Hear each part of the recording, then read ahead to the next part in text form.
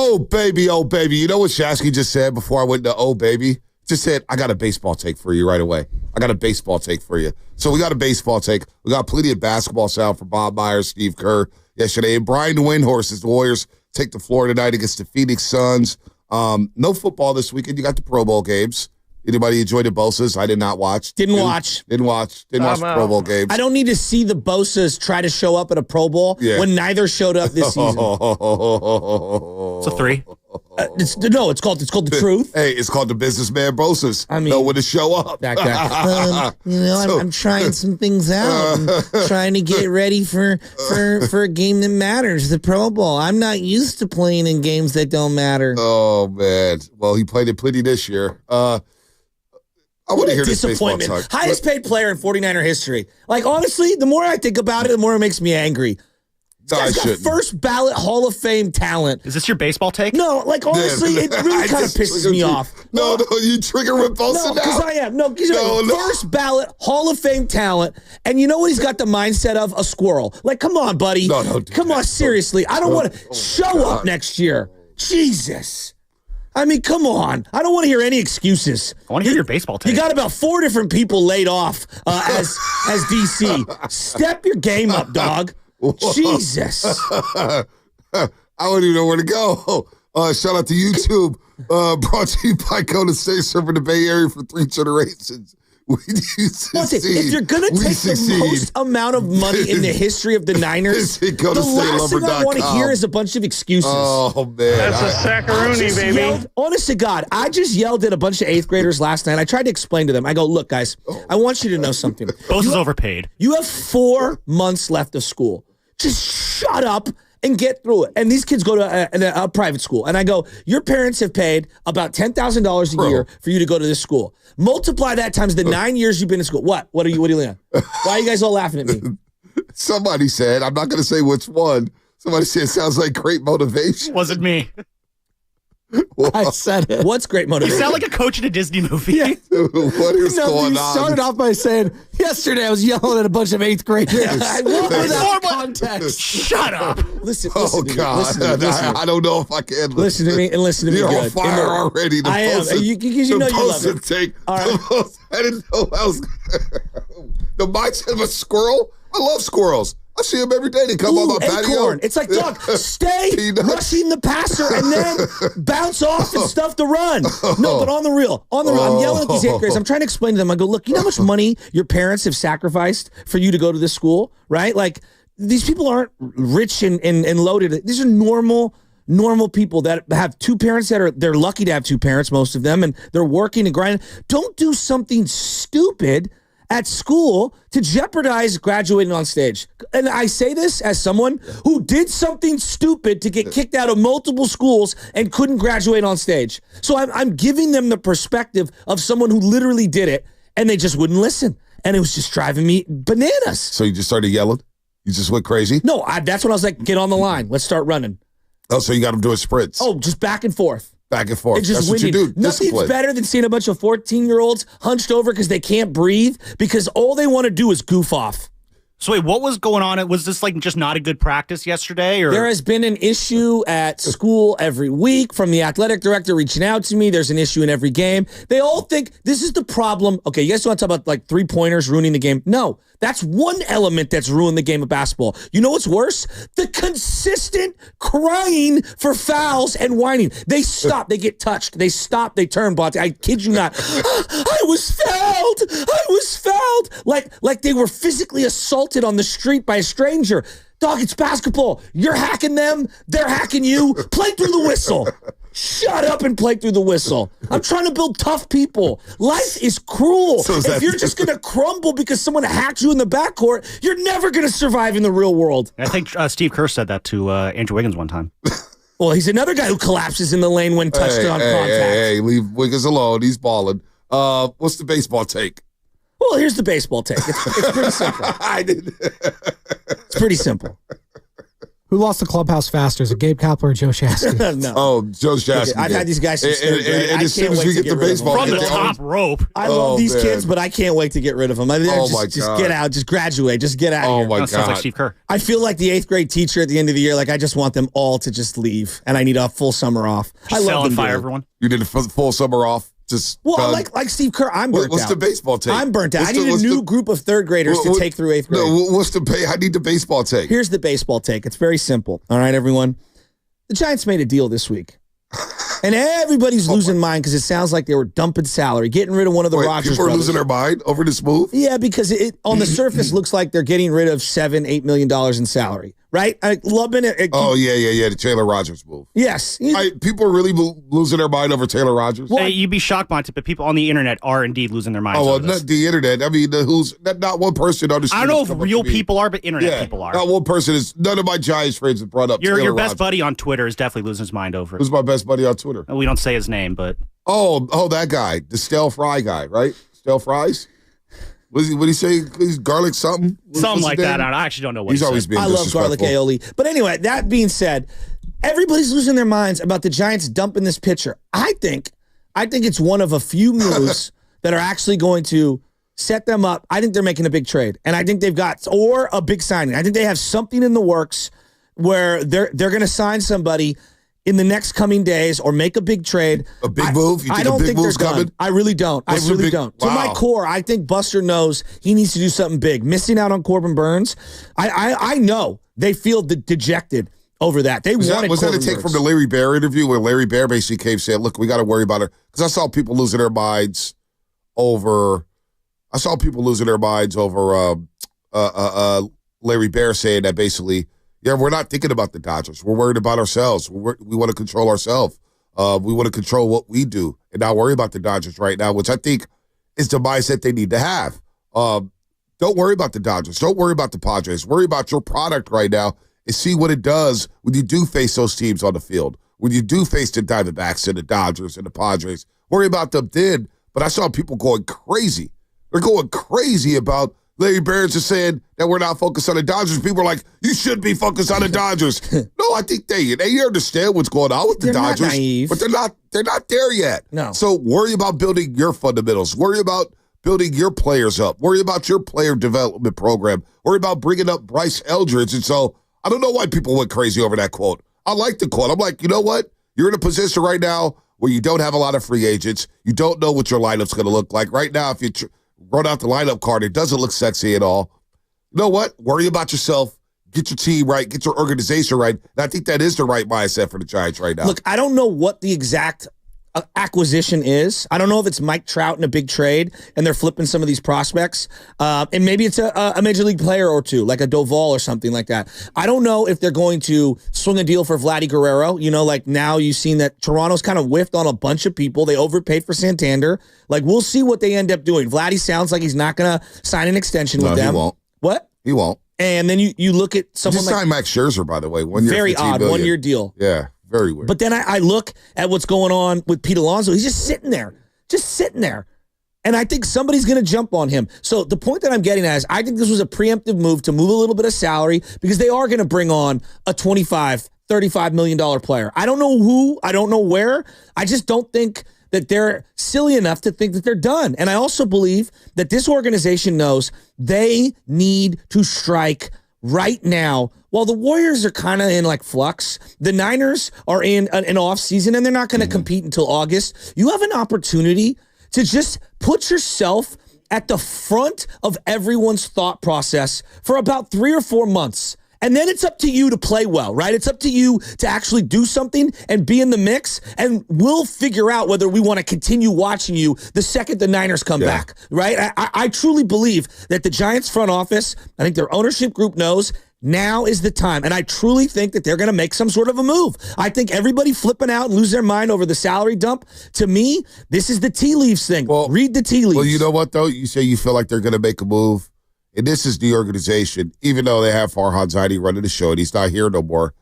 This was the prototype of an organization that would tell you what they would do, and then they wouldn't do it. So when we talk about benefit of the doubt, do the Giants deserve the benefit of the doubt in that you think they're going to make a big move? Like, I'm giving Buster Posey the benefit of the doubt this season in terms of like, it's the first year. You're trying to clean up a mess. Things may not go well. I'm not going to go out here and start yelling, fire Buster Posey after 1 year. I think he gets the benefit of the doubt. But overall, as an organization, what have they done to tell Giants fans to say, hey, trust us, we're going to make a move. We're going to make a splash here. When they, Willie Adames is a great splash. They gave him the richest contract in Giants history. No full trade clause. Wow. But they still, Verlander, great. We think it's a final send-off for Justin Verlander. But other than that, what have they done to make us believe that they're going to actually get something done? So I separate the two, right? So the prior regime, you're right. Like, they did not deserve nor earn the benefit of the doubt. But since August, they fired the guy we wanted gone. They hired and elevated Buster Posey to a status that I think most Giants fans would say, like, wow, that's nice. They needed a new face. They signed Chapman to a big deal. 9 times out of 10, prior regime, Chapman's gone. Chapman leaves you. You get nothing. You lost the comp pick. Like, gone. But they signed him. They kept him. They also obviously brought in a shortstop in Willie Adames. So in just like 5 months, I think for me, they've earned a little bit of leeway. And here's what I would say to everybody who's frustrated. Like, look, Rome wasn't built in a day. Buster just got here. Zach just got on the job. Give these guys 6 months. Well, the internet is going to be frustrated over everything, but I think Giants fans right now just kind of wait and see mode. They're refreshed that Farhan's not running a roster in the organization, that he's not bringing up players. Now, when we look at this season, when we look at a lot at Bo Mel and how he runs his club, and whether or not one of these young players could pop. But I don't, again, the internet is one thing, but overall, I think people are they're open-minded about the Giants. They understand where they're at right now, but I also think that's why there's a lot of pressure on this kid, Bryce Eldridge, because I think a lot of Giants fans have hope that this guy is the next big thing with the San Francisco Giants. After whiffing on all the sluggers that we know about, Ohtani, Judge, and Harper, and all these guys, if Eldridge pops, that will alleviate a lot of stress, and that will give Giants fans a lot of hope that, oh my gosh, maybe our day is coming. We finally got a guy. And so that's why I think Bryce Eldridge, that is the most important aspect of this organization this season. I would agree. Can Bryce Eldridge pop and be that player you pencil into the lineup, either third or fourth or fifth, and he's good for 30 to 40 jacks and 100 RBIs a season? Is this the guy? Well, we need to see if he's a guy this year. Look, I look at teams that got a spark, right? When Fernando Tatis Jr. played opening day as a 19-year-old, 20-year-old, I think we were all like, wow. Like, you could see the vision. And they had signed Manny Machado, right? And they brought in Hosmer a couple years earlier. Like, they had spending money. But the spark really started in terms of optimism with Fernando Tatis Jr. The whole culture changed. Ronald Acuna in Atlanta, right? Like, they had Freddie Freeman. And Freddie Freeman was a great player. Probably going to be a Hall of Famer. But, like, Ronald Acuna flipped that organization. Flipped it. All right, and then I look at Bobby Witt Jr. at Kansas City, right? And people may not know who this guy is, but he's one of the best baseball players on the planet. And he flipped that organization in literally a handful of at-bats. It felt like they changed who they were to their core. I think Bryce could do that, but that is a lot of pressure on someone. I mean, you're asking somebody to basically save the franchise. You're asking him to do what Jaden Daniels did for the Washington football team, and that's unprecedented. And it's unprecedented, but this is where we're at right now. We need a savior. We need a savior with a bat. We need a savior. It is what it is. We need this guy to pop. Like watching Aaron Judge at Yankee Stadium and watching him when they came out here to Oracle Park. That buzz, I haven't felt that in a very long time at Oracle Park. That sizzle. And I'm expecting Bryce Eldridge to bring that sizzle. I know, guy's never taken a major league at bat. But like Gunnar Henderson in Baltimore, like Jackson Holiday when he came up, the pressure to deliver and just give us some hope. Oriole fans have hope. Royal fans have hope. What do Giants fans have right now? What do we have? Do we have hope? I think we're clinging to the past era. We're clinging to Buster Posey to save us based off of his playing resume. Yeah. Even though he's never done this job before. So we need some hope bad. And Bryce Eldridge, I think, represents hope. Do you know where they start this year? Cincinnati, right? Yeah. Synergy Field, Great American Ballpark. I'm so fired up. And Terry Francona is now managing the Reds. Tito. And they've got some ballers. Who also managed in the minors? Anyone? Oh, he managed Michael Jordan. Look at you. Birmingham, Birmingham White Sox. Tito, World Series champion. So that's going to be a tough series right off the rip. In that ballpark against those players. With Ellie. And they're going to be, look, there's a lot of expectations there. They've been in on Luis Robert Jr. Did you hear that the Giants were in on Luis Robert Jr.? But that's okay, so you brought that up. I think this is different because people have been talking about that. I think they realize, like, we can't talk about who we're going to get. Just shut up and do it. Just do it. And that's why I think that this is a preemptive move. I'm telling you, dumping of the lefty, they didn't just get rid of this guy for no reason. I think this is, they're moving money around because I think they're adding a salary to this team. Well, I really believe that. Not only that, but where are the Warriors at? Because I think a lot of people are in that mode when it comes to the Golden State Warriors. We don't want to hear about the names. We want you to show us. So where are we at with the Warriors? They have an opportunity today to win their third straight game for the first time since November 15th. Think about that. They have a chance to win 3 in a row for the first time since November 15th. That's incredible. Tonight is kind of a big game for the Warriors. Kind of. Against the Phoenix Suns and Kevin Durant. I've got a Durant question for you. Oh, yeah. Well, it's funny. We got Eddie Johnson coming up, too. Speaking of Kevin Durant at 8:30. You got a direct question? You want to lay it on me right now? Well, I mean, for me, he's the one that got away. Everyone's going to say it's Jordan Poole. And I get it. Like, there's a lot of people like, oh, Kevin Durant was going to go anyway. Are you sure about that? Like, are you sure about that? And I'm just asking you, now that we've seen how this has played out since KD left, do you feel the same way about KD's exit today as you did the day he left? Absolutely not. Like, there were some other factors that I think we refuse to acknowledge as Warrior fans. Which is? Well, I think that the organization sided with the wrong guy. Oh. We'll discuss that. Big game between the Warriors and the Suns. Coming up today, tune in for Warriors Live today, presented by Xfinity. Stream sports from the best seat in the house with Xfinity. Bring on the good stuff. That's what's coming up in the game, brought to you by Safeway. Got Bob Meyer sound, Steve Kerr sound. We got a lot going on here with the Golden State Warriors. Was the other night a mirage?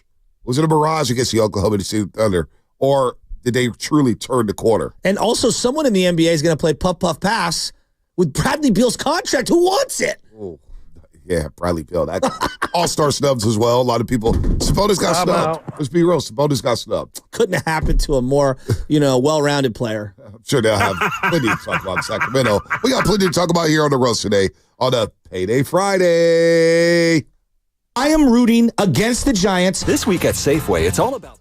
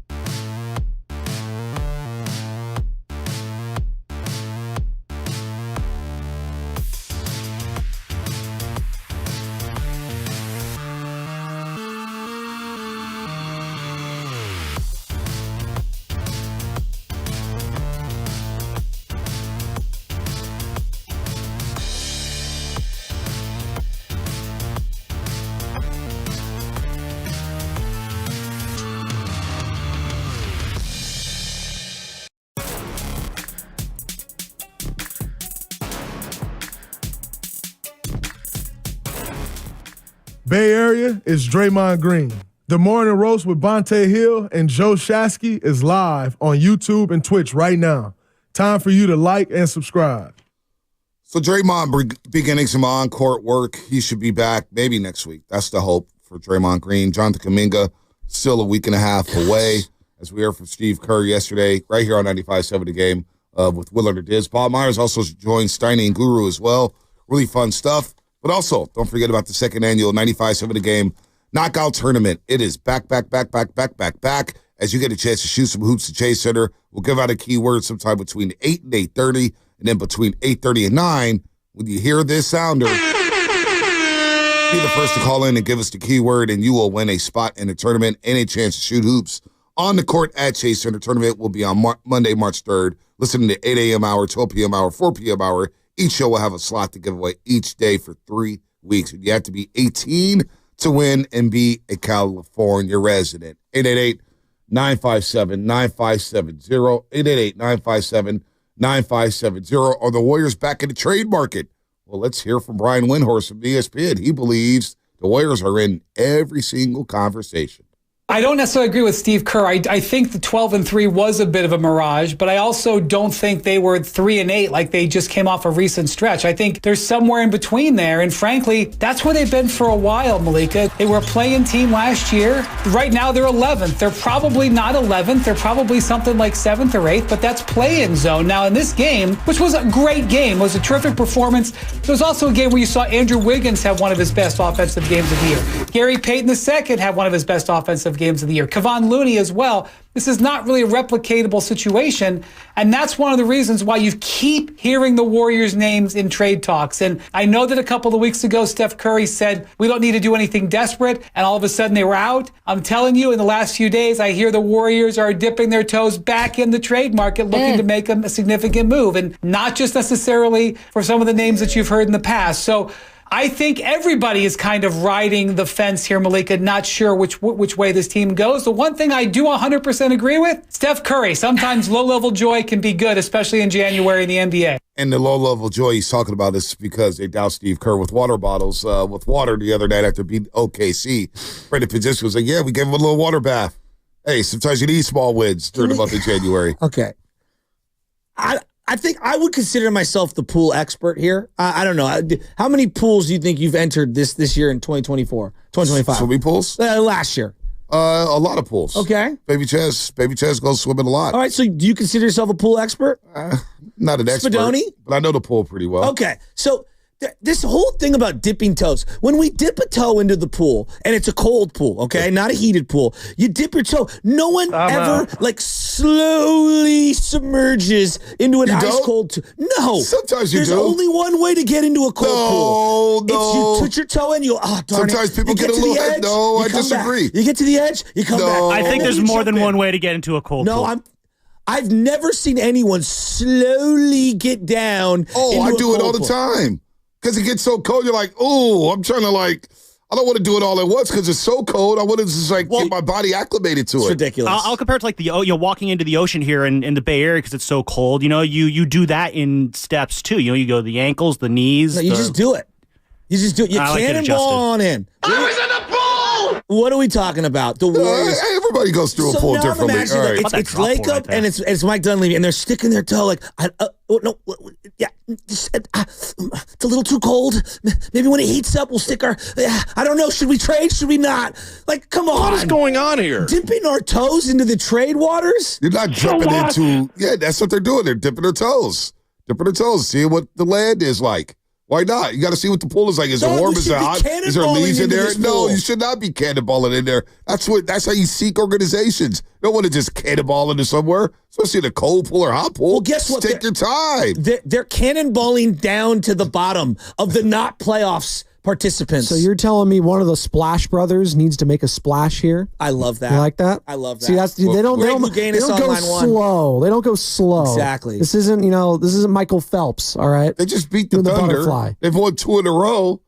And they got the Suns tonight. What if they win tonight? That's 3 in a row, folks. That's winning streak. It's winning streak. That's their first 3-game winning streak since November 15th. I don't know what to make of that. Like, what am I supposed to make of that? That this is who they are? No, they're not who they are, but you're not going to cannonball into it. You got to dip your toes and be very strategic. They've been dipping strategic for here. 2.5 years. You really want a cannonball for Jimmy Butler or Zach LaVine? That's what we're cannonballing for right now? Good Lord. We're down bad. No, they are. I watched Steph Curry look like the most miserable he's looked in his entire career. I've heard him express such. The streets are saying the 8th graders got you off your game right now. The 8th graders got to you. I think I'm as sharp as I've ever been. I think the 8th graders got you on the edge a little bit. I mean, you're right. It's that they're time. A calling lot me of Wesley dudes. Snipes because I'm like Blade. I'm so sharp. Let's go. What are we talking about? The Nick Post. You are right, dude. 925. Sorry, Shasky. The stairs pool entry is a thing too. It is a thing. But you just want to see them cannonball into this What are thing. you 72 years old? I got to take the stairs to get into the pool. I take the stairs sometimes. Well, you got the pool ladder too that's in the deep end. Right. You can use that That's to how get in you as get well. out. Actually, I like to push myself up and out. It's a good workout. Yeah. Big workout guy. Big workout. You are a big workout guy. I'm proud of you. I need to work out. I was doing my 50 dumbs this morning. Right. So 888-957-9570. Kevin Durant's back in the building for the Phoenix Suns. We're going to talk to Eddie Johnson at 8:30. And I wonder if Kevin Durant is untouchable at Phoenix, and I wonder if Kevin Durant wants out of Phoenix. But you had something before the break that you wanted to get off your chest about I was Kevin just saying Durant. that I miss KD. He's the one that got away. He'll always be the one that got away. I mean, we had one of the greatest players of all time. He probably would have been to at least one more finals, maybe two, if he would have just stayed here. And it just sucks. It just does. And I don't know what his reasoning was ultimately, whether he never felt a part of the team, whether it was true that the social media and national media just wouldn't ever give him the appreciation that he seeked. I don't know what it was. I don't know what he was searching. Maybe it was he was just searching for something completely, I don't know, different. But look, KD's the one that got away from me. It just sucks. And I know I never thought that he was going to stay his whole career, but I also didn't think it was going to be a 3-year fling. Yeah, I thought it was like a 5 to 6, maybe 7-year thing. And maybe I'm the one who's wrong. 4 maybe, but I can't wait for the 30 for 30 when he explains why he truly left to go to State Warriors. I don't know. But the Warriors won a championship post KD. KD hasn't been to a conference final. KD also got blasted in the playoff by the Denver Nuggets. The Warriors they won the championship. Now, is he in a better situation now with Phoenix than to go to State Warriors? No, they're in cap hell. Well, they've traded picks, assets. Phoenix, boy, once Booker decides that, you know what, I've done what I can for this organization and moves on, they are cooked. So I don't even know if if he's in a better situation than the Warriors right now. Now, the Warriors are not in the greatest situation in the world. Yeah, I was gonna no say, doubt about that, but they did win the championship. We're not much And they better. do have some young assets, and the expectations of Phoenix is a lot higher than the expectations are with these Golden State Warriors. You have Bradley Beal, Devin Booker, and Kevin Durant, and you bring in Nurkic, and you have Tyus Jones, and you have that owner, who is it, Matt Ishbia. Mm-hmm. The expectations at Phoenix is we should be competing for the Western Conference. They're in the play-in. They got smoked in the first round last year. So I think their expectations are a little higher to go to State Warriors. And look, did Kevin Durant get away? Is he the one that got away? Probably. Him, Poole, probably. Does his return hit the same way for you? Not anymore, because we see it. And they've beaten Kevin Durant, and we know Phoenix is in that zone with us. So it's always great seeing KD, but it doesn't hit the same. It's been, well, we're in 2025 now. He left in 2019. I know. It was damn near 6 years ago. I know. Could have had 6 years of amazing basketball. Well, he missed it next year. Do you think he regrets it? Honest to gosh. Looking back, I know he's going to say, because I know how he is, he's going to, take a big hit of the weed, and he's going to say, I don't regret nothing. He doesn't. Everything worked out the way I wanted. No, but like, if there's any move when he lays regrets, his head down on the pillow, do you think that he reflects to himself, like, just a little bit of regret? The only regret he would have is leaving Oklahoma City the way he left Oklahoma City.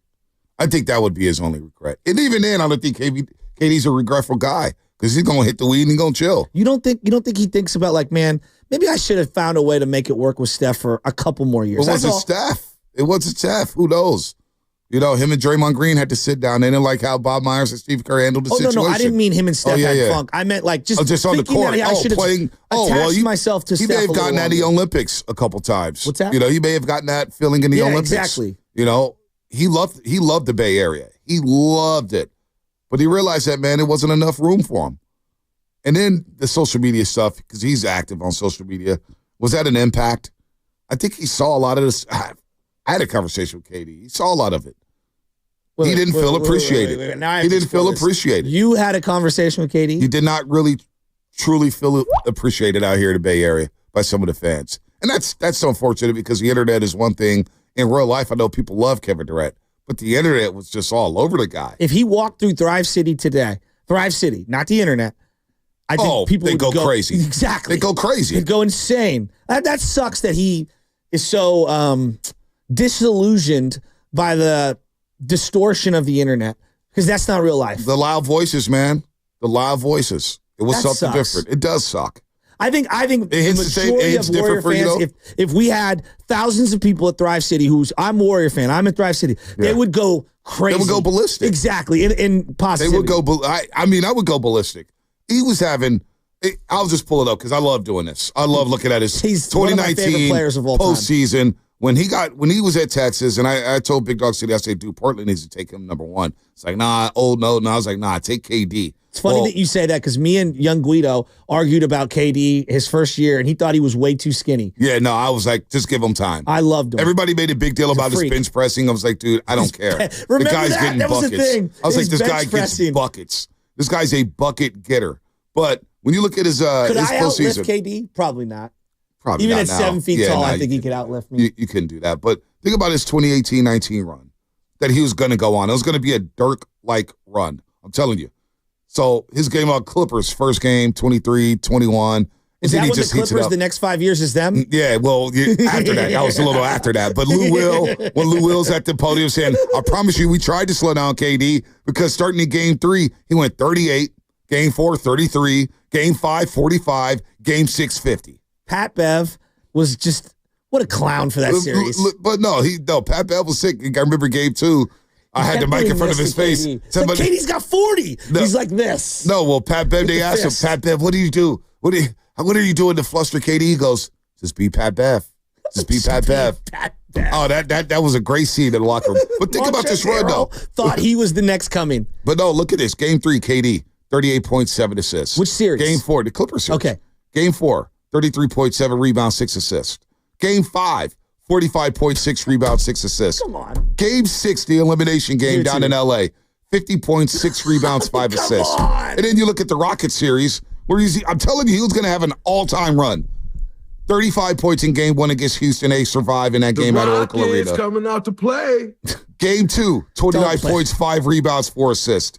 Game 3 in a loss, but he was getting buckets. 46 points, 6 assists, 3 rebounds. Game number 4, which they lost because the series was tied up at 2 games apiece, 34.7 rebounds, 5 assists. Come on, And man. then in game 5, where he was rolling before straining his calf, which later on became an Achilles, he left the game midway through the third quarter with 22, 5, and 4. And was just cooking. I'm telling you, man, he rose up on that jumper, hit the jumper, and I said, like, in my head, I got a sick sense where I'm sitting there thinking, oh, my God, this is iconic. This guy's making history. Oh, my God. Bob Costas is on the call. I'm thinking all these men didn't even limps off the court, doesn't come back to the finals. But even in that first quarter against the Toronto Raptors, he scared the living daylights out of Canada. Scared the living daylights out of them with the 3 threes in the first quarter. Anyway, more on KD as he comes back to town. 888-957-9570. Does KD coming to town do anything for Warrior fans these days? It's been almost 6 years. Love KD. But it's a big game for the Warriors as well. But I wonder if people still feel some type of way about Kevin Durant. 888-957-9570 is the number. Plus shameless shout-outs coming up at 7:45. Shameless shout-out 7:45. That's all coming up. Brought to you by Fremont Bank. Here for you, here for good. Here's a resolution that's easy to keep. Grab the keys to a new...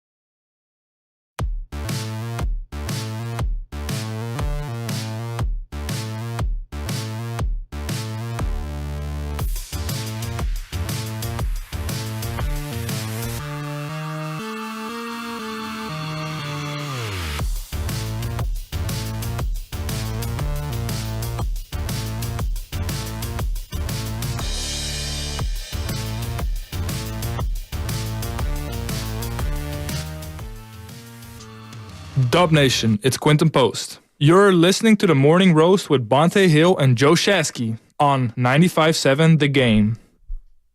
Oh, man. Warriors and Suns tonight at Chase Center. Warriors trying to win 3 in a row for the first time since November 15th. As this segment is brought to you by Golden State, serving the Bay Area for 3 generations. When you succeed, we succeed. Visit GoldenStateLumber.com. Eddie Johnson will join us at 8:30 on the River Islands guest line. And we have a big announcement at 9:20. Big announcement at 9:20. Some people will love it. Some people will hate it. Some people will not give a damn. But a big announcement coming up at 9:20 here on the Morning Roast. That'll be shortly. Alex Cobb. Alex Cobb. Alex Cobb.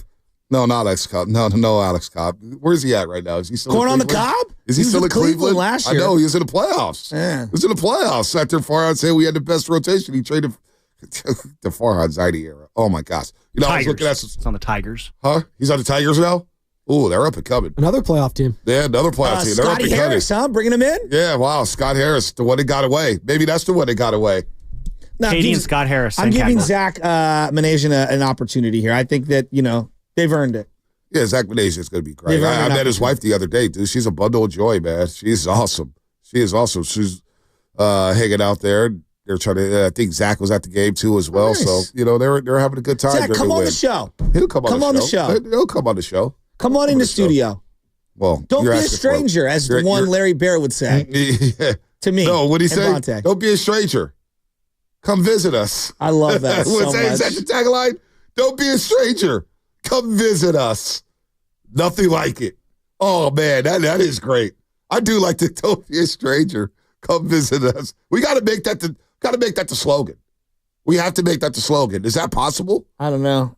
It should better be a not be movement. something like "We are giant" or some stupid catchphrase. No, I think this "Don't be a stranger, come visit us" would hit. I think that's a great tagline. I think people will look at that and laugh and say, "Wow, they'll read. Don't be a stranger." You know what? Why not? Let me go to the yard. They'll definitely laugh. Which is like nothing like it. You're like nothing like it. Yeah, damn right, nothing like it. 500 baseball, man. Nothing like it. Nothing like it wasn't incorrect. Nothing like Farhad Zaidi, that's for sure. You ready to do some Disney with Dad? Ooh, Disney with Dad. Let's do Disney with Dad. I feel like I'm up on my Disney game. Miraculous Ladybug. Where are we at, Dad? Well, let's go to our first one. Hit me up with the open. Oh, well, we're efforting. Sorry.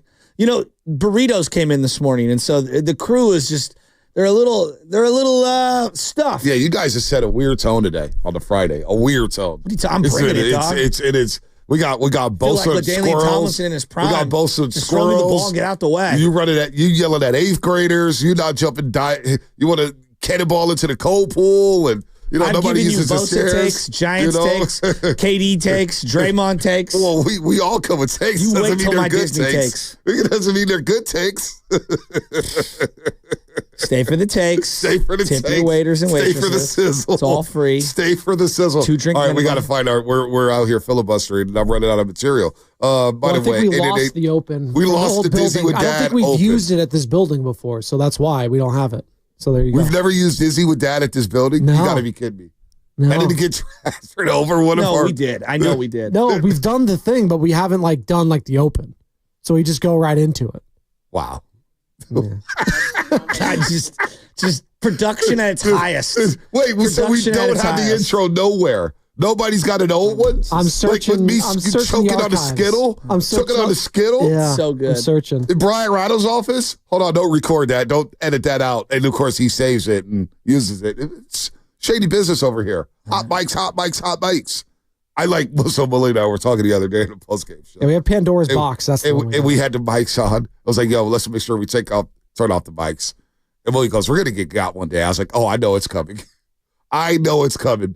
Because, earlier this season, apparently, during the game, they just went to the Sharks studio. Yeah. And you saw Ted Raby and my boy Alice just sitting there. Thankfully, they didn't say anything. Then a couple times during postgame interviews, Pan and Festus and I in the studio, we're looking up like, wait, are we live on TV? What the hell's going on here? Bonte, I'm going to let you know this right now. Full disclosure. Like in The Sopranos, one day my media career will go black, right? I'm just going to get got, whether it's by the feds or whether by somebody else within the industry. Damn. But I am coming back. And what I mean by that is the unfiltered me is going to be wild in the comment section. Just be ready for it. Everyone out there, I'm coming for everybody.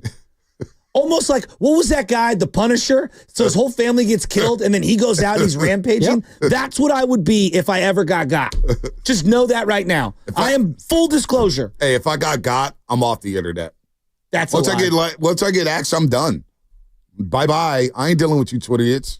I'm done with the Twitteriots. I'm done because I would be unfiltered, and I don't want to be that guy. I don't want to be cursing out randos. Like, I'm not, come on, man. No, I'm just here to stir the pot on people who think their stuff don't stink. And I'm just here to let you know, roses. That's an Outcast song. That's a drop. What do they really smell like? Ooh.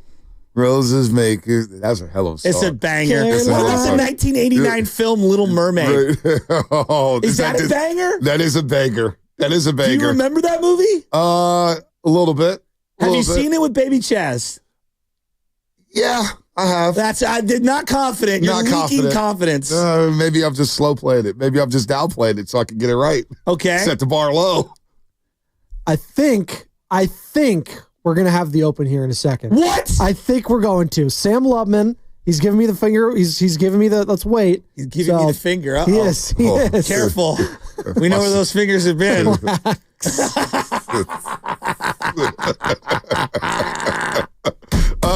Morning, gentlemen. It's all love for Kevin Durant when he comes back to debate, even after all these years. Some of our best work is also simultaneously our worst. Oh, man. When we get into when we really get into the compost, that's when I know we're cooking. Yeah, no doubt. We cook. I tell Steiny all the time now, and it flusters him a little bit. I'm like, Steiny, did you get the script from Dehegan? Did you get the script from Dehegan today? He's like, what do you mean? It's like, well, you know, we kind of struggle to come up with things if it's not Warrior related. I like to mess with him. Because one time Guru on the show goes, Steiny, you ain't like me. I could audible. I could go off script. You got to have the playbook in front of your hands. You need the script in 27 plays. So wait, Guru thinks that he can go no huddle. He's going drill the whole time. Full war mood, run and shoot, line of scrimmage, blue 10, check it, motion, line up right. Like he's doing all that stuff. Well, I heard that, they're calling Steiny now John Stockton. Why? Because he's the mailman. He's mailing it in. You would take that as a huge compliment if you compare him to John Stockton. Oh, yeah, that would One be of the greatest passers in the NBA. The midday mail-in. The midday mail-in. Oh, man. Hey, but I think they ran out of Bob Myers' interview like 3 times yesterday. No, they did the live interview. Then they ran it back at 12 o'clock hour. And then the 1 o'clock hour to say, you know what? Let's go for one more. Why not? It's so good. We're going to give it to you again. And then the pregame show did it at 5 a.m. today. So there you go. We love Bob Myers. Everybody's filling it in. Can recycle an interview like us. Where's this intro? He was really good, though. Sam's working on it, so we're going to keep going here. But no, did you guys hear Bob Myers yesterday, though? And I want to toot my own horn, but Nahigi and I'll give him some credit. We both came up with the question, but the comparison between Jaden Daniels and Stephen Curry. Take a listen. They both are unbelievable competitors, but they laugh and they have fun doing it. So if you watch Jaden during a game, he's talking to the edge rusher. He's laughing. A guy will drill him, and he'll get up and pat him on the helmet, and he's always talking to the other team, and he's laughing. And I find it so rare. I always wished I was a guy. I think Magic Johnson was one of the first ones that I remember loving the game and then just expressing that. Steph does that too. That wasn't Michael Jordan. That wasn't Kobe Bryant necessarily, but that's what I see with Jaden and Steph, this very deep competitiveness, but they enjoy it. And obviously the talent is the talent. So you got to have that too. All right, who made that noise? I was going to ask that. Who made the noise during the interview? Who was relieving himself in the middle of it? Was that because he's like, Jaden Daniels is in my division? He's exactly what that was. Steph Curry. That sounds like me after a good meal when I have to move my belt over a notch. Like, play that just the sound at the beginning. We'll stop it after they say. They both are unbelievable competitors, but they laugh and they have fun doing it. So if you watch Jaden during a game, he's talking to the edge rusher. He's laughing. A guy will drill him, and he'll get up and pat him on the helmet, and he's always talking to the other team. And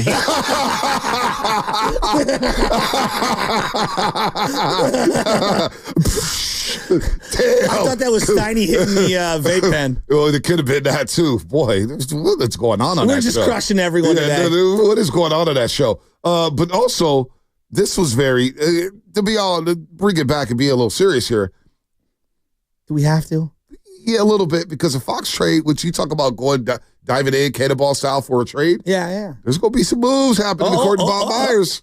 Well, it starts when he didn't sign his extension, which was the first indicator in the offseason. That would have been my first inkling of hey, why didn't you do that? Because I don't know the exact number, but you're turning down $100 million plus when you say no to that. And what human being does that in this day and age, or any day and age? So you say no to that, and you say, hang on, why aren't you signing that? Well, and they got a response. I'm sure Rich Paul and De'Aaron Fox gave a response. And it probably was something like, we don't know. And once you hear that, then what you're trying to do is convince them to bet on you. I don't know the inner workings of the Kings. I don't know what happened. But for whatever transpired wasn't enough to convince him to stay.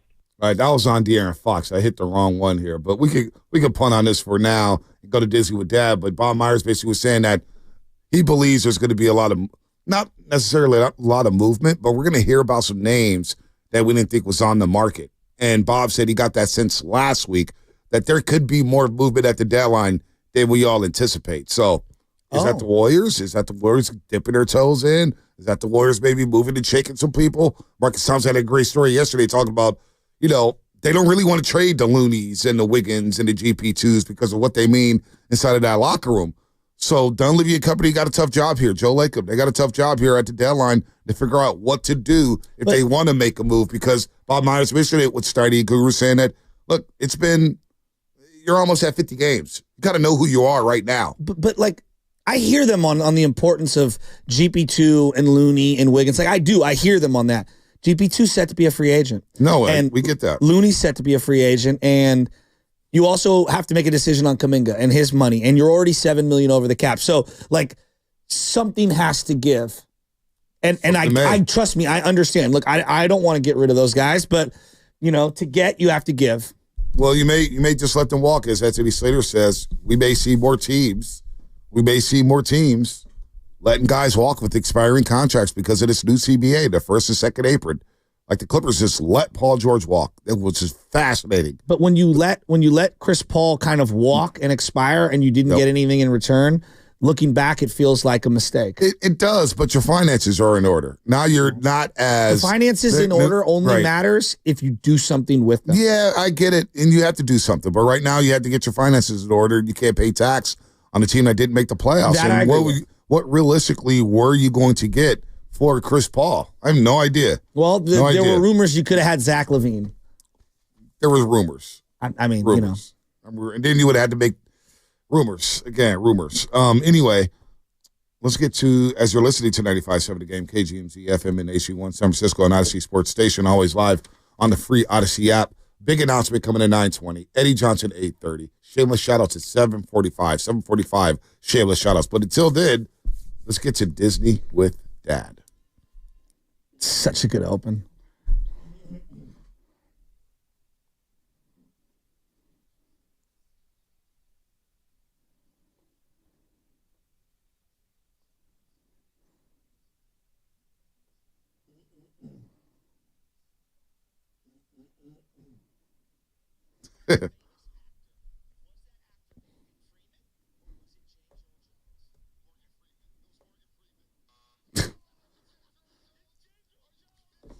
How do you...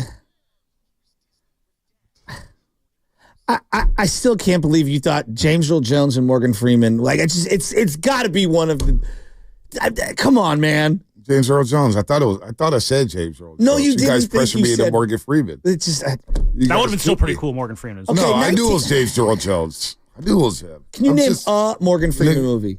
Yeah, he's been in a ton of movies. What, he a Batman? Yeah, he was in Batman. Knight. He broke the cell phone. Lean on Me. He's been in all kind of things, dude. He's been in multiple movies. Let's go. All right, 1989. Right. 1989. Little Mermaid. Oh, Little Mermaid. Ursula. Oh, yeah, you know Ursula? I know about Ursula. You know who the main character is? It's basically under the Atlantic Ocean. There's a kingdom of Atlantica. Under the sea. Under the sea. We'll get to that. Uh-oh. There's Ariel, okay? Oh, yeah, Earl, yeah. Easy now. What was that? Easy now. Whoa, No, I'm just saying, yeah, I'm just having fun. All right, relax. You're the one always killing everybody else horny. Yeah, you guys are horny. The underwater dancers. All four of us. Shout out to the overnight underwater dancers. Underwater dancers or overnight dancers? Underwater dancers sounds pretty exotic to me. Man, God. Underwater dancers? Oh, my Lord. You What was your imagine dad's that? name? You don't What even was have your to wear dad's anything name? underwater. He was the king. Oh, his name was Triton. King Triton. Wow. King Triton. One king to another. One king to another, baby. Kings recognize kings. And he Before had a King Triton. All right. There was a crab, okay? And I know you love Sebastian the Crab. Let's go. Sebastian the Crab. That's my guy. That's my guy. Do we have the song, by the way? I do want to hear the song at some point. Well, And under then, this. dude, my guy's spitting. That is the old white guy bop. What is that dance? What is that? Dude, you literally dance like how my dad danced. Hey, like Ice Cube once said it. Gangsters don't dance, they boogie. And I consider myself this morning a gangster. Just for a couple hours. Oh my God. Just for a couple hours. What was Ariel's, what was the prince's name that she was going after? Oh, it's a very basic name. Yeah, I forget his name. Oh, man. Was it Prince Charles? No, it's not Prince Charles. He's a king. It was not Prince Charles. There's an artist in music whose name is Clapton. He has a first name. Am I talking to Matt or Eric? I mean, Eric Clapton. No, Matt Clapton. It's Princess Eric. Prince Eric. Prince Eric Clapton. That's correct. Prince Eric. You're 3 for 3. Let's go. That was Reggie Jackson on with Evan and Steiny, and he called him Eric. Oh, that's so good. Eric Grandy. Eric Grandy. Mark Giddings. All right. One of the first ever movies in the Disney portfolio. 1937. Oh, wow. We're going old school. Snow White and the Seven Dwarfs. Wow. Here's the simple question. Oh, man. How many of the dwarfs can you name? Sleepy. Number 1. You got them all listed right there, Lubman? All right, let's go. Gosh. Sleepy's one. I love that everyone goes straight to Sleepy. Yeah, we always go to Sleepy. Because we're all sleepy. He is always sleepy. Bashful. Number 2. Bashful? That's one? All right. When I hit the numbers, that means you got it. Something you're 2. not. Oh, man. Who's the other dwarfs? I just watched this movie recently, like maybe a month ago. Bashful, Sleepy. Some would call you this occasionally. Oh, Salty? No, Grumpy. Grumpy. There's Grumpy. Number 3. Grumpy Bonte. Or Grumpy Stephen Langford. We call him Langford Grumpy. He was the grumpy one around here. Something Sam is never. Oh, Happy. Yeah. Number 4. Right. Damn. Wow, that's the first thing we think of. I love it. And that was Considering I'm going to have to work with, you can be unintentional surprised. stray right there. I didn't mean that. If you have allergies, sometimes Happy. you're. Oh, Sneezy. Yeah. Number 5.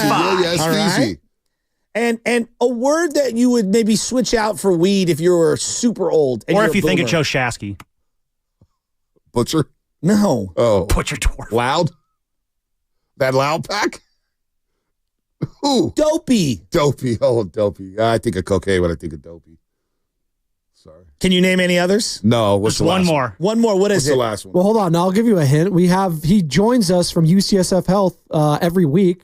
Pandya. What's his nickname? Oh, Doc. There you go. There's a Doc? There's a Doc Dwarf? He's the leader. He's the leader. Not much of a leader if I don't know him. No, Sleepy. He's All a right. silent leader. Okay. We might all be right. canceling doctors after All the right. whole COVID-19 thing. Oh, Yeah, relax now. I mean, Dr. Brian Feely. Take it easy on your own research there, buddy. I'm a Dr. Brian Feely guy Why anyway. does everything have to be so serious? Dr. Durant Pandya, I iced him out, man. We put him onto the scene on the Morning Roast back in 2020. He ain't joined our show since. Dr. Brian Feely can join the show anytime, though. He can stick with Willard Dibs. Pandya and Kincaid hanging out. Yeah, Kincaid. Oh, my God. You want to talk about iced out. One of my favorite movies of all time that I recently rewatched with Michelle and the little guy. I don't even head knock Kincaid and Chase Center no. You know, when I just see him, I just keep it moving. He's iced. All right. Honey, I Shrunk the Kids. Oh, wow. Is that a classic? That is a classic. I haven't watched this movie in probably 15, 20 years. Can you name the actor? Rick Moranis, the coach of Little Giants. What's his name in the movie? Oh, what's his name in the movie? Rick Moranis. I don't remember his name. Wayne Zelinsky. Wayne Zelinsky is such a great name. Such a good name. Such a great name. I like a good Zelinsky. All right. They're usually good people. Zelinskys. I'm going to give you one of three. Who is the bratty kid next door who's always getting into trouble? The dad's yelling at him the whole time. Is it Sid? Is it Russ? Or is it Charlie? Whenever I think of Sid, I think of bad people. Like I think of Sid Vicious from WWE. It's got to be Sid. Sids are always bad. They're always evil. Nope. Have you ever met a Sid? It's Russ. Russell, you got to come over here right now. Wait, You're thinking of Sid, the neighbor in Toy Story. Yes. In Toy Story 1. Well, He's the bad neighbor. I don't know if I'm thinking about where that, he but I'll dismantles take your word toys. at it. Last one. What cereal was Rick Moranis eating? Oh, Cheerios. He loves Cheerios. This is the best you've ever done. Cheerios. He loves Cheerios. Best you've ever done. I mean, a lot of help here, but. I mean, yeah, he has some help with the doors. I mean, you know. This thing's called Lifelines. Who wants to be a millionaire? There we go. And there's 7 of them. No, the best one is the guy who flexed. He's like, "Can you call my dad?" And then they called his dad. He's like, "Dad, I'm about to win $1 million." That's next level. So good. It was so good. So good. And his dad was like, it was the great. ultimate Steph Curry shot. Turn around. Look at the bench, start celebrating. Just incredible. I'm about to get $500,000 because the government's going to take the other half. But other than my God. I loved Who Wants to Be a Millionaire. It was great with Regis. It really was. It was really good. It was ahead of his time. Somebody would have revoked my black card from not knowing it was James Earl Jones and saying Morgan Freeman. But I named a couple movies, so it saved my black card. I'm good in the hood again. It's always good to be good in the hood. Always. Always. Yeah, that's your account. I don't know. I'm going to allow you. You're to the one who speak on said it. you wanted to post up on Harbor Road and do a video. Remember that? Oh, I'll walk anywhere. I'll walk any block in San Francisco. Except 6th Street. No, I drive up 6th Street every day. Drive. Quickly. Not walk. Quickly. Windows rolled Runs up. red lights. Windows rolled And then up. you get to the red light and you go, "Tuk, tuk," when you hit the lock on the doors. We all do it. Don't no, kid I yourself. don't do it. I don't kid do yourself. It. I roll the window you down. You see a zombie running across the street. I roll the window like, down, and then I roll it back up. I was like, damn, I may be inhaling fentanyl. No wonder I feel a little strange. I mean, man, but it is cleaner. He walked down Harbor Road. He walked in the swamp in Sunnydale, but walked down 6th Street. Too good. Shameless shout out 745. That was a lot of fun. I used to take the 29 with my little brother to Gilman Park, right across the street from Candlestick and the projects right there. Front, huh? And they would look at us like, what are these two white boys doing with their baseball backpacks? You sit right in the front, huh? No, we sit in the middle. Oh, middle. Just the middle? Yeah, in the middle. Yeah, I was Middle's very safe. Very safe. Just look forward. Don't look back at all. Don't look back at anyone. Make zero eye contact. What's coming for the game? Brought to you by the San Francisco International Airport. Shameless shout out 745. Warriors and Suns today. Eddie Johnson, he'll come on at 8:30 and talk that talk right here on 95.7 The Game. Are you ready, Bay?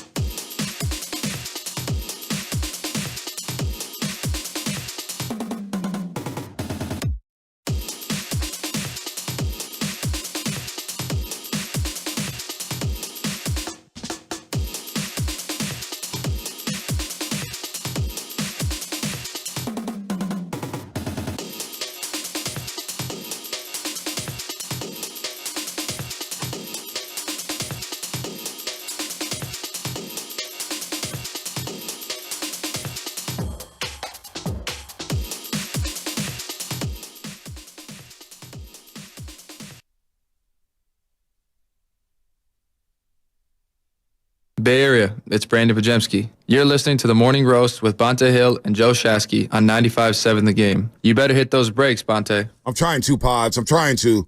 You're playing well, though, Pods. Really like the way you're playing right now in the 4 games since you've been back. Come back from the right abdominal injury. He's playing at a good pace, controlling the rock, not turning the ball over. Brandon Pajemski, man, this could be an interesting development here. But I want to play this right as we start the segment. Don't forget, shameless shout out to 26 Minutes. Shameless shout out to 26 Minutes. Eddie Johnson's going to join us at 8:30 as well on the River Islands guest line. And we have a huge announcement at 9:20 on the road. So you want to be tapped into that. Some will love the announcement. Some will love it. Some will hate it.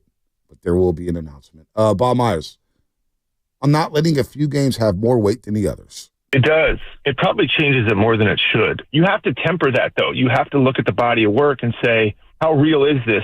The issue, though, what you're saying is you have to stop. You say you win 4 in a row before the deadline or win 3 in a row. You have to kind of push back on that and go, okay, that was just 3 games out of 48. Let's just pause a little bit. But it's hard to do that sometimes. Hard to do that. But also, Joe, the mindset of a GM before the trade deadline is also fascinating. It's pretty rough. I mean, it's much more than maybe the public realizes. You know, this isn't like you woke up 2 days before the deadline and decided to make a trade. I can tell you about the Wiggins one we did.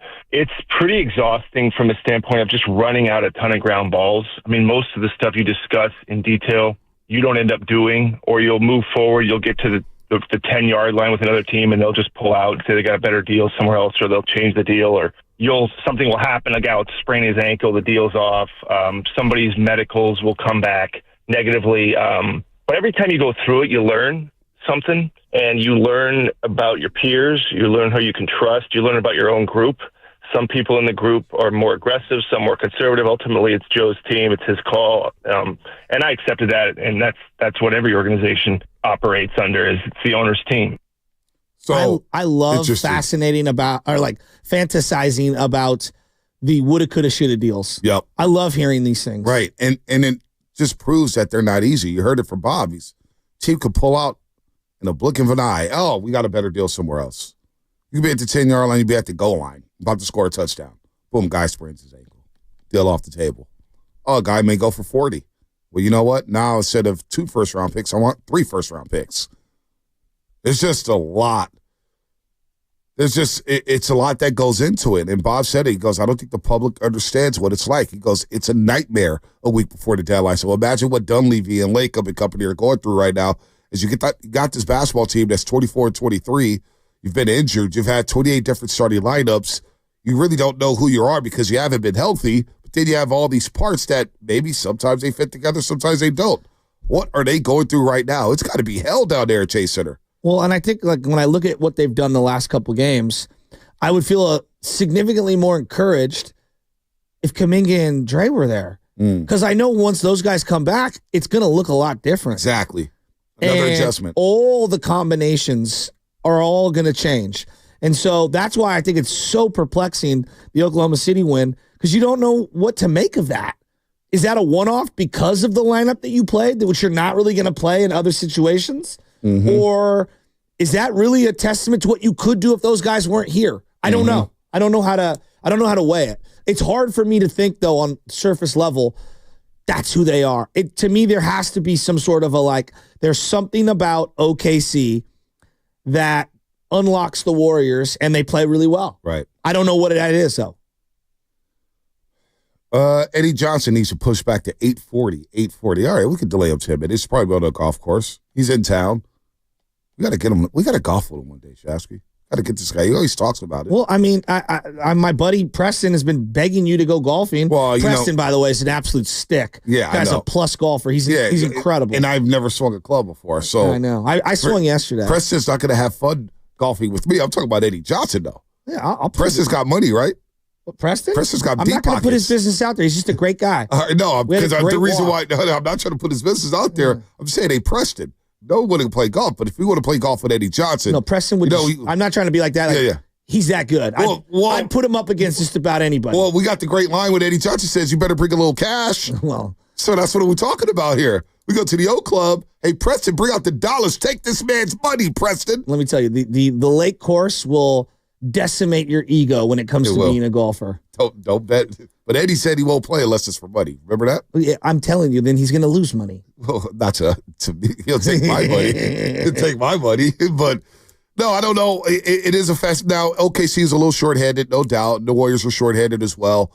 They're quick. I think they had an off night. I'm not going to put so much stock into that game, but they do match up well with OKC. They play them tough because they're not a heavy passing team, the Oklahoma City Thunder. They don't pass the ball around like they go to State Warriors. Their assist numbers not as high, although their offense is really efficient. They do a lot of one-on-one, which makes you easier to guard. But what do you do if you're the Warriors? What do you do here? Have they already made up their mind that, you know what, there's not a deal out there that could help us? Or have they been trying to make a deal for the last 3 weeks and things haven't? Because the first day people were eligible to be traded, they made a trade for Dennis Schroeder. Boom, boom, boom. We need somebody right away for D'Anthony Melton. It's the perfect storm. Well, I don't know what you do now. I really don't know what you do, what direction you go in. What's the biggest need? Either position, skill set. What's the biggest need? To me, you're not going to solve all of them. Yeah, you're not going to solve all of them. Shooting and ball handling and playmaking. Wow, that's still in. Okay. No, I would go shot making. I think this team needs a shot maker. I think more pressure that they can put on the opposing defenses will wear down those offensive wings. Yeah. I would say shot making would be, for me, somebody that can put the ball in the hoop, which is crazy because that was never a problem for the Warriors for a decade. And it feels like a big problem right now. I saw a stat yesterday that if you took Steph Curry off the Warriors, their overall free throw shooting percentage as a team would be 69%. Bonte, I saw stats about offensive ratings. Okay, we were talking about the league, right? Right. And I think people were losing their minds about 12-minute quarters being reduced to 10. 40 plus of the top 50 offensive ratings have happened in the last 10 years. Wow. Of all time. Wow. Okay? And I think 38 of them are in the last 5 years since COVID. So to give you a sense, all of the numbers, all of the skewing, everything in terms of scoring and offense is completely skewed. And I don't buy it on surface level that one of the greatest offenses of all time was the Sacramento Kings in 2023. Do you? I as don't. Great as they might have been by the numbers, that my eyeballs tell me, I'm going to go with the 96 Bulls. Yeah, I'll go with the Showtime Lakers. Yeah. I'll go with the Warriors for back-to-back seasons. And I'll go with the San Antonio Spurs in 2014, the Miami Heat. You would name 20 offenses before you get to that Sacramento offense. So the Warrior team that had Draymond playing at his highest when they won 73 games, they would be like a bottom 5 team in terms of three-point attempts this year. To give you an idea of how quickly the league has adjusted and changed. And I look at this Warrior team, and there's just not enough scoring. There's not enough shooting. Yeah. And so the whole league, as much as we all want to talk about point of attack defense and perimeter defense, I understand all of that. Believe me, I get it. You got to have two-way players. And all those guys bring a ton of value. The number one need for this team is a guy, whether it's an ISO or within the fabric of the offense, can score. They need a shooting guard who can score, who's big in the worst way. No doubt. It is the number one need of this organization, whether it's the draft, free agency, or more of a need than rim protection. What's that? More of a need than rim protection. Yes. Does rim protection need to be improved? Absolutely. Yeah, I'm with you with the two guard. I think two guard has been their biggest hole. And right, so if you ask me, Joe, what could this team add? Give me a 6'8" guy who could dribble a little, can knock down some shots, and is a freak athlete. Just give me that guy right now. Those 6'5", 6'6", 6'7" shooting guards don't grow on trees anymore like they used to. No. They become 3s and 4s. Yeah. But I'm with you. Getting a perimeter player next to, because what happens with Steph Curry, when you see a small guard next to Steph, and by the way, shameless shout-outs coming up in 17 minutes, shameless shout-outs. It just looks small, right? GP2, Schroeder, that trio looks small together. Brandon Pajemski and GP2 and Schroeder, or whether it's Pods and Steph, it's still a small backcourt. And unless you're super quick and athletic, like Cleveland, I'm looking at the Cavaliers, they're rolling right now. But they've hit a bit of a speed bump, and I just wonder in the playoffs, will that backcourt of Donovan Mitchell and Darius Garland play out itself? I have questions about it. Or will they need a bigger guard? Like I look at the Knicks situation, I'm saying, boy, Mikal Bridges, Jalen Brunson in the backcourt. You got OG Anunoby and Josh Hart in the front court alongside Cat. That's the perfect lineup. When the games slow down. Especially when they slow down. You know, like that's the other thing I think we need to understand is that a regular season game looks nothing like a playoff game. Mm-hmm. And the problem with the Warriors team is they've got a bunch of guys who are actually great pieces in a playoff series, but throughout the course of the regular season, don't do what you need to do to catch up a bunch of wins. 206, biggest need. Someone who can get their own bucket. Which is what we've been kind of talking about. 888-957-9570. This is why Kuminga's so valuable. If you had to make a deal, what would that deal be for? What would that deal be for? Would it be for a two guard? Will it be for a guy to get his own bucket? Will it be for a stretch five, a rim protector? What do you want to see the Warriors do ahead of the deadline as we get ready for the Suns tonight? And the Suns, I think they're 7-3 in their last 10, but it's been a clunky 10. It just feels like the Bradley Beal situation has wiped them out. They're 24-22 on the season.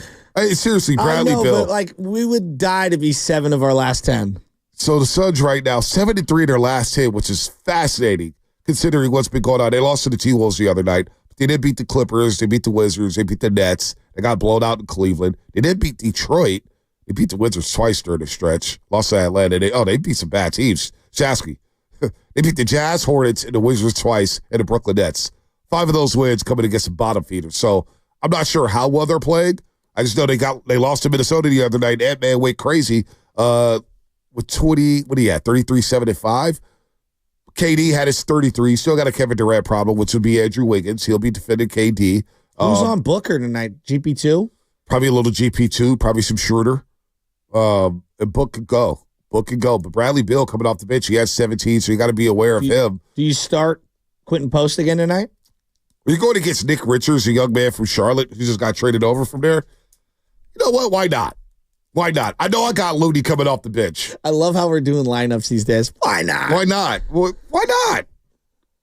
Make it 29 different starting lineups tonight. But I'm cool with Quentin Post to stretch, but they'll probably put Kevin Durant on Quentin Post. Steve Kerr said it on the podium where he goes, I think wings are going to start defending Quentin Post. Teams are going to start using their wings. And that's probably what's going to happen tonight. Yeah, but that's where the adjustment by the coach and the player needs to happen, where it's like, all right, now start diving. You know what I mean? Start getting into the post. Yes, Quentin Post get into the post, but you know what I'm saying? Like, if you're going to be a 7-footer, like you better start learning the back to the basket stuff so that you can negate them putting the smaller guys on you. That's the adjustment that needs to be made. We're already seeing it. League's adjusting. You got to adjust. Yep, no doubt. And I'm not saying you got to turn yourself into, prime Patrick Ewing down there. Just every now and then. So what you're saying is the Warriors need Klay Thompson. It'd be nice to have a Klay Thompson, prime Klay Thompson, no doubt about that. Yeah, it would be nice to have a first ballot Hall of Fame prime Klay Thompson. Yes, I would want to go back to that. But also, I'm seeing another deal. What about Sexton and John Collins from Utah? I'm not on John Collins. John Collins has been available every deadline for the last 8 years. It's a reason for that.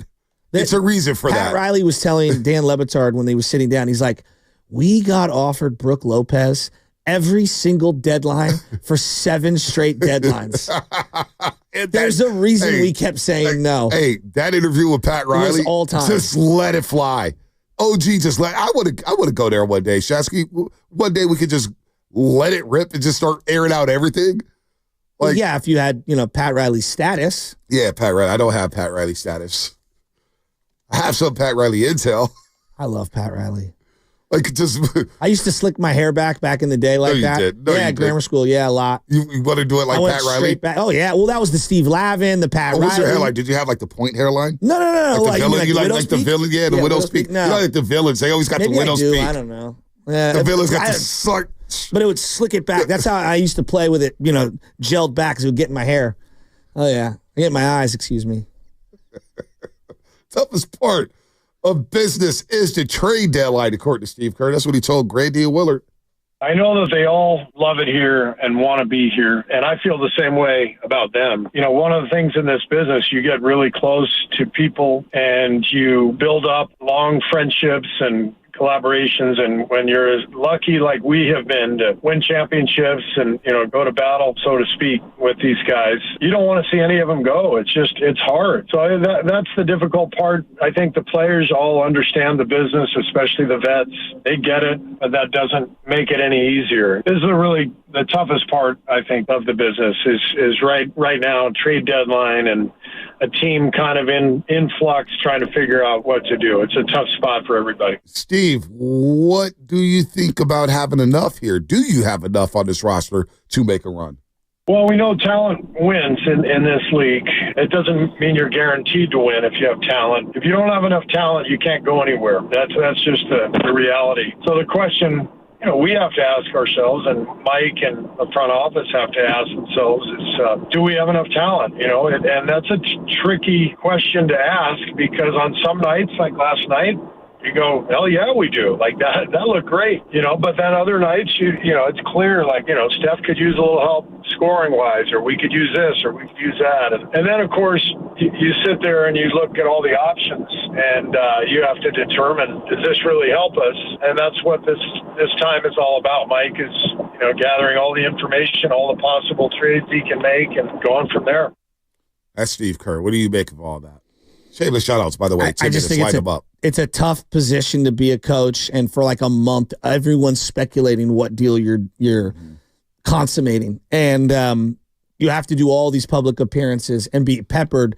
Similar questions where you can't give an answer because of whether it's tampering or, what if a trade doesn't come through and I say something about one of my guys or whatever. Like, you have to play it so coy. It's just a tough spot to be in. I mean, like, if you went up there, I was like, we're just not good enough. We're trying to swing a deal. We like it for content purposes, but your team would hate you, and you would kill all your trade chips do you and see your trade what I'm value. working with? Yeah. Well, Steve Kerr did say a couple of weeks ago, which is wild. He goes, it's not in our DNA to make free throws and layups. I know what he was saying. He was saying we can't make layups and free throws. Imagine that. I was like, damn, we can't even make layups and free throws, man. It's not in our DNA right now, Dumb Nation. Look, I love Steve, but I also think Steve's very rigid. And I understand why he acquiesces the way he does when it comes to his offensive philosophy. But I think that it's time, and we've talked a lot about Shanahan's offense needs to evolve. Like, Kerr needs to add layers. I don't. That's not me saying he stinks and he's got to go. But the offense needs layers, and I think that running the same read and react motion system forever, mixing the stuff that some of these guys do well. You've seen Schroeder get opportunities to run more pick and roll, and I think that's why he's playing a little bit better right now. When Kuminga comes back, I think they need to run more of that Steph high pick and roll with him, which they were starting to showcase. And it was working a little more. It was working. I want them to lean into some of that, and that's uncomfortable for Steve because he's always going to pivot back. And I get where he's coming, but he always pivots back to what his bread and butter is. And I would say to him, your bread and butter needs to kind of evolve. No doubt. Listen, with Quentin Post, I'm not going to lie, that Bulls game, and it was only the Bulls, and we learned that the Bulls are not any good, but the spacing that Quentin Post provided, I started envisioning JK in that lineup with Steph and Quentin Post. In the lane open. And you're running split action Yeah. with those three guys. And I'm thinking to myself, boy, there's going to be a lot of room to operate for JK. A lot more room for Steph Curry to get off his three-point shot, and a lot of room for Quentin Post to hit that three. But we got to make sure we don't put a lot on Quentin Post's plate. He just started playing here. It's on a two-way deal. We got to relax with Quentin Post. Now, that's where it would have helped to have a Vucevic, who's shooting 45% from three. But it's going to be fascinating to see what the Warriors... Could this be the deadline where the Warriors really make the bold move? Is this the one where they just say, what the hell with it? We're the Golden State Warriors? Because I was thinking about this. Sidey always says it, and I subscribe to it. Once you sign a guy like Kevin Durant, you're in the league now with the Lakers, the Celtics, the Knicks. You're a big boy. You're the big boy. What do big boys do? Whether it's the Yankees, Red Sox, Dodgers, Lakers, Celtics, Knicks, Heat, in football, the top teams right now, Kansas City's, the Philadelphia's, Detroit, the Niners, always looking to get better, right? Make a big deal. Well, the Warriors do operate like that. Their mindset now has become, we're like the Lakers. We're like we don't have the pedigree of the Lakers, I get it, but over the last decade, they've operated like they're the it team, and they're the most valuable team in the NBA.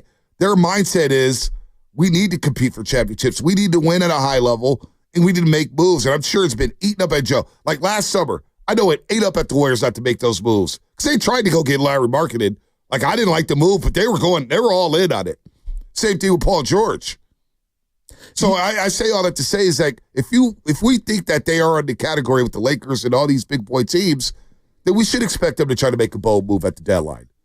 I guess my question is like, do you view the Miami Heat that way? I think they're one of those teams. Do you think the common fan and the common NBA player views the Miami Heat that way? I think the NBA players and they know what Miami embodies, but maybe the casual fan doesn't.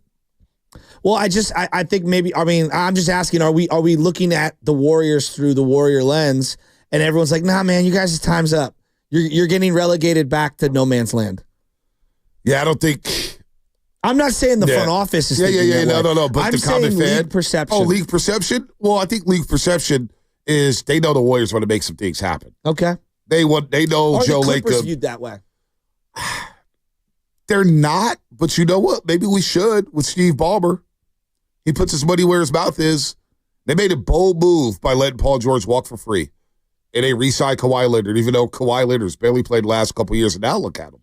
They're in the top 6, and I think they've been the most surprising team in the NBA. Hands down. I wonder like how they're viewed right now. I view them through a championship lens, and hey, they're going to be in on everybody. But that doesn't mean that like they're the it team right now. Like it fades quick. New England went from the place to be in football to the place you don't ever want to be. But money talks, right? No doubt. Situation matters. Money talks. Where you at talks. Now, New England, I think they're going to be back soon with Mike Vrabel. How soon? We'll see. They seem like they got a decent quarterback in Drake May. But I'm with you. When you're already an it team, you could come crashing down in a heartbeat. OKC was an it team. Then they went into Siberia for 6 years. Now they're the it team again. So I don't know what they do. I do wonder what Phoenix throw on the other side. 888-957-9570. Let's go, folks. Line them up. Shameless shout-outs. Let's get them out there, man. A lot going on here before the All-Star break with the Golden State Warriors and everything. But I'm seeing 650, and I'm seeing all these texts, man. 4-team deals. What about a 4-team deal? I do wonder what a team like Phoenix is going to do. Number 4. And what if Kevin Durant is really on the block? Because he's going to be a free agent, I believe, after next season. Why did they make all these trades for these first-rounders? Don't know. Oh, to take those first-round picks and add them to a package to go try to get a player. But Mash Isby, he wants to win. They've done a lot of reckless things down there in Phoenix. Vucevic's three-point percentage now at 39%. Oh, maybe the price is coming down. Maybe the price is coming down. Bonte, I don't know what the Suns are going to do. I don't know what the Warriors. This deadline's driving you crazy, huh? Yeah, it is. Because here's where I'm at. You were talking about dipping your toes, right? If there was like a line, this deadline's driving you crazy. If there was like a line in the sand, it'd be like all in for now, develop the future. Mm-hmm. The Warriors have 2 toes on both sides of the line, and it's maddening. And what ends up happening is that you're stymieing the young players that you want to develop and tell me are the future of the team. Mm-hmm. And then we're in year 4 for some of them, year 2 for some of them, and they're nowhere near where they should be because of that philosophy over the last couple of years. And then on the other side, you've got the Steph Curry cloud. I call it a cloud, and I don't mean negative. Right. Just mean a cloud of like, hey, this guy is an all-time legend, and he's only got a couple of more good years left, great years left. I think everybody would say, like, and this is not some, like, he's done. It's like, he's slowing down. Yeah.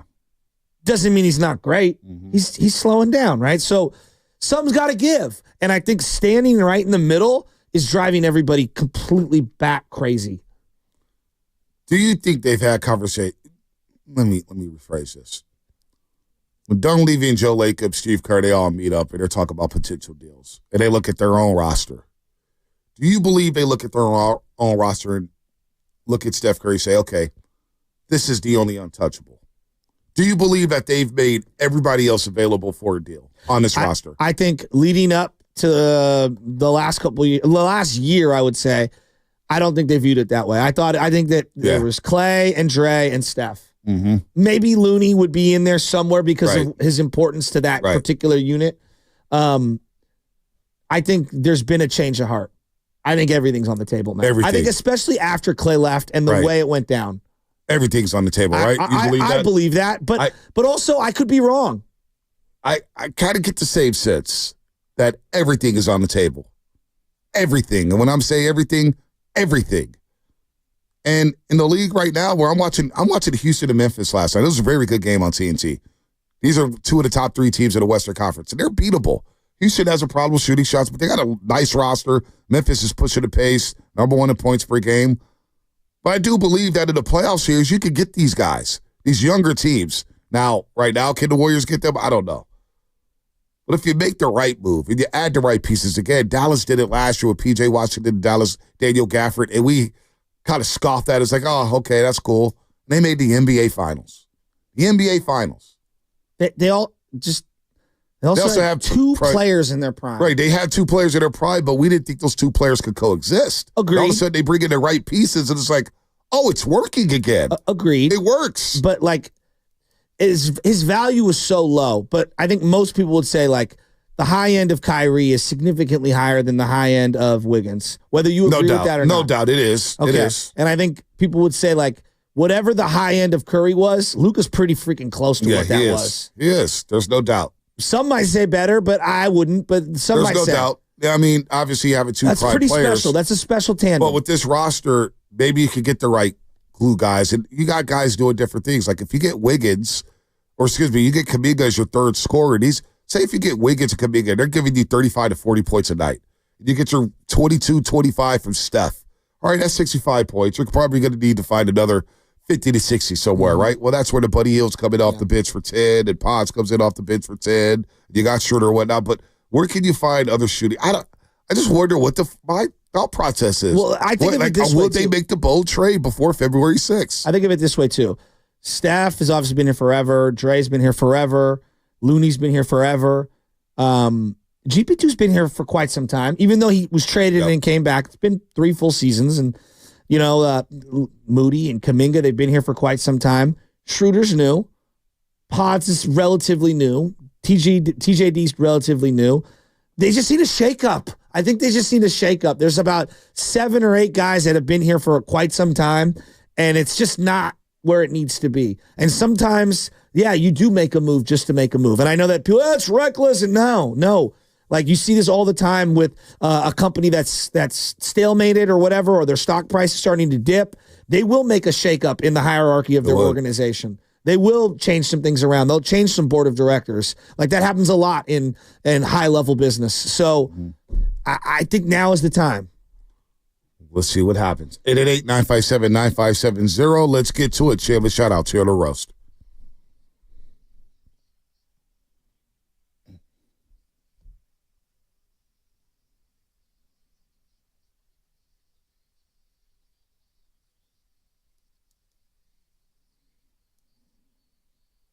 What up, Grandpa Goo?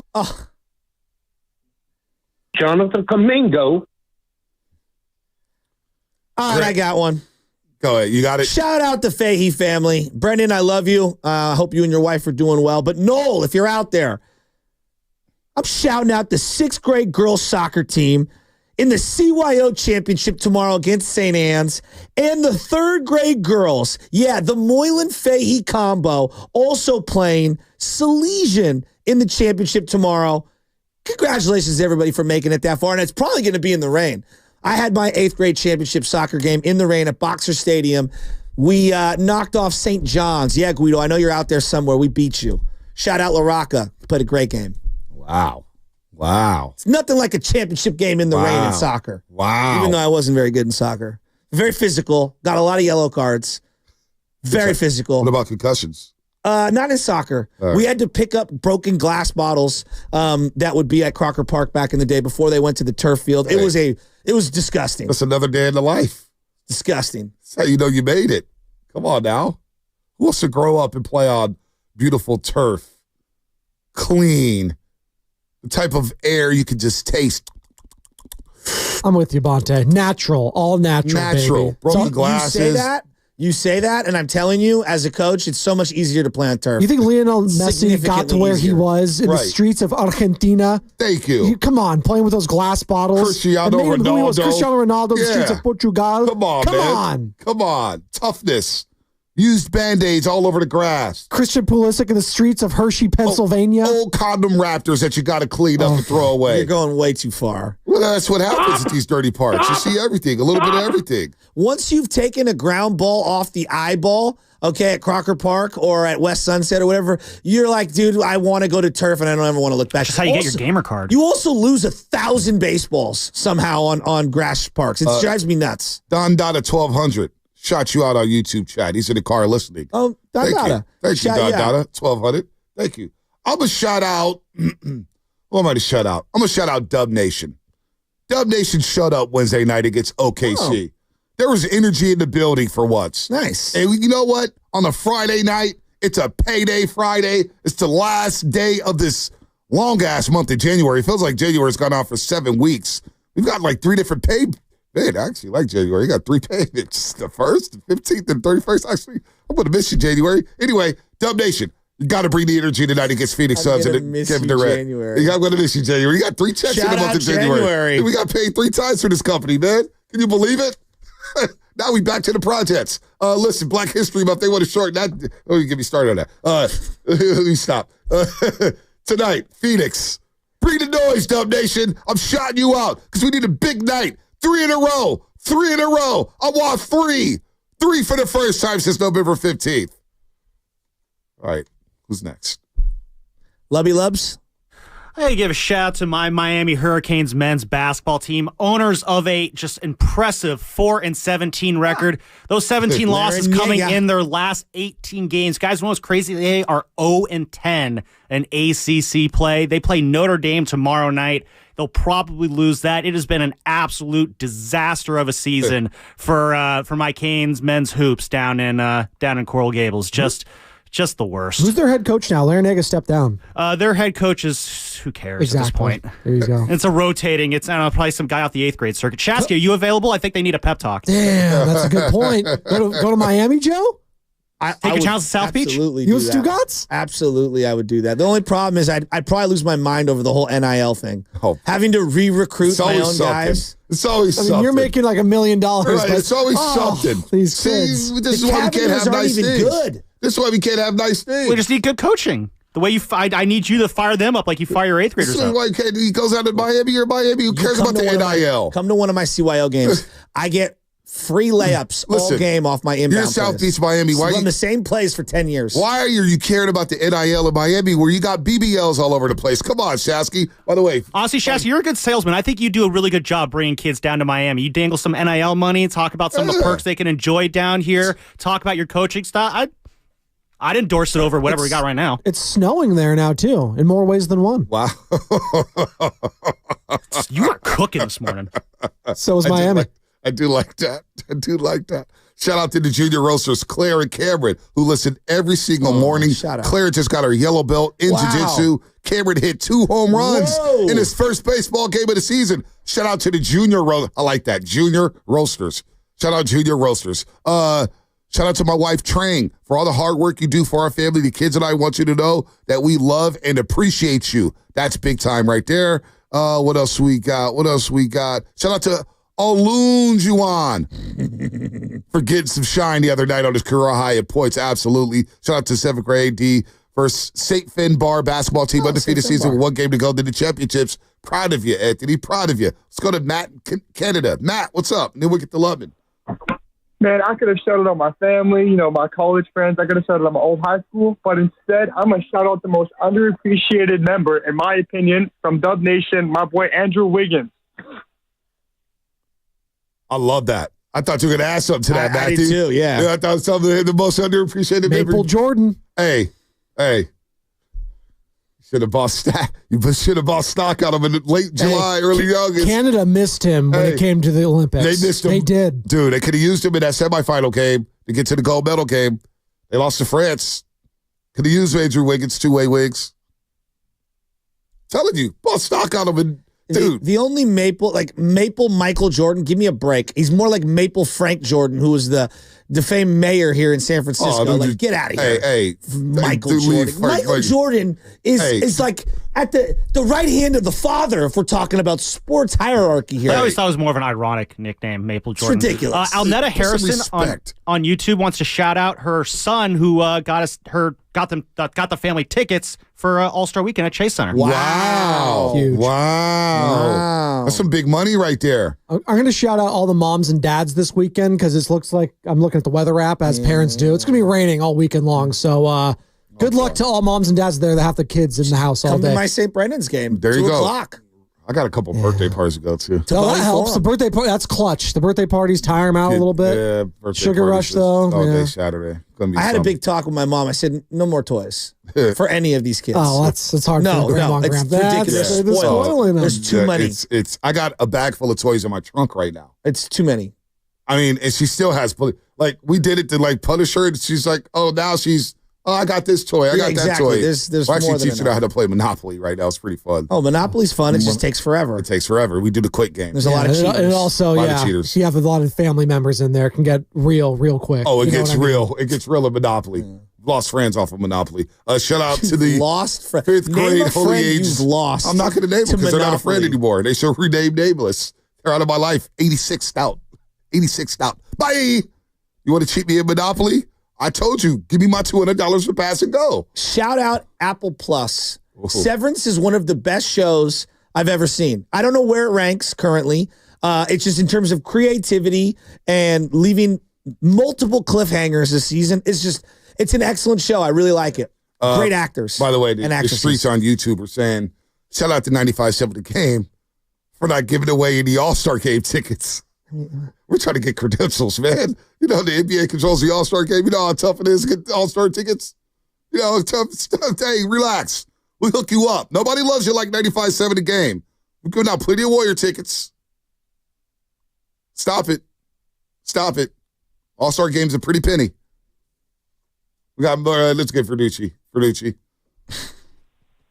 Oh, hey, get the other one, too. I want the other one. Ferducci.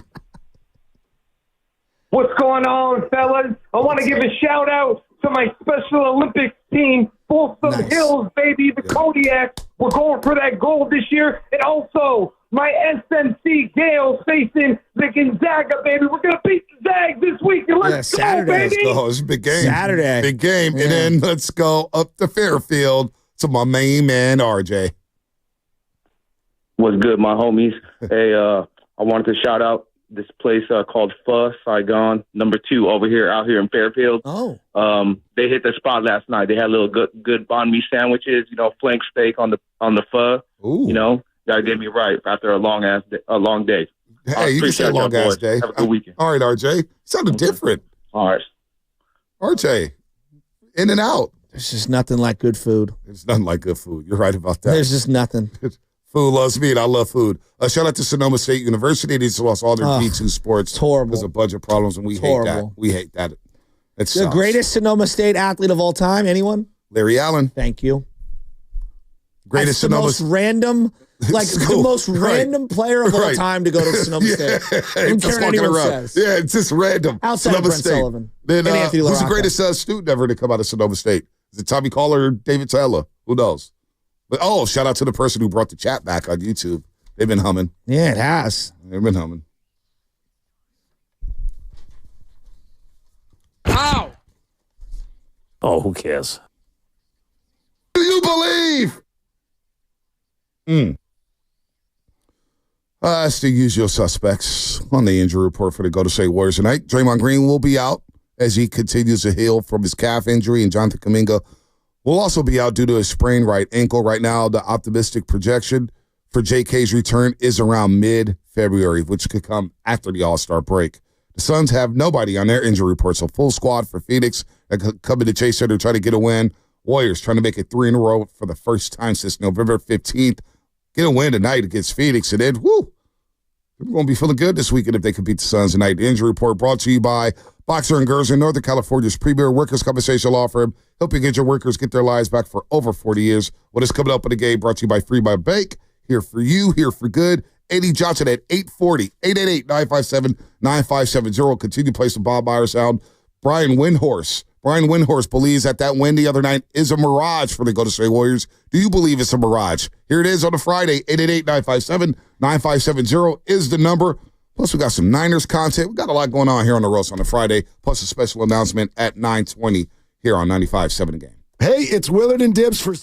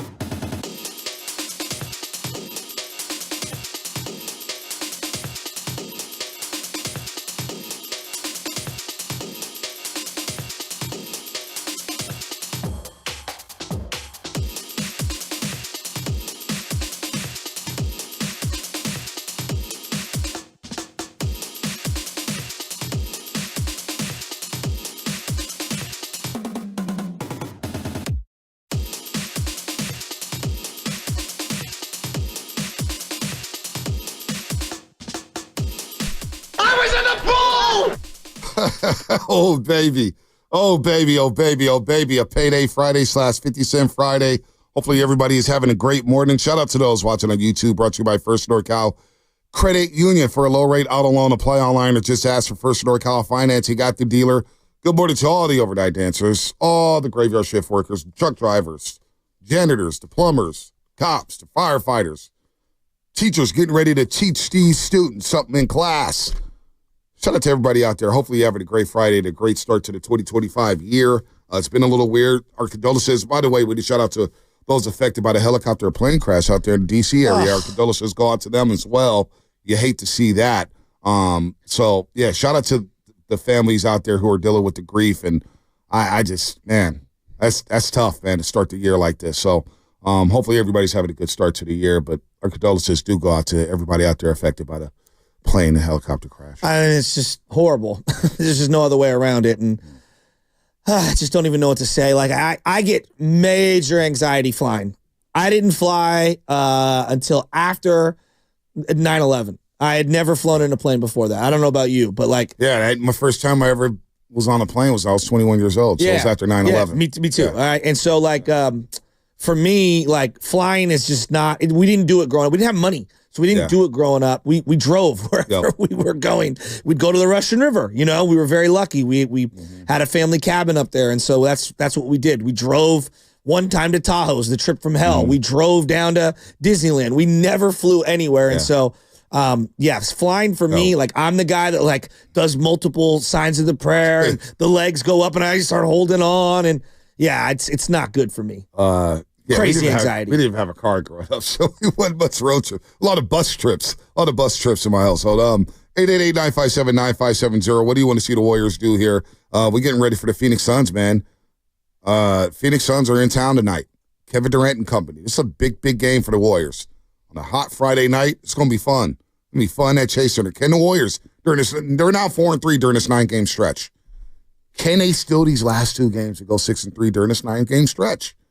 8 of 9 been at home. The one road game was in Sacramento where you had to take a bus ride. Or hell, took your own cars up there to Sacramento. Brandon Podzinski and Schroeder rode together on the way back from Sac.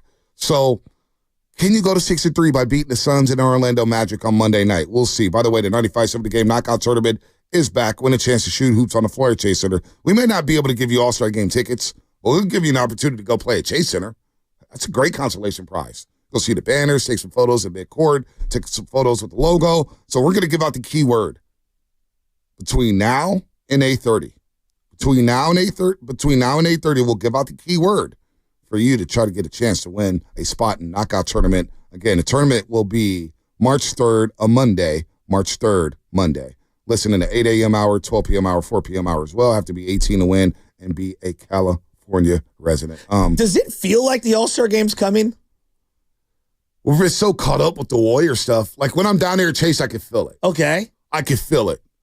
But overall in the city, I don't feel it. Well, because I'm not in the streets like that, so I don't know. Well, I walk around all the time, and I'm, in and out of gyms, all different parts of the city. I haven't felt it just yet, but I bet when the calendar turns to February, we'll start to feel it. I could feel a little differently because I'm around it a little bit more. Well, you're at the epicenter, which is Chase Center. Epicenter. Even I know they got a Foot Locker All Access for the All-Star Game happening on Powell, and I believe, Powell and Pine, I could be wrong, but around there on Powell Street, they're going to have something there, and I can start to see it ramp up a little bit, but I also believe that if I was walking around in the streets or walking around downtown, you'll see more All-Star signage. So I do think they're going to ramp it up over the next week or two. Well, that's what I was going to point out. You would think that you would see like banners or something up around the Embarcadero or along the streets. Like the All-Star Game's coming, but nothing. Nothing. Right now, that's a little surprising. It is. A little surprising. But again, we're about 2.5 weeks away, so let's allow it to play itself out. I'm ready to see like Giannis and Wemby rode a cable car. Yeah, no, it's gonna be. I am kind of here for that. Yeah, no, it's gonna be great when you actually see the All-Star. Kevin Durant rides his bicycle on 6th and Market. When you see like the Bay Bridge next to the players at the All-Star game, and they got the Bay Bridge logo next to it, I'm like, all right, cool. Kevin Durant, 6th and Market. It's a joke. I know. You love 6th and Market, man.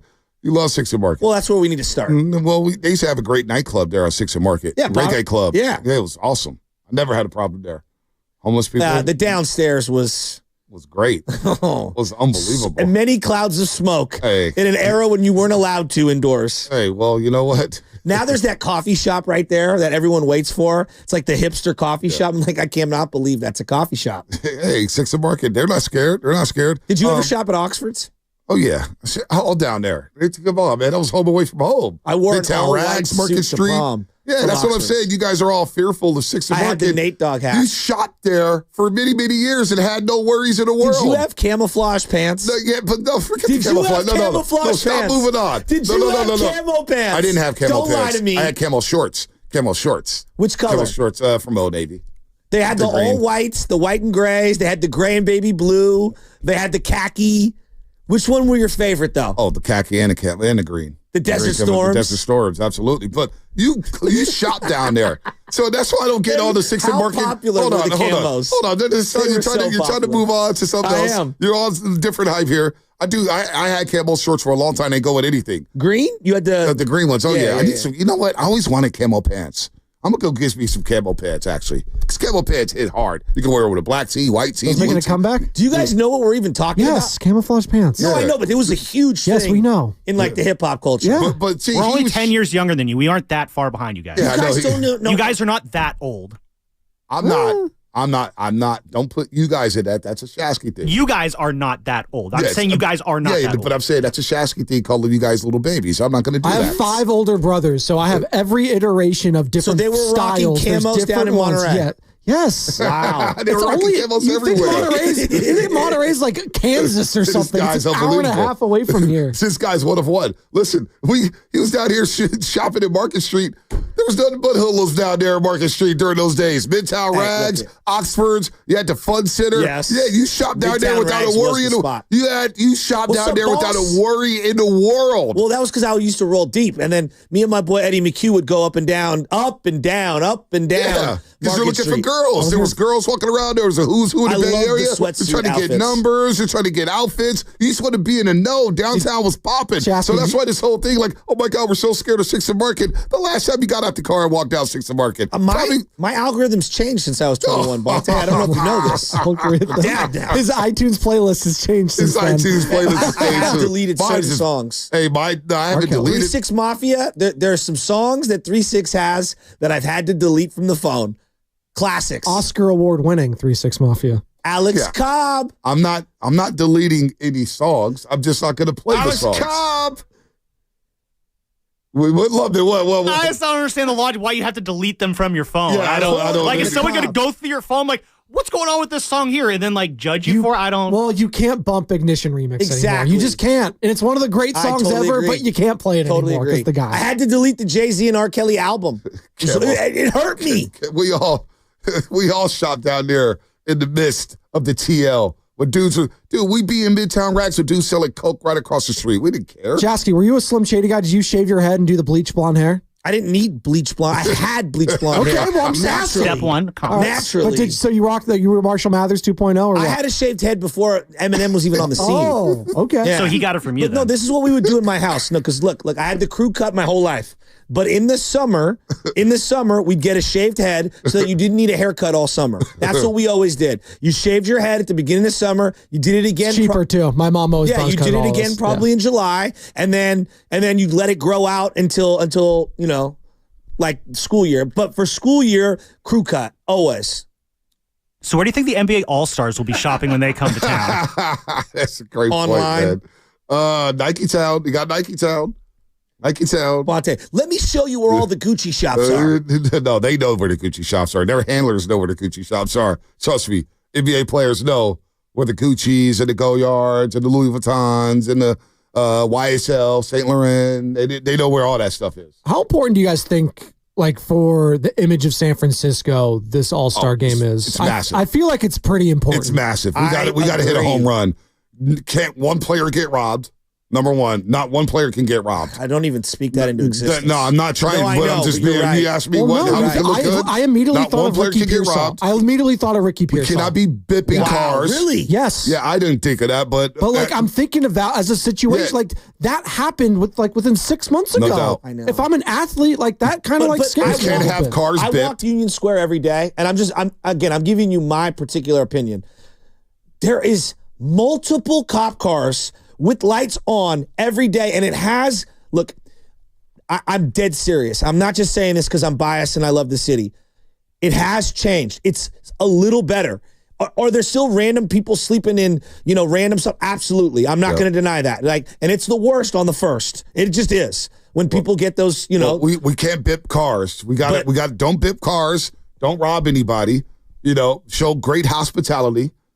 I think the Chase Center, I'm going to be real. I was just at Chase Center for the Bruce Mahoney. You're there all the time.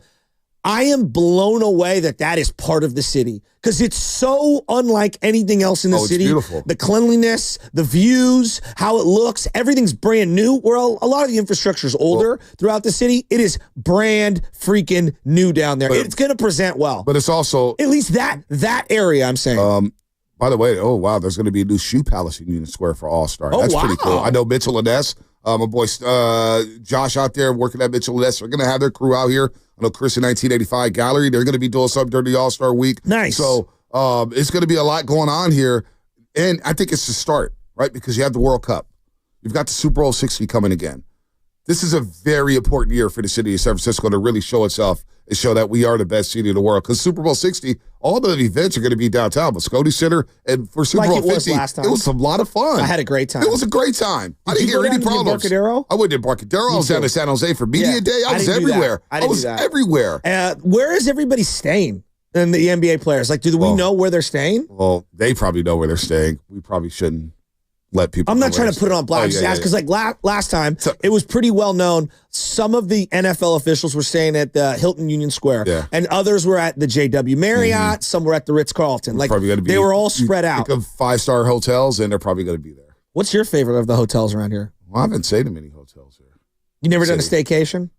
We did one at what's the one with the elevators going up and down on Powell and Gary? Oh yeah, the big elevator. Big elevators. Is that the not the St. Francis? Is it? It's yeah, it is the St. Francis. St. Francis. Yes. I would always love to stay at the Westin or the St. Regis. That'd be nice. Jason, there is no signage though. That is surprising to me. I haven't looked for it. Now that I think about it, I need to look for it more because I haven't seen a lot of signage. I've been looking at you wearing that logo all morning. Speaking of which, are you mad about the All-Star reserves? I'm not mad about anything. The All-Star game is for a younger generation. Yeah. Just in general. I've basically resigned myself to understanding that it's not for me. At one point it was for me. When they used to have the Saturday with Ahmad Rashad. Oh yeah, with the mascots. It was awesome. I always loved it as a child. I try to view it through a kid's lens. And again, I'm coaching the 8th graders right now. They're going to love all this stuff. I wanted to see LaMelo Ball come to the Bay Area. I thought that would have been fun. And he got snubbed out the All-Star game, but, teams not winning games.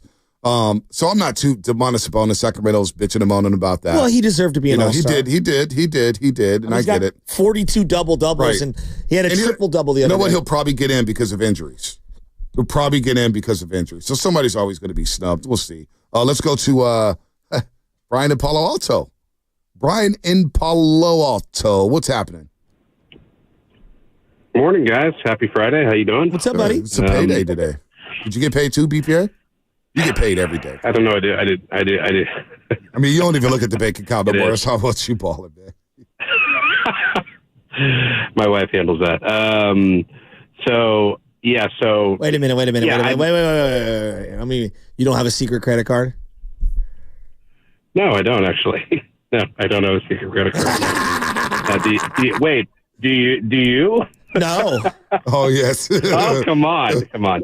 You asked that like a guy that's got secrets. All right. So, yeah, my take is, I think I'm resigned. They're not going to make a move.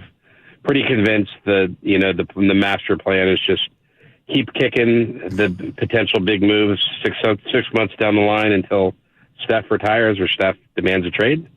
They're not going to get it done. It's, the Lake Ups who cried. It's the Lake Ups who. What's that? I know you wanted to be a GM, and we had this whole bit if you were a GM. But if you were a GM of the Warriors right now, I'm not a GM, even though I'd love to be one. Such a great line. I love it. Such a great line. But listen, who would you be willing to move? Everybody except for Steph. What do they need in your opinion the most? What is the priority they should be looking at? Well, I'm not a GM, first off, right? That's Let's make that clear. I mean, I think you have to have a second option, a second scorer, whether that's a Levine or a Vukovic or whomever it is. I would agree Jimmy Butler's probably not a great fit, mostly because he's really a mid-range shooter, right? Not really a three-point shooter, which just feels like a weird fit with the Warriors. But yeah, I mean, trades are hard, as Farhan said.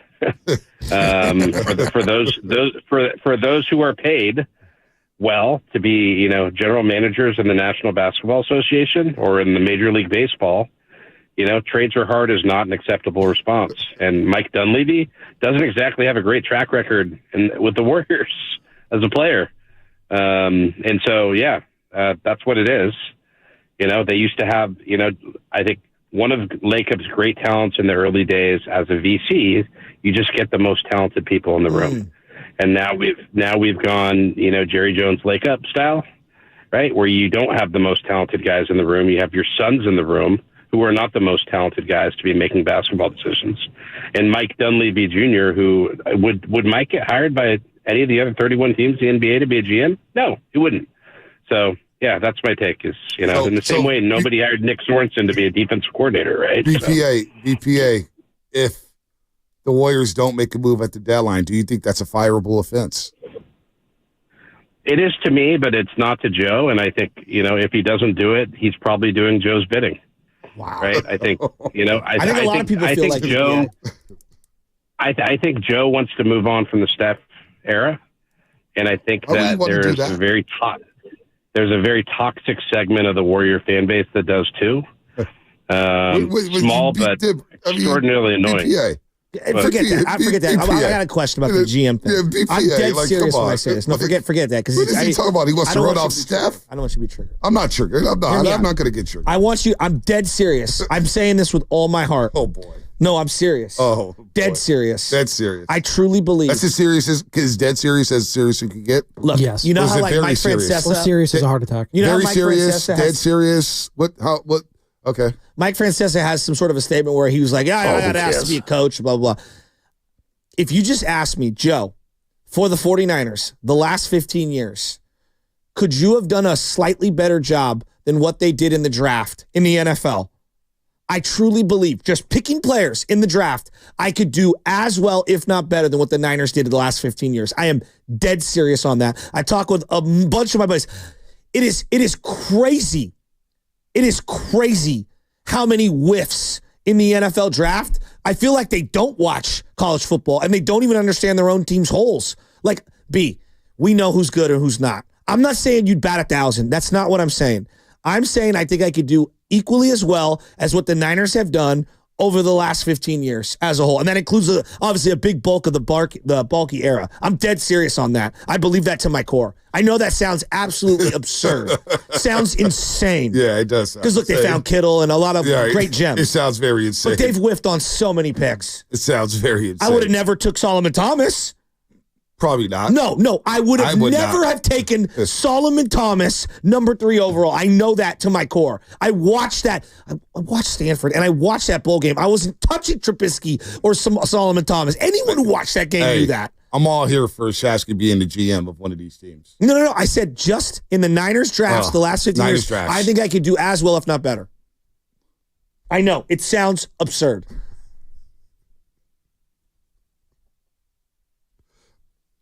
You believe me too. I think in your heart you feel the same way. No, I don't. No, I don't. I'm gonna. Everyone fancies themselves. Can you do me one solid here? Can you do me a solid and give out the keyword first before I do anything else? But I need something to humble Shasky, and I think you guys know what I'm talking about. All I have to say is training camp. It's time to give out the keyword. You need to know to win a spot in the knockout tournament. We all missed. The keyword is bridge. Again, the keyword is bridge, as in Golden Gate Bridge that connects San Francisco to Marin, or Bay Bridge that connects Oakland to San Francisco. Bridge, where you want to go San Mateo Bridge that connects the South Bay with Hayward and Union City, Fremont. Bridge is the key word, bridge.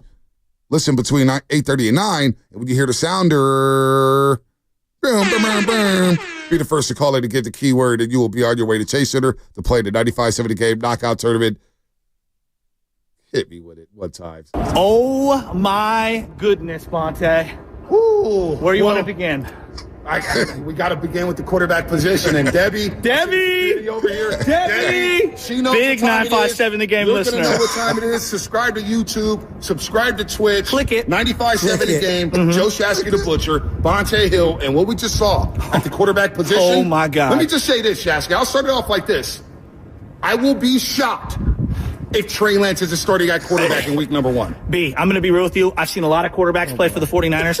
Undeniable talent. But it's not just the physical tools. It's the little subtleties of how he played the position, the dropbacks, the ability to move in the pocket when there was a little pressure on the left or right side. And then he throws the ball on time, on the money, in the belly button, letting his receiver turn upfield and make plays. Let me ask you about the presence. Oh, the When he steps in the huddle, there's a different swagger to The this moxie. offense. And I know it's just shirts and skins. Yeah. You're wearing shorts. There's no Shirts and pads right now. skins. And it's only, day 3, day 4. It's only day 3. The zip out of his hands. The way he can run. When I see him throw that eat up ball. yards and gobble up yards. It just looks different. And poor Jimmy Garoppolo. I'm not going to say poor. He's got a lot of money. He's got a lot of cake. He's got the J's. But when Jimmy goes, he's throwing balls behind guys. It was bad. It was bad today for Jimmy. Stop it 1 Six to second. Fred Warner. Throw another deep shot. Didn't he just Stop it. When you saw Jimmy at the NFC Championship game in street clothes, look at the Jays. Look at the Jays. I go, Shasky, you telling me he can't suit up? Look at the way he's walking on the field with the Jays.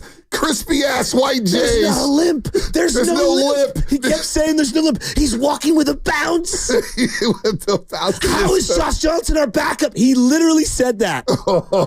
This is before the game. And then Jerry Rice gave us like the finger guns. Dude, if you just Google Jimmy Garoppolo 957 and how much content on Jimmy Garoppolo alone, and there's so many days where it's captioned, Bonte and Shasky believe the Jimmy Garoppolo experiment is over. It ended for like 3 years after. I'm afraid that it's going to have to be Jimmy Garoppolo that gets it done. You talk about a savior of the station. Oh, Jimmy Garoppolo, man. This station be out of business. Jimmy moment? Oh, my God. I know mine. What is it? What is it? It was when he he threw the worst pass I've ever seen to end the NFC Championship game. And me and my dad, I went to walk out, and he threw it to Aaron Donald, and I was like, what are you doing? He threw an inbounds pass on 2nd down to Juwan Jennings. Throw it away! Throw it away! And my dad started packing up the second it was 1st down. I'll never forget it. And I go, Dad, where are you going? It's Jimmy. There's no way we're going to win. He had no faith in Jimmy after he missed the Kittle throw on the first drive. I need to think about my favorite Jimmy memory. Because there's so many. There's so many. Your plays suck? No. The pick 8? Well, the pick 8 I gotta get the fuck out of here before I lose my fucking life. I ain't never been hit this many fucking times in my career. Every game I get fucked up. When he was rattled in the Viking playoff game, and I told you he doesn't see the field? No. The greatest moment is Booker McFarland in the preseason. Oh, that was the best. He's scared in the pocket. He almost threw pick sixes in the preseason. And that's when Guru came in with I got caught up in Garoppolo mania. 5 Stay off my straight timeline. picks at practice. Eddie Johnson coming up on the other side. Brought to you by Valvoline Instant Oil Change. Safety on roads and freeways. Start to Valvoline Instant Oil Change. Your 15-minute drive-through oil change for all vehicle types. Friendly technicians, check fluids, wipers, lights, tires, and much, much more while you stay in your vehicle. Locations, coupons at BayAreaOilChange.com. More coming up. Eddie Johnson plus a big announcement at 9:20 here on The Roast. Ooh, this is...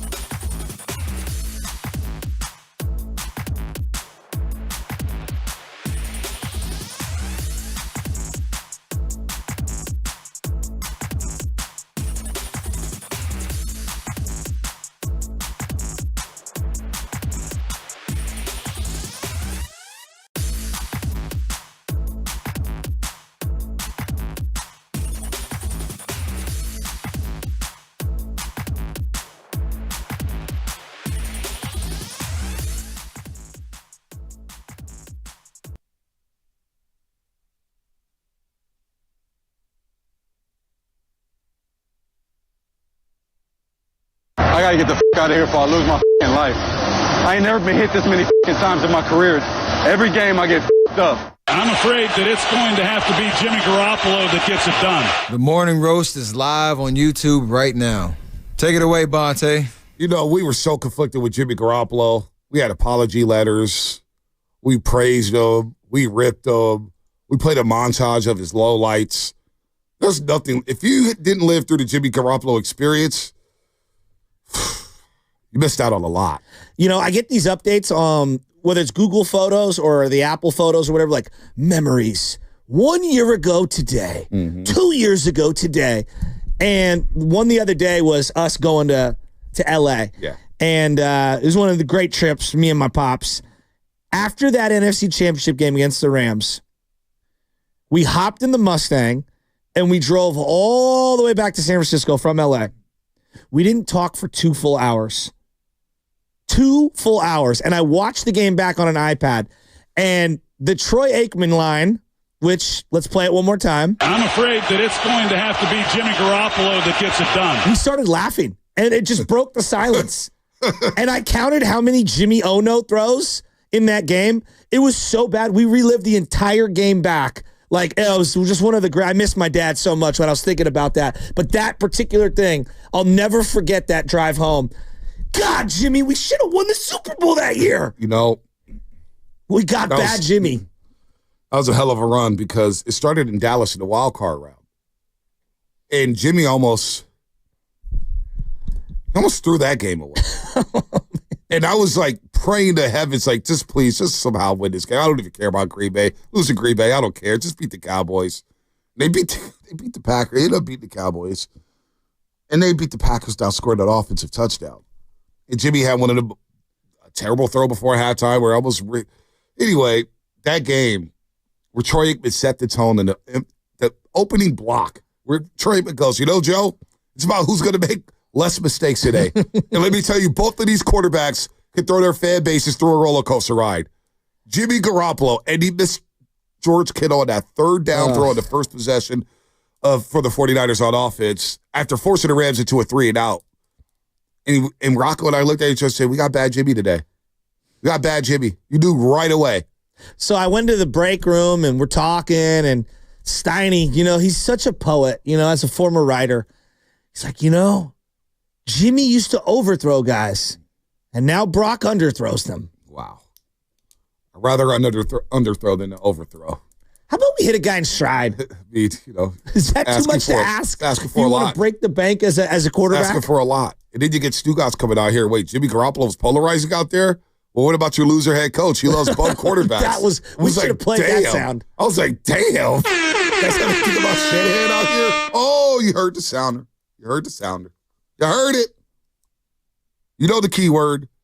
Be the first one to call in right now, 415-523-4652. That's 415-523-4652. With the keyword, you will win a spot in our knockout contest at Chase Center Monday, March 3rd. Must be 18 and a California resident.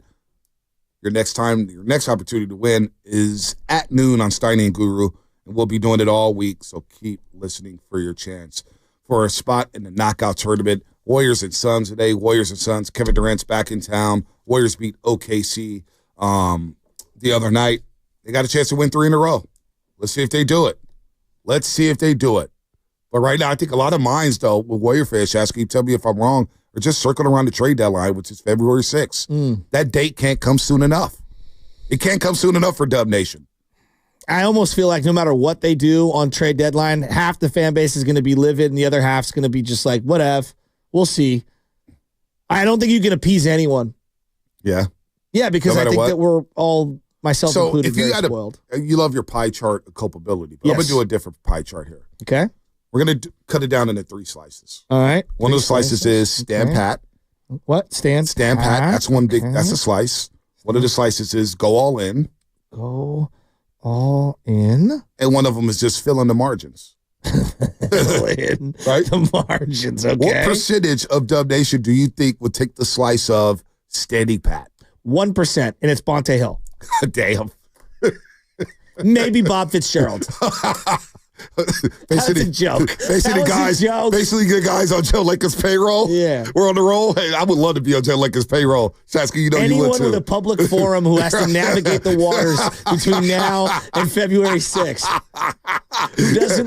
who has no idea who's going to be here or not, so they just don't want to say anything. We just say, hey, we just going to stay out of it. Sorry. My name is Bennett. I ain't in it. That's how I'm working with the trade deadline. Okay. You ask me, who do you want to trade? I say, well, what the team needs is. Yeah. So 1% steady pat. All right. What is the percentage of filling the margins? What slice? How many people are picking up that slice? What percentage? I'm going to say 9%. All right, 9%. So 90% is taking the slice of go all in. Yeah. And of that 90%, 100% of them has no idea what that should look like. Am I wrong? Because I think no matter, if I just say right now, hey, Monte, they keep everything. Right. And they land themselves Zach LaVine. We're going to get Zach LaVine's not that good. The contract, right? We're gonna get some haterade on this. I don't think anything will be unanimous. If you landed Kevin Durant, not like Steph Curry second MVP, we're not going unanimous. Well, hey, if you land Kevin Durant, does he really want to be here? That's what people would say. But that's how absurd we are. Oh, woo-wee. 1% steady pass. So that's because Joe Lacob has my routing number and Fitzgerald's routing number. And that's funny. That was a joke. I know it is. We're joking about it. I joke about it because people say, you're on Lacob's payroll. You ain't saying nothing. The Warriors pay you. It's like, actually, my checks don't have the Warriors logo on them. It'd be nice. It'd be nice. Trust me. We all want checks everywhere we can get, especially from a franchise. It feels like the big networks, TNT, ESPN, Fox, etc., that are covering sports, they all want the Warriors to do something. They want the Warriors to be relevant, yeah, right? It's pretty, anybody who reports on the NBA has to say the name Warriors, and they know that they'll get 3, 4, 5 times the aggregation, right? Dude, hey, you know what? And this, it's like low-hanging fruit. It is. And this texter is so right for the 262. You will get callers crying about Kevon Looney if he gets traded. Absolutely. There's no doubt. I'm one of them. When I cling onto a player, I think about championships and heart and role players and guys who overachieved. Kevon Looney, considering the way he came into the league, he's overachieved. He's become a 3-time champ. I may shed a tear for Loon Dog. Hell yeah, I would. Well, I've learned, and I'm not like an A's fan, where they've felt it harder than anyone, almost unfairly. Not almost, very unfairly, but one of the first seminal moments of my sports-loving fandom isn't even football-related. Most are going to go Ronnie Lott or Joe Montana. It's the Kevin Mitchell trade. The Kevin Mitchell trade changed how I view sports the rest of my life. He was my favorite player, more even than Will Clark. I loved Kevin Mitchell. And that one trade ended up netting them a reliever, Mike Jackson, who was absolutely awesome. I believe they got a swing guy in Dave Burba, and they also got Billy Swift, who ended up being a 20-game winner. It ended up being a great trade for the Giants. And the best years of Kevin Mitchell were in a Giants uniform, for the most part. So that's my original setting on being a sports fan. I'm 12 years old. The team trades away my favorite player. 11 years old. That was my guy. And it ended up being one of the great trades in Giants history. And so... Well, as conflicted as I am when these things happen, to get, you must give. And maybe I'm just a little more that was big picture thought than others. That was the Matt Williams trade for me. It took me because the Kevin Mitchell trade happened, but I was still young. I didn't have cable television or whatnot. But when they traded Matt Williams and Jeff Kent comes back and you get Julio Tavares and Darryl Hamilton comes aboard, Jose Vizcaíno. I mean, spelt with 67 E's. Right. I'm just thinking to myself, how many A's? I'm like, damn, how could you trade Matt Williams? He was a Giant. He embodied what being a Giant is all about. The guy was going to break Roger Maris's home run record had baseball not gone on strike. He was on fire. And then you saw how the deal worked out. You're like, you know what? Maybe I don't know everything about sports. Maybe these scouts and GMs, they're in that position for a reason. They know a little more than I do. So, yeah, you do have to take the emotion out of trades. You have to take the emotion out of sports and kind of just look at it level-headed. And that's, I think, where the Warriors are at right now. And that includes guys. It's not just Loon Dog. It's not just Wiggins. It's also Draymond Green. Would it surprise you? Like, let me ask Warrior fans.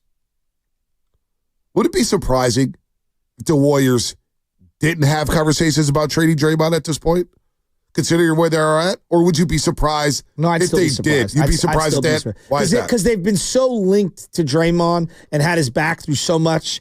Why turn on him now? Not turn on him, but why the change of heart now? It would be shocking. But again, like you always reference the Miami Heat, and I love using them as a litmus test because I think that the Warriors and the Heat, they want to operate at the level of whatever you think excellence is and always being forward thinking. Want to be at the top of the top. Dwayne Wade left. Yep. Udonis Haslem didn't. That's a big juxtaposition. Right. Dwayne Wade's their franchise greatest player. Statue guy. He's the greatest player in Miami Heat history. Statue guy. You could say LeBron was the best individual player, but the greatest Miami Heat player is Dwayne Wade, right? Mm-hmm. Yet Udonis Haslem was the one that didn't go anywhere. Yep. You know, so I don't know. Like, I look at it different than a lot of people. Very few people get to go out with the same team they came in on their own accord, unless there's some pivoting of what their individual's role is. And I think Udonis Haslem is a great example of somebody who, like, I'll take less, I'll stay here. Yep. I don't have to play, I'll stay here. You know. Well, that's where I'm at. I wouldn't be surprised if conversations happen revolving around Draymond Green because you're 24 and 23, and you're in this timeline here where you're trying to maximize everything out of Stephen Curry. You're trying to get the best out of Stephen Curry. You're trying to build a winner around him. From a basketball sense. I'm not even talking about everything else. I'm talking about just basketball and a style of play. Do the Warriors, are they going to have conversations about that? Say, you know what? Maybe this style doesn't work in 2025, and maybe now's the time to move on. I would be shocked if it's right, because this is good. This is how you do good business. You can't. Bad business would be not discussing every player on the roster. Good business is, let's discuss every player on the roster. Let's see what impact they can have with our roster. And you know what? Would it be? Do we have to make the big trade? So we have to do it? If you woke up and you got an alert, right? You took a nap and you just got an alert. The most shocking thing the Warriors could do would be to trade Draymond Green, because we know the Steph one is never going to happen. It would be a shock. Like, wow, they actually did it for all Warrior fans. For all Warrior fans, they would be. What would be the most shocking? It'd be Draymond. It'd be Draymond. It'd be Draymond. Yeah, I think so too. Let's bring in Eddie Johnson, our main man, Eddie. Eddie Johnson joins us on the River Islands guest line. We'll see him later tonight at Chase Center. Of course, as all guests on 95.7 The Game appear on the River Islands guest line. Isn't it time for you to discover the islands, River Islands in Lathrop? Eddie Johnson, longtime Suns color commentator, just an absolute bucket when it comes to NBA basketball. The guy was a bucket. Also, Sirius XM Radio with our main man, Justin Termini. Eddie, good morning to you, man. Long time no talk. The Suns are in town. They're 73 in their last 10. But what does shock you? Because you cover the entire league, and we're talking about the trade deadline here as the Warriors are 24 and 23. And Draymond Green, obviously, is a polarizing figure, especially here in the Bay Area. Would it shock you if the Warriors decided to move off of Draymond before February 6th? It wouldn't shock me. It wouldn't shock me. I would be surprised somewhat because I know how valuable he is in regards to that offense flowing like it is. And I know bringing in, say, quote unquote, a guy like Jimmy Butler, you know, now you're asking him to learn that offense in a short period of time. So Draymond is really the one that orchestrates that entire thing. And so it would be very difficult to really think you're going to do something this year in making a deal like that. We saw what Dennis Schroeder's at. You know, he's gotten better at it, but Dennis Schroeder was a very efficient player before he got to the Warriors. Mm-hmm. And he got here and he can't shoot now. So, you know, and it's not really that he can't shoot. It's just that it's so much on his mind and what he needs to do to change it up a system. Like in the middle part of the season, it's not always easy. And so, yeah, I wouldn't be very surprised if that happened, but I think that, you know, if anything, if they're going to try to do a deal, they would love to hold on to Draymond. But my other side of it, if it means giving up Kuminga, I think that's going to be a major mistake, because I think that young man's going to be a player for it's all said and done. So the Warriors are in a conundrum, man. And a lot of teams are, but I think the Warriors are in a big one right now. Warrior fans are in denial that anything's over, right? It's reality of being a fan, right? You want to cling as long and as hard as you can. What's the thing that you see from your seat that either the organization or the fans are unable to accept about the current team? Except that it's pretty much over in a sense. And it's not an insult to say that. You look historically at the NBA, everybody runs out. Like, and either you're going to do one or two things. You're going to keep holding on or you're going to reshuffle, right? And so we've seen it. We've seen it historically. You look back at the great, Lakers teams, right? And they held on to the end, and they got lucky because they had Kobe, and then they got Shaq. But that's L.A., right? I mean, but you look at Boston, who was still a tremendous city. They couldn't do that. Like, they tended to struggle for a number of years because they held on to Bird. They held on to McHale, and they didn't trade them probably when they should have, or, moved on a little bit and started to reshuffle, right? And so that's what you do. And the Warriors in that situation, and I understand it. I mean, how difficult would it be to ask Steph Curry, man, can we move you and get 3 first-round picks and the top player and young player, and we try to rebuild, right? It's not going to happen. And so because of that, Steph will finish his career here. He'll get older. He'll play here. And all of a sudden, the Warriors now going to possibly can be back to where it used to be, for a number of years. And so that's the choice they have to make. I think Bob Myers was thinking about that. Maybe that helped him decide that he was going to leave because he didn't want to be the one that had to do it. And it's always a tough position to be in. And we've seen many organizations go through it. Eddie Johnson here on the Morning Roast, courtesy of the River Islands guest line. Eddie, so Jimmy Butler and what he's done, I think it's been unprofessional. I like the way Pat Riley's handled it. He's been suspended at another time, but teams will look after him. The Phoenix Suns has been rumored to bring in Jimmy Butler. So let's bring up Jimmy Butler for the Warriors and the Suns. Would he help the Suns more? Would help the Warriors? Would he be better with the Warriors? Would he boost them up in the standings? Or what's your thoughts on Jimmy Butler overall, Eddie? I think Jimmy will help any team if he's connected, not just as a basketball player, but in the locker room and all of that. I mean, I think that's what comes with Jimmy. We've seen that. It's not an insult to him. We've seen it. We saw it at the end in Chicago when he was there. We saw it in Minnesota. Saw it in Philadelphia. He and Brett Brown didn't get along, and now we're seeing it in Miami. So you know what you're going to get, and then so now does his talent outweigh what you have to put up with in the different personality that he has, and so but as a basketball player, yeah, he's a tremendous basketball player. He's going to elevate any team. I think he would elevate the Suns. He would elevate the Warriors. I personally don't think those trades are going to happen. I think the Warriors might have a better chance to get them if they want them. But I don't know if we're able to make that work. Brad Beal is the one that's in the middle of that, and he has a no trade. So that's going to be very difficult. I think, he's going somewhere because I think Miami's pretty tired of him. So, I mean, he's going somewhere. I think Pat Riley realizes that, okay, I'm playing hardball with this guy, but I'm hurting my team too. And I think that's the challenge, right? So people say, well, you just let the guy sit out, don't let the players control it. Well, you got to think of the other, 15 to 17 players, 18 players on rosters right now, right? That, they got to deal with that going on between two people. And I think it's probably time for Miami to do that deal, but they're not just going to give them away.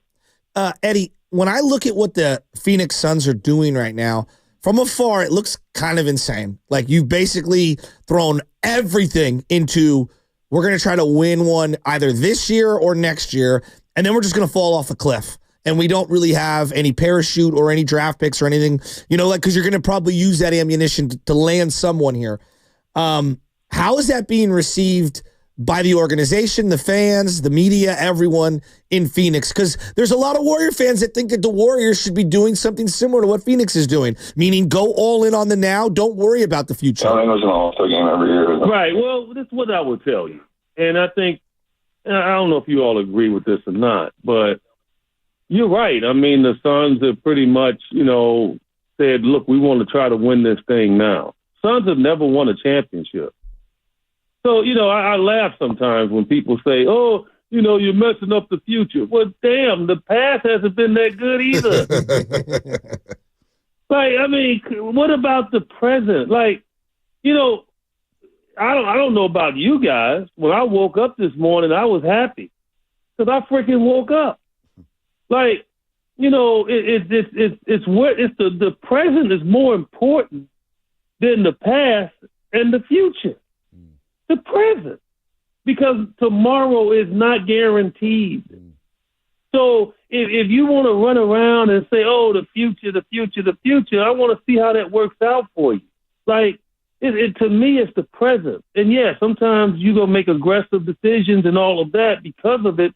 And I think that's what the Suns have done. And look, I think historically, the Suns have never had a problem getting big-time free agents. Never. So, okay, they might not have draft picks. All right, fine. But you know what? Free agents want to go there. Mm-hmm. Just think about it. Over the last number of years, Kyrie wanted to come there in the trade. KD wanted to come there. He's there. Jimmy Butler wants to come there. So the Suns are never going to have a problem getting the attention of big-time players. It's just not going to happen. And so I think that's the mentality, guys, is that they know they can rebuild by having a lot of money because KD's going to be older and gone. Brad Beal will be gone. Devin will be in the twilight of his career. They'll have a lot of money to spend. So they might not have draft picks, but they'll have a lot of money to spend. And so I think that's sort of the mentality, is to try to go ahead and see if they can make this thing work right now.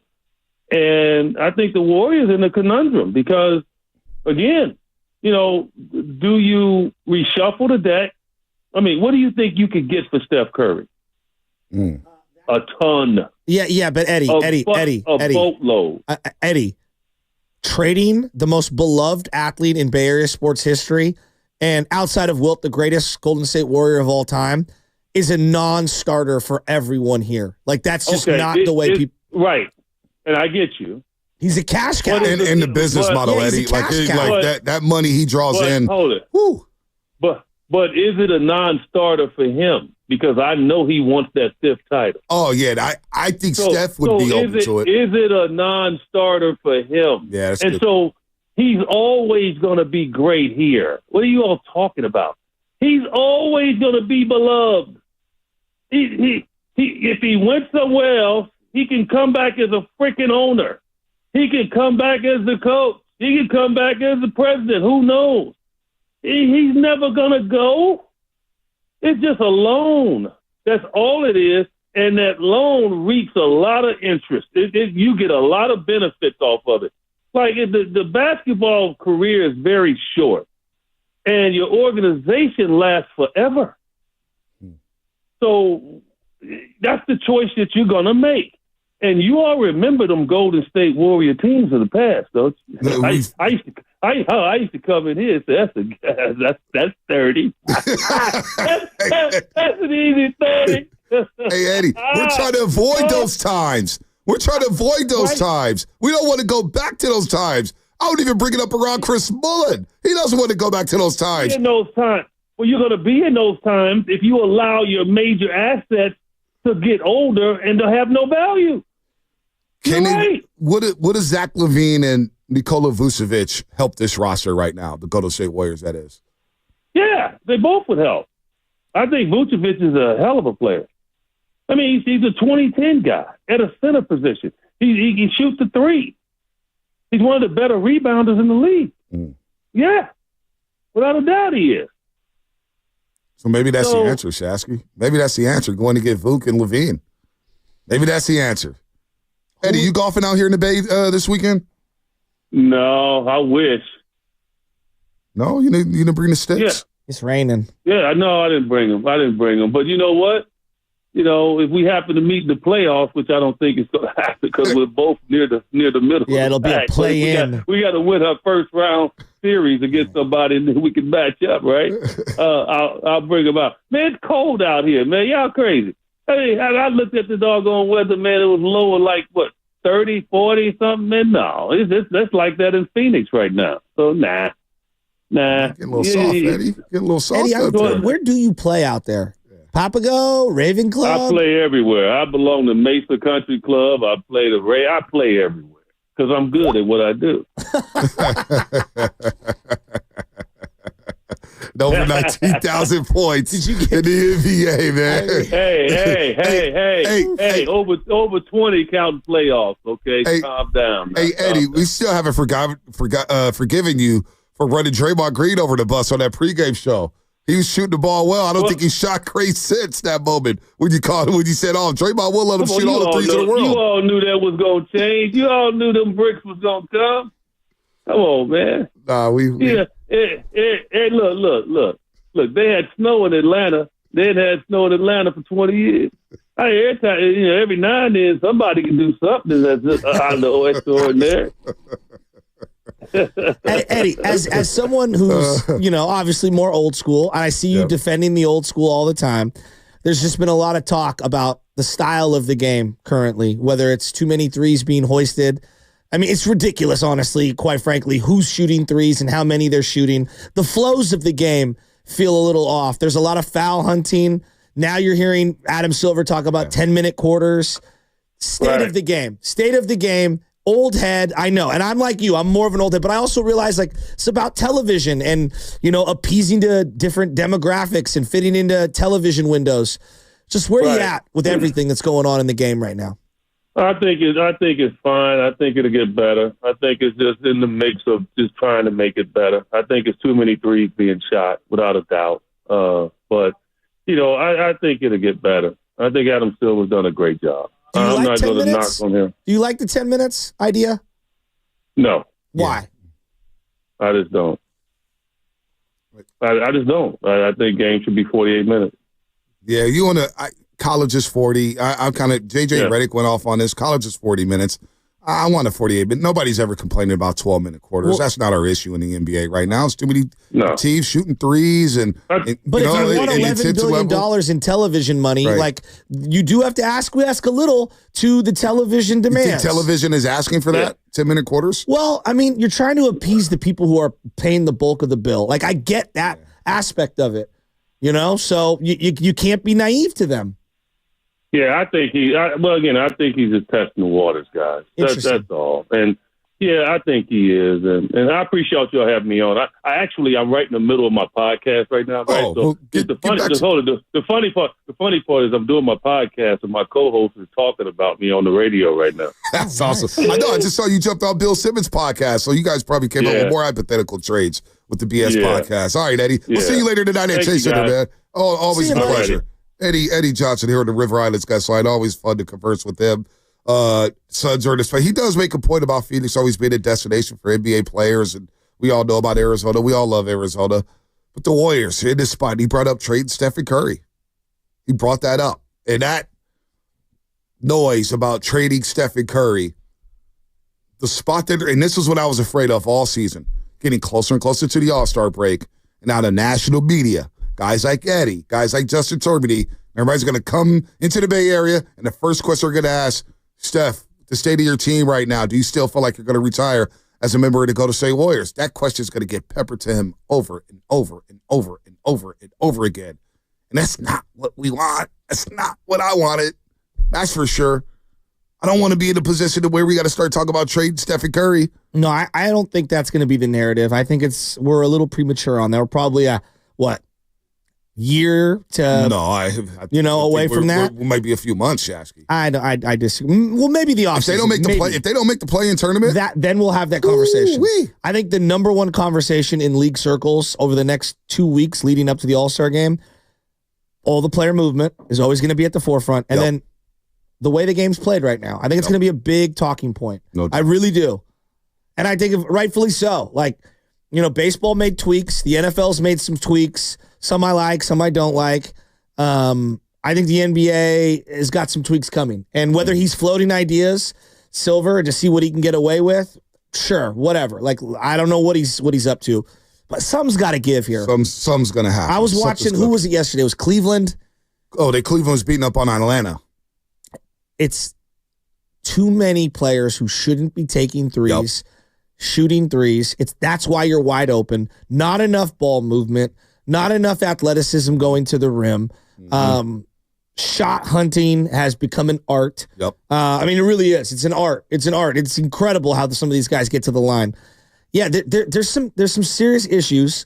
Every sport has them, but I think it's going to be a big talking point. B, I really do. It is. What does Mully say about the game?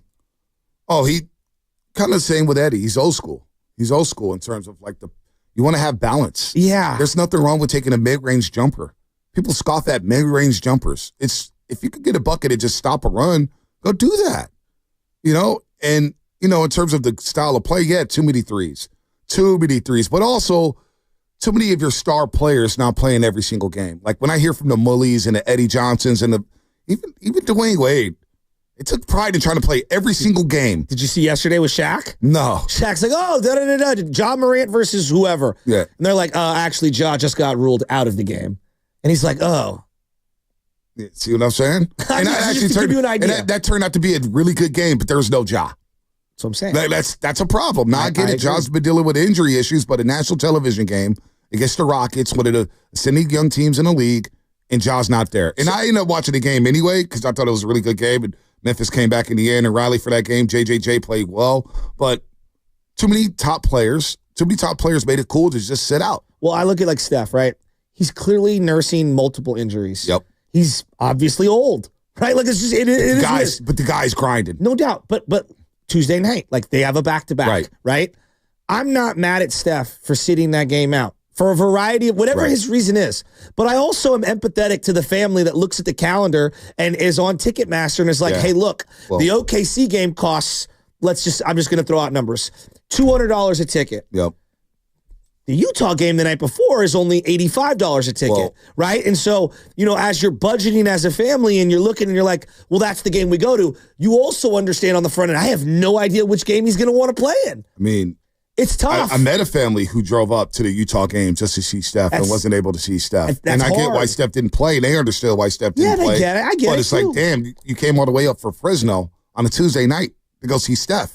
He's not in the game. It's tough. It's too many, and Steph's been playing. Steph played 70 last year. I'm not too mad about Steph Curry. He's not the issue. But an example. Yeah, it's an example. And no you doubt. can't No control doubt. that. No doubt. You can't control that. But there's too many.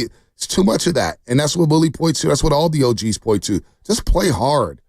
Make it like the All-Star game is going to come around here. We've had to change the format because guys weren't playing hard in the All-Star game. Just have some pride. Have some pride. What about some of these stars participating in the dunk contest? I would say to you, like on the list of issues, the All-Star game weekend is so low. But it's an indictment. I think it's a microcosm of what's going on in the NBA.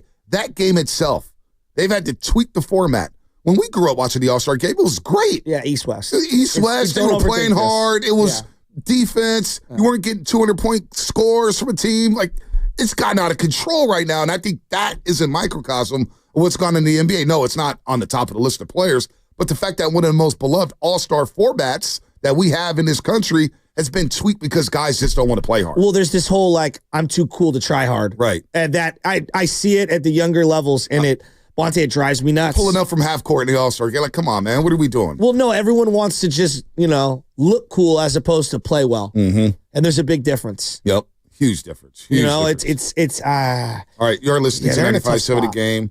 KGMZ, FM, and AC1 San Francisco and Odyssey Sports Station, always live on the free Odyssey app. Let's get to 60 seconds of Celebrini. Gunner! Gunner!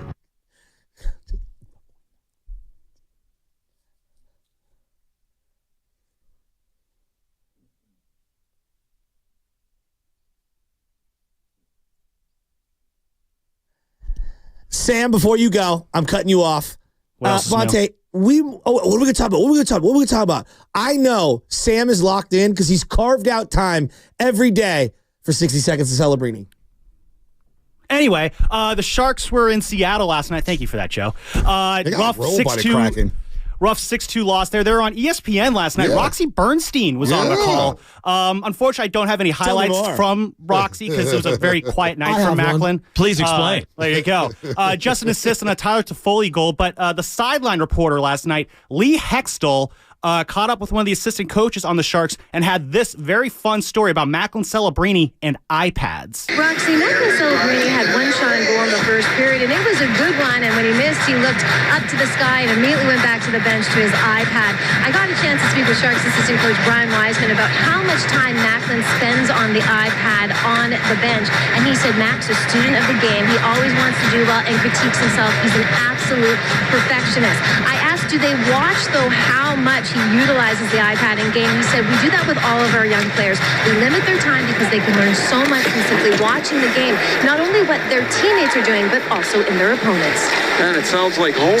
So I thought that was a fun story for all the dads and parents out there. Even the Sharks have to manage the kids' screen time with the iPad. We've done that with baby Chaz recently, and she doesn't even ask about it. It's been 3 weeks, no iPad. Shut it down. You don't want to listen? Shut it down. And now we're playing board games and stuff as a family. It's actually worked. Let's go next level and listen to the Jamarcus. Here's a disc with all the plays on it. All-time story from Kirk Morrison. It's just an all-time one. Oh, man. I love how the screen just turned to teal. I love how the screen turned to teal. Go Sharks. Future's teal, man. We got to go to a road trip up there. Seattle Sharks? That sounds like a fun trip. That'd be fun. That would be fun. I saw a lot of Bay Area fans up there taking in that hockey game. Man, you talk about cheap tickets. Seattle's a cool city. Yeah, very cool city. Very cool. It looks like Seattle outside. By the way, I saw this Sam, from Jason you look Dumas. like you could be in a Seattle band. I saw this from Jason Dumas. Thank you. What, Nirvana? Nirvana? Could you be part of Nirvana? He's grunge, very grunge. Eagles' first 3 picks in the last 4 draft. This is going to make Niner fans sick before we go to break. Quinyon Mitchell, Cooper DeJean, some kid named Hunt. Jalen Carter, Nolan Smith, Steen. Jordan Davis, Jorgens at center, and Kobe Dean. Devontae Smith, Dickerson, some D-tackle Nate Williams. They've got like 11 starters in their first 3 in the 12 picks. That's crazy. You're talking about hitting home runs in their first 3 picks in the last 4 years. That's why the Eagles are in the Super Bowl. Good for Jason Dumas. I will take his Bay Area Hall of Fame vote. I'm not a GM. Even though You've been thinking about that forever. Well, I don't like how we're just handing these things out like hotcakes. I'm not handing it to somebody that actually, is they wanted to give it to a media member. You're a analyst. What's going on for the game? Brought to you by Valvoline Instant Oil Change. Safety on roads and freeways starts at Valvoline Instant Oil Change. Your 15-minute drive-through oil change for all vehicle types. Friendly technicians, check fluids, wipers, lights, tires, and much, much more while you stay in your vehicle locations. Coupons at BayAreaOilChange.com. Big announcement coming up on the Morning Roast here on 95.7 The Game. When back to the office means back in traffic,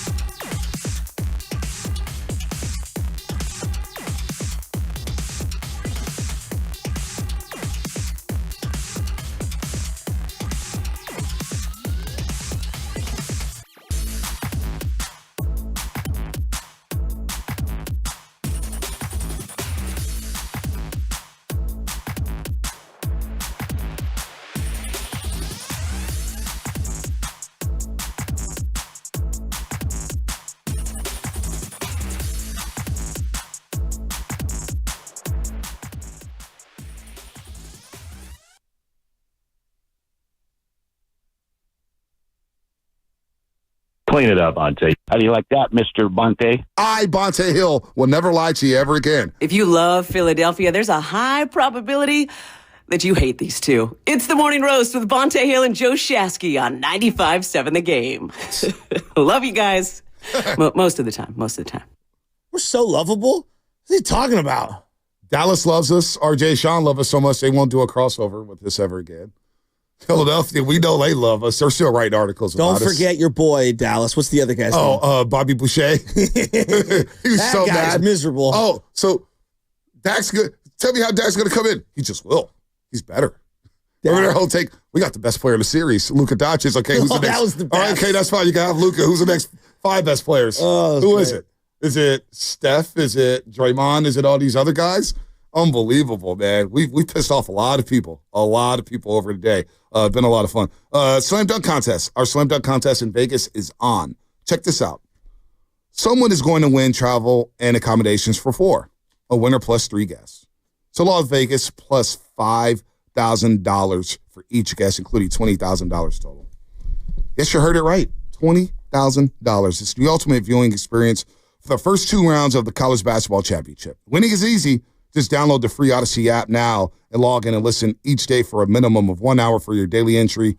This is a national contest. Download the Odyssey app, and you might be headed to Vegas in March with $20,000. Now, Shasky, you showed me a video of baby LJ. You showed me a picture of LJ at the S-Side Bruce Mahoney game, knocked out. Yeah, a year ago. We all love when our babies are in that infant stage where they're knocked out. And then you showed me a video of him a year later, and he's jumping behind couches. He's trying to climb everywhere. It's crazy. But remember that moment before you had LJ. Nothing prepared you for being a dad, right? I mean, you read all the baby books, but nobody can attest to this. You read all the baby books, you build the crib, you got everything set up. You're like, you know what? I'm ready to roll. Then the water breaks, and the baby comes out. And you think that, oh, snap, I'm not ready for this. I wasn't ready for the constant crying, the sleepless nights, the disorganized schedule. Seriously, it's the ultimate life changer, and I wasn't ready for it. You can read all that stuff. You can build it. Nothing's going to prepare you on being a father, but you try your best. You try your best. Same thing with the moms out there. You try your best to be a great parent, especially for sports nerds like us, where we're used to playing video games and we're watching football all day long, and now you got to watch football knowing that, hey, you got to play the Barbie van as well. You got to have a tea party while watching the Niners and Packers. How the hell do you do that? Well, you figure out a way. There's a will, there's a way, right? You're going to get both things done, but then you're going to realize, like, I kind of need to watch this game over because you don't have the same intensity. Anyway, nothing prepares you for that. And as I say that we have an announcement today at 9:20, nothing really ever prepares you for a goodbye. Walking away from something you love and adore is an indescribable feeling. It's a feeling that I've left a lot of knots in my stomach over the last month. And it's been tough. Today's been a day that we've kind of looked at like, damn, do we have to get there to January 31st? Because I'm saying goodbye to the roast right now. I've decided that I need to walk away from the show. Now, I'm not walking away from the station. Details about that will come a little later, but I'm taking a step back from the morning roast. And first and foremost, I had to do it due to family and health. There's 3 days a week where I don't even see Chesna or my fiance. And I'm not traveling to New York or Philadelphia. I'm going down to Chase Center. And something had to give. And burning the midnight oil at both ends. I've done it for 4.5 years, and it got to me. And so these hours are tough. And, family, first and foremost, my health, the lack of sleep that I was getting. I want to live like you, Shasky, till 100. I want to be able to tell stories with you at a coffee shop in West Sunset or West Portal or in the Fillmore District about the times we pissed off Philadelphia or the times we hailed Trey Lance as the next great thing in San Francisco. So I had to take that into consideration. Also, the opportunity to expand my role in NBC Sports Bay Area was a little too good to pass up. And it's one of the hardest decisions I've had to make in my life, definitely in my career, because I'm walking away from not only this great station, these great fans, but I'm walking away from a brother and Joe Shasky, the Butcher, who, if it wasn't for you, I don't think I would have regained my love for radio back in 2019 when we started doing 49ers pre- and post-game shows. And I'll never forget that Pittsburgh Steelers game after week 3. Well, I felt like I had the juice back because I was working with somebody who was the same age as me, who had the same passion as me, and nothing else mattered than just putting on a kick-ass show. Nothing else mattered. The fame, the likes, the clicks, none of that. It was just about meeting great fans, sports fans like us, who grew up loving their teams just like us, and being personable and extending an arm out to them saying, hey, you could come on our show, and you could be with us. You could rock with us. And look, we built this thing from the ground up. That's why it's tough. Because when I joined the station back in 2016, and I want to thank Greg Papa and Don Collins and Danny Freisinger for bringing me aboard. I was raw. I was not ready. I got hoisted into this show, and I'm thinking, man, it did not go well the first 6 months. I didn't think I was going to last long. But then by the time Papa walked away, I built something here. But what we built together with this show, from the ground up, when so many people told us, you're not going to be successful. You guys are not going to make it in Morning Drive. These two yellers who are on the pre- and post-game show for the 49ers on overtime, Morning Drive, you understand? What? And not only did we create something special, but we kicked everybody's ass. And we made headlines, national headlines, local headlines, and we did it our way. We did it our way.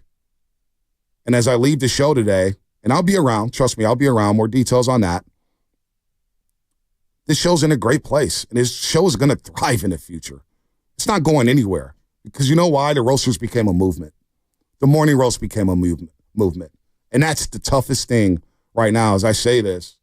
Is I think about the Doobie Awards. I think about the pregame shows at the Hilton, meeting the Rob and San Brunos, the Tonys in Oakland, the Uncle Gene's, Ralph from Coyote Creek.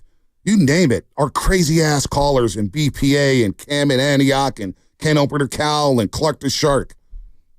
We built a movement of roasters where people walk around Chase Center and people walk around the street and say, Bonte, I'm a roaster. And as I grew up listening to sports talk radio and listening to JT the Brick at late night and Gary Radish, they had their callers. They had their Johnny the Goutmans. They had their Salties.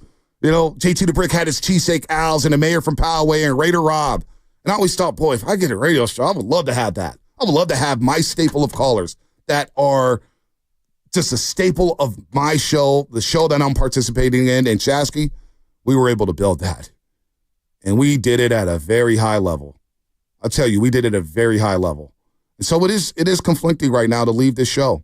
But some of the things I'll be doing in ABC Sports Bay Area, I want to thank Matt Murphy over there. I want to thank Dave Bernstein, Justin Hathaway, Devin Fox.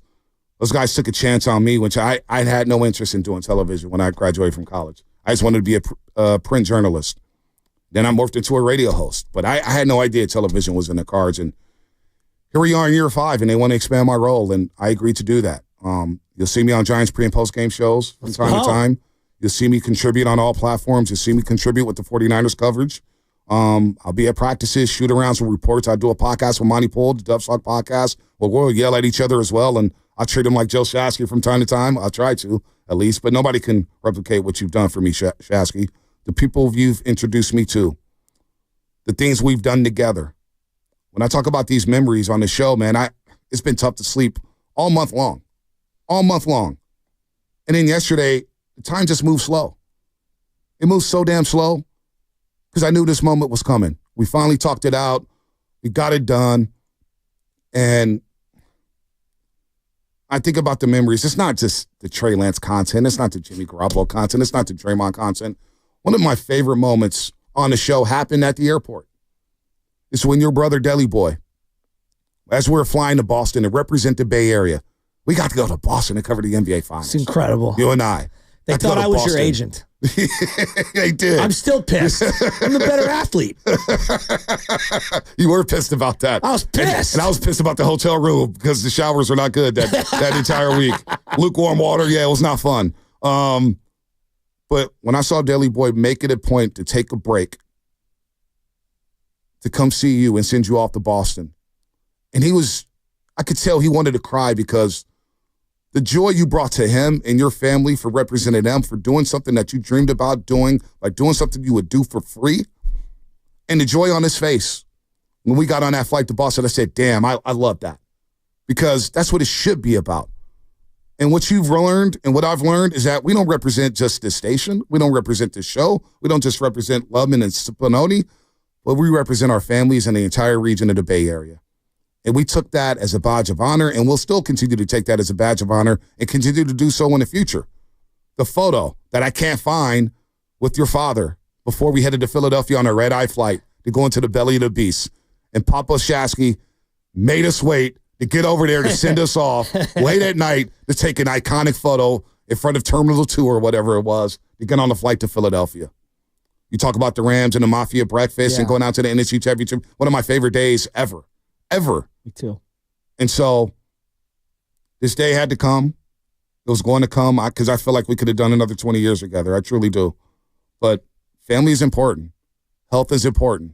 And Lord knows on this show, we've gone through our personal tragedies just within the last year. And that scared the living hell out of me. When I look at my sleep schedule and everything like that, and people say, man, how do you do it? I don't know how I've done it. When I look back at the last 4 years, I don't know how I've done it. To try to bring in the energy every single day and go as hard because I knew you were going to go hard. I couldn't let you outshine me. No, I'm not going to do that. I got to come match that energy. And I thought we made beautiful music together, but it's not the end. It's not the end at all. I don't want to say that it's the end, but as far as the day-to-day operations here at 95.7 The Game, I've had to make this decision, and it's one of the hardest decisions of my life. So I'm sorry to all the roasters that it's come to this at 9:30 on a Friday. I didn't want to beat this center of attention. I didn't want a bunch of calls saying we're going to miss you, Bonte, because I'm not going anywhere. I'm not. It's just a different role, but I'm going to miss this show. I'm going to miss what we built. And I'm going to miss pissing you off, Shasky. I really will. It's been great to see how we've both grown over the last 6 years. From a pre- and post-game show on Periscope with 5 people watching, with you crying over Jimmy Garoppolo. Yelling at me. Yeah. To doing videos at Levi Stadium and then getting calls saying, you need to take that video down. And I knew right then and there, I said, oh, we got something cooking. The haters are coming out. They're coming out. And then watching you go to your first training camp practice where now you brag about going to training camp like I've never even been there before. It's like, Scott took you to training camp for crying out loud. But to see how you've grown into a great father and to see how much pride you take in being a father, because that's what it's about. And then when I go out to see your practices and your championship games and what you do for kids and the youth, you never lose that, man. That's a great tool to have, a great skill set to have. And it's great to have in you that you want to help out the community at all costs. You probably get 3 hours of sleep. And I'm like, Shasky, take a play off. And yet you still go with those kids on long road trips. You buy them food. You help them out. You do what you got to do to help out your community. And you've grown to be a great dude over the last 6 years. And I feel like I've grown. I'm now a father. When I came to 95.7 The Game, I was single. I had no idea what I was doing. Now I'm engaged with a 4-year-old daughter, talking about family first. So it's hard to say goodbye, but I'll be around. But this is tough because I feel like for the first time in my career that we got to build something our way. When I was with Papa Show, it was Papa's show. And I'm forever indebted to him, forever, for him giving me the opportunity to come on these airwaves. Because without him, I'm not here today. Marty Larry, not here without Marty Larry. But what you did to help me reinvigorate my radio career that fall of 2019, and we never looked back. We had Kate Scott. We were ready to kill each other. but that moment when Kate had to do what she had to do to go to Philadelphia to call the Sixers, which, credit to her. She's doing a hell of a job. We looked at each other and said, we're just going to overtime it. If we're going to go out our way. Don't ever change who you are. I'm not going to change who I am, but we said we're going to go out our way. And to see the ratings go up, to see the movement we built, to see the following that we built, where people were like, yo, we're a roaster. It still blows me away to this day. We're in Philadelphia. We're in L.A. We're in Boston. People, hey, man, it's going to be tough, man. And this week didn't help. I'm going to tell you right now, this week didn't help because I feel like it's been some of our best stretch of shows in quite some time. Just goofy, laughing, yelling at each other, talking trades, going crazy over the Warriors, me being called a payroll, Jay Lacob's servant. I mean, it's been unbelievable. And at times during the night, I'm thinking, am I really making the right decision? It is a right decision, but it's a bittersweet decision. But I'm excited for what the future will have in store for the show, for this program, because I don't think the Warner Russ is going to stop. It's just starting. And I know that you, in your heart of hearts, Shasky, will not let this show go down the drain. I know you take much pride, great pride, in the Morning Roast show and the name and being part of it and being part of his station. So I know that it's just the beginning for you to take this thing to another level. So I'm going to miss you. I love you. We still stay 10 minutes away from you. I'm sure we're going to bug each other a little bit more. We don't work each other. And I'm not going to give you any takes. I'm not going to do it. I know you're going to try to practice material on me. I'm not going to let you do it. But it's a bittersweet day. And it's a day that I haven't looked forward to for quite some time. Well, I mean, what a King's Tale. Jesus Christ. Yeah, sorry. It's a little long-winded there. That's the quietest I've been in the history of the roast. I mean, good Lord. I mean, Jesus. No, look, man. I'm surprised you were able not to cut me off. I thought I was going to cry more. I got the picture right here that you were talking about. And, I mean this is the truth. Like, I think a lot of people get on air and they maybe become or try to become something that they're not. And I think one thing that you and I have tried to do is just be yourself, right? And last year was like the hardest year of my life. My dad passing away, bringing baby LJ, everything. And I just think about where I am right now, and I wouldn't be where I am without you. And my dad loved you so much, and you're not going to remember this, but I'll never forget it. And I'm getting real emotional, but the day my dad had a heart attack, you said some things about our family. And I always knew this way, and I knew you felt this way. But you were talking about our relationship and how we viewed you and how the Jaskis are. Like, we're crazy. Yeah. I'm crazy. I know I'm crazy. I'm a lot to deal with. I've dealt with a lot of different people, and some people can deal with my crazy and some can't. But you've been family to me, and that's how I treat people. Yeah. You're either family or you're my enemy. It's like no in between. And I love you, bro. And I'm proud of you. And my dad was I want to swear, so proud of you. He would watch you on TV like you were one of us, because you are one of me. You're my family, and you're like my best friend, one of my best friends in the whole wide world. I don't say that flippantly. Mm-hmm. Some people do on air, and this is a hard day for me too. Yeah. And I'm sad, and I'm jealous. First, I want to be on TV, and second, I want you to stay. Yeah. And that's no shot at what we're doing moving forward or any of that stuff. Life goes on, right? And we keep moving, and I'm not here without you. And I've never said this to you, and I say it to you right now. Just thank you. Like, I mean it, dude. Like, thank you. And I'm so proud of the man you've become. Like, from where you came from, the life, like the real backstory life of where you came from to do what you do now. Bro, I joke around about putting me on and this, but the truth is that how many kids that I see in San Francisco that came from your background to do what you did on radio and TV for as long as you did without having a heart attack, with a beautiful person in Anna in your life and your daughter in your life, to be that kind of a man. As my dad always said, you live life to the fullest. Someday you're going to get got. I don't know when it is. I want to live to be 100. I know you want to live to be 100. But dude, to do what you did for as long as you did, it's the most incredible thing I've ever seen. You weren't doing middays. You're doing mornings. And yeah, I wear on people. I drive people crazy. So I'm surprised you didn't quit on me earlier. But I'm going to be real when I say this. I'm going to be 100% candid. It pissed me off. Look, Murph and Mac were who we were going up against. 20-year run. There's never going to be anything like that ever again. We were up against all odds.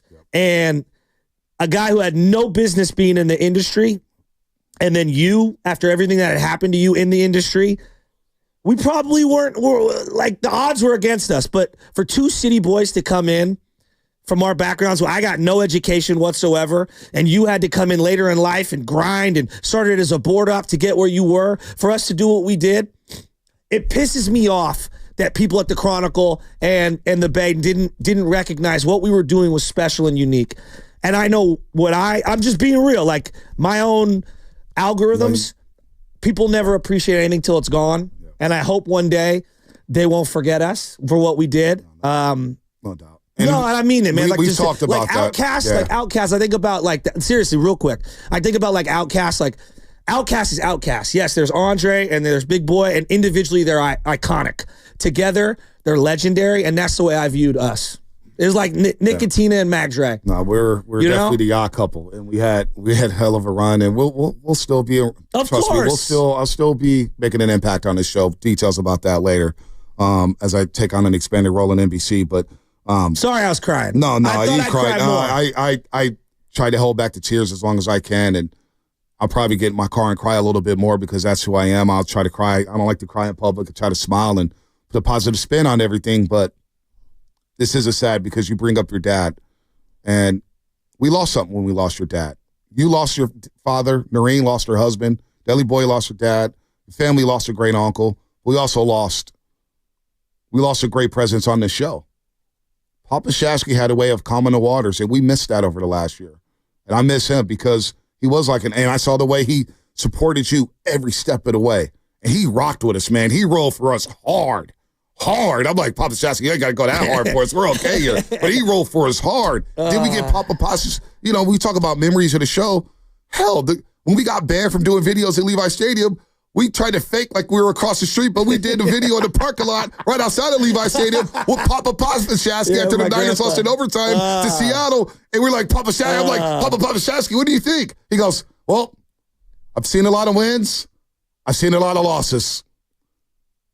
One of the toughest losses I've seen. It was like a 10-second pause. Incredible. And the dramatics of it was like, I love this guy. These guys are unbelievable. And they ride with the city. True city guys in and out. So what's next on the morning roast?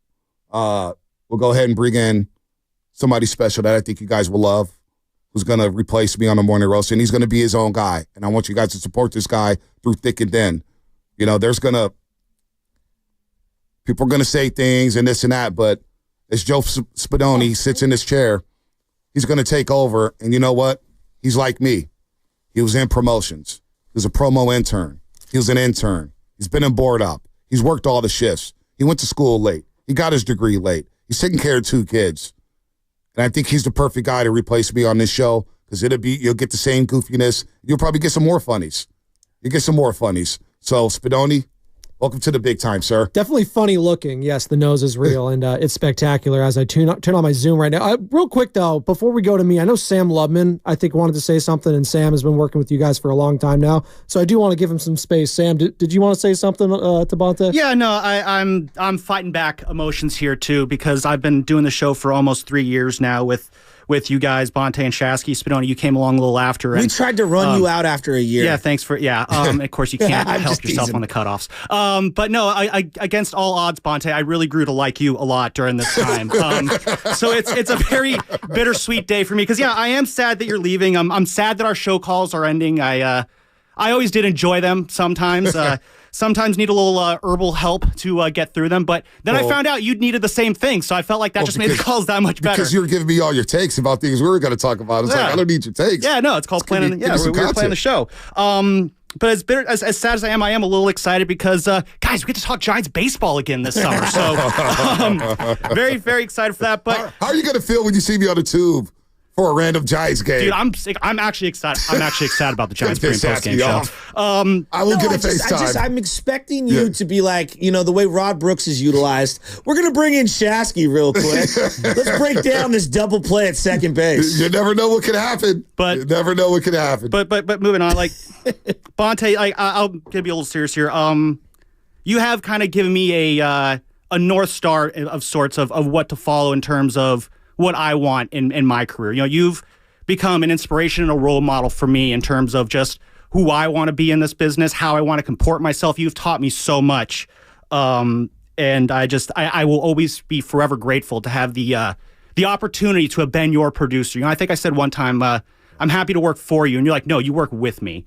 And like that feeling, the way you've put your arm around me and took me under your wing, I always joke I'm on the Marty Lurie broadcasting tree because you followed Marty, and now I feel like you're doing to me what Marty once did for you. Bill Walsh tree, and that I'll put Spadoni on that tree too. You don't want the Belichick tree. They all end up losing. I want the Bill Walsh tree. So I spoke to Spadoni's class. Sorry, love. Yeah, no. What else? We're walking over me. What else is new? But you are a person who I want to emulate. You are the career that I want to emulate. I too want to shock Draymond Green someday when I talk to him. That's what I want to be there. So I still take credit for that. We've saw a lot of great things. It's and one thing I've learned that you and I were very similar too. We have a lot alike, and I think that's why. All those times we butted heads, and there was a lot of times where you and I butted heads. It got ugly at times. We were always cool afterwards, and I feel like it's because at the end of the day, we both knew, what we wanted. We both knew how to appease each other, and it came to a point where we kind of knew what we're thinking. you're doing the show and you know that I am furious that you're missing the break. Right. And I need to set up the show, and I know that I just need Cam Inman and Sam Gordon tomorrow, and we're good for the show there. Like, that's how in sync we were. And so I just thank you, Bonte, for everything that you've been for me. Thank you, guys. I'm going to miss talking with you every night. I'm going to give you some time off from that, so expect about like a month or so. And then I'm probably going to call you again just because, I'm going to show up at the Gatehouse. I'm going to show up at the Gatehouse. I might show up at NBC one day. I can't wait to see you at Oracle Park this summer, hopefully, doing stuff for the Giants. I hope to run into you at Levi Stadium. And I am giving my speech to Joe, to Bonte right now, Joe. Let me finish, please, just once. Just once. Bonte, I don't know why you're leaving the show with all this going on. I'm going to miss you, man. I'm going to miss you. I really, really am, for the bottom of my heart. And I can't wait to see you, on NBC, and I can't wait to see you on the bigger versions of NBC someday. So, I mean, one thing's first, I'll still be part of this station. I'm not going anywhere because I truly care about the station, and I truly care about the show. Like, everywhere we've gone, Shasky, whether it's high school, grammar school, whatever, you want to see that place left at a good spot. For sure. I feel like the Morning Roast is at a very good spot right now. And with the offseason about to happen, the trade deadline, Brock Purdy's contract, this show's going to be firing on all cylinders. All cylinders. So I'm excited for Spadoni. I'm excited to get in the car when I drop my daughter off, and that's a big sticky point. I've dropped my daughter off once. She's 4 years old at school. And we went to bed together. Papa, I want you. And she goes to sleep with me, and then I leave the room. But she's been saying it for quite some time now, for about 6-7 months. Papa, why do you have to go to work so early? Why do you have to go to work so early? So right now I need to spend this time with her as well. And this new schedule will give me the flexibility that's what's needed. But Spadoni, I'm happy for you. I'm thrilled for you. Forget me for a second. I'll be okay. Shashy's going to be fine. But I'm thrilled to see a young man like you get an opportunity that has worked your ass off in this business. And I always say patience, persistence.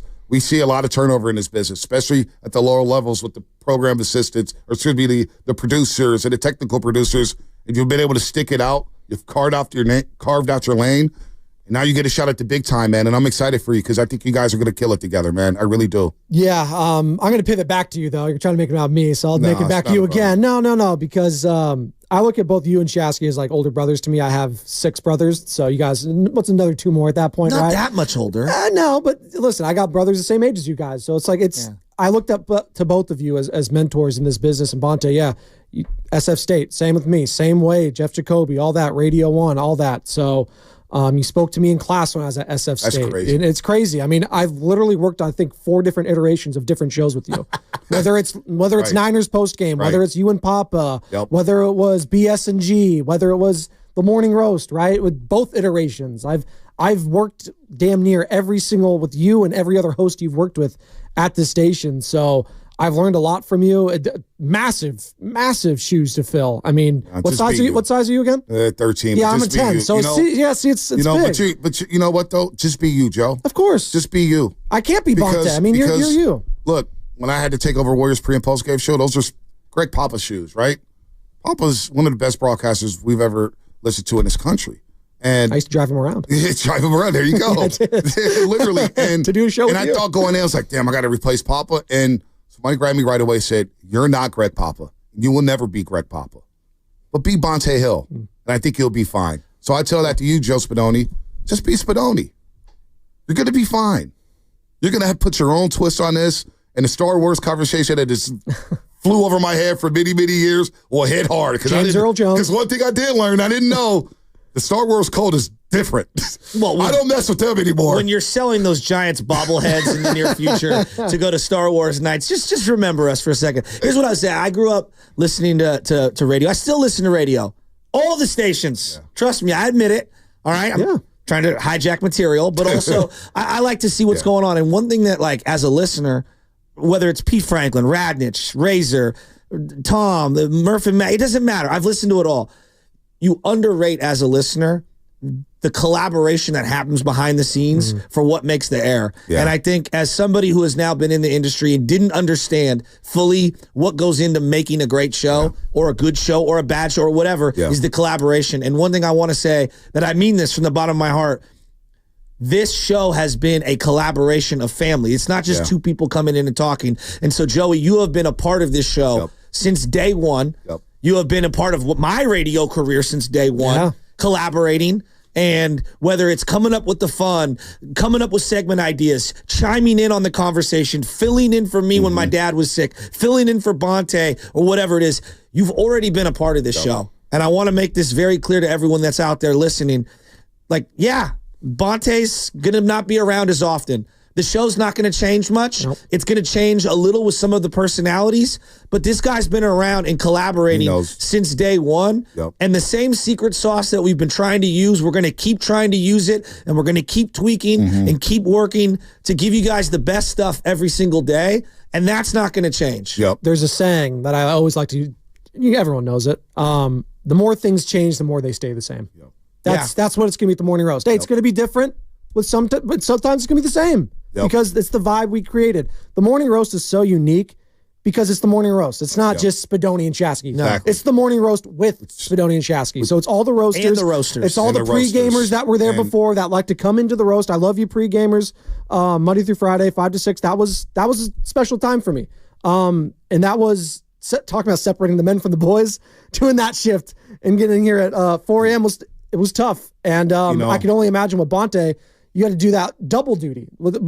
I don't know how you did it. I admire your strength and doing all that while juggling, a fiance and a baby. I have 2 kids, and hey, I get it, man. I don't do drop-offs. That is something I have to sacrifice. Doing the pickups, it's fun, but there is part of it where it's just like, hey, I take my kid in the morning, and you're going to love that. It's going to be amazing. And again, the show's not going to change. The show's not going to change. Tune in. Shasky loves.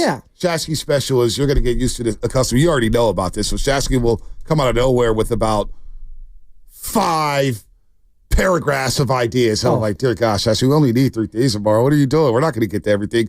But I say that to say when it came to making the decision on the show name with Kate Scott. And there's all these different names, right? I hate it's the Bill and Bob show. No doubt. I did not want that at all. Those. But they're going through all these names, and I hear Kate and I hear Shasky, and I see one name that just popped out. The Morning Roast. Because it can mean different things. It could mean you're roasting on butt, which a lot of our roasters do. We said at the Doobie Awards. Or it could be roasting on coffee, which we're big coffee drinkers. And shout out the Pete's Coffee who helped us out. So, look. It came down to that name, and I said, the Morning Roast. It's different. It's not, like you said, it's not Bob and Jim. It's not Joe and Joe. It's the Morning Roast. Exactly. And it became a movement. And that movement's not going to stop. It's not. Spadoni's going to big up. I'm a roaster that's going to take a step back, but I'm still a roaster. And you guys should be too. So please give this show a shot. I think it's going to be great. You guys are going to be tired of me anyway. I'm sure there's some people. You're not going anywhere. We're not letting you leave, Bonte. No, you're not. Details on that. There's some details on that. I'm going to be around. I'm going to be around. Just not in the capacity that I was around in for the last 8 years at the station. And I do want to say this as I'll let you two finish up here and I'll step out. But the stuff behind the scenes that people don't get to see, I know it's cliche to say that, but it's always the most fun. Like, us having arguments before the show starts, or when Langford was here and he was doing his show, you guys yelling at each other at the top of your lungs about, I don't know, the going to a certain pitcher, Jimmy Garoppolo, Brock Purdy contracts, all of it. That's the stuff, we're going to miss the most when it comes to all 4 of us being in a room together and all of us have differing opinions or one of our opinions aligned. 3 against 1, 2 on 2. That's the stuff I'm going to miss. Walking out the studio pissed off, not wanting to talk to anybody. The way the show can affect you and your mood the whole day. But, we did that 10 to 2 shift during the summer, and that's when it kind of hit me that I don't know how long I could do this because we had so much fun during that shift. And I was like, I just felt, and Anna told me, she goes, you're like a different dude right now. And there are times in the morning where you get irritated, then you leave the show, you get irritated because sometimes you don't feel like a human being because your sleep cycle's all jacked up, your schedule's all jacked up, you want to stay up and watch games or whatnot. So, yeah, the scenes behind the scenes. With Spadoni's running the board, we're doing 49ers pre- and post-game shows down at the Hilton Hotel. How much fun was that? So I walk back with a lot of great memories, man. A lot of great memories. I can't say a bad thing about the show and what we've done together, man. I had the greatest team with me. My greatest team in my radio career was right here on the Morning Roast, man. You guys did a lot to pick me up. Hopefully I was able to pick you up at times, but you guys would be fine. and I'm going to look forward to you listening and ripping me and ripping everybody, and Joe's going to be off the hook. Just keep this guy in line. Shasky's going to be on one. Oh, man. Just know that we're going to get like unfiltered, non-Homer Warrior talk, right off the rip. I'm a big Draymond guy. Oh, what are you talking man. about? I don't even, man. You got. I mean, I like Brock Purdy. I'm happy Oh, with man. Draymond Green. Just wait till I get on the practice with the Niners. Hey, Shay, I got to tell you, man, Tanner Mordecai might be the dude. I'm not going to lie, though. It's going to be nice to not be looking like I'm 4'1" next to my co-host, because everywhere we go, I seriously look like I belong in a fairy tale movie. I do, next to you. Yep. Hey, I mean this. I love you, brother. I love you, too. You know that. Man. I love Anna. I love Ches. We'll be around. I'm very proud of you. Today's not a sad day. I know I'm sad because I'm selfish, and like you mean a lot to me as a person, and you will always mean a lot to me as a person, and I'm proud of you, and you should be proud of yourself, dude. Like what you have turned your life into. This is not a sad day. This is an amazing day, and the caterpillar has turned into a butterfly, as they say. Yeah. Or maybe we turn Jordan Poole's G League contract into a max. Well, I think you're the butterfly now, Shasky. Just don't go punching me. Yeah, I won't go punching you. I may scream at you when I'm in my radio. Baby says, you hear these idiots? When you guys get the catcher on, he's talking about the one knee down. What the hell are they doing? Tuck A-gap for crying out loud. All right, I'll be around. But for now, I'm taking a step back of the roast, and we'll have an expanded role in NBC. But it's a bittersweet day, man. So goodbye, roasters. I'm still around. I'm not dying. I'm not going anywhere. But Spinoni will be in his chair for most of the time, and I will be listening on the side. I love you guys, man. Truly, you guys made this whole process, like, it could have been weird. It could have been awkward. You guys just roll with it. You guys just roll with it. Even though you guys known this for a few weeks now, you guys just roll with the situation, and we did these shows like we're doing shows for the next 20 years. So I really appreciate you guys, because this has not been an easy time for your boy. So I love you guys. I guess the King of the Bay is getting out. Now we got the mayor of San Francisco. We got Spadoni. That's it. I'll never, ever call myself King of the Bay again. All right, let's go. Now it's getting awkward. See ya. Xfinity here. How can we help? Hi. My daughter invited her entire class to her birthday party. Can my Wi-Fi handle it?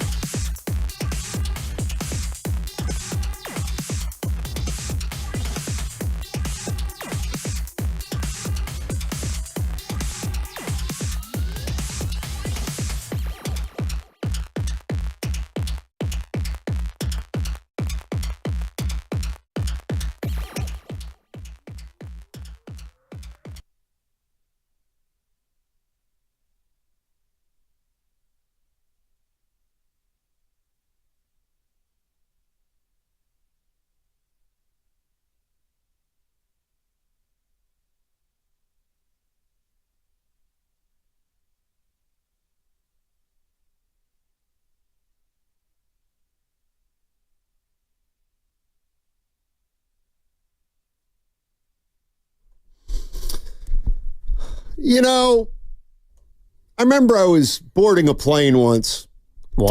And there was a young teenage girl in back of me, and she was sobbing. She had just said goodbye to her boyfriend, apparently. And I didn't know what to say. So, of course, I said nothing. But then a gentleman went up to her and said, "This too shall pass." And I thought, that's what I'm going to say from now on. This too shall pass. Things are changing. Good luck to Bonte Hill. Congratulations on a great run. And he'll still be around. He'll still be around. By the way, Guru's not going anywhere. That's right. Guru's not here today. Sorry. I forgot. Hey. Guru not being here is not the lead, though, today. No, it is not. Bonte Hill. It is. I got to rank them. Bonte Hill 1, Spadoni 2, and then Guru not being here 3. Yeah. I think we're happy for what is always natural.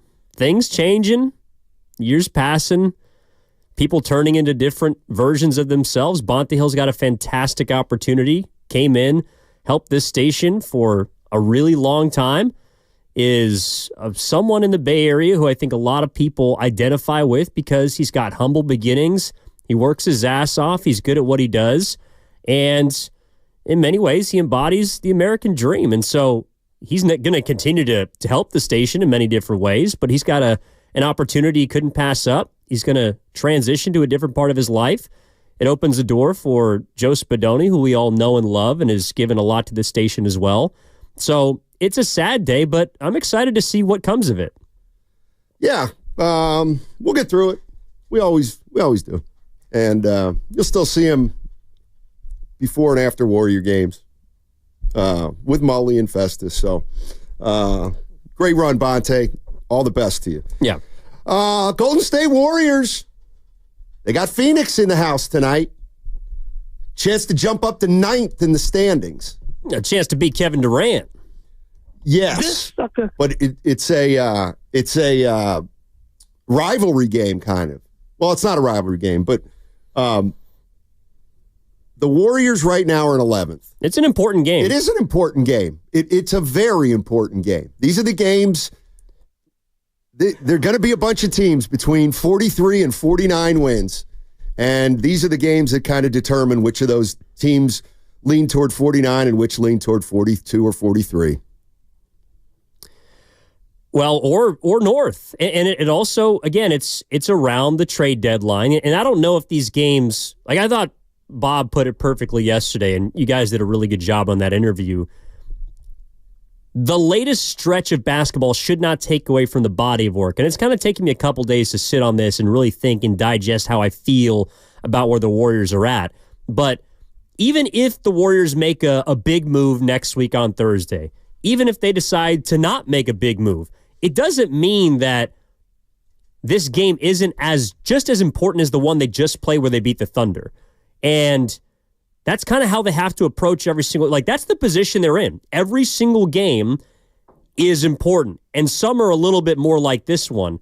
But, you know, kind of the way that they talked last year, Steiny, when they went on that like 27-12 run, they were forced to a little bit. Their backs were up against the wall. And it feels like that's the way that they've been playing lately. Like they know that this season can slip away from them very easily.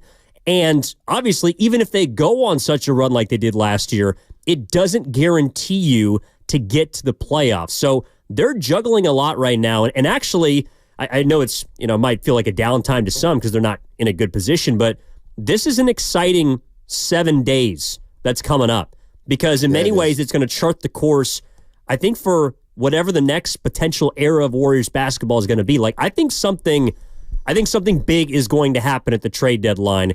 With Golden State? That's going to be a precursor to this summer where they really basically choose where they want to go. Like, they have a choice to make. And the deadline, I think, is going to be indicative of what that choice is. Yeah, I mean, I think they're highly motivated to make a move. And in fact, Jake Fisher from Bleacher Report. Okay, he works alongside Mark Stein. Right, that's right. He's legit, very legit. He's saying the same thing that we heard from KC Johnson yesterday from NBC Sports Chicago, and that's the Warriors are really engaged with the Bulls. And to me, that's got to be Zach LaVine. And, when this is what you mean, I think, by a change. I mean, if you bring in Zach LaVine, you're changing your team. Like, that's about as big a way as this team right now can change the team without moving Steph Curry, is getting a guy like LaVine in here. And the minute they get a LaVine in here, if they do, or even a Vucevic or a Butler, it's going to represent a new time period for the Warriors, like a new era almost, because even though they will not have maybe traded Draymond Green, some of the guys who've been on this team for a while are going to go, and there's going to be somebody brand new here if they choose to go down this route. And then everything kind of starts over. Obviously, the record is what the record is, and you go from there, but that team will be judged completely differently than the one that's played the first 47 games. And I don't know for certain that they go get him, but let's say LaVine, because he's the guy that has sort of emerged lately alongside Butler, a name that's resurfaced. But I think it indicates a philosophical change because the Warriors have been stuck in this holding pattern really since they won the championship. And that's why I think that this deadline is, again, it's not going to wholesale change everything. Like, they're not going to run away with the West and go win a championship. It also doesn't mean that they're going to try and tank for the rest of the season. But what it indicates to me, Steiny, is that, and I also don't think they're going to be able to do something until the day before the deadline, because that's when Schroeder's contract becomes available to trade. So, it's not going to happen tomorrow. But I do think that at the deadline, they're going to make a move, and it's going to tell us that they realize that this is not good enough anymore, that they cannot be beholden to the past. And it's taken them a while to get there for understandable reasons, but with the way that Curry has fallen off a bit this season, the unpredictability of Draymond the last couple of years, they realize that those two guys can no longer be the cornerstone pieces for a potential title team. They can still be a really good team with those two players, but I think that they've come to the realization with the last 30 games, basically, they can't continue to do things the same way. And that's what I'm excited about for the trade deadline. Yeah, and if they end up making a move, it's going to be interesting to see how big of a move it is. I got two things. One is Steve Kerr was on with Willard and Mark Grandy yesterday, and he was very candid. And he said some things during that interview that leads you to lean into, is he talking about Butler? It sounds like he's talking about LaVine. Could he be talking about Vucevic? And it was really interesting stuff, and we'll get into some of that on the other side. But it is, you said it. It's going to be a fun week because I'm starting to think that there will be a lot of stuff happening. I don't think it's going to be like the last deadline where we're hearing all these rumors and then nothing happens. Yeah. I think where there is smoke, there is fire. I think it feels like some teams are serious about having to get rid of guys. 888-957-9570. What's coming up on the game is brought to you by Fremont Bank. Here for you, here for good. Spot.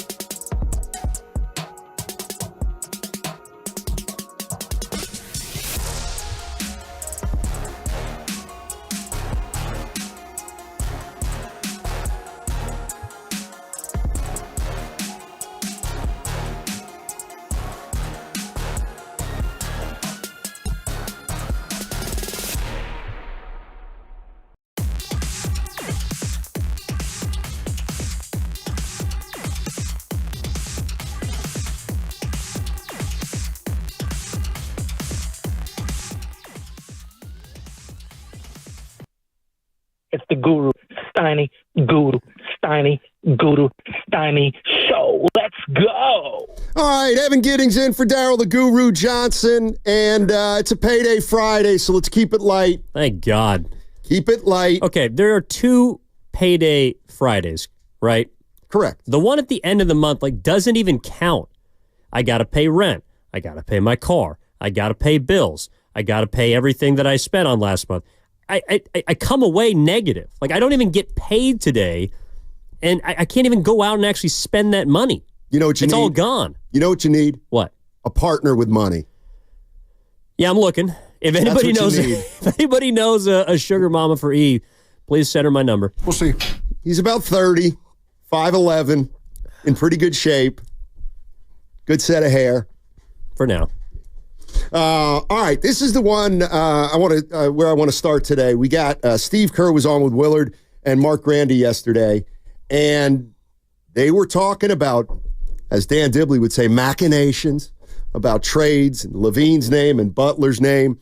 And I just want to listen. I want you to listen to what Steve Kerr said about the type of player he thinks is important. Well, we know talent wins in this league. It doesn't mean you're guaranteed to win if you have talent. If you don't have enough talent, you can't go anywhere. That's just the reality. So the question, we have to ask ourselves, and Mike and the front office have to ask themselves is, do we have enough talent? And that's a tricky question to ask, because on some nights, like last night, you go, hell yeah, we do. That looked great, but then other nights, it's clear, Steph could use a little help scoring-wise, or we could use this, or we could use that. And then, of course, you sit there and you look at all the options, and you have to determine, does this really help us? And that's what this time is all about. Mike is, gathering all the information, all the possible trades he can make, and going from there.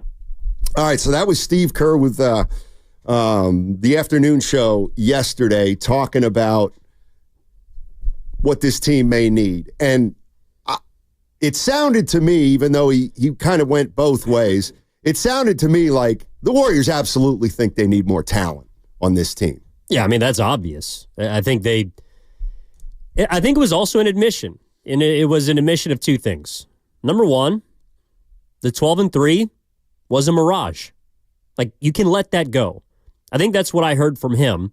And that also, the Oklahoma City Thunder victory, and I was sipping the Kool-Aid. I was doing post-game, and it was a statement game and all the rest. But now that I've had some time to sleep on it and really listen to all of the key figureheads, Steve Kerr perhaps at the front of the line, they don't think that that's a repeatable act. If they face that team in a 7-game series, that's not going to be the expectation. They know that it was a great win. It was an important win because now you have a chance to go 500 during this pivotal 8-9 game stretch. You got to get those wins, but it feels a little fool's gold. I think that's what he's saying. Right. They're going to be confident as all hell, but they need more. That should not be an excuse for them not trying to get better at the deadline. Right. And again, the latest reports today, Jake Fisher of Bleacher Report is basically confirming what KC Johnson of NBC Sports Chicago reported yesterday, and it looks like the Bulls and the Warriors are really talking. And if they're really talking, there's 2 guys probably that they're talking about, Vucevic and Levine. Although, would you take Lonzo Ball out of the equation? I wouldn't, come to think of it. Maybe they're talking. Maybe Lonzo Ball's name has come up. If the Bulls are the team, I think the only player they probably aren't getting off of or trying to move is Kobe White. Yeah. He's their best young player. But this was from Brett Siegel less than a half hour ago. He's come on the Morning Roast, and take it for what it's worth, but the Warriors and Bulls have had significant trade conversations specifically regarding Zach LaVine. Golden State is going through all their options, including the possibility of keeping Andrew Wiggins in a potential LaVine deal. And to me, I've opened up my mind to LaVine. He's a player that I don't think is perfect. But then again, Steiny, that player that the Warriors are trying to keep, Andrew Wiggins, he wasn't perfect either when they traded for him. No, and that makes a lot more sense to me. But that feels really hard to pull off. So when I'm thinking about Zach LaVine, I'm in my head thinking, well, Wiggins has to go then. If you're bringing in Zach LaVine, who's making 40 or whatever he's making. But if you could somehow get LaVine without moving Wiggins, now that becomes a lot more appealing to me. And it's not necessarily that Wiggins. What I worry about is you bring LaVine in here. Let's say LaVine and Wiggins are the two big players that go back and forth. I'm not convinced Zach LaVine gives the Warriors an uptick if Wiggins isn't here. I think he's more likely to give them an uptick, obviously, if Wiggins is here. But that's where you got to be a little bit careful, because if you lose Wiggins and maybe a Peyton or something and you get Zach LaVine in here, you better know you're going to be better. And defensively, they probably will get worse, you would think. Yeah, and that's the only thing that I struggled to kind of figure out how it would work. Like, LaVine makes $43 million. So how would the Warriors legitimately make that trade work if Wiggins wasn't involved? It would be a lot of players. And I don't know, like the Warriors, for example, I thought they made kind of like a sneaky move. I think it was last week or earlier this week when they elevated Jackson Rowe from Santa Cruz to a 2-way contract. And that's not a player that is going to move the needle. You know, it's not a breaking news sounder. No one really cares. But that's now a player that you could sign if you're going to aggregate salaries and try and move 3 or 4 for 1, which is what you would have to do if Wiggins is not involved in the deal. Or if you bring in a third team, again, you're going to need people that can fill out the back end of your roster. So like Post is on a 2-way deal. Rowe's now on a 2-way deal. Spencer's on a 2-way deal. And those players individually aren't gangbusters, but they could kind of come in and just fill those last roster spots if you decide that LaVine is your guy. Right. It feels like they're preparing to make a move. I mean, that's, again, all signs from Slater, from the national media, even from, again, some things that the Warriors have done indicate to me that they are trying to get aggressive at the deadline. I think they're trying. I absolutely do. 888-957-9570 is the number. I mean, I almost feel like the Warriors have set this up, and they kind of did it with Paul George and Markkanen. I almost feel like if they come out of this trade deadline and don't make a trade, the understanding will be there with no good ones out there. Like, I don't think they're going to take a lot of heat if they don't make a deal. Now, that doesn't mean they won't, just to avoid heat. But, I mean, they've been saying how hard this is for so long now. That too, and maybe that's the other thing that happened 2 or 3 weeks ago when the guys were talking about not mortgaging the future. Maybe at that point they saw, there's a chance we might not be able to do anything. And that was setting the table for that at the time. Well, I think, but things change very quickly, right? Like a couple weeks ago, the asking price for Jimmy Butler was apparently sky high, and now it's plummeted. I think that's a big reason why the Warriors, like, they're always quote-unquote active, right? But it sounds like they've been able to dip their toes back into the trade market because the asking price for players has come down because the Bulls seemingly want to get off LaVine. The Heat obviously want to get off of Jimmy Butler. So that means that, not that it's easier to make a deal happen, it's still complicated, but the Warriors have told us that they're prioritizing 2 things. Like, what do we know about the Warriors at the deadline? I feel like we know 2 things. They're prioritizing their first-round picks, and they're not willing to trade Jonathan Kuminga. So within that framework, how do you get a deal done? If you have those 2 things understood, and I think they're willing to move like this most recent pick, the 2025 one. That was what Slater reported. Yeah, that was the kind of the nugget out of Slater's piece from a couple days ago. But beyond that, they feel very reluctant, at least from what I can read, to want to come off of anything worth value down the line. That also includes Kuminga. Right. Yeah, and it was an interesting, it's so funny because I think it was 2 days ago, I was saying, somebody said, what would you do? And I said, well, there's 3 things that I'm interested in. One is first and foremost, you got to keep the pick this year. You got to keep it. I don't care if it's 11. And then the next day, Slater writes, Warriors are open to trading that pick. But it would come with heavy protection, obviously.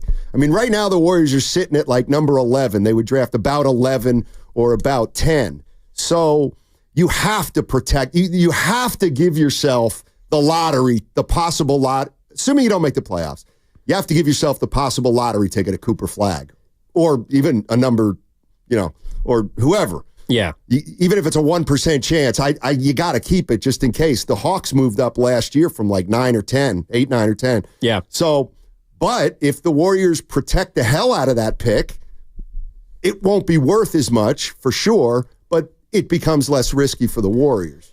No, to your point, I think you're right, which is you have to protect the lottery. Like you have to protect your lottery ticket. Right. But beyond that, I don't think they care much. Like and again, the deal involving the pick would in a perfect world propel you to a place where you're not in the lottery. I think that's why Levine's the target. Right. And the priority of Wiggins is attached to that. Now, what I wonder, and I think the biggest question they're going to have to answer is, like, if I'm the Bulls, do I really want a bunch of expirings? Like, what are they trying to do? Is it just get into the lottery? Because their pick's also protected this year. We know that. And so they might want a chance to get Cooper Flag also. But the question they're going to have to answer, Steiny, I think, is how badly do they want to keep Andrew Wiggins? Because he's a player that appears to be in all of these deals. Like, he's the one that makes it easier to complete. And if you really think that he's going to help you, I can't trade him. And it seems like Draymond Green's off the board, whether because the Warriors don't want to move him or because no one wants him. Yeah, I look at it. I look at it this way: if you got to give up Wiggins to get Levine, to me, it's not worth it. Essentially, it's a lateral move. I mean, I guess you could get an uptick some from Levine. I mean, I wouldn't rule it out, but that doesn't do enough for me. If we're going after Levine, I got to have Wiggins here. Because the reason is because if Wiggins can stay here and you get Levine, well, like the whole thing changes in a way. Then you got Curry who can score, and Levine who can score, and Wiggins who can now be like a third option, and then Kuminga can be like a wild card scorer.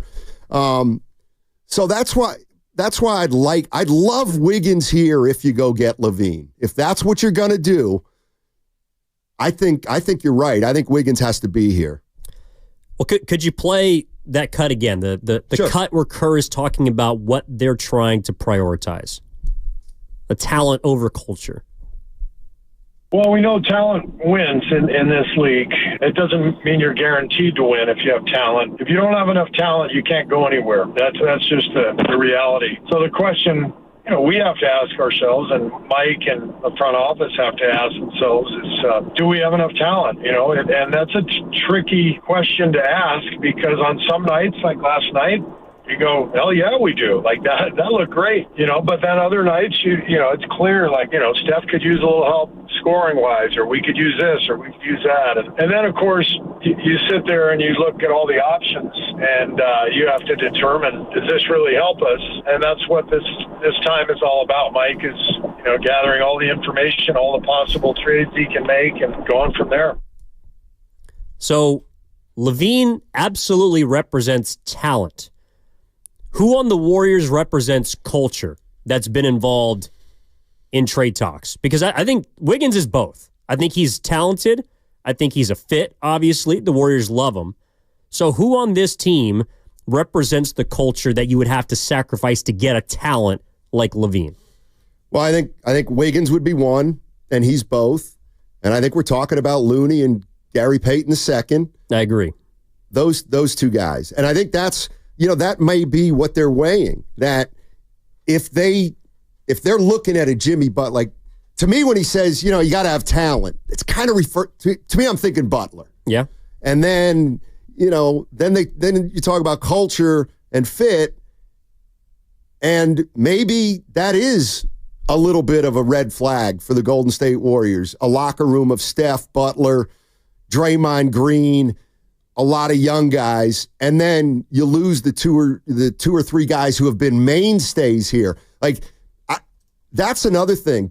If the Warriors go get Jimmy Butler or Levine, and it's a big deal, their team is going to, and I'm not saying this is bad at all, it's acknowledging that you're fundamentally changing your team in a way that they've never done before. Even losing Clay would feel to me like a secondary move if Wiggins is in a trade and you get Levine back. That really alters, to my way of thinking, your personality, your style, your identity.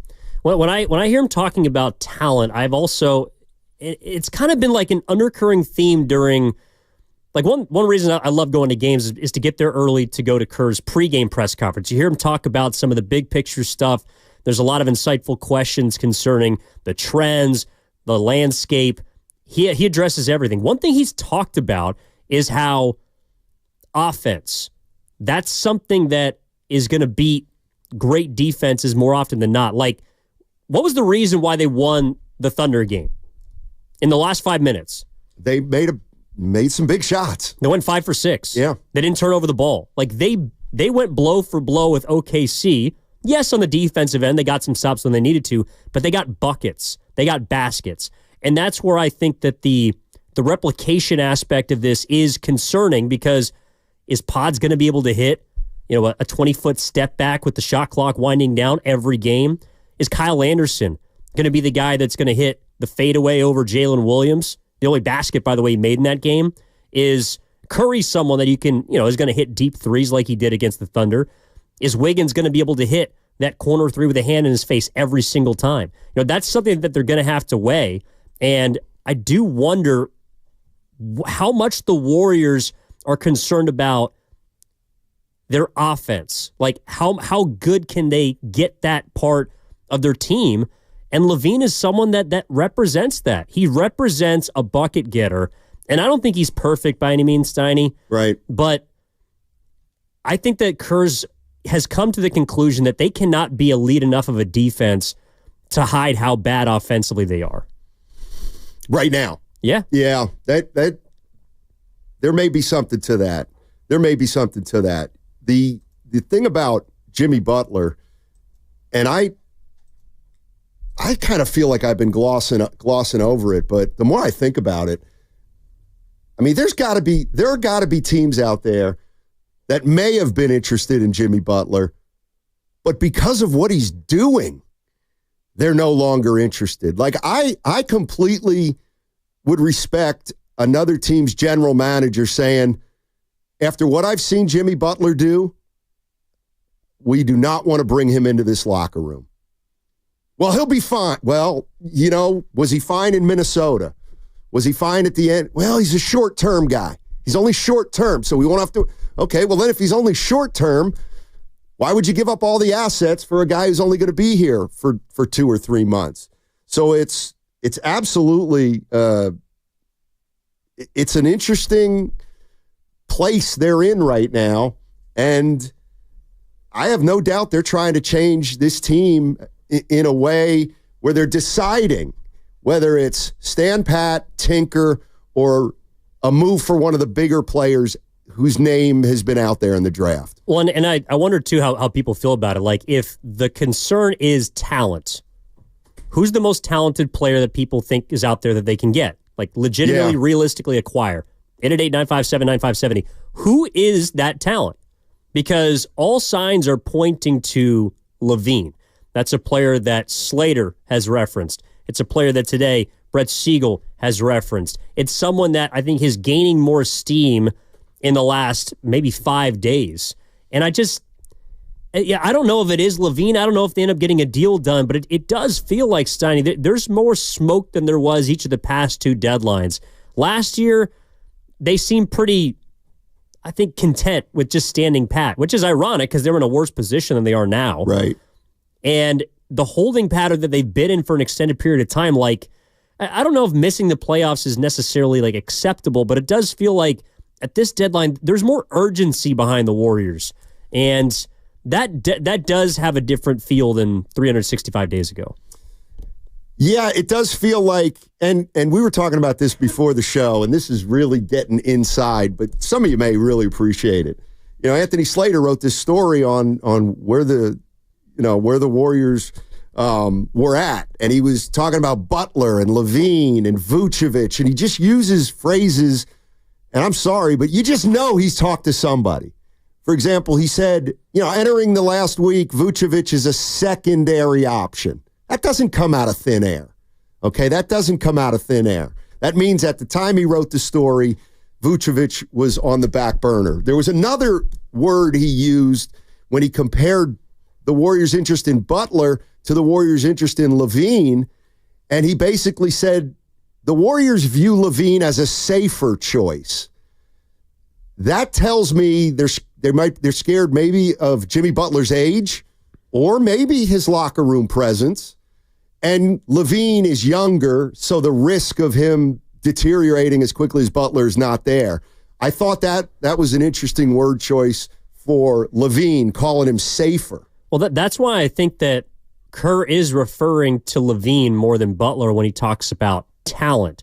Because the other report yesterday from Kevin O'Connor is that Steph Curry doesn't look at Jimmy Butler as a fit. Like, he's a little worried about what could happen in the locker room. And there's obvious concerns. And the reasons for Curry feeling that way, we don't have to dive into. He's got a history. But, the Warriors at the deadline, it's like trying to find a guy that fits. Like, it ain't going to work. It's not going to save them. And while I haven't been the biggest fan of, say, the Schroeder acquisition, it does look like he might be starting to turn a corner. And that's the kind of shift that we're beginning to see. Like, Schroeder was not a fit. Right. He wasn't brought in to be a fit. I think that's the same type of approach that they're going to take at the deadline, where whoever this player is, he's not going to fit. But whoever's been fitting on this roster hasn't helped you get more than above 500 anyways. So fit is no longer the approach of the Golden State Warriors. It's got to be talent first, and we'll figure out the rest. I don't disagree with that. I mentioned this earlier, and I kind of glossed over it, and maybe I'm assuming something that I shouldn't assume. But I said that I don't think Warrior fans will be upset if they don't make a move, and maybe that's an assumption I shouldn't make. But I don't know. Like, I don't know where we are in the Joe Lacob regime. I mean, he won a title. They won their fourth title in 2022. It's only 2025. I mean, I get it. He's the owner, and they're always on the clock. But I mean, really, if 2 or 3 years removed from a title, you kind of don't give the Warriors the benefit of the doubt if they can't get something done at the trade deadline. I guess I get it. I guess, but to me at this point, if you don't make a deadline deal, I got to assume that other teams wanted too much for these players, and I'll bet you the risk they felt was too much if they don't make a deal. Obviously, they will have thought the risk was too much. 888-957-9570 is the number.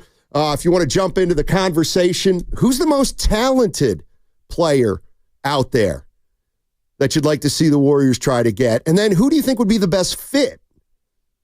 888-957-9570. Safety on roads and freeways starts at Valvoline Instant Oil Change, your 15-minute drive-through oil change for all vehicle types. Friendly technicians check fluids, wipers, lights, tires, and more while you stay in your vehicle. Locations, coupons are at BayAreaOilChange.com.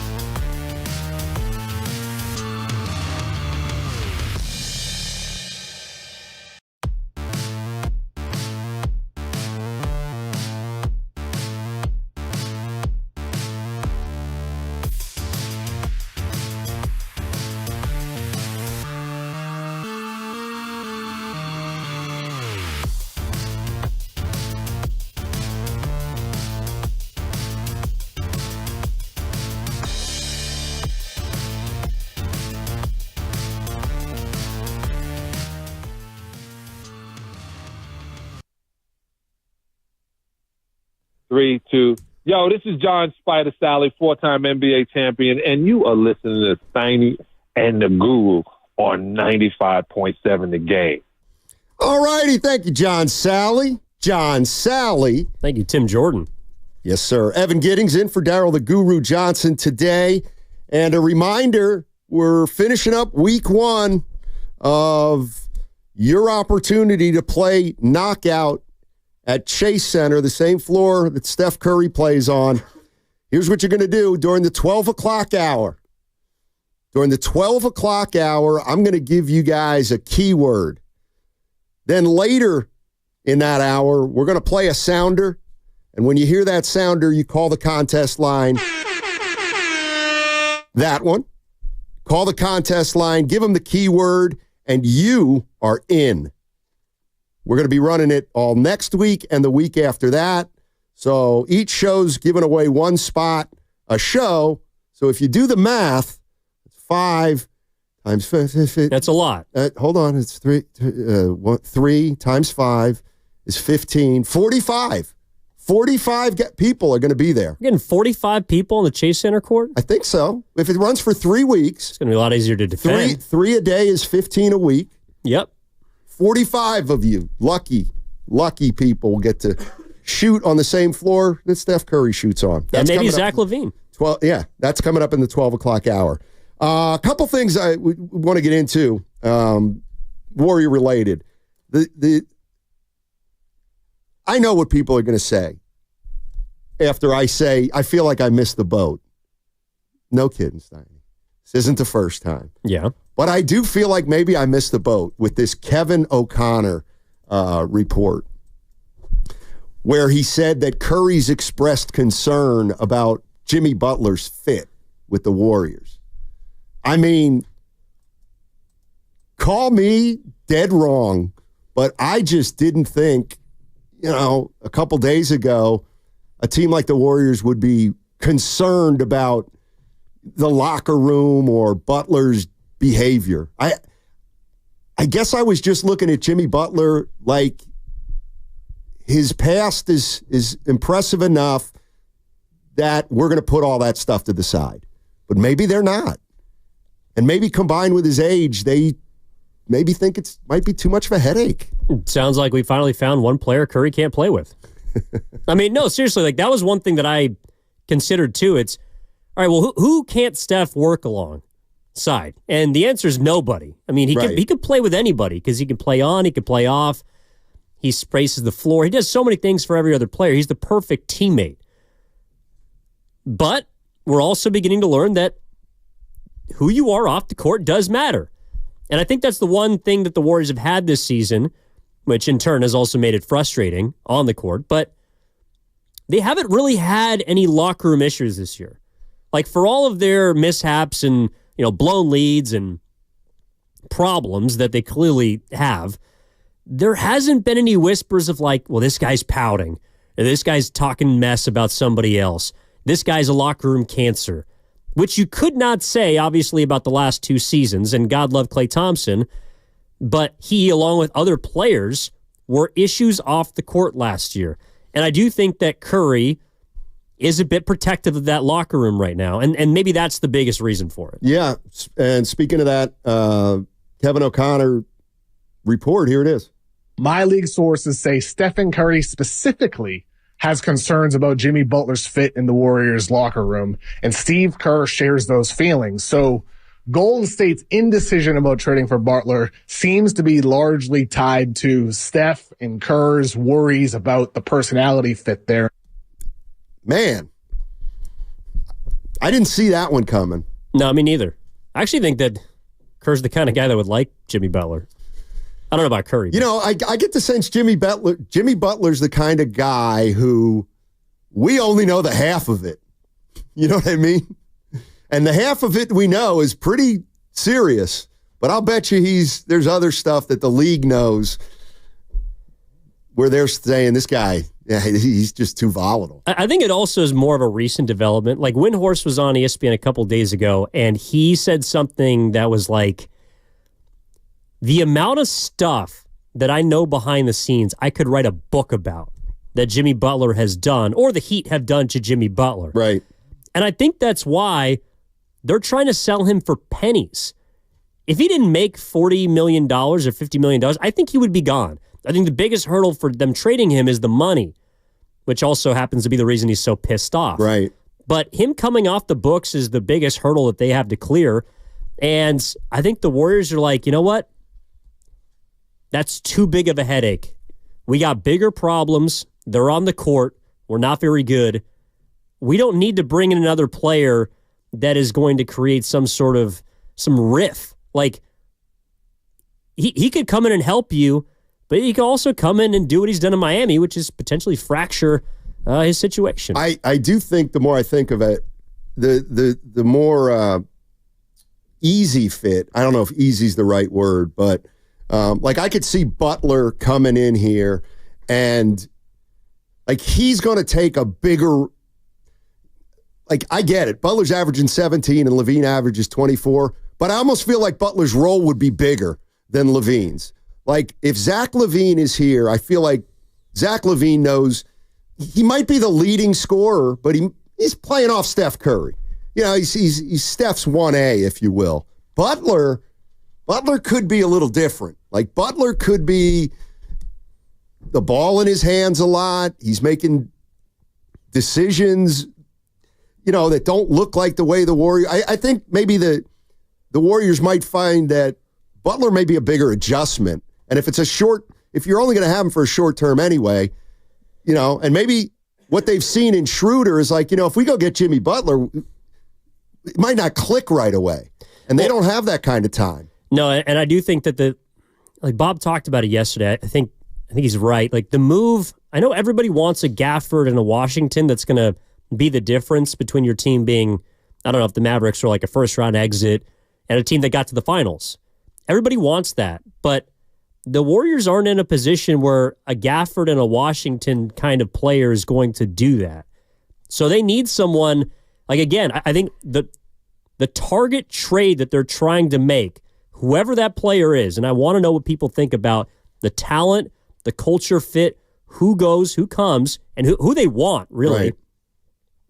The target trade is Andrew Wiggins in 2020, a player that you knew was going to need some molding, that was going to be a bit of a project, that may or may not have even worked. But you had to do something because the course that you charted is just not good enough. Like, the holding pattern they're in is a team that's around 500. That's not good enough. And if you're going to... If it's not even about taking a swing. Like, I don't think LaVine is a swing. I don't think he's a risk. Like, they're not going to send a ton of draft picks for him. But you have to do something different. And it feels like they've finally gotten to the point where they're just kind of at their end of whatever this current iteration is. 888-957-9570. The deadline continues to inch closer. We're 6 days away. And the news of the day seems to be that the Warriors and Bulls are very engaged in conversations, which would clearly lead you to believe Zach LaVine is being talked about. Question now with Zach LaVine is there any way you can get Zach LaVine without having to give up Wiggins?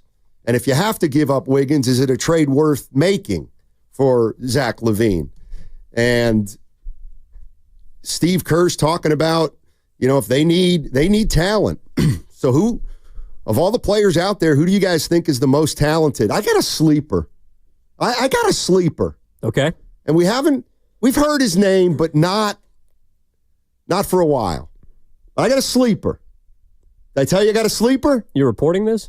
No, it's just, there's something in my gut. Something in my gut. That's the hunch. Don't go to the well. Don't go to the bank. I don't know why I'm sniffing Brandon Ingram. I've heard... Well, the Hawks are. Well, I've heard New Orleans is New Orleans is going to do something. Bobby Marks, ESPN's front office insider, went on TV and guaranteed they were going to do something. Pelicans. The Pelicans, yeah. They kind of have to. Yeah. Well, they got to make at least one little move to get under the luxury tax. They've never paid it. Well, it's funny because this is how you know that the Butler situation is as toxic as possible. the Pelicans are a team that might actually trade for him because they don't care. They don't care if he comes in and doesn't play and then he walks. Like, the fact that the Pelicans are a potential destination for Jimmy Butler means that, like, his value is at rock bottom. I mean, he's responsible for it. Yeah, I mean, you trade if you're the Pelicans, you trade for Butler and you demand he opts out, and then he can get off his money. Well, it was like one of those where, like, the Warriors traded Iguodala to Memphis. Right? Yeah, exactly. I ain't playing for the Memphis Grizzlies. No chance. Say, get me out of here, and until you trade me to eventually Miami, which is where he went, I'm not showing up for work. Yeah. Chris in San Jose. Hey, Chris, how you doing, man? What's going on? Hey, what's going on, guys? Good morning. Yeah, it's almost like we're a victim of our previous success because now, everybody thinks, all right, we got to win another one or at least give Curry and to a lesser extent Draymond Green. We got to give them an opportunity to get into the playoffs. So we're going to do whatever we can to give them another chance where, to me, I'm looking at, and we've talked about it for months, Curry's not the same player he was. Draymond's not the same player he was. So, it's all good. Respect the guys for, if they make a move and want to try to give them an opportunity to get into the playoffs. But this whole argument of, just go for talent, don't worry about fit. Like, at some point, you got to do something, right? Because if you look around the league, I'm sure, Draymond's a smart basketball player on both sides. I'm sure he'd be a relatively decent fit, I guess, wherever he goes. But he fits better with us than any other team because we've had the two greatest shooters of all time where he can just stand at the top of the key unguarded and pass it to him coming off of a horn screen at the elbow or in the corner, whatever it is. So, Draymond is not a talented to me, he is not a talented basketball player when you compare him against other guys at the same position around the league. Other guys in his position are taller, more athletic. They can pass too, but they can score. They can shoot. They can put the ball on the floor. So you need to stop. I guess my point is stop worrying about the fit. The Butler would fit fine for us. They're talking about maybe his personality not fitting. Are we really going to sit here and act like Draymond isn't a big reason to why we think his personality would not fit here? To me, it's glaringly obvious that Draymond and him would ultimately butt heads, and we're always going to side with Draymond, even if he's in the wrong. So, yeah, at some point, go for the talent. LaVine, to me, is the most talented player out there. Everybody's talking about his defense, worrying about his defense. Guess what? At least you can count on him to get you 20-plus points a game, and he is a 6'6" guard who maybe they can engage him on that end and get. Well, Chris, no. I want to ask Chris. Draymond. Let me ask you this, Chris. Two things: are you willing to give up Wiggins for LaVine, and then would you be willing to give up future firsts for LaVine?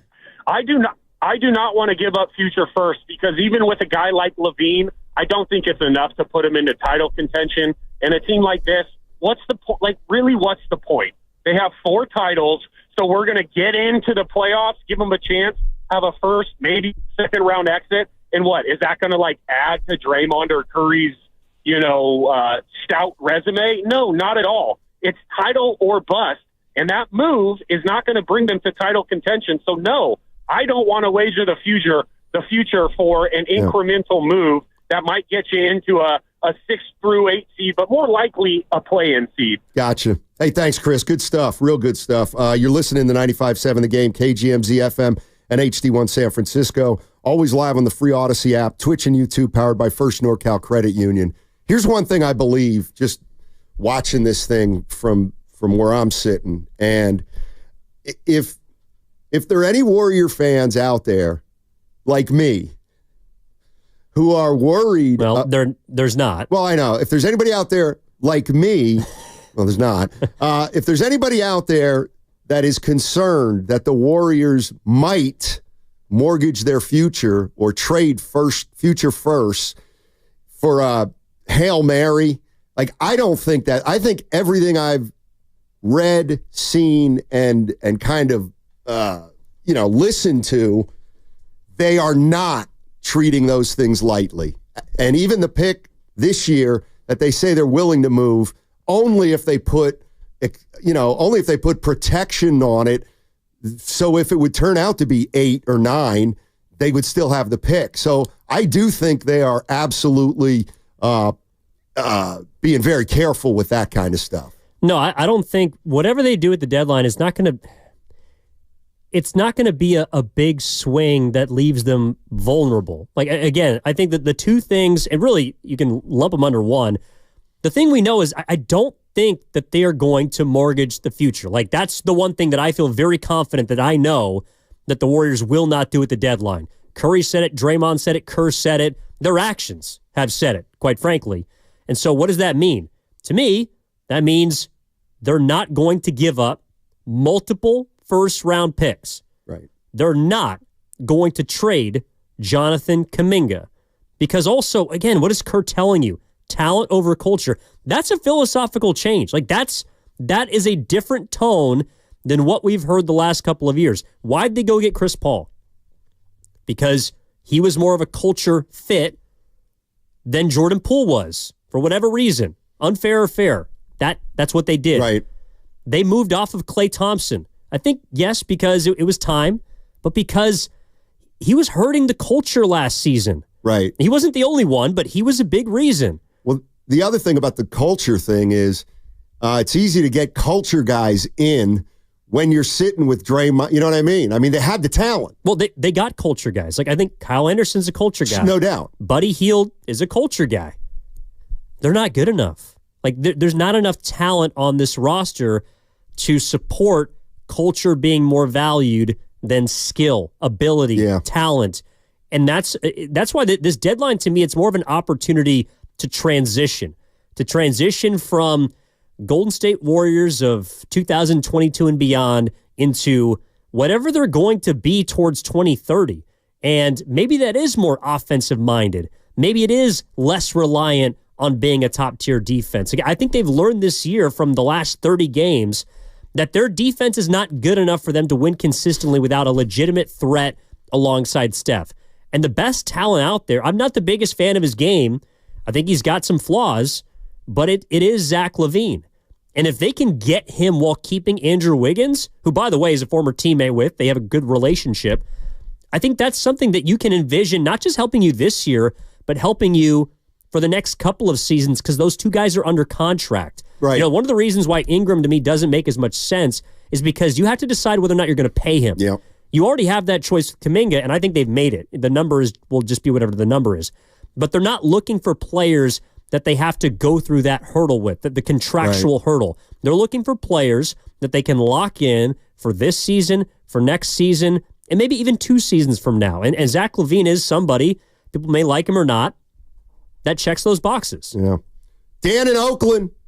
What's going on, Dan? How you doing? You want to talk a little about Butler?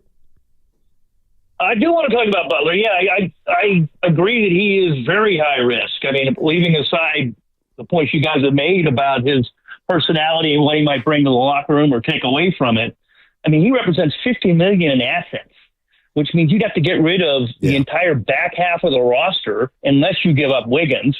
And even if you give up Wiggins, you're still giving away 3 other players on top of that. And then you have the huge uncertainty for next year. If he opts in, then that's $50 million that you're attached to. You can't re-sign Kuminga, and it limits your moves. If he opts out, then you got nothing. You've given away half your assets, and you're missing the man you went for. So I think LaVine brings a lot of flexibility, especially if you can keep Wiggins, and that's where I'm with you, Steiny. If you can keep Wiggins and him, that just makes a really interesting team. You got a nice backcourt. You got Wiggins at the 3. You can play around with post at the 5, and you can slot in Kuminga as you need it. Maybe you give up Slow-Mo and you give up Buddy, but I think at this point, what you guys have said, they're just not good enough. Right. So I would go with LaVine, especially if you can keep Wiggins. And yeah, I'm starting to. Thanks a lot for the call, Dan. Appreciate it. I'm starting to come around to that a little bit, but the reason I'm coming around to it a little bit is, sometimes I look at the Warriors. They got Curry, Hield, Slow-Mo, Post, Draymond, and you're like, that's not a great lineup. Nope. But I like Curry, LaVine, Wiggins, Kuminga, Draymond. The reason I like that is because it pushes everybody down in the pecking order, maybe even Steph. on certain nights. Wiggins, we'd all like to see him as a third option rather than a second option offensively, right? But that's also part of why LaVine could work too. It's exactly. You now have two players, like we saw Wiggins, he was the best player against the Thunder, right? Yeah. I think it wasn't close. You now have two players that could be the best player on a given night. Now, I don't know if LaVine can do it consistently against like the best teams. We've seen Wiggins do it a bit more. But now if Curry has an 0 for 8 second half, you don't live and die with him as much. Right. You now have two players that can carry you for, like, one of my biggest issues with their offense is Steiny. It's like they don't have anybody that can carry them for like 4 minutes. That you throw the ball to, 4 straight possessions, and you're going to score on 2 or 3 of them.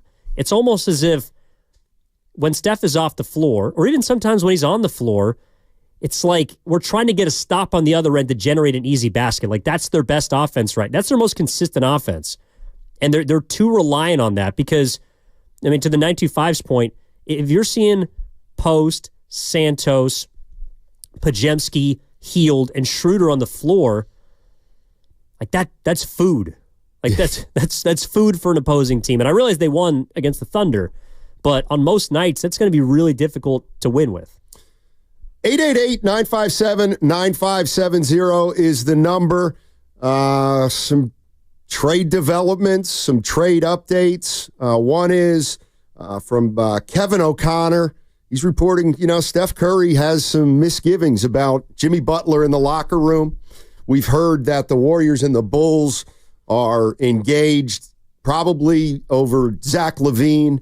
Anthony Slater reported a few days ago that Vucevic was a secondary option. The questions we're asking is, can the Warriors get LaVine without moving Andrew Wiggins? Does that make it more palatable? If you go get a LaVine, will you have to give up any future firsts? I got to believe the Warriors would love not to, but maybe that has to be done if you want LaVine. And, it's just...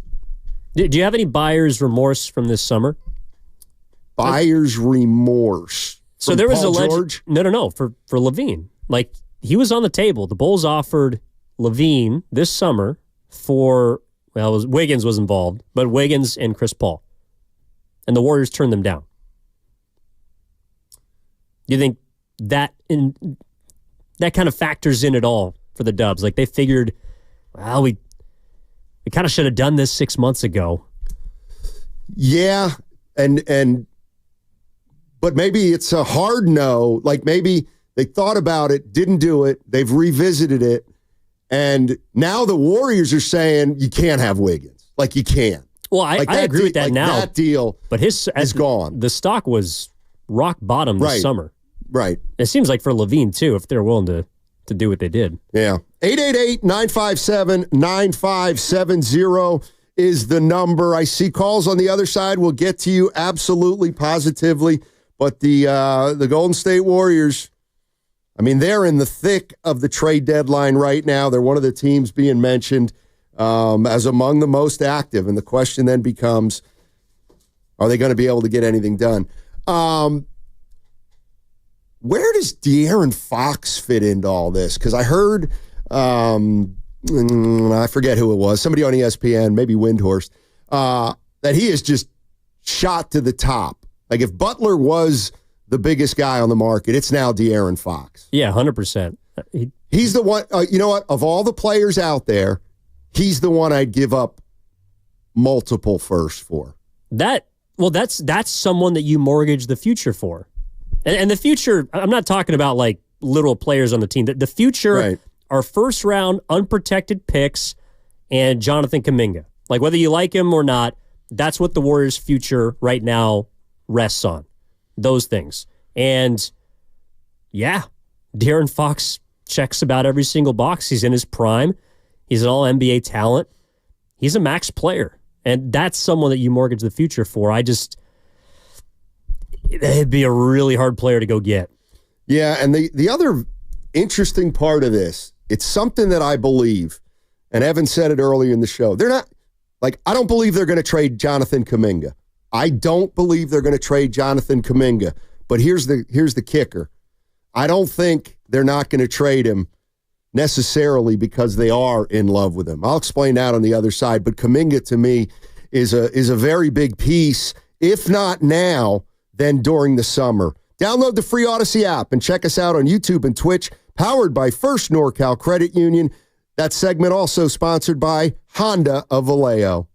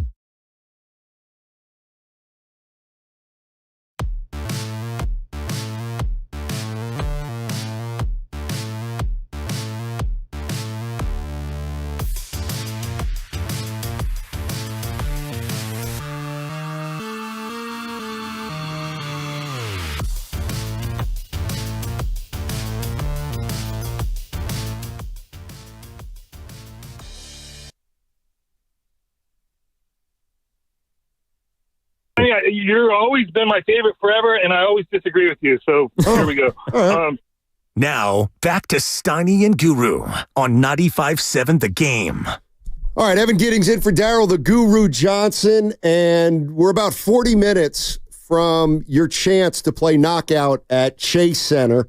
In the 12 o'clock hour, I'm going to give you a keyword, and you make a note of that keyword, and then later in the segment, we're going to play this sounder. And when you hear that sounder, you can call the contest line, relay the keyword, and you will be in the contest. I lost. I will give you the right number at the appropriate time. Hopefully better than yesterday. Do you think we're blowing smoke, Steiny? I mean, we do it on every once in a while on the show. You got to talk about things. It's not really going to happen, but you got to get through it. Like, do you think we're blowing smoke today? No. I don't think so either. Who? And I'm pretty good at sniffing. Well, the 925, let's keep the trades that aren't going to happen. Stop beating everything into the ground. You know what's the fun part of this? Oh, go ahead. I was just going to say, I do think something's going to happen. Yeah, I do too. And here's the other thing. Like, to me, this is actually the one time when we're talking about the same things that the front office guys are talking about. They're talking, I'm telling you, they're talking about Levine and Butler and Butler's disposition and Butler's money. And is he going to opt out? And could you get him to opt in? Thank you, Joe. You're right. Well, big ones are. And I think we're starting to find out that in the new CBA era, trades for guys that make close to $40 or $50 million are legitimately difficult. Like, it's no doubt. I think it's the reason why Jimmy Butler isn't already a Phoenix Sun, for example. It's because the Suns can't find a place that Bradley Beal, A, wants to go, or B, is willing to take him. Otherwise, I think he'd be in Phoenix right now and be playing the Warriors tonight. I'm with you. There was a story the other day I read that the Bradley Beal is the whole key to this thing, and that he's got a no trade clause and he ain't going anywhere he doesn't want to go. Bradley Beal. I didn't realize he had back-to-back 30-point seasons. Like, he could score, but back in the day, it's kind of the point where it's like Bradley Beal is the biggest hang-up in the association right now. I never would have. He's been so off the radar for the majority of his career that the only, you know what? The Wizards have screwed all this up. No, they haven't. And you're wearing their logo right now. Yeah. I can't believe you. Washington's the reason we're in the pickle we are right now in Golden State, and I won't stand for it. We call it the district. The former regime. We call it the district. I call it the DMV. Yeah, they do. They do. I want to get into Kuminga in a second, but let's go to Antonio in Oakland. He keeps it positive. He keeps it light, and he's an optimist. How you feeling, eh? Oh, pretty good, man. Beat OKC and all that. And, I would definitely get Zach LaVine, man, because Steph and Zach LaVine, they can take turns on being number one option from night to night. I know Steph probably has declined a little bit, but I think we can make some noise in the West, at least a little bit. We can win a round or two. And then Dennis Schrader and Brandon Pozinski is like a backup backcourt. Like, what other backup backcourt will be better than them? I can't think of many.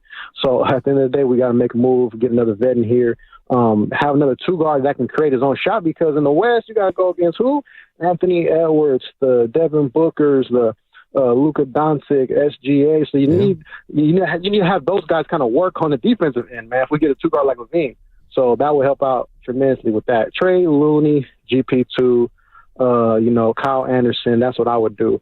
No first round picks, unless you're going to bring the Greek freak to the Bay. What about what about De'Aaron Fox? You wouldn't give up some picks for him? Yeah, I would, but I don't think they're going to trade him to their Northern California rivals. I don't think they're going to do that, but I would do it in a heartbeat, though.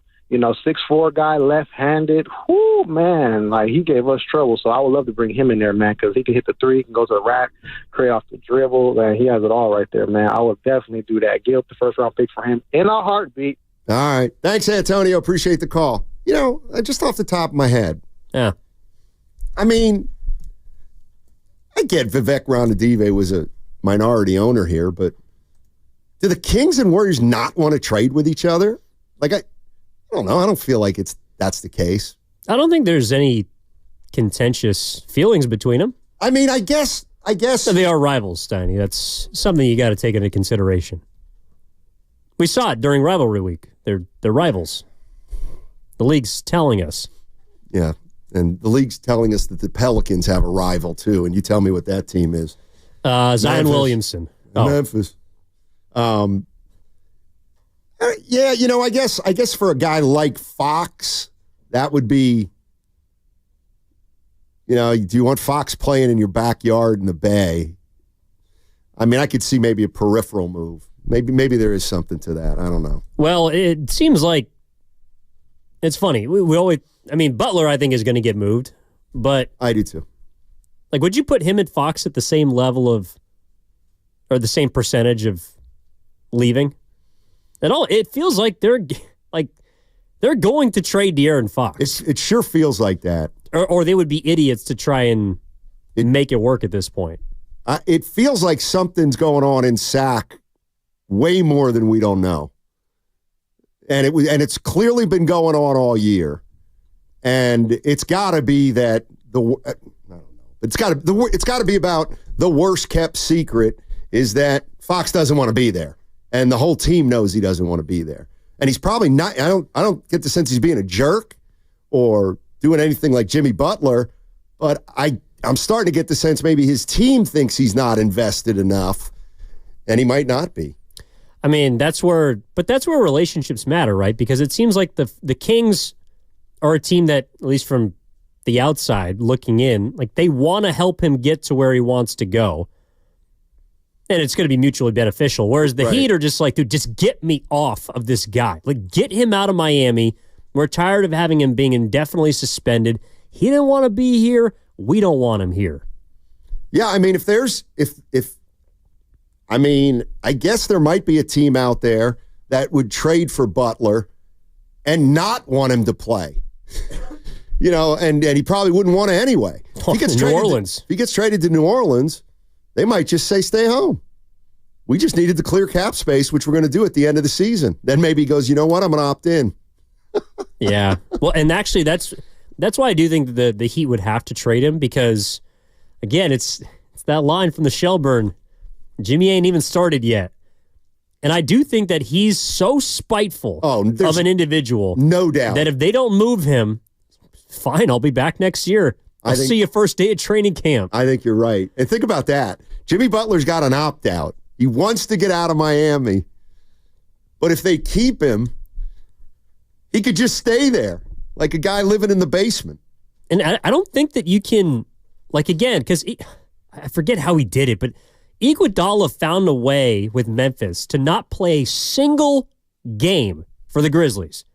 And I think he made like $17 million that year. It was one of the biggest fleece jobs I've ever seen in my life. And he was great at stripping the ball. He could fleece you. He was. He's a great defender. He was. He's pesky. But yeah, Jimmy Butler's going to find a way to get that money. Murillo in Petaluma. Hey, Murillo, what's going on?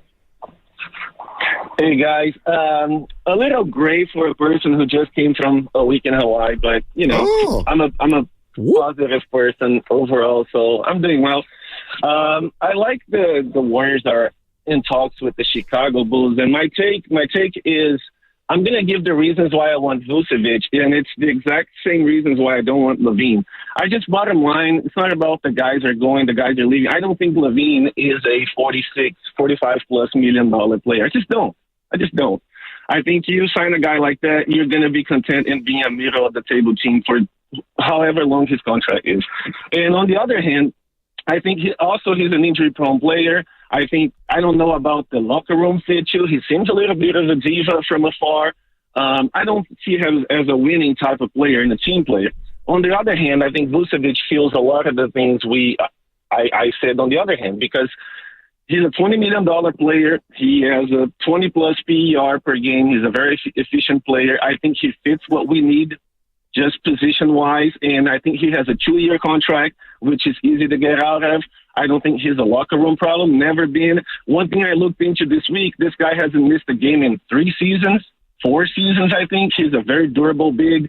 I just think you still got to look at Jokic. You got to look at these big bodies. I know people are really worried about the guards, But there's no way to give up to do one of these big trades without giving up Wiggins. There's just no way. And also, one thing that, Stein, if you let me go a little longer, one thing that I think Steph was mentioning is it's not much about who's coming to play with him. I think Steph can gel with anyone.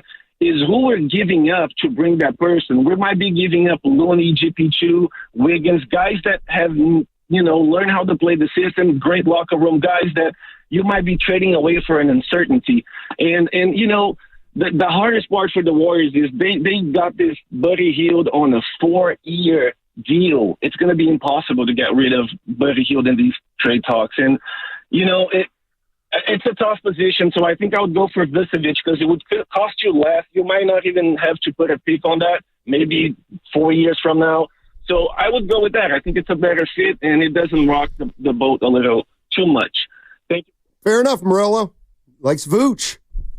Nikola Vucevic. Yeah, I guess I don't really think the Warriors want to get older. I think that is also a reason why Butler, like if Butler was 32, I think there's a little bit less hesitance from the Warriors side. But the one thing that I do agree with him on LaVine is this, because we've talked about the things he can do. The thing that he can't do is get younger. Like how? All right, let me ask you this, because I think what the Warriors are trying to find is the trade like 2020 when they brought in Wiggins. They're trying to find a player that's a little bit of a reclamation project. They can get on the cheap. That could be here, and I think that is under contract, so they know what is in store for them, and they can maybe not build around him, but build with him. Right. How old was Andrew Wiggins when the Warriors traded for him? Younger than I thought. A lot younger. Right. He was 24. What? Was he really? He was in his age 24 season. He might have turned 25. Right. Yeah, that's a wow. He and LaVine are the same age, essentially. Right. LaVine right now, oh my God, he's almost 30. LaVine. Yes, he's about to turn 30. Wiggins turns 30 in 2 days. Or sorry, in 22 days. But they're the same age. So that's one thing that also makes me a little hesitant about LaVine. It's like, he ain't a spring chicken. Right. But to Murillo's point, I actually think the contract incentivizes the Warriors to be a little more into it because his contract aligns with Curry's. So you do have a timeline on it. Like, you do know how long you're going to have him for, and it also happens to align with your franchise. So I don't necessarily look at the contract as a bad thing. Not an overwhelmingly bad thing, but it's something you're going to have to obviously think about and incorporate into what you're trying to do. But I do wonder, do the Warriors like the? It doesn't feel like they love the idea of Butler coming in here for half a year. Like, I think maybe I don't know. I don't feel like the Warriors want to make a move where they know they're making a move for the next 2.5 months, and that's it. In other words, they make the trade, and we're like, well, he's not going to be here after this year.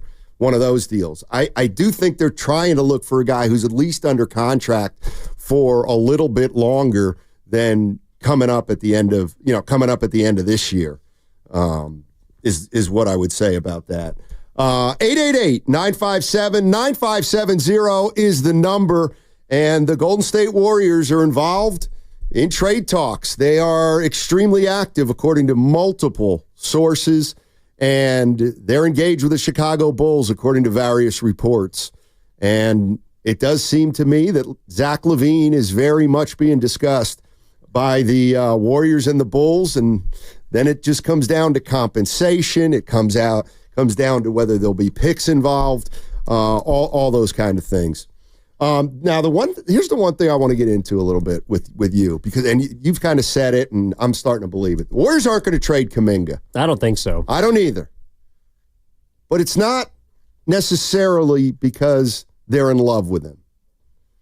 See, I got a theory on Kuminga. Lay it on me.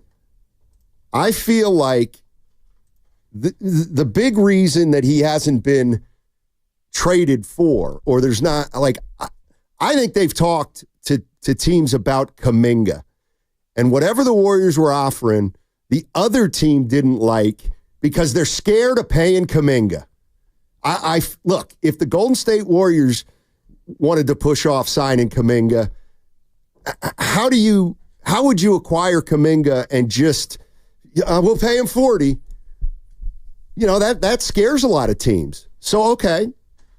So you can't move him. Well, now we're at the end of the season, and the Warriors know, like the Warriors may know nobody wants to pay Jonathan. That's why they didn't trade for him. They didn't trade for Jonathan because they don't want to pay him 35 or 40. So he's not going to be able to get that on the free agent market. If he does, we'll make that decision. But if he, I think I'm starting to think more and more they're going to, whatever the number Kuminga signs for is going to be way lower than the numbers that we've been throwing out there. What numbers have we been throwing out there? Like 35-ish to 40. Yeah, I don't think there's a chance in hell that he gets anywhere close to $40 million a year. I mean, I'm starting to believe that the Warriors might try to get him for 100. I mean, I like him maybe more than most, but you can't. And you don't here's the thing: the position Kuminga's in, he can't command $200 million or $150. Like he can't. No, he can't. I don't think you can. Like Trey Murphy is the benchmark to me. I don't think you can give him more than Murphy, who got 4 for $112. And that's he's a starting caliber forward. Yeah. What is Kuminga's? Let's say at the deadline, perfect world. Warriors get LaVine, they keep Wiggins, so you have your starting 5 of Curry, I don't know, insert 2 guard, LaVine, Wiggins, Draymond, and TJ to your post, right? Sure. What's Kuminga's role? 6th man. You can't pay a 6th man $30 million. You can't do it. Nope. The highest paid bench player in the league right now, I think, is Jordan Clarkson. But when he was paid that money, he starts. He starts on a bad team, but on a good team right now, Kuminga is a 6th man, and he's a really good one. He's averaging close to 17 points per game. When he's come off the bench this year, he's been more efficient when he's been given run, like he plays a lot. But if the Warriors are going to be a successful basketball team with LaVine and Wiggins, Kuminga's role is probably going to be as a bench player. And could he evolve into a starter? Could he step in and start for guys that are out? Sure. But that's his role. You cannot pay a player more than $30 million, and I would say even $30 million a year. That's not a starter for your basketball team. It's not necessarily what I think. The other thing is, there's only going to be 2 teams with a lot of money, Brooklyn and Washington. And I just don't see who the Warriors are going to be fighting with over Kuminga. And what I firmly... The Nets, I think, would be the only team. Okay, so the Nets offer him 4 years for 120. 30, 30, 30, and 30. Something like that. Yeah. All right. Then the Warriors have to make a decision. And they'd probably match. Now, if it's 40, 40, 40, 40, I just don't believe the Nets are going to do that. Why would they do that? And this is where you can help me, because I think a lot of people are there's a theory that other teams could offer him just to drive the price up. That doesn't really, that's not how it works, right? Right. So what'll happen is at the end of the year, he's a restricted free agent. So the Warriors could re-sign him anytime they want. But no team will offer him a contract unless they think they're going to get him. That's the way that I understand restricted free agency. You won't make an offer unless you actually think it's legit. Exactly. I mean, there have been offers made, and then those deals have been matched by the existing team. That's very possible. But teams don't ordinarily like to do that, because the minute they claim a guy, or the minute they offer the contract and now it's sitting there in restricted free agency, that team's frozen. And I want to say the team has a day or two to match. Well, a day or two is a long period of time in free agency to not do anything. So what I believe is if he doesn't get an offer from another team, which to me, is very risky because, yes, why would you want to do the Warriors negotiating for them and then they just take the guy? But if the Warriors know that he doesn't have a lot of interest around the league, I mean, go ahead and lowball him. Well, I mean, he's got to come to Jesus, Yeah, you don't want to mess with the Jesus. You're a $20 to $25 million player according to our league. That's what it would come down to. Yeah, I mean, but I think that's why the Warriors set this thing up. And also, again, I don't think they're moving him in the deadline. Me neither. But that also means that you almost have to match. You can't let him walk for nothing. So I think the Warriors at the deadline are preserving their future. That's unprotected first beyond this year. That's Jonathan Kuminga. That also means that they're prepared to match a pretty significant number this summer for Kuminga because they don't think it's going to be that high. Like the rest of the league is not sniffing around at Kuminga. I don't know if he's actually the kind of trade chip that everyone assumes that he is. I agree. I don't know what his value is on the market right now because if you acquire him, you're going to have to pay him. You're going to want to pay him. And there just seems to be this almost chasm between what Kuminga's camp, I'm not going to say JK because I don't know, but Kuminga's camp clearly thinks that he's worth and the rest of the league is telling us. Like, I don't think the Warriors would gamble. Like, if for example, if there was another team that was willing to pay him $40 million, I think they would trade him right now. Because I don't think the Warriors would.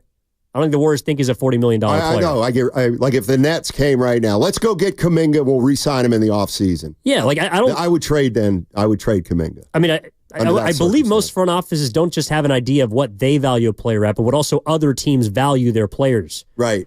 So if they found out that the Nets are willing to offer Kuminga like 4 for $160 this offseason, then I do think that they would trade him. Yeah. Great call here from the 408. And I think I forgot about this. Oh, the DeAndre Jordan. DeAndre Jordan. Great call, 408. The Warriors signed DeAndre Jordan to an offer sheet, but he went back to the Clippers. Is that the way it went down? I think it might have been. Well, he never left. I mean, right. I do remember him being a priority because he was like a Defensive Player of the Year candidate. DeAndre Jordan was really good. He's still in the league, by the way. Yeah, I know. It's kind of wild. Denver? Yep. Yeah. Is Jokic's backup. Denver. Him and Russ in year 28. 888-957-9570. I see Ben and Jimmy. I will get to you guys absolutely, positively on the other side. And, I mean, you can feel it brewing. Here's the other thing, Warrior fans. I mean, yeah, the Warriors signed DeAndre Jordan to a 4 for $43 million offer sheet. Think of how little that contract is right now. 888-957-9570 is the number. Don't forget, in the 12 o'clock hour, your chance to play knockout on the Chase Center floor. What's coming up on the game is brought to you by Fremont Bank. Here for you, here for good. Segment also brought to you by Chilton Auto Body.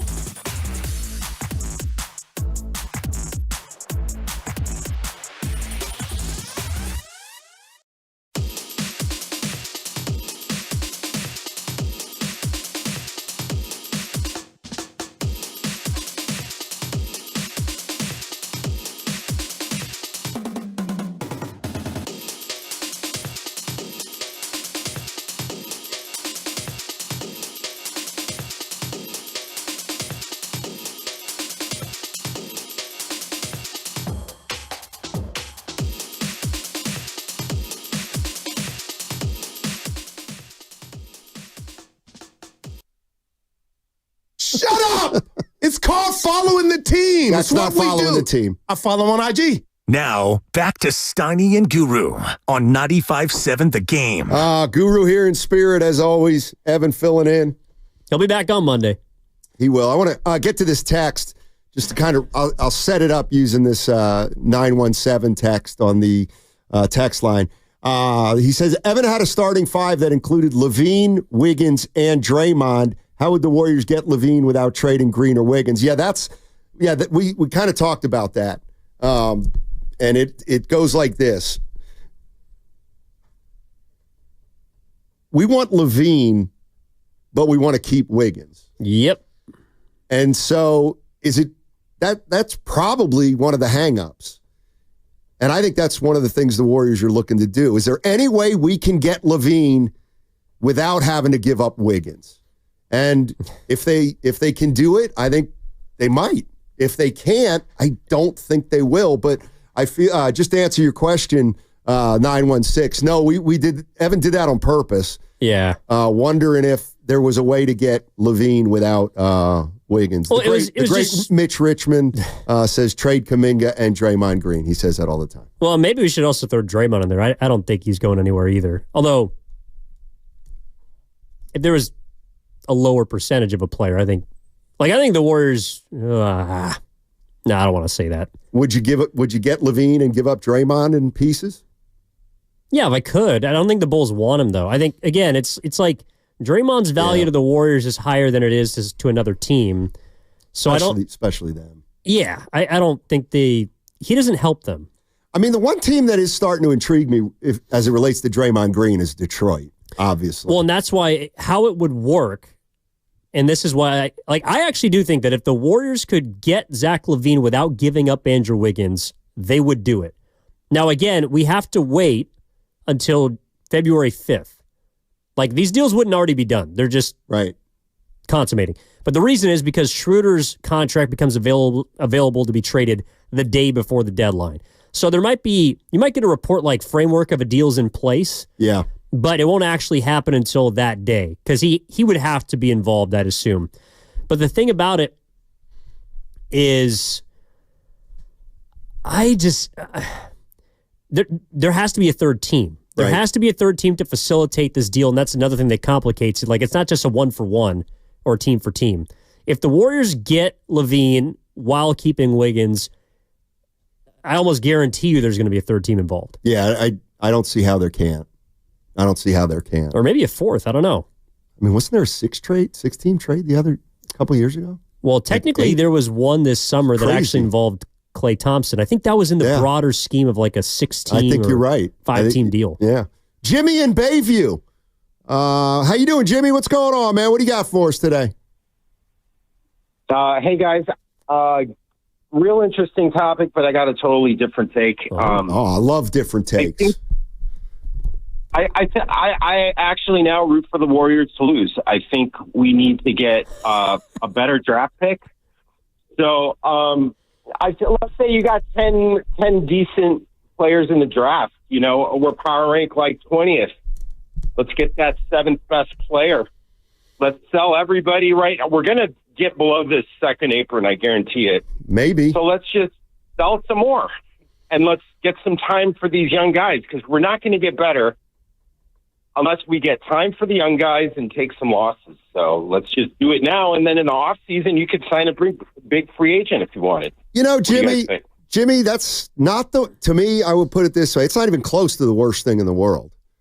As far trying to lose? No, I mean, not the trying to lose part, not necessarily. But if you got nothing out there and you realize you have nothing out there, well then, and we hear the Warriors have made one move and it was got rid of Gary Payton II. Okay, that means they got under the tax. It also means they probably didn't make the playoffs.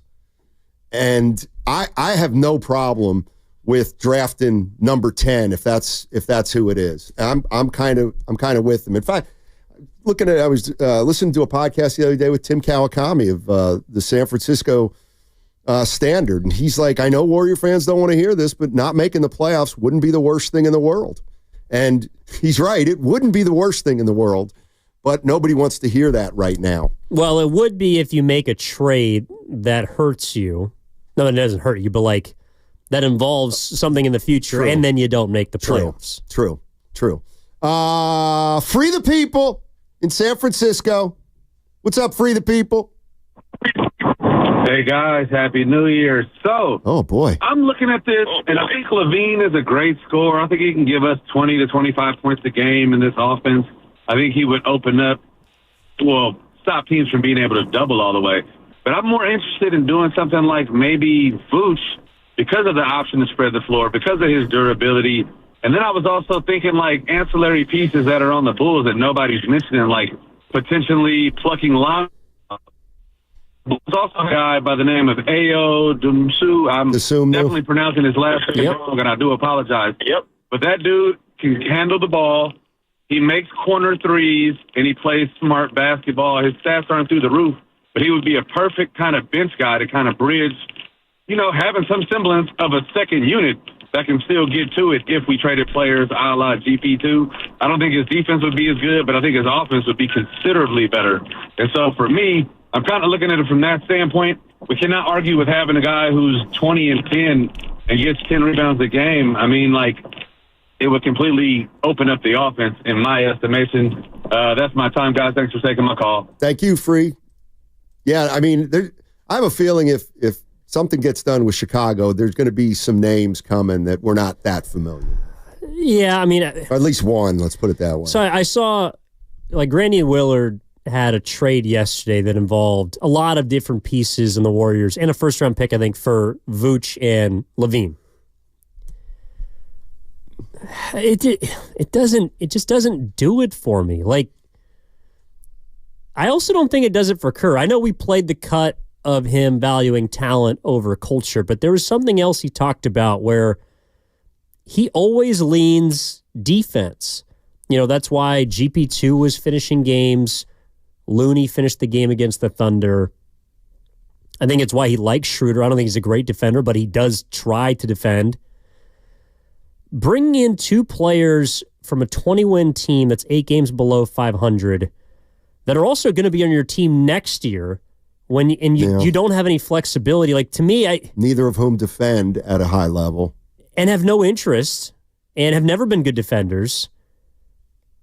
If you make that move, and with respect, I know they put a lot of thought into it. If you make that deal, you include, I think it was Wiggins, Looney, GP2, might have been Schroeder, for Levine and Vucevic. Those might be their 4 best defensive players outside Draymond. You just become the Golden State Bulls. You just become the Bulls of the West. And that's not a very good team. No. It might be more entertaining to watch. The Bulls score 117 points a game. They're a top 5 offense. They play fast, but they stink. And that's what would worry me about a bigger move with the Chicago Bulls. Max is in San Francisco. Hey, Max, how you doing, man? Hey, what's up, Evan? Hey. I'm listening to you guys today, but my idea might be a little left field, but if we're going to talk about Wiggins and we're going to talk about Levine, I really think that, to me, Butler is better than Wiggins will ever be. And he's the second highest paid player on the Warriors. So I think since he's not scoring like that, you might want to trade him to get a player that's going to be better than he'll ever be. That being said, bringing up Levine, to me, that's what we want Kuminga to be, but I don't think he'll ever get that good. He hasn't shown it, and for him to get the $35-40 million a year kind of money, he's got to go for 30 for the rest of the season, and I don't think he's going to do that. I mean, that's how I feel. Personally, people will say Jimmy Butler might bump heads with Draymond Green, but one thing I know about both those personalities is they're allergic to losing, so I think it'll be a perfect match. I think we have to offload everybody that is only signed to this year to get Jimmy. It'll be a win because, for one, he'll consider to re-sign and maybe restructure next year. But 2, he does everything that we'd be missing. If we lost GP2, he does play defense, and like I said, he's allergic to losing. He's my kind of guy. Hey, Max. But yeah, I think Kuminga. Max, real quick. So yesterday, Guru was in, and I know it was this year, but I was comparing Butler to Wiggins. Their numbers are not, they're pretty close this year, their numbers, but you think Butler would be a difference maker on this team more than Wiggins? Definitely, and I say that because he's taken to the finals. What he did with Miami when he took them against LA, granted, he didn't win that, but that was solely his influence. What he did in Timberwolves was solely his influence. Yeah. And what he'll do here, if he just has to put us over the hill, he'll do that. That'll be too easy because he willed them to the finals, and that to me that's all we need. If he was on the team, I feel like we'd win the championship this year. Oh my! Oh boy! All right, Max, appreciate it. Well, those are high expectations. I don't think Jimmy Butler can do that anymore. Like, I think he can move the needle. I think Jimmy helps you, but that's also assuming that he is not going to be a locker room issue. It's also assuming that he's not going to have a problem when the Warriors ask him to opt out of his player option, or that he's not going to get the contract that he wants beyond a player option. I think there's obviously just more baggage. Well, and the other thing is, if like Wiggins for Butler, I'd be a little worried about that because of Butler's kind of his age and volatility. But I mean, if Butler comes in and Wiggins goes out, even though their numbers look the same, the style that Jimmy Butler will look so much different in this offense than Andrew Wiggins. Like, you want somebody to take pressure off Steph? Jimmy Butler's going to take pressure off Steph. Like, Wiggins will take pressure on Steph when he's asked to. You know, he'll take pressure off Steph when he feels like he needs to step up. But like Jimmy Butler is going to make the Warriors, to me, look more different as an entire team than Levine or Vucevic. Well, because he's been a one. Yeah, exactly. He's been a one. He's been a successful one. I don't think he gets enough credit for what he's done the last few years in Miami, but that doesn't really matter at this point. You know, I think what does matter is, for the first time ever, Curry said he couldn't play with a guy, basically. Like, I mean, he said he doesn't think Jimmy's going to fit. Like, I don't know if he said that about anybody. Well, he certainly didn't say it about Draymond. No. You're listening to 95.7 The Game, KGMZ FM and HD1 San Francisco, always live on the free Odyssey app, Twitch and YouTube, powered by First NorCal Credit Union. Warrior fans, this is what Evan was alluding to. This is Kevin O'Connor. What do you think about this? My league sources say Stephen Curry specifically has concerns about Jimmy Butler's fit in the Warriors locker room, and Steve Kerr shares those feelings. So Golden State's indecision about trading for Butler seems to be largely tied to Steph and Kerr's worries about the personality fit there. You know, I always think about when I hear something like that. So if Butler doesn't end up going to the Warriors, that becomes something that just may become fact. You know what I mean? Oh, Curry didn't want Butler. If Steph Curry and Steve Kerr are having misgivings about Butler, he ain't coming. There's no chance. Don't you think? You know, now, the question is, are they, how accurate is that report? Well, I don't know whether it is or not. You want to play one more time? Because there's one thing that was missing that I loved about that report. Kevin O'Connor. My league sources say Stephen Curry specifically has concerns about Jimmy Butler's fit in the Warriors locker room, and Steve Kerr shares those feelings. So Golden State's indecision about trading for Butler seems to be largely tied to Steph and Kerr's worries about the personality fit there. What prominent voice wasn't mentioned in that report? Draymond? Yes. I love that. Because he should have no say in any of these things. You know, it's a little bit off the beaten path, I realize, but what should matter at the deadline is Steph Curry, specifically Steph Curry, and in an ancillary fashion, Kerr, because he's going to back his best player, who Draymond wants, which I think it's interesting also that he wasn't mentioned, because I actually don't think that Draymond and Jimmy would be that big of an issue together. It might sound contrary to popular belief, but his opinion shouldn't matter. Draymond Green should not get to weigh in on who comes and who goes. Apparently he has been, according to his podcast, though. I know. But I'm sorry. It was refreshing, honestly. I think that's been the first report we've heard from somebody where they mentioned Curry, and not Draymond. 954, I live in Miami. Trust me, you don't need that drama. I was at the game when Butler almost went to blows with Spo. Also, Jimmy has failed on 4 teams for a reason. Yeah, okay. I mean, he's a headache, or he can be a headache. Let's put it that way. Didn't the Warriors? Didn't he win that game though?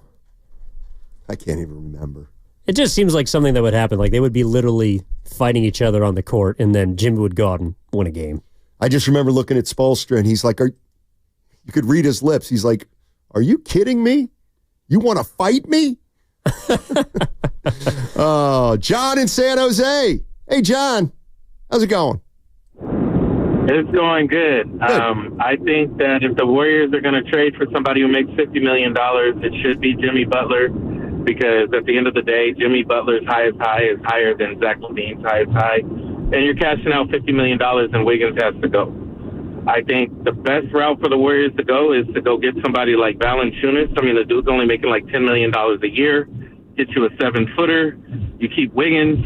You improve the roster. And maybe go find somebody else who can, put some points on the board like Clarkson if Danny Ainge doesn't want somebody's kidney. But, I mean, I think you stay as far away from LaVine as possible. The dude never won anything, and he can score 50 points, and his team's going to lose. So how's that help us? Appreciate the call, John. Like, I know that they've talked about changing things and getting more talent and becoming more offensively gifted, but you can't sacrifice who you are wholly to do it. That's kind of the way that I feel. Like, are you going to have to say goodbye to some of your former champions? Probably. The 2 expirings, Looney, GP2, maybe Wiggins. But it can't change completely who you are. Like, they know that they have to do things differently, but I don't think they're all in on just becoming a completely different basketball team. No, not unless they truly believe they need to change their identity. But I think they'd change their identity for De'Aaron Fox. Yeah, absolutely. But here's the way I look at it. If they trade for LaVine and Vucevic, that's changing the identity of your team, even though Steph will still be here. If for no other reason than 3 or 4 guys are going out. And that's a change. You now got 2 players from the Bulls. Maybe they're not ready. Maybe that's more of an off-season goal of the Golden State Warriors to change the dynamic of their team. I feel like if you get LaVine in here and you keep Wiggins, that's a substantial move, but it's not oh my God, we changed our entire team around. That's the way a Vucevic-LaVine trade would feel. It also doesn't feel like they want to use this deadline to go backwards, like they're trying to, say, acquire picks. Because one thing that I think has been interesting about the NBA deadline is we're not hearing any noise about the best teams in the league. Like, Cleveland's not in trade talks. OKC has been rumored, but they're not really in any rush to do anything. The Grizzlies, I think people have thrown Jimmy to Memphis, and I think he'd help them, but he says he doesn't want to go there. And the third team, Houston. Houston wants to see what they have with their young core. Like, the 4 best teams in basketball, leave out Boston. But even Boston, is, they're not going to make a trade. Right. So the 5 best teams in basketball don't want to do anything. Yeah. It doesn't. I mean, Cleveland apparently may have to make a move to get under a threshold, but they're certainly not going to make a big move, I wouldn't think. Well, those could be teams you could use to facilitate. Yes, you could. Not just Cleveland. We mentioned New Orleans. For sure. Appropriate. They've never been over the tax, ever. The Pacers haven't been over the tax since 2005. I know. I couldn't believe that. Which is pretty wild. I know. But they're a team that looks like they want to get under. And could it be Miles Turner? Obi Toppin is another name that's out there. The guy that I would love to go out and get. To me, who checks the young and up-and-coming box is Andrew Nembhard. I just don't know if the Pacers would want to get off him. But in the interest of saving money, the Indiana Pacers are a team that you could do business with. It feels like that, and I kind of like Miles Turner. Now, the thing with the Pacers is they're 16-6 over their last 22, and they feel like with the right matchup, they could find themselves in the Eastern Conference Finals again. Sean in Petaluma. How you doing, Sean? What's going on? Hey, I'm good. How you guys doing? Doing well. Good, man. So I guess, as far as Jimmy's concerned, unless we can get him on like a 2-year deal or something like that, then that's out. But what about this name? I read this. I don't know if it's true. I don't know if he would fit. But I heard Colin Sexton is also out there. What do you guys think of that? Thanks, guys. Well, he just had 30 points against you. You looked pretty good the other night. I think it's... But do you want to do business with the Jazz? Well, they've tried before.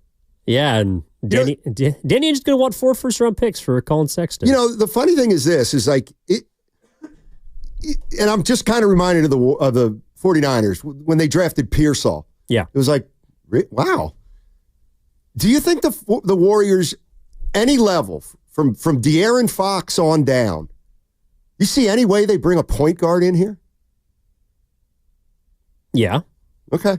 Yeah. Like a guy who, like, for example, a player like, they went out and traded for Schroeder. Yeah, they did. He's a point guard. So you'd bring another one in even. Well, I think Schroeder would leave. Okay. Like in order to, You're probably right. To do that. You're probably right. But if you could somehow flip Dennis Schroeder or some combination of players for Andrew Nembhard, sign me up 7 days out of the week. How big's he? He's like 6'3". He's not that big, but no, I 6'3" is fine. I thought he might be like more like 6 foot 6'1". I'm not saying he is. I actually don't know, but 6'4". Yeah, that's fine. He's listed at 6'5". I don't think he's. Oh, damn. I don't think he's that big. But by 12:30, he'll be 6'8". Well, Kuminga was supposed to be 7 feet by now. No, like Nembhard is a player that I would absolutely try and go get. His contract's gonna bump because he's a second round pick, and the Pacers may not want to pay him. He's killed the Warriors. Fun times in the Bay. All right, here's what's going on, ladies and gents. Coming up on the other side, it is your chance to play knockout with 95.7 The Game on the Chase Center floor. That's coming up after the break. I'm going to give you guys a keyword when we come back. Make a note of the keyword, and then we're going to play this sounder.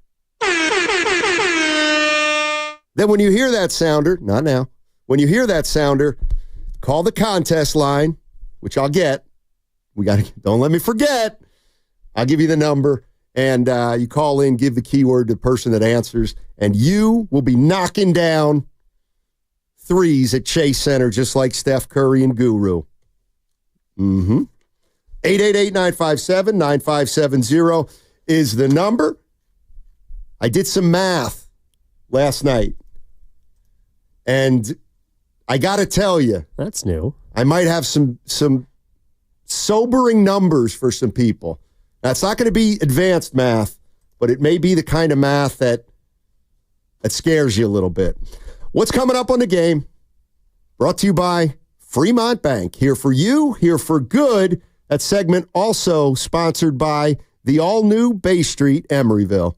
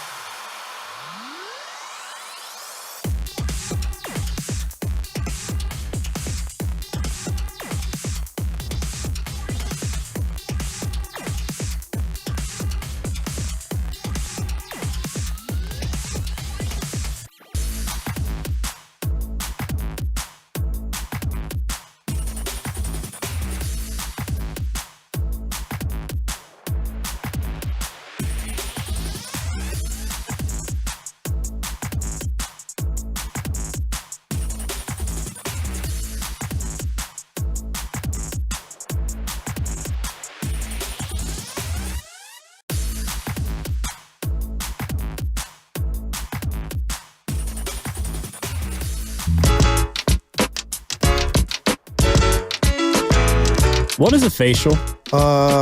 Things to where you exfoliate. They put the mask on you, they put the hot steam on you, and you get all that dead skin off, and then you're shining. Now, back to Steiny and Guru on 95.7 The Game.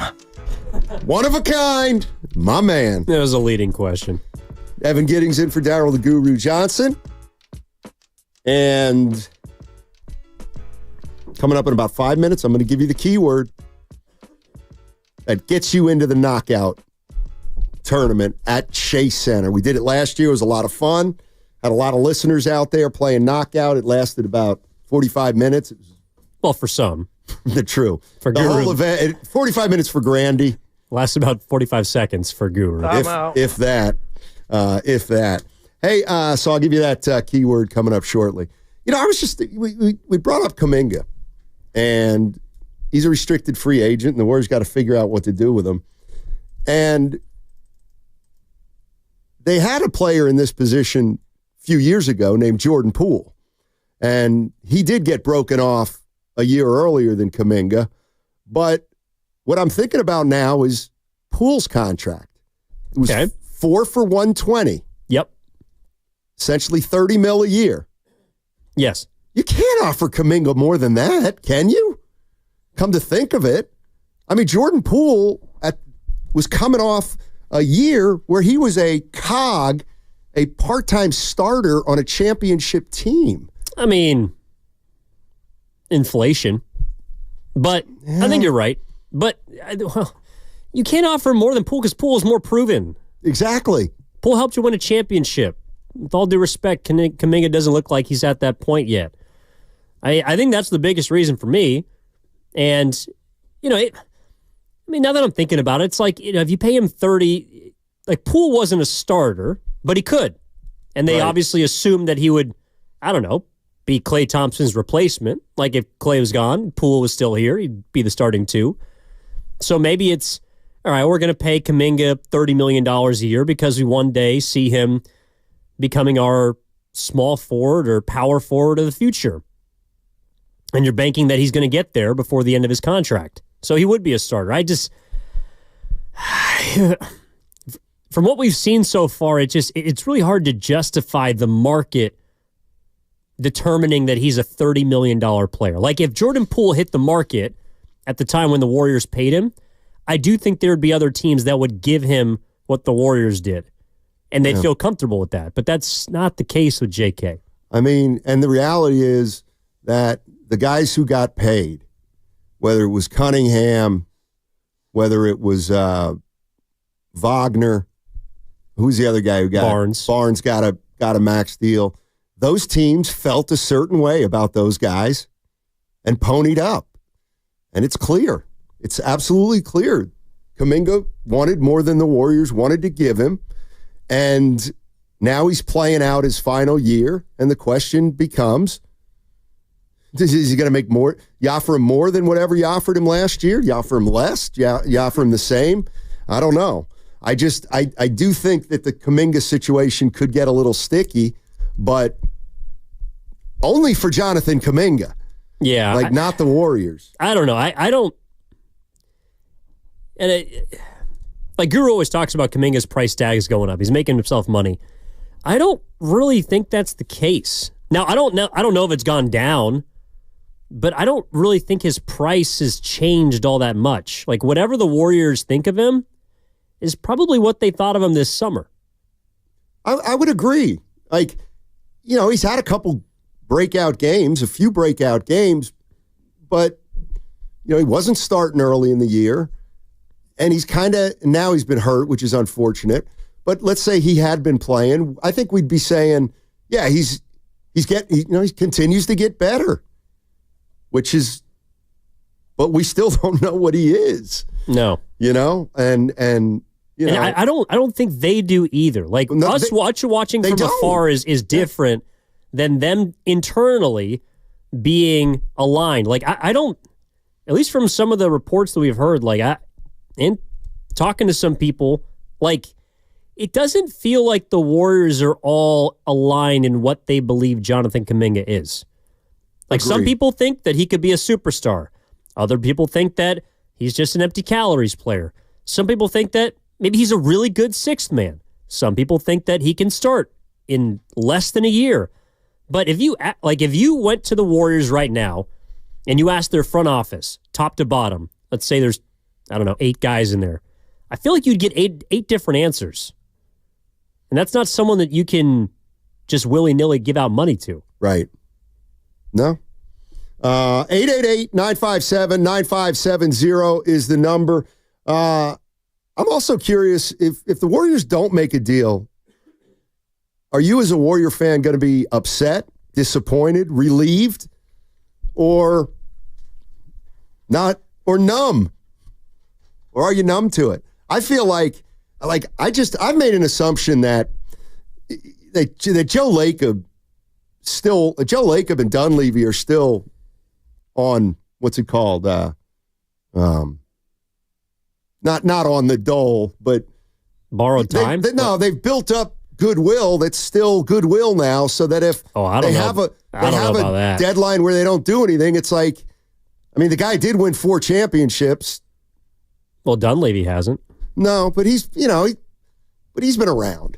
No, but I don't think there'd be pitchforks, but I think people would be pretty pissed. Or maybe not pissed, but the word is, and maybe it would be numb because they've kind of done this dance a lot, right? Yeah. They did a last deadline with Siakam or whoever it was. They did it this summer with George and Markkanen. So maybe people would be numb to it, and it's like, well, what'd you expect? It's the Warriors, you know. They puff their chest and they tell everyone that they're in all these trade talks, and it's gotten down to the wire, and they tried, But I do think that people are they are a trade deadline away from us this summer, looking at the front office and Mike Dunleavy, like we looked at Farhan Zaidi. Are they a trading deadline away from the trading deadline? Wait, what? It's like they're a trading deadline away from the trading, the trades. No, but it's bad. It was just bad. But the Giants came in second and third, and they got to the goal line with all these deals, and they told us they tried really hard. And at the end of the day, it doesn't matter. You didn't do anything. Okay, so I know I'm not a Warrior fan, but if the deadline comes and goes and they don't make a move, me as a fan or just an observer would say, man, they must have felt like they were giving up too much of the future for Levine and Butler and Vucevic, and clearly they were uncomfortable giving up some of their future things that they don't want to give up. Okay, I would be like, yeah, I get it, but you think there might be some people who are like, how can you not make a move? This is a joke. I guess maybe sometimes I underestimate the passion of fans, but I would think that 4 titles should buy you, 4 or 5 years of goodwill at least. Well, no, I agree with that, but I think it's because of Curry's ticker. I think it's because of Steph's clock that people they want action. I don't think that fans, I think Warriors fans are very smart. I don't think that they just want to move to just say you made a move, but I don't know. The word isn't promise, but it just, everything is trending like they're going to do something. And the fact that we get to February 6th and nothing happens, I think it would be underwhelming. It would be frustrating. People would just kind of be resigned to the last 30 games. I hear you. Tim's in North Carolina. What's going on, Tim? How you doing? What's up, guys? Hey. Just listening to the talk on Kuminga, like when I listen on this station, I think it's so hilarious, the takes that are made and the things that are manipulated to determine what he is, right? Okay. You guys believe in analytics, stats, all of this, right? We still don't know what he is. Okay, well, this is where Jonathan Kuminga is. When he is given 30 minutes a game over a 40-game sample size, over a number of years, he is giving you 21.6 rebounds and 3 assists, and it's a 41%. That is the sample size. That's not 5 games. That's not 8. That's not the last 10 before he got hurt. That is going back from his rookie year. That is what he is, right? But you guys will both get on here because Evan does it on the weekend, and you do it, and you guys will say, he's an inconsistent player. He's an inconsistent player when he gets inconsistent minutes. But when he gets 30 minutes a game, this is who he is. And I think the coaches finally started realizing that because those 30 minutes a game were happening consistently. That was number one. Number two, you guys play Anthony Slater all the time. We play Anthony, we this and that, but we ironically don't listen to the fact that he was offered $30 million, and he didn't take $30 million because they wanted $35. But now, we can't pay him more than Jordan Poole. You guys act like you didn't even hear that. Like, it's amazing how we manipulated to determine, based on our thoughts, or your thoughts, certain people in this station about this young man. But if we want to talk about the other people in this draft class, we got to play Franz. We can accept why they paid Franz Wagner. We can accept why they paid Jalen Green. We can accept why they paid Scotty Barnes. But we will say Kuminga is empty calories. But those guys on teams that's winning 89 games like Scotty Barnes is empty calories. Well, we would say Kuminga don't affect winning, but every time he filled in for Wiggins going back 2-3 years ago, he was winning games. All right, Tim, we can have a dialogue. Do you think Jonathan Kuminga is in that class of player of Scotty Barnes, Wagner, and Cunningham? It's not about what I think. The stats tell me that he is, and I see winning. No. I don't care. I'm asking you, when you watch the games, forget the stats for a minute. By far, because I see an impact on winning that we all see. We all saw Phoenix. We all saw both Houston games. We all saw games that go back multiple years that he has put his imprint on in winning. All right, why do you guys pretend you don't see that? Okay, I'll put it to you this way. You want to give $35 million to a scorer? So he's a scorer. He doesn't rebound. He doesn't make anybody better. Like let me tell you, Tim, I'm playing devil's advocate, okay? I'm just playing that role right now. Not a great defender, doesn't make anybody better, doesn't rebound for his position, not a great passer, not a terrific feel for the game. I mean, that's what the other side would be saying. But this side is telling you he's 21-6-3 at 43% when he plays 30 minutes a game. So everything you just said is fictitious because he does rebound at 6 a game. 6 rebounds a game. Come on, man. Come on. And spare me with 3 assists. Well, first of all, Tim's obviously a loyal Warriors This Week listener from 9 to noon on Saturdays. Myself and Dan Devone. Thank you very much, Tim. No, sorry, continue. Yeah. No, Tim, that's the dilemma with Kuminga, I think. I think a lot of people share your point of view, but I think there's a lot of people that don't. Like, I view him less multidimensional, clearly, than Tim does. Yeah, and I'm not saying he's a bad player.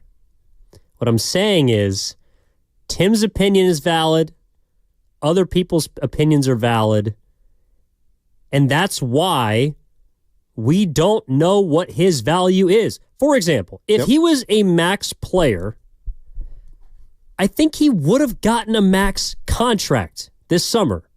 But the rest of the league, if you called it Milwaukee, what's Jonathan Kuminga? He's pretty good. Good talent.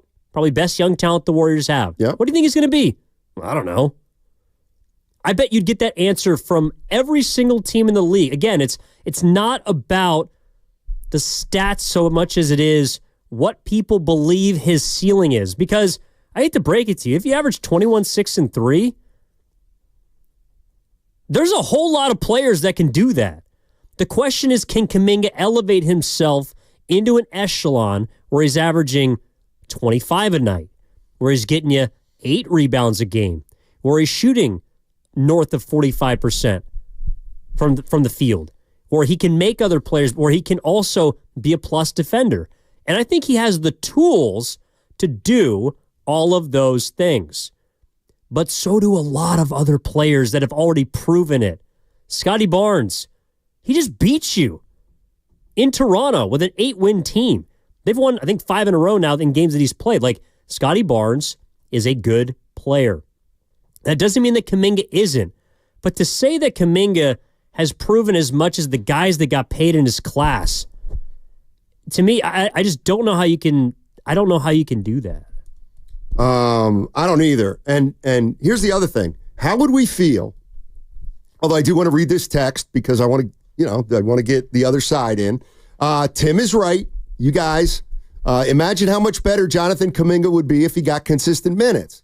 Well, I mean, I'll just come back and say that's because he wasn't good enough to get consistent minutes on this team. My response would be, how much better would the Warriors be if he got consistent minutes? So I'm looking at Scotty Barnes' contract. Yeah. Looks like 80, 125. What is that? The 5-year 225-ish? Something like 220? Yeah. Okay, 5 for 220.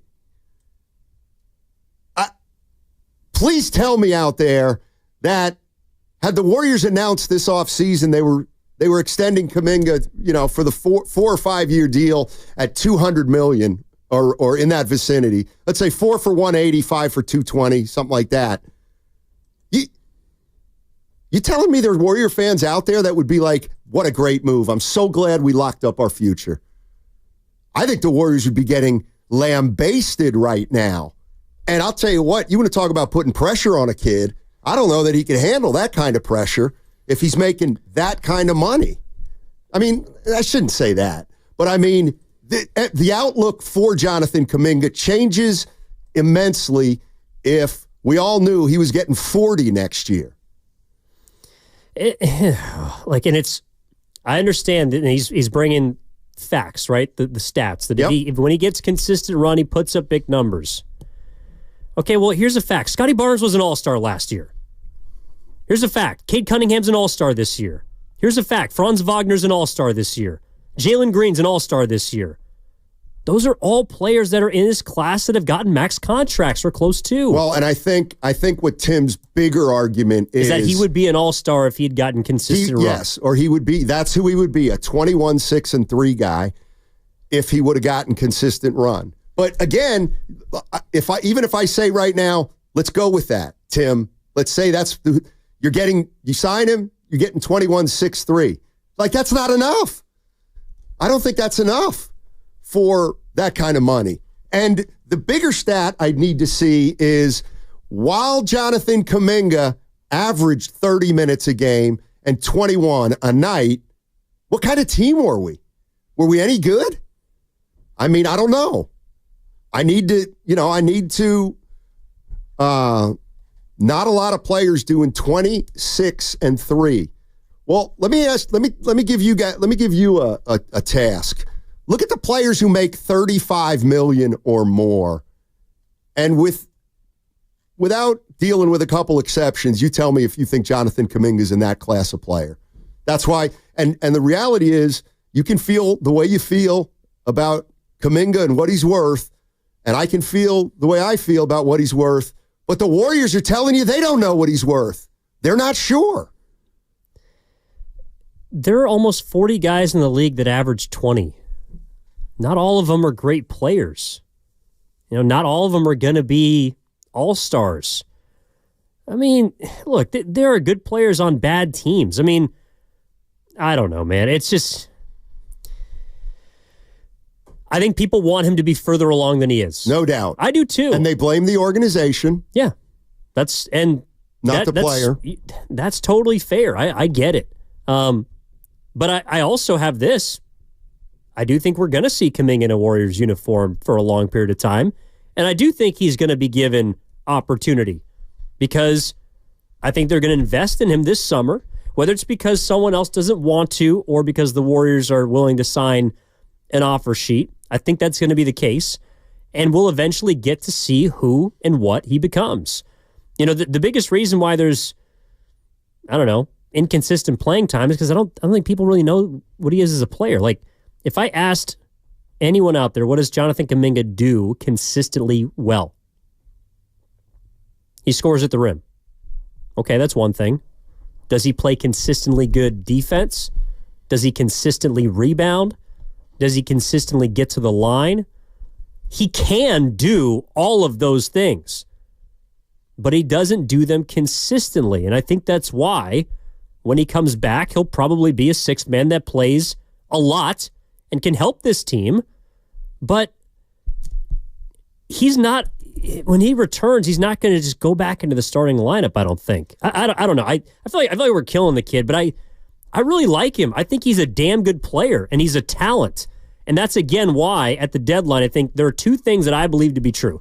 Number one, the Warriors will not mortgage a first-round pick beyond this draft. I also don't think they're going to trade Jonathan Kuminga. What more do you want? Right. Like he's a priority for the franchise. I don't know if he's untradeable, because if Giannis was available, he'd be, but he's as close to untradeable at this deadline as it gets. So the Warriors are telling you they believe in him.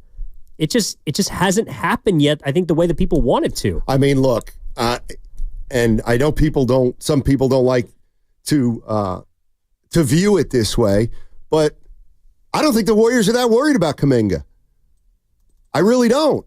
I think what happened is, hey, you want to try to extend Kuminga this offseason? Yeah, let's try to extend him. Let's give him, let's offer him 4 for $100, $25 a year. Well, he wants 4 for $140. Okay, we're not doing that. That's a $10 million a year difference. We're not doing that. Okay.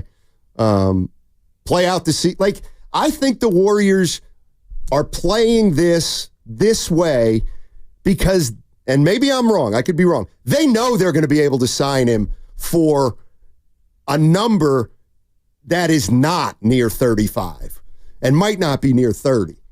I mean, if the Nets don't clear space for him, where's he going to get an offer big enough that the Warriors won't match it?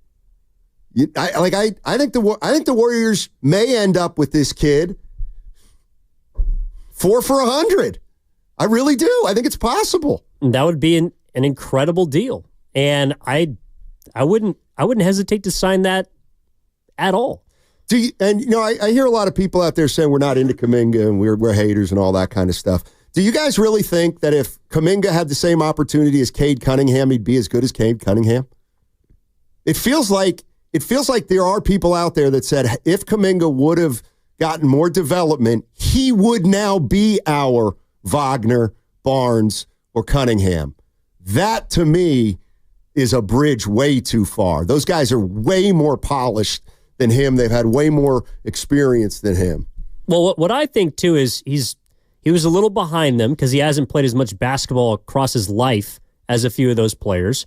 And so from that, this is where I guess I'll go to the other side, because I could see somebody saying, well, actually, he needs to play more. Like, he needs more development than those guys do because he started behind the 8 ball. But then you got to blame the front office for taking him in the first place. That's the way that I don't know, Steiny. I know we got to get to a contest here in just a little bit, but it's something that he ain't going anywhere. I'll tell you that. All right, here it is. Your keyword. Your keyword in the 1 o'clock hour, or 12 o'clock hour rather. Your keyword is rebound. Rebound. After the break, we're going to play a sounder like this. Call into the contest line, and boom, you're playing Knockout at Chase Center. Once again, the keyword rebound and the number 415-523-4652, but not until you hear the sounder on the other side of the break. All right, I see some calls. I'm going to get to you, I promise, on the other side. Tune in for Warriors Live today, presented by Xfinity. Stream sports from the best seat in the house with Xfinity. Bring on the good stuff. Safety on the roads and freeways starts at Valvoline Instant Oil Change, your 15-minute drive-through oil change for all vehicle types. Friendly technicians, they check fluids, wipers, lights, tires, and more while you stay in your vehicle. Locations and coupons at BayAreaOilChange.com.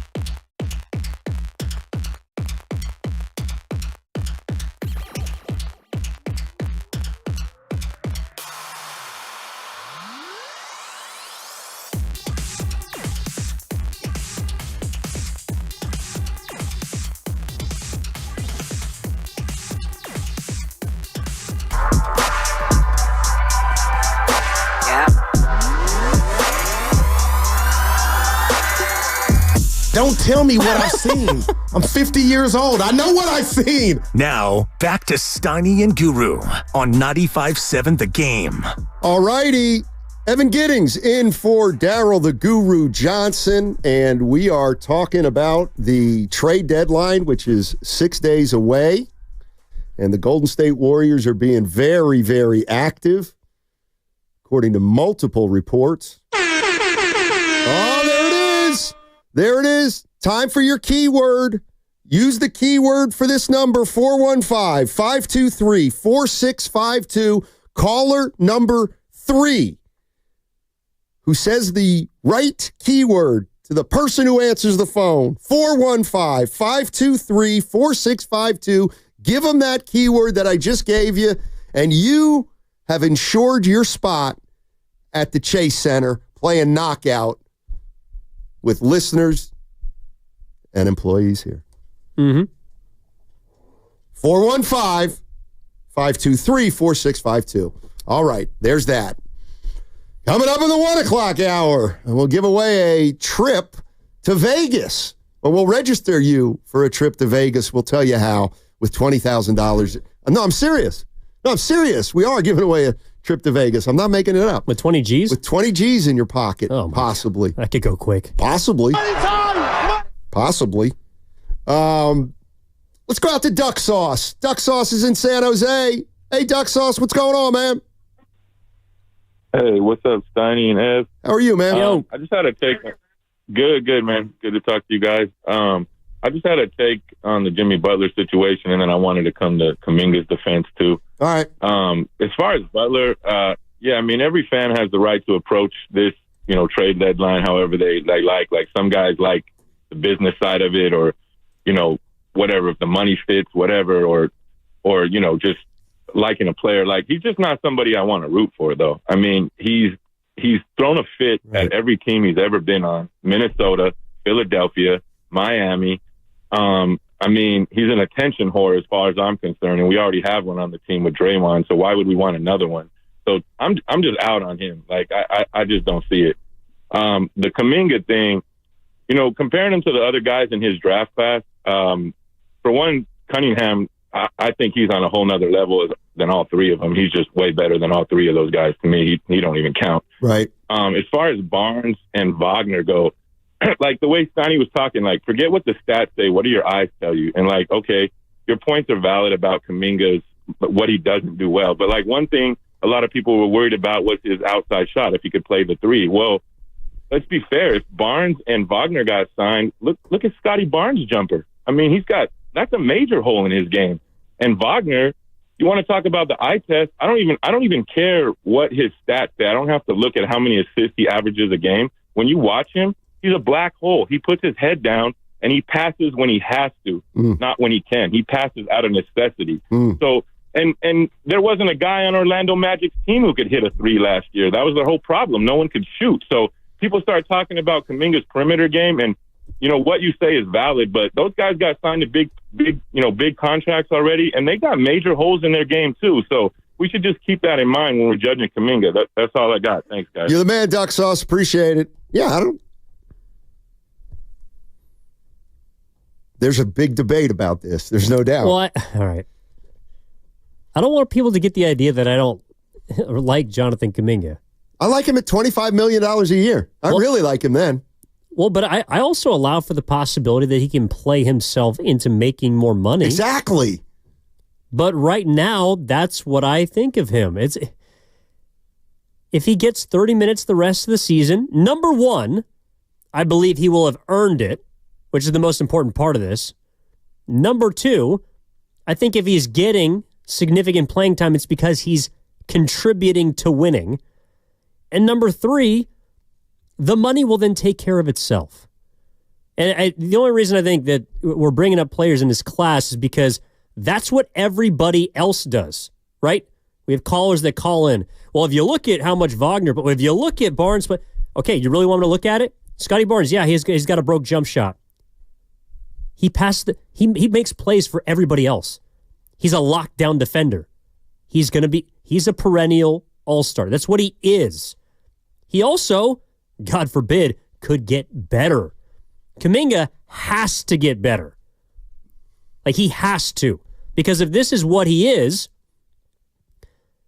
that's not going to be good enough to win consistently. Like, I don't think Jalen Green is all that in a bag of chips. I don't think he's all right. I don't think he's incredible, but he was the best player on a team that won 10 straight games last season to put them in a position to make the playoffs. Like, they were nipping on the Warriors' heels. Whether I like him or not, whether I think that he's overrated, doesn't change the fact that he did that. And yes, he's been given an opportunity to do so, but life ain't fair. The last 5 games that Wagner's played, 29, 32, 30, 24, 20. Like, I'm sorry. It's just, I think that Kuminga can be a very, very good basketball player. I haven't seen it enough yet. And when he comes back, I hope that he is that guy. How about that? I don't know. Yeah. Couple it's things. Like you have to talk on eggshells around this guy. Like, just call it what you see it. I mean, all right, 21, 6, and 3 when he plays 30 minutes. You know what he averages as a starter? 16 points a game. Shoots 31% as a starter. How about that for a stat? Like, I can read splits too. And I'm not saying he's that player. I'm not saying he's a 21, 6, and 3 player. He's somewhere in the middle with room to grow. So let's just watch that flower grow. 408, Steiny, I don't think it's out of the realm of possibility. If Kuminga was better than them. Too late, you're a hater. Shut the hell up, 415. Jesus. If he would have gotten as much run. Okay. And this is my thing on Kuminga. He's not a $40 million player right now. He's not. And if you think that, well, neither's Scotty Barnes, well, I would tell you that the Toronto Raptors feel more certain that Scotty Barnes is a $40 million player than Jonathan Kuminga. And the other thing that, whether he likes it or not, the bottom line is one of the big reasons why Jonathan Kuminga hasn't gotten that kind of money yet is because he's not polished enough. His game is still growing. And yes, he's got a lot of potential, but I feel like he does have a lot to work on. And he got a late start in basketball. He just did. He didn't have the development period over a long period of time that other guys who've been playing the game of basketball since they were 8 or 9 years old had. And so the reality of the situation is he's 22, but at 26 is when we should be asking the question, is he a $40+ million player? Like, to me, you're a $25 million player. Over the next 4 years, improve to get to 45, but we can't give you 45 right now or 40. I don't know. I don't know. Like, I know people like Kuminga and there's a lot to like about him, but I wonder, do they care about do fans care about the money? Because if they don't, then I get it. If you're sitting here saying, I don't care, I don't really care about the money if he makes 20, 30, 40, or 50, whatever. I just think he's really good. Okay. But I don't see him as that player yet. I think he's got more room for growth than any of those players, which on the one hand is good, but on the other hand, it also means he's not as developed right now. Well, to give him credit, like, they play the Suns tonight. Mm-hmm. Last time they played the Suns, Kuminga was a massive reason why they beat Phoenix. He was guarding Durant in the fourth quarter. He was scoring on Durant in the fourth quarter. For every one of those games, there's been a Lakers game where he might have cost you the game, and he didn't play well that night. So it's kind of like, it's a little like Curry right now, frankly, where we're trying to, now Curry is obviously far more proven and he's a legend and all the rest, but some nights Curry has hurt you. And that's what the Warriors are trying to figure out. If they can get Kuminga to a place where he consistently helps them every single game. And playing a lot of minutes to me is just not the answer.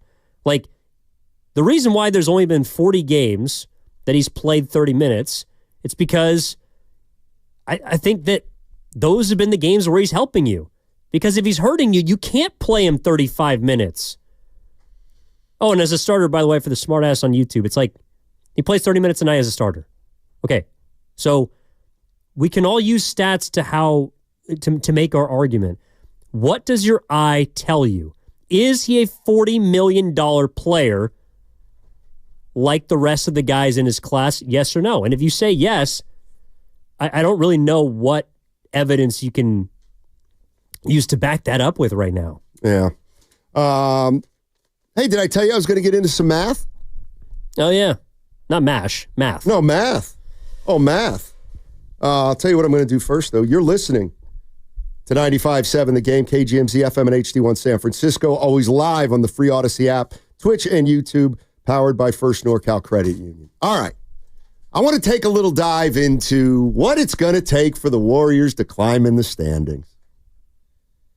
All right. I did a little homework. The Warriors right now are in 11th place. They're tied for 10th, actually. Yeah. With the Sacramento Kings. The Golden State Warriors are 24 and 23. All right? That means there's 35 games left. 35 games for the Warriors. Mm-hmm. All right. Using every team right now and projecting them out from what they are right now, I've established what the win totals of each team are going to be. Now, obviously, they can change, but I'm just telling you right now, right now the Warriors are on a 43 win pace. That's what they're on, 43 wins. Maybe 42 plus. Right now, the Mavericks are projected to win 45 games. That's where the pace they're on. Yes, the pace. So here's my point. For the Warriors, right now, they're tied with Sac, projected for 43 wins, which would give you the 10th seed. If the Warriors have to go 19 and 16 to get to 43 wins, which on my calculation would get them the 10th seed. 19 and 16. Okay. Now, on one hand, it sounds doable, but on the other, you have to say, well, they're 12 and 20 in their last 32. Are they really going to go 19 and 16? Okay, but here's the rub. To get to 45 wins, Evan, the Warriors have to go 21 and 14. That's a 600 winning percentage. That would get them to 45 wins, which would be good enough for 8th. So you'd be playing in a play-in. You would. Well, I think maybe 2. I think no matter what, they're destined to be a play-in team. I mean, it's going to be really hard. Because, again, it's not just about the 3 games they're back. It's jumping 4 teams. Exactly. Now, here's 5, I guess. Here's the thing to me that's pretty daunting. At their current pace, the Clippers are going to win 47. They're number 6, so they'd be the last team into the playoffs that wouldn't have to worry about the play-in. For the Warriors to get the 47 wins, which would be, as of now, the equivalent of 6th, they'd have to go 23 and 12. Like, that sounds really hard. 23 and 12. And that would get you to about 6. Do you think they have that in them? 23 and 12. They did last year. That is true. And then lastly, for them to get up to number 4, which would give them home court advantage, they'd need to go 25 and 10 essentially and get to 49 wins. 49 wins. That's going to be a tall task. I think that's also a question they have to ask themselves about who they're trying to get at the deadline. Like, exactly. Can that player, with whatever you're giving back, can they help you get 21 wins the rest of the way? If the answer is no, they might not be worth it. Especially if you're giving up future draft picks. Maybe it's Wiggins. I mean, I don't know if there's a player or multiple players out there that can do that. To me, it's going to be determined more by what the internal contributions are to me than the deadline. Like, if Kuminga comes back and he plays really well, then the Warriors might be able to get there. If Draymond comes back and he gives you something down the stretch, which he did last year, well, then maybe you could get 21 wins. If Curry is preserved enough for the last 2 months of the season. But it's a lot of ifs. I think they're probably closer to that 19 and 16 stretch than the 21 and what was it, 21-14? 21-14 would get them to 8. Essentially, I think that's wins. the goal. Like, to me, and I said this a couple weeks ago, the goal should be to get a home play-in game. I mean, yeah, ideally you want to get to the 6, but like, to me, the more realistic expectation for this team is to try and get a home play-in game so that if it's an elimination, at least you're at home. Yeah. You know, and that also means you get 2 cracks at it. If you're the 8th seed, you could go into the 7's house and upset them, and that also means that you wouldn't have to play the Thunder in the first round. Right. To me, this is way down the line. If you're looking at a team you want to match up with in the playoffs, to me, it's the Rockets. That, to me, is the team you want to play in the postseason if you're the Golden State Warriors. I would agree with that. What I'm telling Warrior fans is that, you know, to get to even 10, you're probably going to need to win 43 games. So you have to go 19-16. I mean, like, you got to start winning more. Like, they've got to start winning more now in order to climb, because like 19-16 is better than they've played over their last 35. So, like, and that's the thing. Let me just ask you this. When you hear 21-14, if they go 21-14, that might get them to 8. Like, do you feel like, oh, they could do that? Yeah, but quietly they have sort of stabilized their season. Like, they've won 5 of 8. I agree. Like, the last 2 weeks they have. Like, they've shown that they can play at a higher level than they've been at, certainly. So, you know, the 11, or what was it, 12 and 20, it's a little deceptive. You know, they're certainly not a 12-3 team, and a 12-3 stretch is going to be really, really hard to do. But again, it's like, if you can beat Phoenix tonight, that's 6 of 9. Right. That's a good stretch of basketball. For sure. And you got Utah after Orlando. And then can you win 6 of 9 again? Like, maybe. You know, I don't know. Or maybe you win 6 of 9, then you get to the deadline. You get a little bit of help. You get some juice. You start to get guys back and healthy. I mean, I think the Warriors are not in a terrible spot. You know, I think there's urgency at the deadline to make something happen, but, you know, right now, I don't think that they're not playing bad basketball right now, which is what they were for like a month and a half. Yeah. Let's go to Deborah in San Leandro. Hey, Deborah, how you doing? Hey, guys. I'm good. How are you? We're doing well, thank you. Good. Man, this trade talk. Warriors are in dire need of something, right? We can all agree on that. All right. But I don't think Zach LaVine is an answer. Okay. Especially, up 2 defensive players, okay, I take that, right? Because Zach is out a lot. He's injury prone. Defense is not his favorite thing that he wants to play. And I don't care how much offense you have to be able to have defensive players on the wing in the NBA in order to win. So as much as people would like to get rid of Wiggins, he and GP2 are our best wing defenders that we have. If we're in a tough series, we know they're not going to necessarily stop the best players, because those best players can't be stopped, but they can make it difficult for them. And so I'm not so eager to throw Wiggins out, the baby out with the bathwater, so to speak. Yeah, what's your thoughts on that? I agree. I don't think I want Wiggins. I'm sorry. I don't think I want LaVine if I got a part with Andrew Wiggins. That's now the argument the other way would be what the Warriors need most is a scorer. And that is what Zach LaVine can do. He's averaging, 24, 25 a game. So, I mean, Zach LaVine would come in here and be the Warriors' leading scorer, probably. Yeah, I mean, he is on paper. Yeah. But trading offense for defense... Exactly. That's what I was getting at. ...doesn't move the needle for me. Like, they need a scorer, but they need a scorer while also keeping the players that they have. Because, again, it wouldn't just be Wiggins. It's probably Looney or GP2 or maybe even both. And then you're really down to bare bones. Yeah. Let's go to Jocko. Jocko's in the city. Hey, Jocko, how you doing, man? What's going on? Hey, great. Thanks for taking my call. I wanted to chime in on the Kuminga talk, and I thought Tim brought a bunch of great points to you guys. All right. And I don't particularly think anyone's necessarily to blame except the situation when it comes to Kuminga.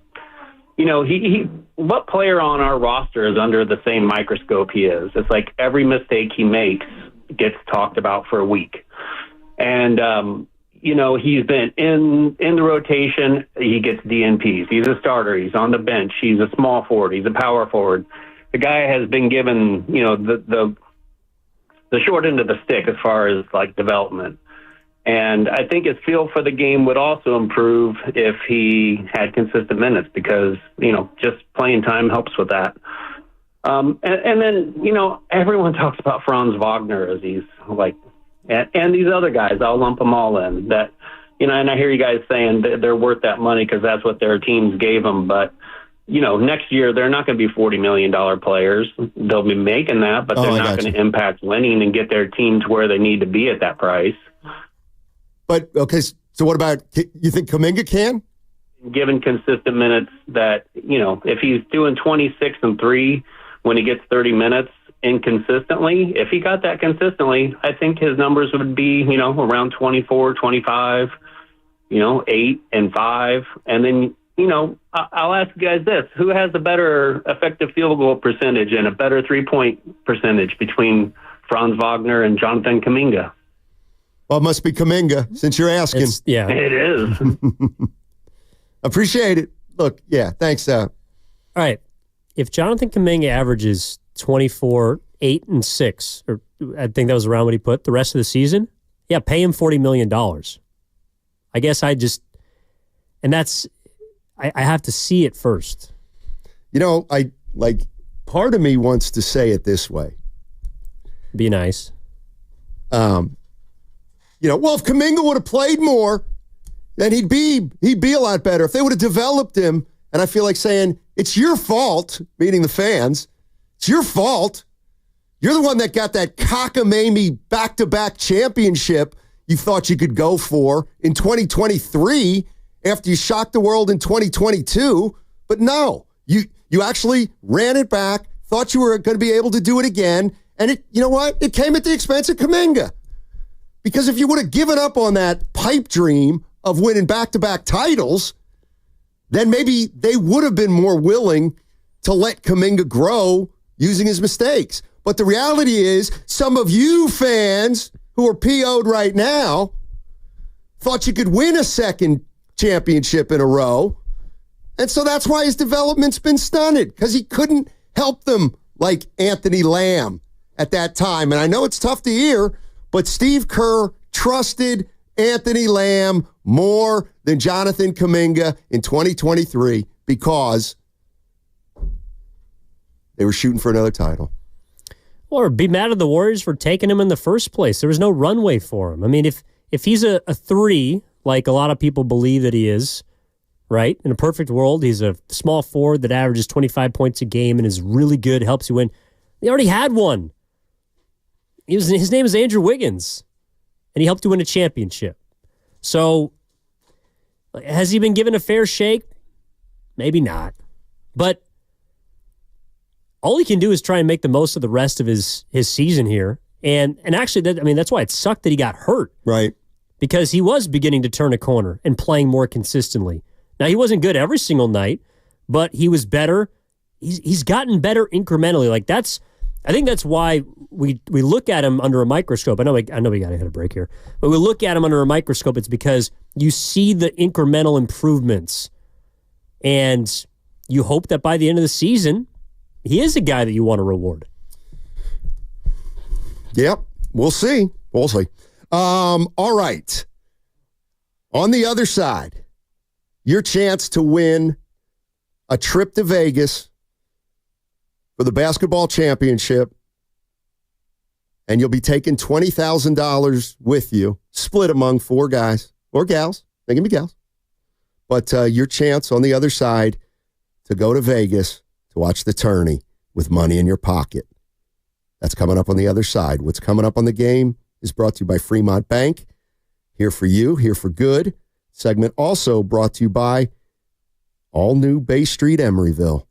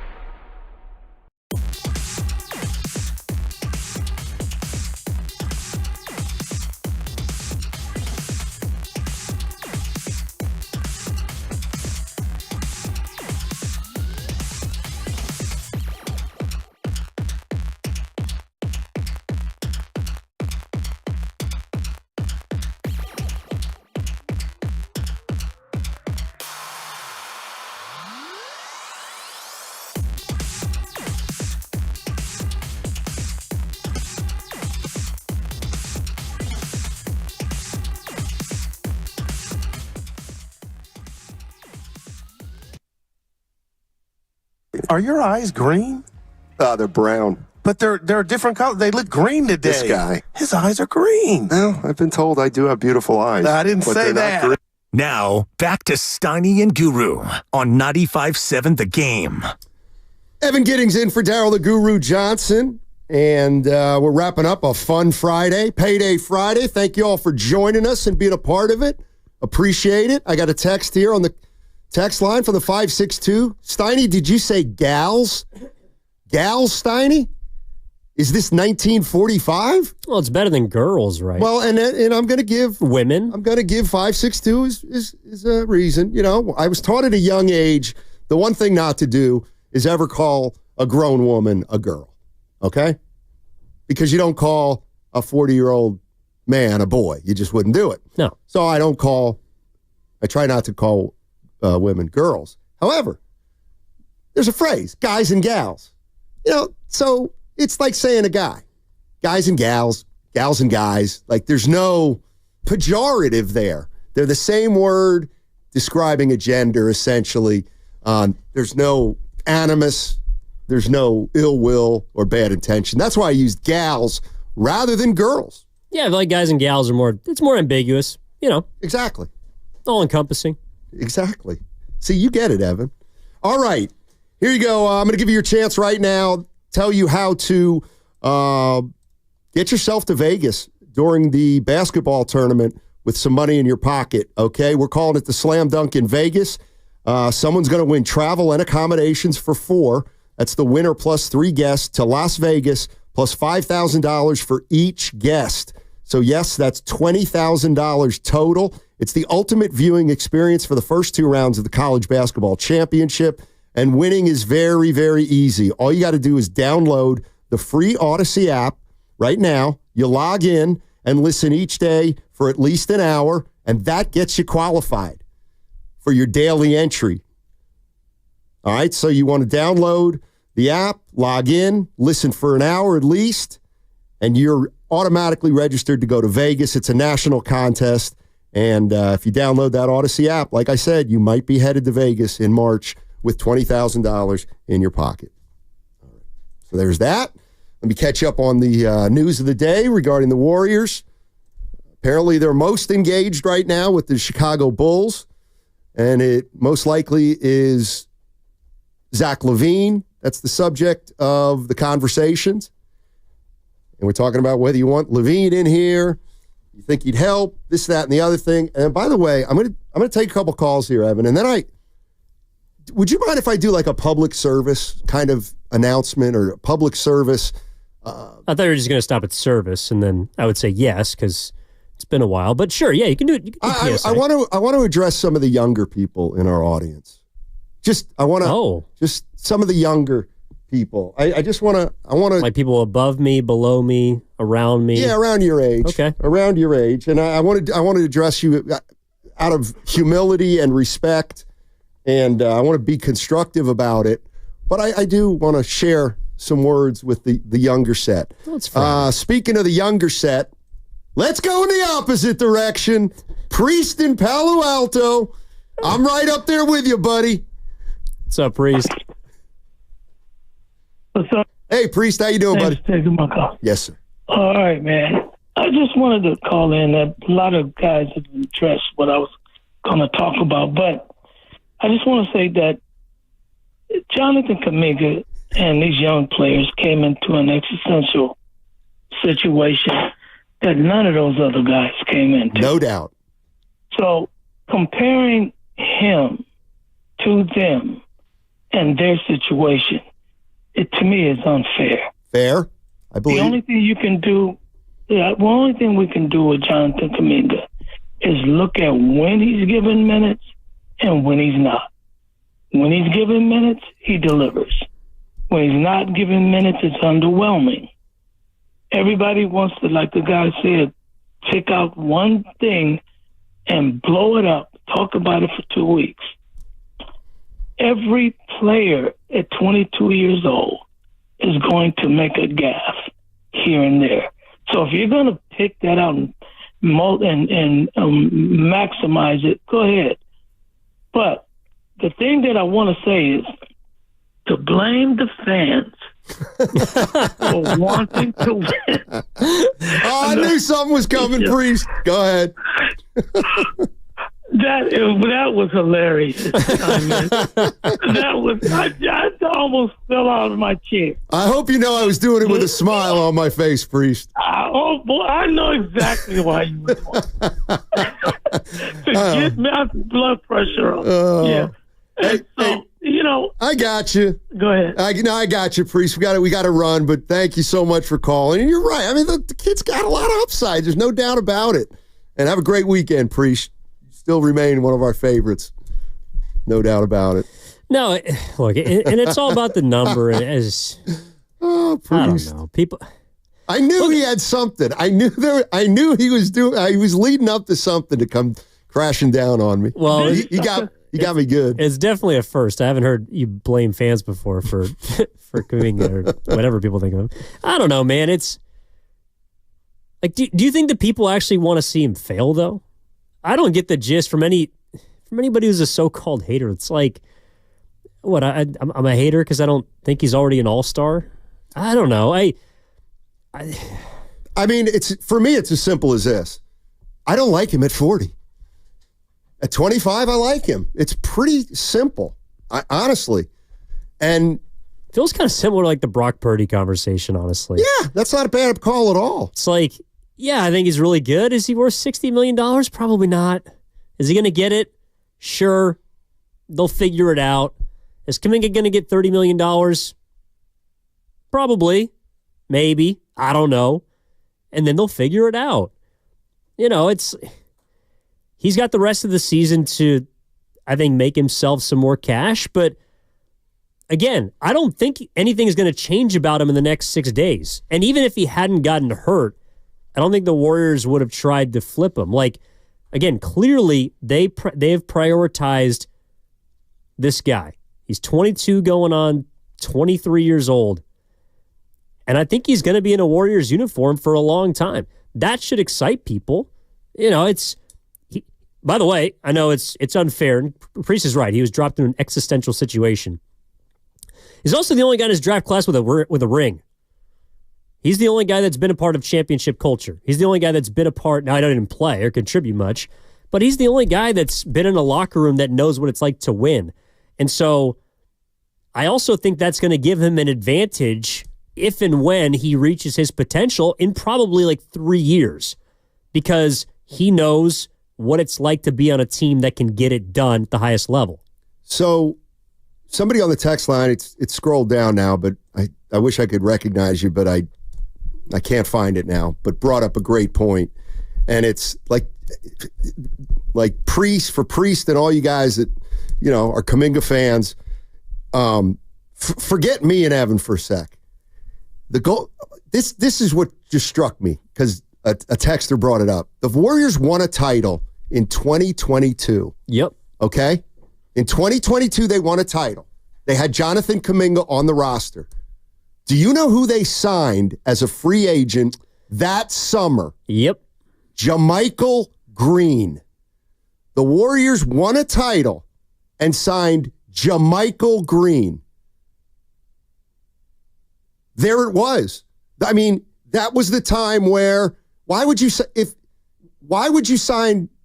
JaMychal Green if you believe Kuminga's sitting there, can contribute and start the growth process? Well, because you didn't think he was ready. Right.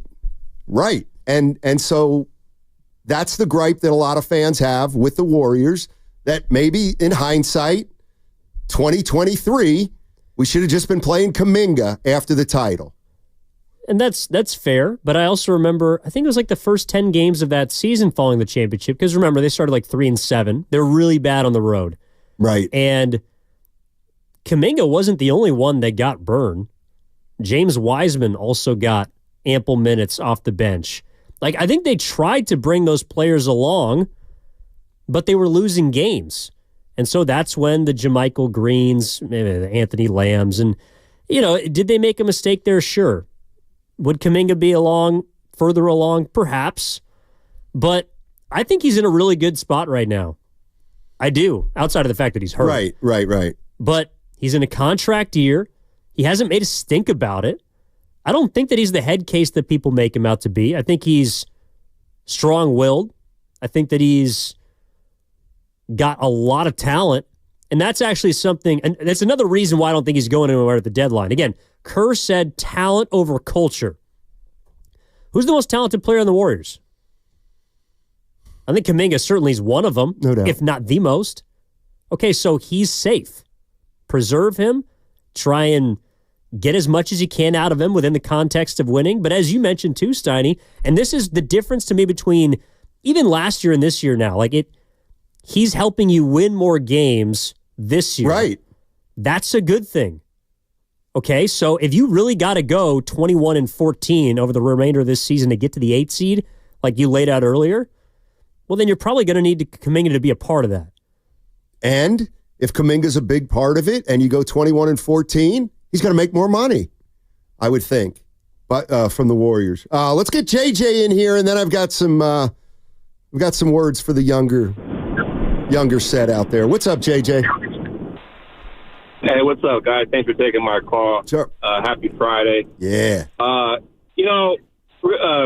Real quick, I know you guys are having a good show, but I'm gonna follow up on my man Priest, and I'm gonna Steiny. I don't appreciate you trying to stick it to the Kuminga fans when I'll tell you exactly why we're so upset. Because you try to say it's our fault when we didn't prioritize him the year after the trip. You should not have said that, because you forgot what happened. That was Wiggins left to go deal with his family thing for 2 months or whatever. Okay. Kuminga stepped in and took his place, and they ended up being a 6 seed. And the minute the playoffs started, Kerr said, "All right, thank you, young man, but we got it from here." And he didn't even play against the Kings. Ever since then, that's why the Warrior fans have been so up in arms as feel that the Warriors aren't doing right by Kuminga. And you're trying to say it's our fault? Man, hit the pike, Steinmetz. JJ, at least Priest could tell I was kidding. But in terms of who the Warriors prioritized in that year after they won a title, I mean, like I said, they went out and signed JaMychal Green. Why would they do that if they had a young player sitting there that they thought was ready? But that was all. JJ, I hope you realize that was all in good fun. I was just kidding. Okay. Anybody out there 30-ish or younger? Aye. I want to come at you with some stuff. So, what spurred this thought about the young people? Well, people you typically tend to tell hit the pike, like our last caller just did to you. I'll tell you what. Okay, so you know how there's two sides to Kuminga? Apparently, for whatever reason, people think we're down on Kuminga, but he could be the future of the franchise. I think they want him to be. Sure. So there's a disagreement there. Okay. All right. There's also a disagreement at times over Steve Kerr. Definitely. There are actually people out there that think this guy should be fired, or that this guy's not done a great job. Oh, would you call that are you going to call it the young lunatic fringe or just the lunatic fringe? I would call it the lunatic fringe. Okay. So, let me just give you a little, and here's why I'm addressing the young people. Because I just want to give you a little sense of history. That's all. Just a little sense of it. So, over a 30-year period, from 1983-ish to 2013, all right? I remember it well. 93, 03, 13, 30 years. 30 years. You know how many coaching changes the Warriors had in those 30 years? Tell me. 14 coaching changes in 30 years. That's not bad. It is it's like the Kings absolutely, positively horrific is what it is. All right? And if you want to have some fun, we can do that, and I can go through all the names.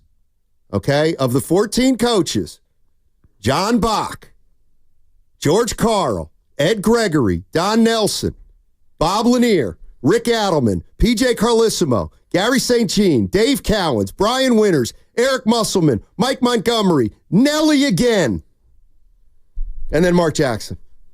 14 coaching changes in 30 years. Okay.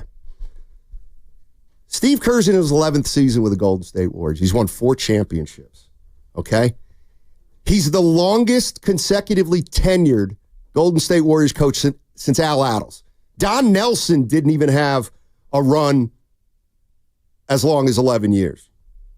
Okay? 14 coaches in 30 years. Okay? So that means. And now Steve Kerr has been here 11 years and won 4 titles. If you actually believe that this guy's not a good coach, or this guy doesn't know what he's doing, or this guy is really leaving us wanting, I would invite you to go look at the Golden State Warriors history from about 83 to 2013. They went through, I forgot Keith Smart. Thank you so much, 925. I was going to say there's... I forgot Keith Smart. 15. My point is this. So there's 14 head coaches in the other 19 years. No. That doesn't include Kerr. Just up to Mark Jackson. No. But I'm saying, like you said, the last 30 years, there's been 15 coaches. But yeah, essentially. So you erase the last 11 years, that leaves the previous 19 before Kerr? No. The 30-year period is only up to 2013. Oh, I see. Yeah, so it's 83 to 2013. Exactly.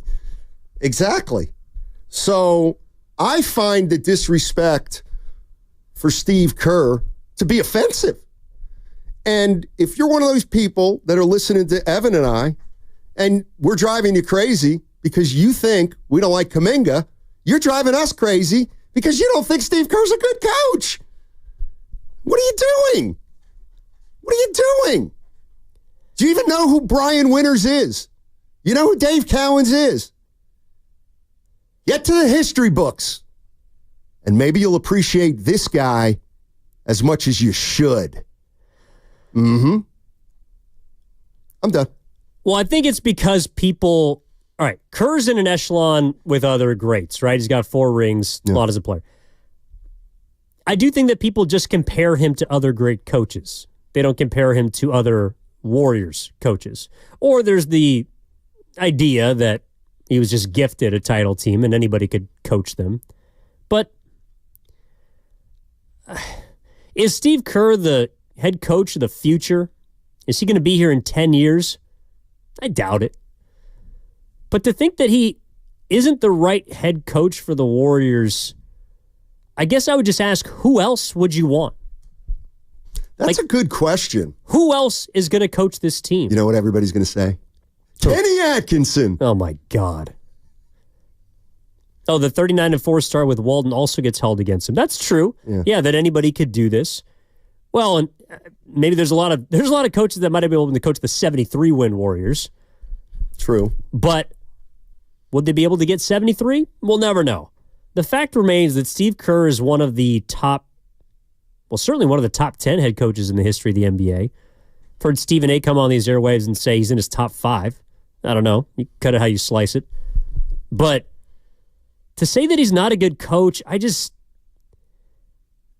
see it. I'm sorry. Do they think he's a bad coach? Maybe that's the other thing, too. It's like, if you're saying he's not the greatest coach ever, I'll hear that. But you can't seriously think that Steve Kerr is a bad head coach. I mean, right. Well, and it all revolves around the idea of development, right? That he hasn't been able to develop a player. But okay, look at the list of greatest head coaches. Did Phil Jackson develop anybody? Nope. Did Greg Popovich develop anybody not named Tim Duncan? I think those people would tell you that what he did with Parker and Kawhi and maybe even Ginobili. But I hear what you're saying. Yeah, but I'm saying, well, it's fair to say, Phil Jackson never had to coach a rebuild. I mean, he just coached stars. It's true. I mean, it's and if you want to say that about Steve Kerr, I'm okay with that. Well, I'd like to think that Steve Kerr would be able to develop Kawhi Leonard. Maybe, yeah. I mean, I would too. But all I'm getting at here is, and somebody's saying he's not, like, if they fire him at the end of the year, I get it. That I would understand. It is going to be a different team, a new team, a younger team. They probably need somebody who looks at things differently as Steph winds down. So that's not what I'm talking about. I'm talking about what he's done for the last what he's done for the last 11 years. How many head coaches win the 2022 That's title? True. I mean, that's a great point. How many coaches win that championship? That the further we get away from it seems all the more improbable. Yeah. All right. So on the YouTube chat, Daryl Lightfoot, Steiny, you got your own. You got your Michael Green because Kuminga was only 20 in 2022. Duh. That's what I'm saying. You said it perfectly, Daryl. The Warriors in 2022, after they won the title, they went out and signed JaMychal Green.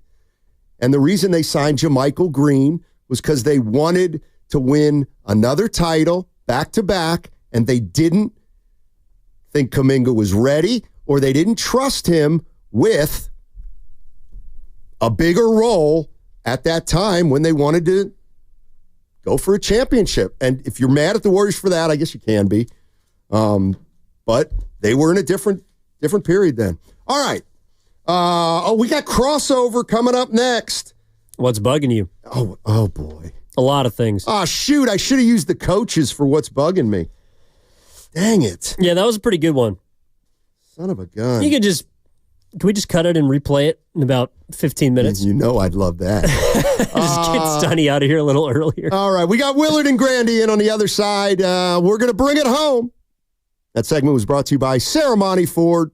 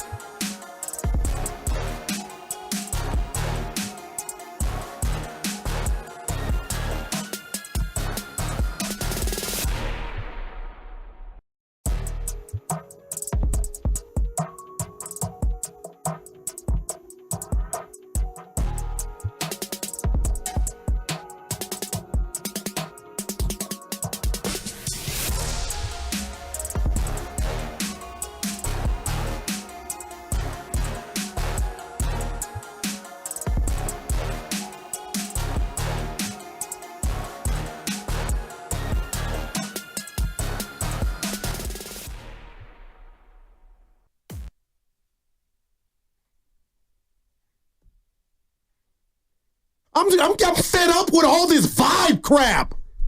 We want buckets, Steph. Now, back to Steiny and Guru on 95.7 The Game. All righty, it's crossover time, and we welcome in Mark Willard and Mark Grandy, along with Evan Giddings and myself. How you guys doing today? What's up? Happy Friday. How you doing? Jets? Everything's great.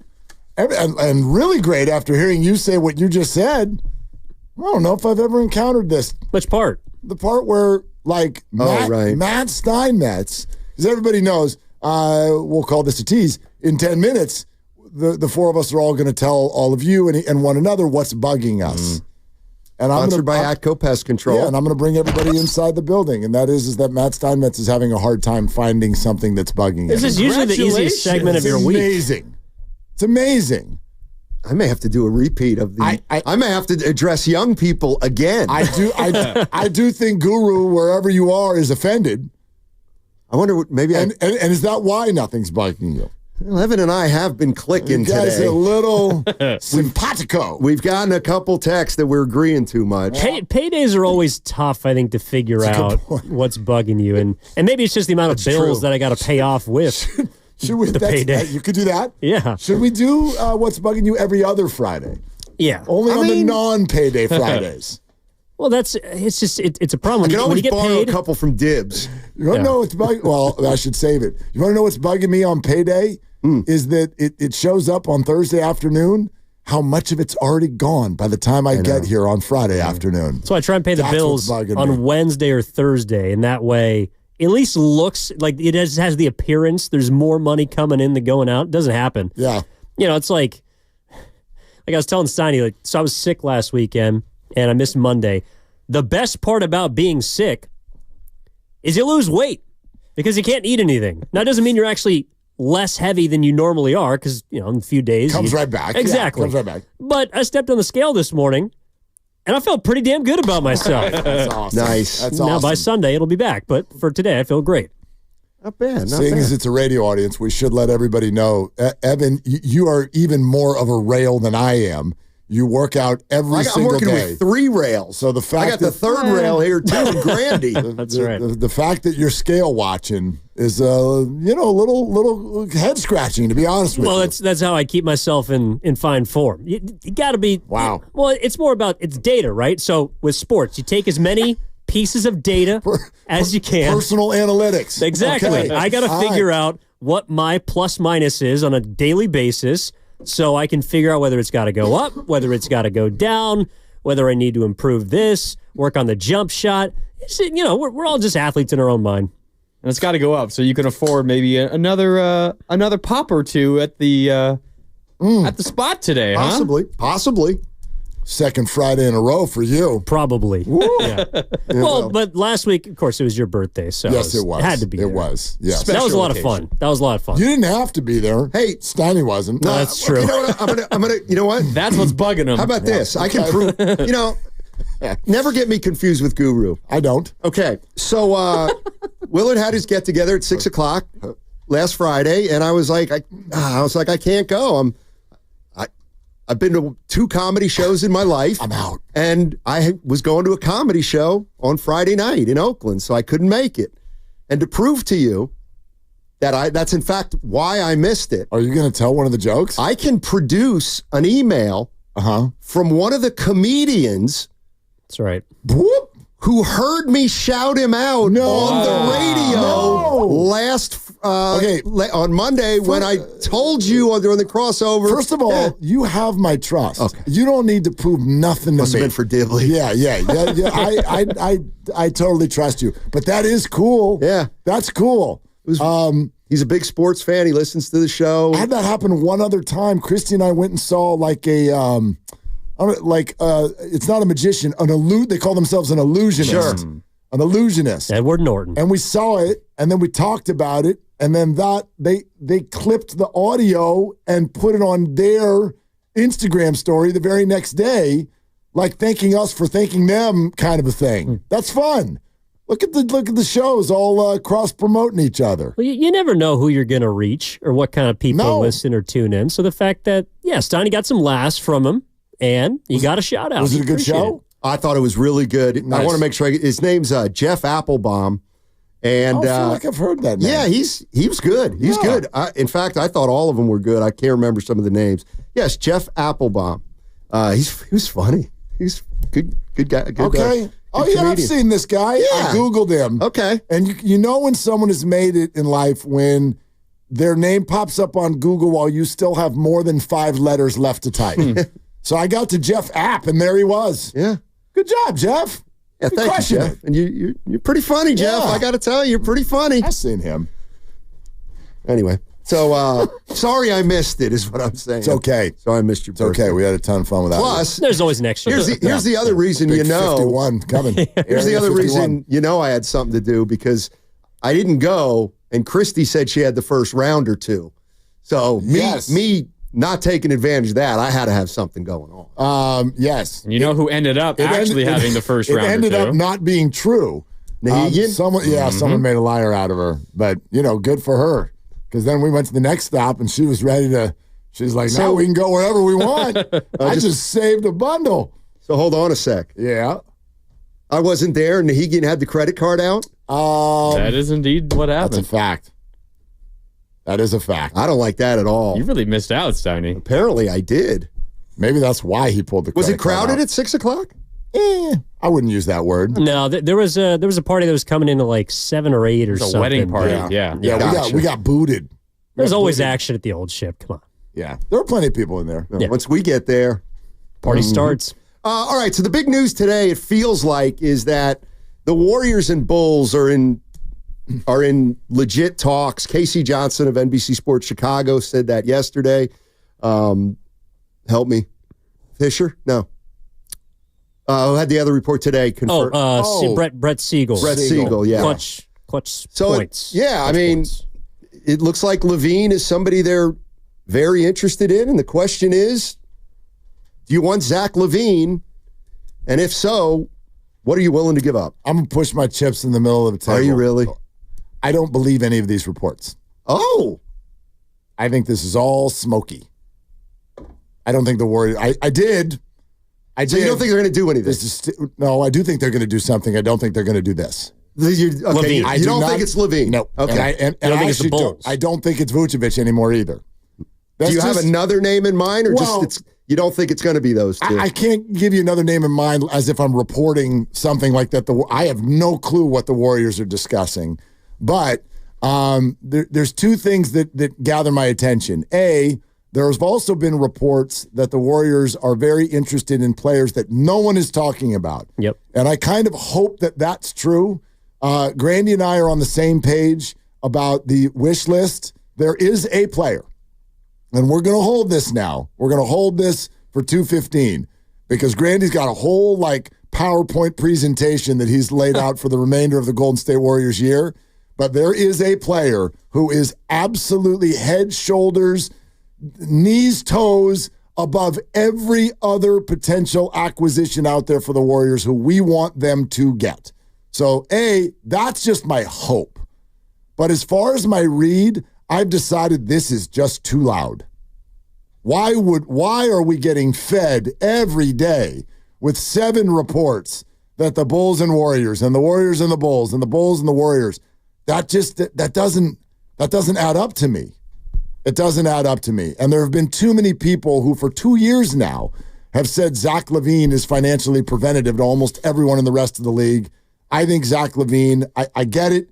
He's a scorer. He's having a great year. They were trying to give him away for peanuts last offseason. The Warriors turned him down. I know. Yeah. You can't convince me that everybody did that kind of an about face on that contract this quickly. I just don't buy it. He feels preventative to a Kuminga extension in the offseason. There's just too much there. So I don't think they're doing that. Well, I kind of wonder about that in general. For example, let's take a guy like Wiggins. Has his value changed over the last 3 or 4 years? Immensely. I would say just from this summer until now. Really? He had the worst season of his career last year. Yeah, but if you say 3 or 4 years, I'd say it was high and then it dipped and now it's perking back up a little bit. That's kind of what I'm saying. So he came here, it was low. No doubt. He was kind of low. Sure. Then he won a title. He came with a pick. He came with the 7th overall pick. I guess what I'm saying now is if you trade for Wiggins, like, what are you trading for? Which Wiggins or, it's Wiggins from the last 3 or 4 years. That's just what you're going to get. I know without the where he took a leave, that's different, obviously. But, I do wonder if somebody now who last year was like, we don't want to touch Wiggins with a 10-foot pole. Now is like, you know what, Wiggins? Hey, maybe. But I think that also fits from the Warriors' perspective because while I think in a vacuum, LaVine or Wiggins, who makes the Warriors better? Probably LaVine because they need a second scorer desperately. But I don't think the Warriors are in a position where they can ship away any meaningful rotation players that have a top 4 player on their roster. I don't know, even if you're getting your new number 2, I don't know if the net gain there is that much to make that big of a difference. I feel like they should be targeting, and this is the player that Willard and I will talk about in a little bit, they should be targeting someone who costs a little bit less, that doesn't cost you Wiggins, but can come in and do something similar to what someone like Zach LaVine can do. Maybe you guys have the answer. I don't think that there's really a player out there that's going to step in and immediately be a better scorer than Curry. I know LaVine, in a perfect world, he averages 24, 25 points a game. That's more than what Steph gives you right now. Is there a player out there, not named LaVine, that comes in and it can be your number 1? Not just your number 1 scorer, but your best player on a given night. Yeah, if we're being realistic, there is probably not. Well, I would say there is now, De'Aaron Fox. Well, okay. But I get it. That feels like it's not a match. No doubt. It feels like it's not a match. Because to me, LaVine is the closest guy to that of the names that we've heard. And, I also think it's the thing that's hard. It's I think what they're trying to find is what they found in Wiggins, 5 years ago. Mm-hmm. Yeah. But Wiggins was 24, and Minnesota had soured on him. And at this time he got his max deal, it was a bad deal. And they had to get off him. LaVine and Wiggins are the same age. They both played pretty much the same amount of time. So nobody the Warriors get to me is going to be perfect. It's just about what they think they can do with him once he's in the building. Well, if you want the Wiggins comp, for me, it's pretty clear it's Zion. 24 years old, and his value has never been lower across the league. There's major risk there, different than Wiggins, because Wiggins was always healthy when he was with Minnesota. But that's the buy low potential big upside guy that is potentially available. Well, I don't think New Orleans is going to deal him. Probably not. But could be wrong there. I don't think they're going to deal him. But I'm not overly focused on whoever. If there's someone who comes in that they need to be that much better of a scorer than Steph, or can they be the leading scorer on a given night type of a person? I don't have any problem if it's just more offense. More offense. And if you can get someone, because I know you guys talked a lot today about this article where there's a path to get LaVine without giving up Wiggins or Kuminga. To me, it feels a little far-fetched when I read it, but I understand where it's coming from. But if you're going to start talking about deals that allow you to keep Wiggins and Kuminga, I don't think that person needs to be a 25, 26 point per game person. That needs to be someone who's north of 17 per game. Just more offense, more options on the wing for the Warriors. More shooting, somebody who can knock down a shot and also doesn't give up that much on defense. You're listening to 95.7 The Game, KGMZ FM and HD1 San Francisco, always live on the free Odyssey app, Twitch and YouTube, powered by First NorCal Credit Union. Who's enjoying these bouts of rain and cold we've been experiencing? The weather isn't the only thing to worry about. It's ant and rodent season. If these pests have made their way into your home looking for shelter from the rain and cold, Atco Pest Control has comprehensive solutions. From effective ant treatments to rodent eradication and exclusion work, Atco can take care of what's bugging you. Call Atco Pest Control or fill out a service request online at atcopestcontrol.com. It's the What's Bugging You segment. Mm-hmm. All right, I'll start. Go ahead. You got one? You were the one I was going to say, I thought you had to go last. You need time? No, I came up with one. All right, so we had an announcement we made today. Bonte Hill of the Morning Roast is leaving to take a bigger opportunity with NBC Sports Bay Area. And, let's just say a few days ago, Oh, maybe Monday-ish. And somebody told me Bonte's leaving. Bonte's leaving. Okay. Hey, don't tell anybody. You're not going to do this. No, it's not that. Don't tell anybody. Yeah, okay. Who am I going to tell? Don't tell anybody. So then it's like percolating all week. All right, you know what that is? Percolation sensation. Okay. Cha-ching.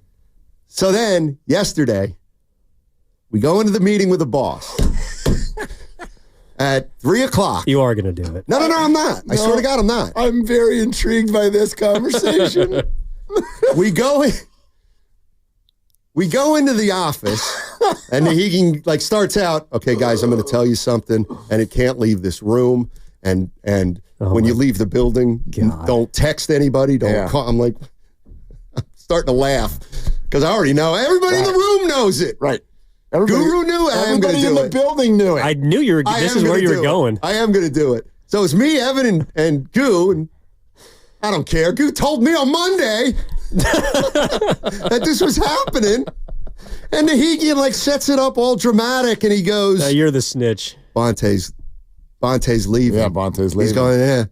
And there's a moment of silence, and Goo goes, I'm shocked. And at that point, I couldn't take it anymore. I couldn't take it anymore. I said, I had to say it. I said, no, you're not. You told me on Monday. Anyway. I can't believe you just did that. But the real bug, what's really bugging me is, keep it in house. Don't text. Don't tell me. Nobody cares. Oh, it's so funny. Nobody cares. But that's the way our industry is. It's the way our industry is. Maybe other industries. I've never worked in a different industry. It's completely the way it is, and it's always hilarious because it is literally impossible. And take it from a guy who is usually the last to know. I'm not an office politics guy, and I don't. I'll tell you, I didn't know till yesterday morning. Okay. And I won't tell you who told me, even though you probably guessed. But I didn't know till yesterday morning. And so I think I probably was the last to know. But it's impossible to keep stuff like that under wraps. Especially it is media impossible. People. Media people can't keep Dude, do you know what biggest blabbermouths in the world? When I left the other place to come here, that was one of those kind of the in office okay, we're gonna do this, and here's the email. I'm about to send the email out to the staff, and I'm I can already. The staff knows. The staff over at 95.7 knows, and I haven't even met most of them yet. And they the text, the emails. It is, especially when the two places are sitting there right across the street. Everybody just go over to Gambino's and tell everybody what's going on. It's impossible to keep stuff like that under wraps. The funniest part, though, was his face when he said it. Everyone's got to tell. I really want to play poker with Goo because everybody's got a tell. And Goo just put his head down like a puppy. And it was dude, what are you doing? Randy? All right, sorry. What's bugging me? Yeah. I think one of you guys have probably done this before, but it's ticked back up for me. You guys know I'm a big soccer fan. Watch a lot of international soccer. It is expensive to be a soccer fan. It's expensive to be a sports fan in general. If you want to watch the Premier League, guess what? You need a Peacock subscription. If you want to watch the Champions League, guess what? You need a Paramount Plus subscription. If you want to watch the FA Cup, you need an ESPN Plus subscription. Same thing goes for all of our sports here in North America. It is infuriating how much money you have to shell out just to watch sports.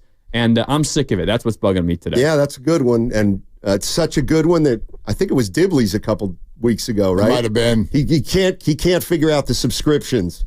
It feels like that sounds like less than a money problem. Feels like you figured it out. I can do it. It's just expensive. Grandy's in his 30s, so that's the way. When Not 30 yet. 28. Okay, Grandy's in his 20s. You're about to be 30. Whatever. That means you can understand how to figure out all the platforms. Oh yeah, I can do it. But you can't afford them. Exactly. When you're in your 50s, you can afford them, but you can't figure them out. That's the way life works. I've learned that. I have a quick one. It's when my daughter calls. It's when my daughter calls. And as a parent, I don't want to be bugged by when my daughter calls. I love my daughter. I'll talk to my daughter about anything. She's 15 years old. She's turning 16 in about 4 weeks. And I love to go into her room at least once a night to just do the whole, like, what's going on? Talk to me. Like, this is not about I don't want to talk to my daughter. The percentage of times when a phone call or a text come through from my daughter and it is asking for money is north of 94%. I swear to God, if I see her name that's what's bugging me. I want her name to show up on my phone and not have my first thought be, how much? That's what's bugging me. Well, she probably. How much? She probably. I answer the phone. How much? You probably say yes more than 94% of the time. Which is part of the problem, Steiny. I haven't not given my kid money ever in my life. Yeah, when they got a minimum day at school, and she's like, "We're going to lunch, Dad." I'm like, "Yeah, hit the phone. There it goes." Yeah, that's a conversation I'm not looking forward to. But the one that is actually bugging me that I feel like I've been having 3 times a week because it's every other day. So we have a member of Odyssey, an engineer named Justin Beltre, who's a loyal listener, P1. And I have no problem with gambling in sports. Everyone here does it. But the gambling mentality in sports is ruining things, which is if you hit 4 of your 5 legs on a parlay, and Justin is a big parlayist, you don't win. That's not how life works. Like, just because you don't hit 4 of your 5 legs of your day doesn't mean your day sucked. Just because you don't hit all 5 legs in a basketball game is a team trash or is a player terrible. Gambling and just the mentality of it, of the all or nothing, win or lose, black or white, is to me ruining the experience of me having a conversation with my friend about sports. And Justin, I love, but every single day he comes in and this guy stinks and this guy's a bum and this guy's not worth anything and this team will never win crap. And I'm just like, dude, why do you even watch sports? I mean, did you? And he won last night and he still came in talking about gambling mentality. Leave it at the door when we're talking about real life things. That's just the way I feel. I think he came in after the Kings game and he's like, Steph Curry stinks. Like, no, seriously, he stinks. Like, what? He didn't have a good. He stinks. No, he stinks. I'm like, he doesn't stink. He doesn't stink. He just lost a bet. That's all you did. So it'll be okay. All right. This is Mark Willard for Underdog Fantasy. But no. By all means, just go gamble, have fun. Underdog, prize picks for Guru. But that's just leave it at the door. It's how people talk. Yeah. It's how you know what I mean. Like we get that every night. You got 4 people, and you're like. I mean, Christy is now, she's, Bam Adebayo ruined my, it's just like, do you even know who that is? Prize Picks got a flex play. You can win without actually winning. Thank you. So does Underdog. There you go. All righty. Well, I'll let you guys take it from here. Enjoy the ship. I see you got Princeton, Yale on. Big game. And, of course, they're playing at Jadwin Gymnasium, a place where I played in college. That can't be a real place. Yeah. Did you have a good game there? I had 8. 8 good games. Oh, I had you for higher than 8 and a half. Get this. If this doesn't tell you how old I am, nothing will. We lost the game 45-43. Oh, God. Wow. Yeah, 45-43, but I had 8. Do the math. Defensive on battle. 95 cents a game.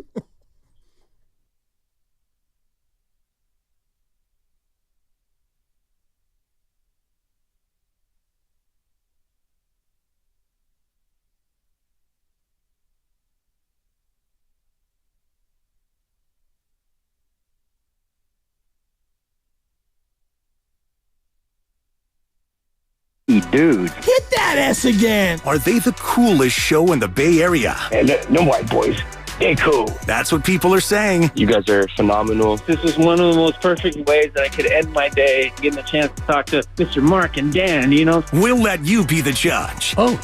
All I know is it's a couple of Bay Area boys talking sports. I know nothing. Thanks. It's Willard and Dibs on 95.7 The Game.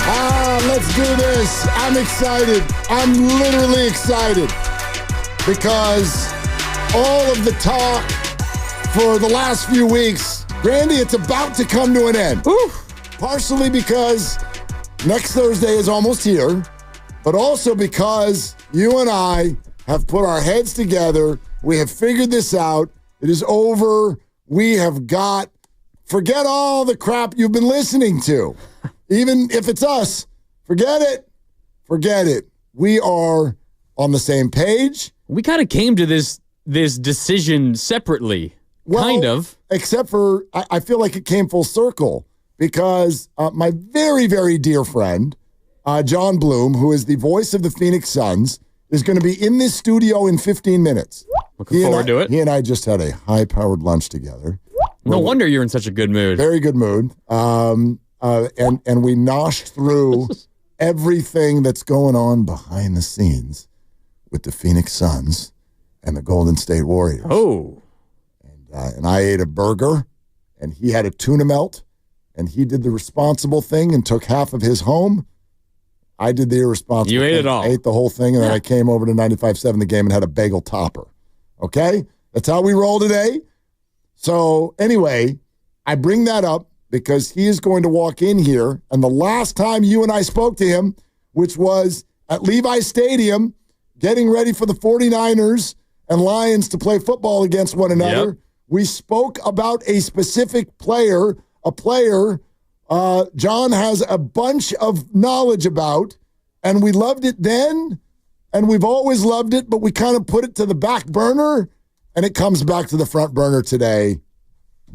We are absolutely zeroed in on one specific player. So, Mark Grandy, I want to let you not only unveil who this is, but sort of like the other thing that you laid out today as to why this player means that this season is far from over. Yeah, I kind of had a turning point in how I'm thinking about the Warriors last night when I was sitting down and trying to figure out what the Warriors should do. And if you've been listening this week, you know that I have very, very, very heavily been on you got to make a move. You got to get more talent in here. This team desperately needs an injection of scoring ability. And I've been infatuated with this player ever since trade talks began. Like, you go all the way back to early December, honestly. I think when I first brought this player up. But I kind of put him to the back burner because then big names kept coming up, like Jimmy Butler, and more recently Zach LaVine. And there was drama about maybe Zion and all these other players. But I have come back full circle, as you said, back to the Brooklyn Nets and back to Cam freaking Johnson. I think he is a dream fit for the Warriors, and what changed for me wasn't a change in how I feel about Cam Johnson. I have always felt he's a perfect fit for the Warriors. He's 6'8". He's a month away from being 29 years old. He's under team control for 2.5 more years at a very reasonable number. You can acquire him without trading away Jonathan Kuminga. I think you can also do it without trading away. You're definitely going to do it without trading away Andrew Wiggins. You have to. He makes less than Andrew Wiggins. He makes less than Andrew Wiggins. So I think it checks a lot of boxes there. But what kind of clicked for me last night, and I don't know why it was last night, maybe it's just a delayed reaction to what I saw them do against Oklahoma City. This isn't me saying I think what they did against OKC is repeatable. It is not. If you're counting on Pajemski to hit a step back deep two at the end of the shot clock with a hand in his face and Kyle Anderson hitting a fadeaway as the shot clock expires, you're not going to win many basketball games if you have to rely on that. This Warrior team, though, I believe they have a number of really quality pieces. They have pieces that can go together and fit in a larger picture of being a quality, really competitive basketball team in a tough Western Conference. But they're missing one piece. It just happens to be a really, really, really, really, really big and important piece. You acquire Cam Johnson without trading away Wiggins and without trading away Jonathan Kuminga. If it costs you a first-round pick, so be it. If it costs you 2 first-round picks, I'm still probably doing it. Cam Johnson would immediately fit into this Golden State Warrior rotation, be their number 2 scorer, can give you 20 points tonight. He's averaging 19.4, shooting 42% from downtown, nearly 50% from the field. He's also a good perimeter defender. He can score off of the dribble. He can move without the ball. He can catch and shoot. He can shoot off the dribble. He can do it all, and he's reasonably priced. But the Warriors' issue isn't that they don't have good players. They are asking their players to do more than they're capable of. They're asking Wiggins right now to be their number 2. He's not a number 2. He's an ideal number 3. Cam Johnson allows Wiggins to slide back down to number 3. That would then make Jonathan Kuminga your number 4 scorer, and then Schroeder your number 5 scorer, and then Buddy Hield and Brandon Pajemski and Moses Moody and everybody else can slide in after that. The Warriors' issue is they got some good players, but they're all asking them to do things a little bit beyond what they're capable of on a consistent basis. You slide Cam Johnson in, everyone else slides down a ring. Oh, and now you might have something now. Now if Wiggins is getting 16 points a game as your number 3, Kuminga can chime in with 15 every single night as your number 4, and you've still got the backbone of a solid defensive team. I really think this is the move that unlocks everything else for the Warriors, and it would make them a team that is certainly capable to get out of the play-in realm and into an actual postseason series. And if that were to happen, I would not be shocked if they were to at least win a series and be competitive in another one or two. That's the deal. That's it right there. That's the deal. When I hear that, I don't even want to listen to anyone else. Why on earth are we letting a couple of articles out there and no disrespect, because who the hell we work for this, they work for that. But I love that we've now decided that Brett Siegel, who nobody even knows who he works for. I don't know Brett. I'm sure he's wonderful, but he wrote an article without even putting names in it. He's like, no, there's a way that you can do this. You can get Zach LaVine without giving up Wiggins or Kuminga. Well, how, Brett? Well, there's other teams, and they'll get involved. Okay, well, which teams? I don't know. Okay, but how? So who would be coming back? Don't know, but they can do it. Great, you're probably right. There's a way to do it. It is mathematically possible. It's absurd, though. It's a terrible idea. Zach LaVine is a really good scorer of the basketball. Well, if you could get LaVine without giving up Wiggins or Kuminga, sure, I'd be interested in doing it. But it's very, very, very, very hard to believe that could ever happen. And you still have to figure out the next 2 years where he's making almost $100 million. Yes. And I don't understand how that works. Nobody ever has. Nick Friedel sat in this studio 2 weeks ago and started laughing when we brought up the name Zach LaVine. This all just goes to show you, and I'm no different. I'm one of you. We get sucked in. And by the way, this isn't me sitting here telling you right now the Warriors aren't going to get Zach LaVine. I got no clue what they're about to go do. But I'm out. I'm out on any of these guys that cost $45, $55 million. Jimmy Butler headaches. Zach LaVine, just around your neck contract. You just said it. That's the guy. That's the guy. And there's two takes baked into what you said. Take one is the one that a lot of you can walk away with, and it's like, oh, okay. Grandy and Willard like Cam Johnson. Sure, that's one take. But the second thing you're saying, which is maybe to me in a long way the more interesting take, is you still think that there is some juice in the orange this season. This season. I have a hard time believing that I actually feel that way, considering the experience I've had watching this team. Considering the conversations I've had with you. Yes. But, okay, how about this? The Golden State Warriors this year, against the 6 best teams in the NBA, the teams with the 6 best records. Okay. That's the Cavs, the Thunder, the Celtics, the Rockets, the Knicks, and the Grizzlies. Warriors are 7-6 against those 6 teams. That's bananas. A winning record. Say that again. Against the Cavs, the Thunder, the Celtics, the Rockets, the Knicks, and the Grizzlies. If you don't have the NBA standings in front of you, those are the teams with the 6 best records this year as of this current moment. The Warriors have a winning record versus those teams at 7-6. That's kind of wild, isn't it? How about even further? The teams with the 10 best point differentials in the NBA. So how many points are you outscoring your opponents by? It's generally a very good measure of how good a team is. Against the teams with the 10 best point differentials, the Warriors have 11 wins. Only Houston and OKC has more. Only Houston and OKC have more wins than the Warriors do against top 10-point differential teams. So the point is, the Warriors have that ability in them. It's in them. And I feel a little bit like Steve Kerr right now, saying the 12-3 start was not a mirage. I'm not saying that. The Warriors, as currently constructed, when they click and when they fire on all cylinders, they can beat anybody, any team in the NBA. They've beaten the Celtics. They've beaten OKC twice. They've beaten Houston twice. They've beaten Memphis twice. They can beat anybody in the NBA when they play as well as they do. But like we were talking about yesterday, when it all clicks together, like against OKC, it looks great and they get the win.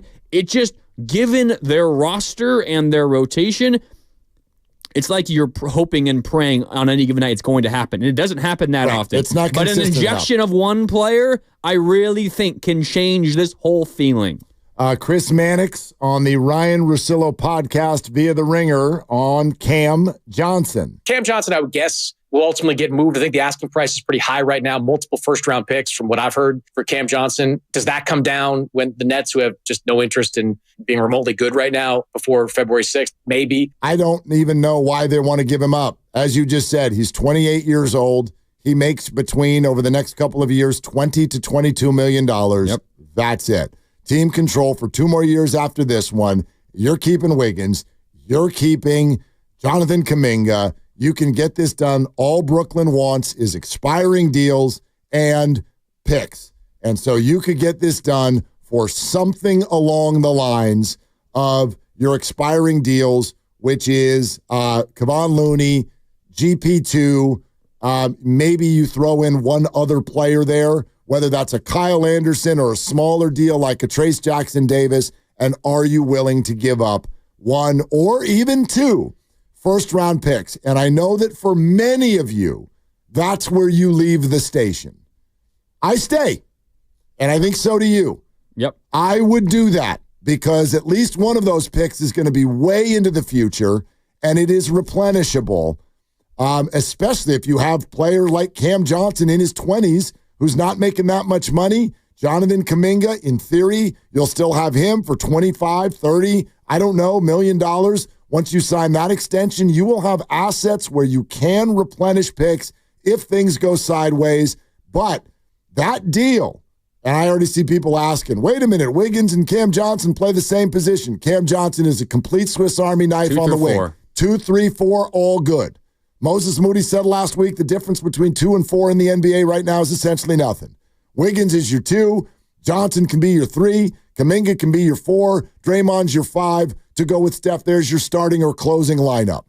And then you're sprinkling in all of the other pieces from Dennis Schroeder as the backup point guard, or Quentin Post when you want to stretch 5, or whatever. Buddy Hield when you need a knockdown 3.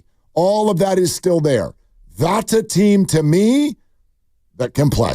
And I am doing that deal today. Also, I would not be surprised if the Nets expected asking price is 2 second-round pick or 2 first-round picks. They settle for 1. They might settle for 1. Because they get introduced to the world of the new CBA and they realize other teams are going to call their bluff and say, you want expiring contracts, we're giving you that, we'll give you just 1 first-round pick. Okay, so with all this going on, the Suns do feel a little bit like the linchpin because of the Butler stuff, the Bradley Beal stuff. There's even people saying, hey, maybe the Suns now go the other way. Are they willing to deal Kevin Durant? I'm not kidding. This is being talked about, and they're in town, and their voice is going to be in this room coming up in just a moment. Knockout tournament, another space to join us on the Chase Center court is given away today in the 4 o'clock hour. That's when we'll give you the keyword. That's all you need to know right now. 4 o'clock, keyword. Okay, but we're going to talk all of this out, take your calls. Do you still see a path to something productive this year? Is there juice in the orange this year? 888-957-9570. We take your calls. The voice of the Suns, John Bloom, joins us next. Grandy's in for Dibs on Willard and Dibs. This Game Day traffic report is brought to you by Crystal Geyser.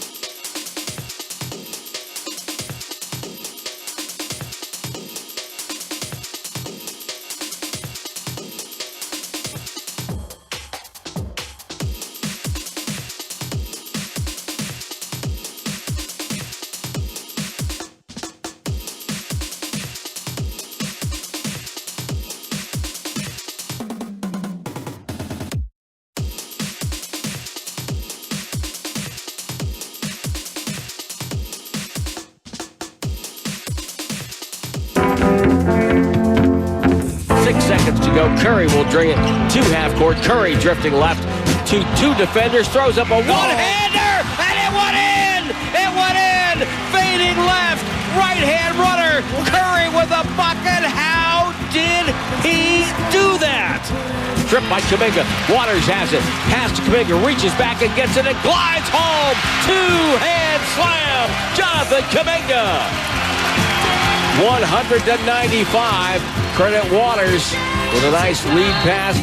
Dub Nation, it's Steve Kerr. You're listening to Willard and Dibbs on 95.7 The Game. Hell of a game. Hell of a show. Last time these two teams met on December 28th. And I remember that night very, very well. It was a good watch. And so will we see something like that again? As that Curry behind the back buzzer beater? Yeah, remember that? Oh, remember man. That was like the most classic Curry type thing ever. Like, it just didn't even make any sense. And it goes in. And so here we go again. But this time, where are we? What's the math? 6 days until the trade deadline. Yep. And both of these teams are absolutely at the center of it all. So, River Island's guest line, right here in the room with us, my very good friend. He comes on with us every time he can. The voice of the Phoenix Suns, John Bloom, who's going to tell us exactly what the Suns need to leave Kevin Durant here and go to Portland tonight without him. Ooh. What's the deal? What are you offering? For him to actually put a Warriors uniform back on? Stay. We need all of it. Steph. What's it? Steve Kerr. Stop. Yeah, maybe even you. We need all of it. Yeah, we'll take everything. I can part with him. I'll part with him for sure. For sure. I'm taking all the sourdough. I would like all of it. I had a little bit of it last night at Taddish's, the classic Taddish spot. Grill. Dude, I have not been there probably since I was a little kid. Same. I don't think it's changed at all, which is crazy. But phenomenal. It also still holds up. So if you're telling your friends who come from out of town, that's still a staple to tell people to go. And love to playing Stevie Nicks on the way back in. You know, the Phoenix native. That's a little vibe for the Suns tonight, I think. I think you guys need to watch out with a little Fleetwood Mac / Stevie on the way in at a break, throwing the Suns vibes. I think you're the only one in the room who knows where Stevie Nicks is from. Right? I'm supposed to. That's why. Yeah, that's part of the game. When you live in the Valley of the Sun for over 20 years, you got to know that stuff. John Bloom, voice of the Suns. There's obviously a lot going on here. So I don't even know kind of where to start. I don't know what they're about to do. I know you don't know what they're about to do. But what is your sense of just Phoenix Suns basketball right now, which I think is disappointing record-wise for sure, and what is their appetite to get involved at a high level right now at this trade deadline? It's just so crazy, Will, because it's so up and down. And Mark, you probably know this covering the Warriors, because I feel like there is actually now some similarities to how these two fan bases are feeling a little bit. Now, the difference is 4 titles, and that's a big freaking difference when you talk to Suns fans. They've got 0, never tasted that. So that's why you can't possibly have the same mindset. As far as the teams are concerned, though, I'm just going to talk where I come from and focus on the Phoenix Suns. 24-22 is not good enough with this roster. Now, with Kevin Durant and Devin Booker, I think they're 22-9 now. When those two guys play, 22-9, that's a pretty good clip. Yeah. But 24-22 is kind of, it's basically right where the Warriors are.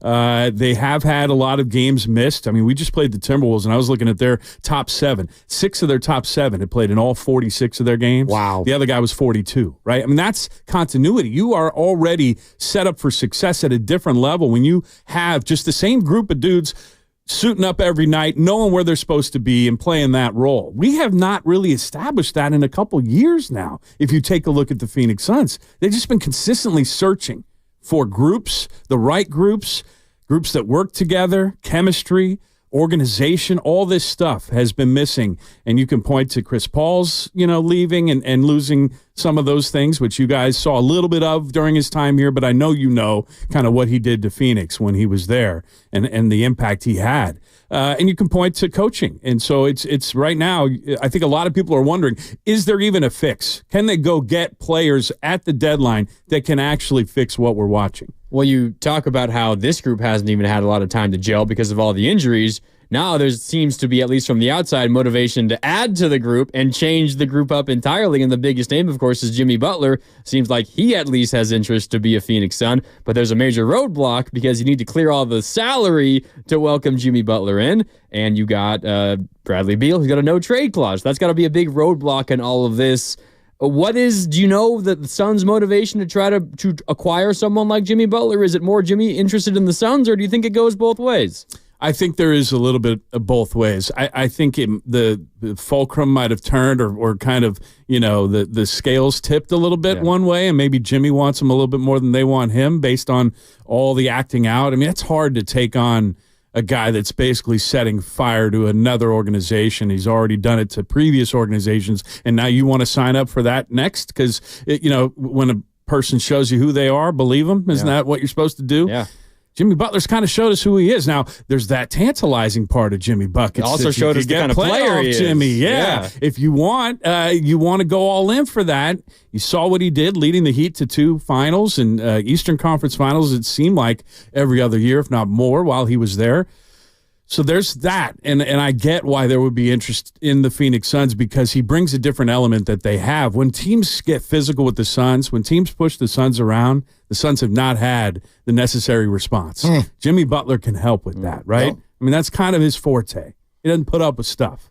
We've had, a number of years where this has been kind of a tag on the Suns is they'll let you push them around a little bit, and then they'll be off their game. And I don't know if there's a guy you can, even if it's Jimmy Butler, that you could bring him in and all of a sudden that's going to change if you still have Kevin Durant, Devin Booker, and the rest of the guys that are on this squad. But it's going to be fascinating to see what happens. I don't think they're going to stand pat. That's one thing I'm pretty confident. I feel the same way about the Warriors. Yeah. I do. And I don't think that the Suns and Warriors are likely to be any sort of a match, except for if I really zoom out and look at this from 10,000 feet. I don't really what is the Suns' long-term goal here? And I know maybe long-term is the wrong word because the players that like Kevin Durant is not a long-term player. Neither is Bradley Beal, and neither is Jimmy Butler if he were to end up there. But going back to last year, going into the offseason, I looked at that there were a couple weeks where I sat here on this show and went, the Warriors need to go get Kevin Durant because the Suns, they had to do something. Those 3 contracts, it wasn't going to add up. And I was very surprised that they doubled down on it. They're like, nope, we're doing it again. And now here we are, which is 24 and 22. And I'm like, it blew up in your face again. Let me ask it this way. How long is Kevin Durant for the Suns? Yeah, that's what I'm racking my brain on right now, because I think if you are even thinking about the possibility of trading KD, then I would think that now would be the time to do it because his value isn't going to get higher than it is right now. At least I feel somewhat confident saying that since he's 36. He's averaging over 27 a game, 5th best in the NBA, shooting at high-efficiency clips, playing 40 minutes a lot of nights, still doing it at all levels that he's been doing it since you guys remember him being an MVP. So why would I think that they should trade him? I don't. But if you are considering rebooting, that's probably the best way to do it. You're going to get more for Kevin Durant than anybody else, obviously. Even though Devin Booker's only 28, I don't think they're even considering trading Devin Booker because he means so much to the Valley and the community, and he's got the long-term deal, and I think that they've committed to that, but I have no idea. They don't run any of these things by me. This is starting to feel, though, a little bit like Kevin Durant with Brooklyn, where you looked at this collection and this talent, and you said, they should be so much better. They should win, and they never did. And then obviously COVID came and everything with Kyrie was quirky. But I think with the Suns, I just am perplexed at why they're not better, because we talked about it last year, and you were talking about whether maybe they need to trade Kevin Durant then. I agree, but then you get Tyus Jones to sign a $3 million deal. I know. A guy who's a legitimate point guard. That was the guy I thought they needed. That's the kind of stuff that you needed to do in order to make it work with these 3 massive deals, and yet it's still not working. Are you saying that there is even a snowball's chance that we hear Kevin Durant's name going somewhere in the next 6 days? I mean, I obviously I can't sit here and say there's no chance. I would still be surprised if they moved him. But, again, I think that there's so much being considered right now. You're talking about the future. And I think with our owner, Matt Ishbia, he's made it clear that the future is now, that he's going to do everything he can to win now. He wants to contend now, and he's going to try to keep this a contender as long as possible. He's not looking to rebuild. He's not looking to reset, and I can't imagine that that's changed even through a lot of frustrating nights watching him sit there, with the best seat in the house, sitting courtside watching this group. As a former player, he's got to be thinking to himself, he played for Tom Izzo. He was on the end of the bench as a walk-on at Michigan State, but he played, for Big Ten basketball when Michigan State was contending for championships. So it wasn't just the fact that he was part of that. He was part of that during a really intense time. I was there too, covering that team in my first job in Detroit. So I learned a lot about hoops through that experience, and I know he did as well. And he thought about being a coach. Then he went and made billions and made the right call. Now he owns the team, and he's figuring out his role. And I know you guys have seen what's happened with the Warriors ownership. When they took over, and they made the moves that they made, and then championships came, they were lauded and applauded across not just the NBA, but all of sports as this kind of revolutionary ownership group, right?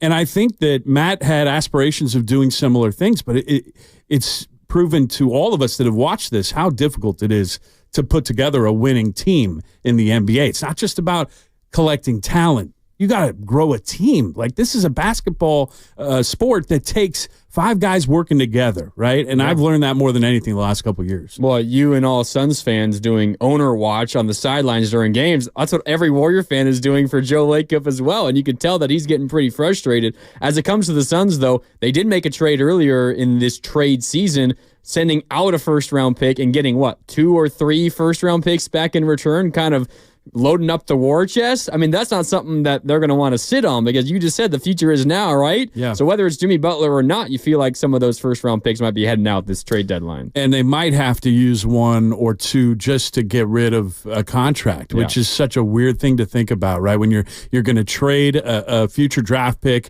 because you've got a guy that's sitting on the bench that's not playing up to the level that you're paying him. And maybe what it does is it opens up an opportunity for a roster spot. You can get somebody in that can contribute now.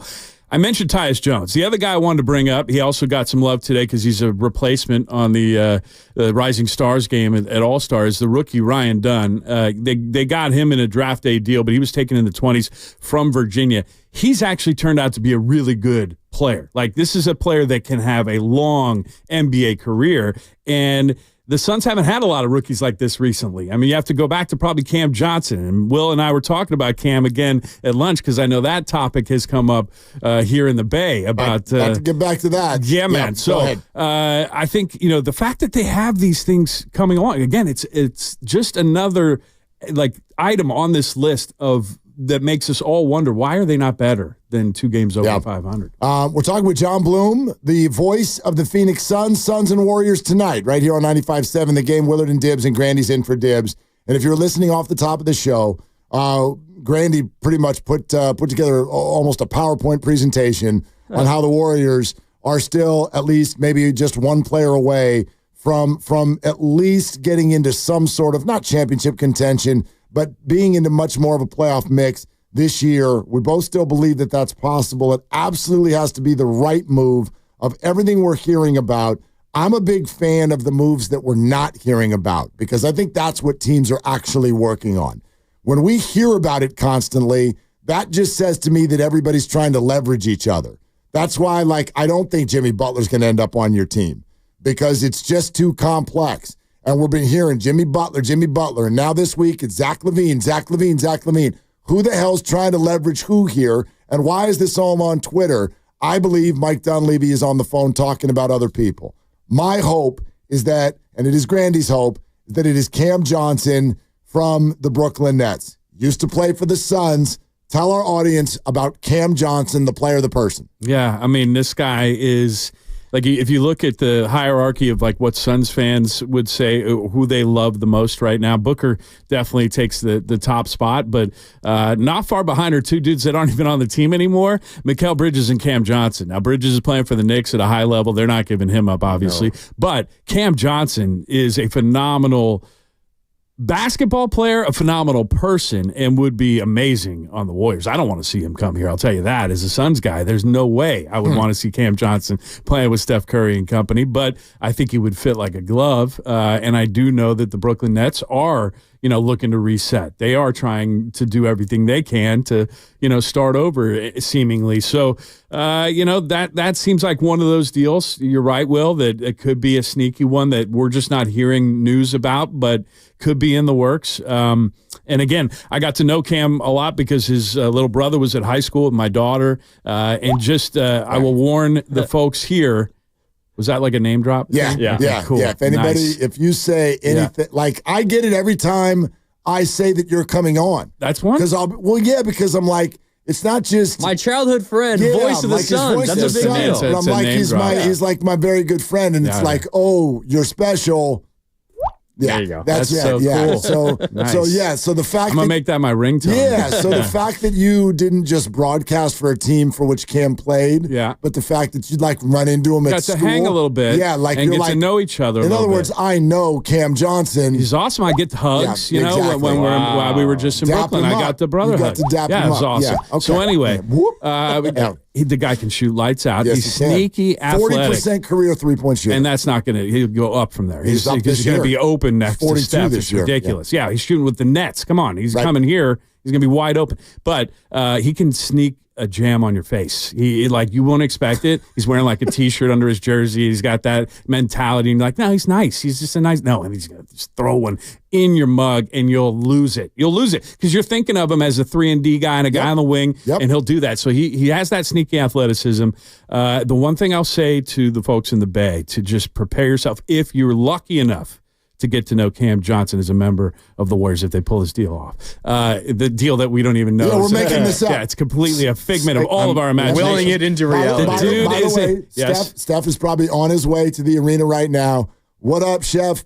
He, of course, a week and a half ago was like, can you all put your stupid trade machine away and let us figure this out? And so every time it's a game day about this time, I shout out like, sorry, no, we're not going to put the trade machine away. We're trying to help you, Steph. So like when you say this deal, yes, this is just a figment of our imagination. That's all it is right now. But we're hoping. But I wanted to warn everybody that he's like a diehard Rams fan. Oh, that's the one kind of like, all right. Steve Kerr is a diehard Dodger fan. See, and you put up with it because titles. Yes. Yeah. So we love you, Steve. Yeah. Steve's amazing. Steve's by the way. best. But I do think that he what's great about it is he kind of is really passionate. He wears all this stuff. Like he and Mikal had this bet because Mikal Bridges was an Eagles fan. They played each other in the NFC title game, right? And the loser had to have a lemonade stand in downtown Phoenix, and Cam did it. Like he did the full lemonade stand. It became like a big photo op and video op and stuff. But it was cool as heck. So many Suns fans, hundreds and hundreds, probably thousands, are lining streets to get a cup of lemonade from Cam Johnson to pay off a bet. That's the cool kind of stuff that he does, and just I think that's the kind of stuff that fans love. Just getting to know these dudes outside of their hooping. Why is he a Rams fan? It's a great question. I remember He's from Moon Township, Pennsylvania. Yeah. We got into it with him and got the whole explanation, and for some reason slip in my brain. Now there was a reason. Somebody's dad's uncle. It might. Here's one that it's foggy, but I think it might be connected to he fell in love with playing with the Rams on Madden when it was the greatest show on turf. Oh. Do you respect that as a game, like a gamer generation coming up, that they could root for a team based on a team they played on a game? I grew up with a guy who is a Bay Area guy and diehard Giants fan, diehard 49ers fan, but because his parents went to Cal and both Kevin Johnson and Jason Kidd ended up on the Suns, this guy just decided to shine the Warriors. That's so weird. And be a diehard Suns fan. Did you completely excommunicate with this dude and take him out of your life? Sitting right next to me right now. So, yeah, sure, I'll respect it. Do you. Whatever the hell weird reason you want to root for. It wasn't a video game. I got to meet the human being in person, and he treated me great, even though I was a pudgy, no talent, having wishful point guard, all right? I remember you running around at Whale Park in that oversized KJ jersey. Yep, and you remember the dimes I was dropping on you, too. You remember the no looks that you were ready for because they were coming at your face. I could shoot. I can you could shoot and I could pass. Yeah. Neither one of us could jump. Nope. Anyway, go ahead, Grandy. I like this little banter going back and forth. I have very athletic hands, Grandy. I don't know if you knew that about me. I did not know that, but I do now. I want you to tell me a little bit more about Cam Johnson because I'm going to spend the next few hours trying to convince all of our listeners that he's an awesome basketball player and more than just a 3-and-D guy.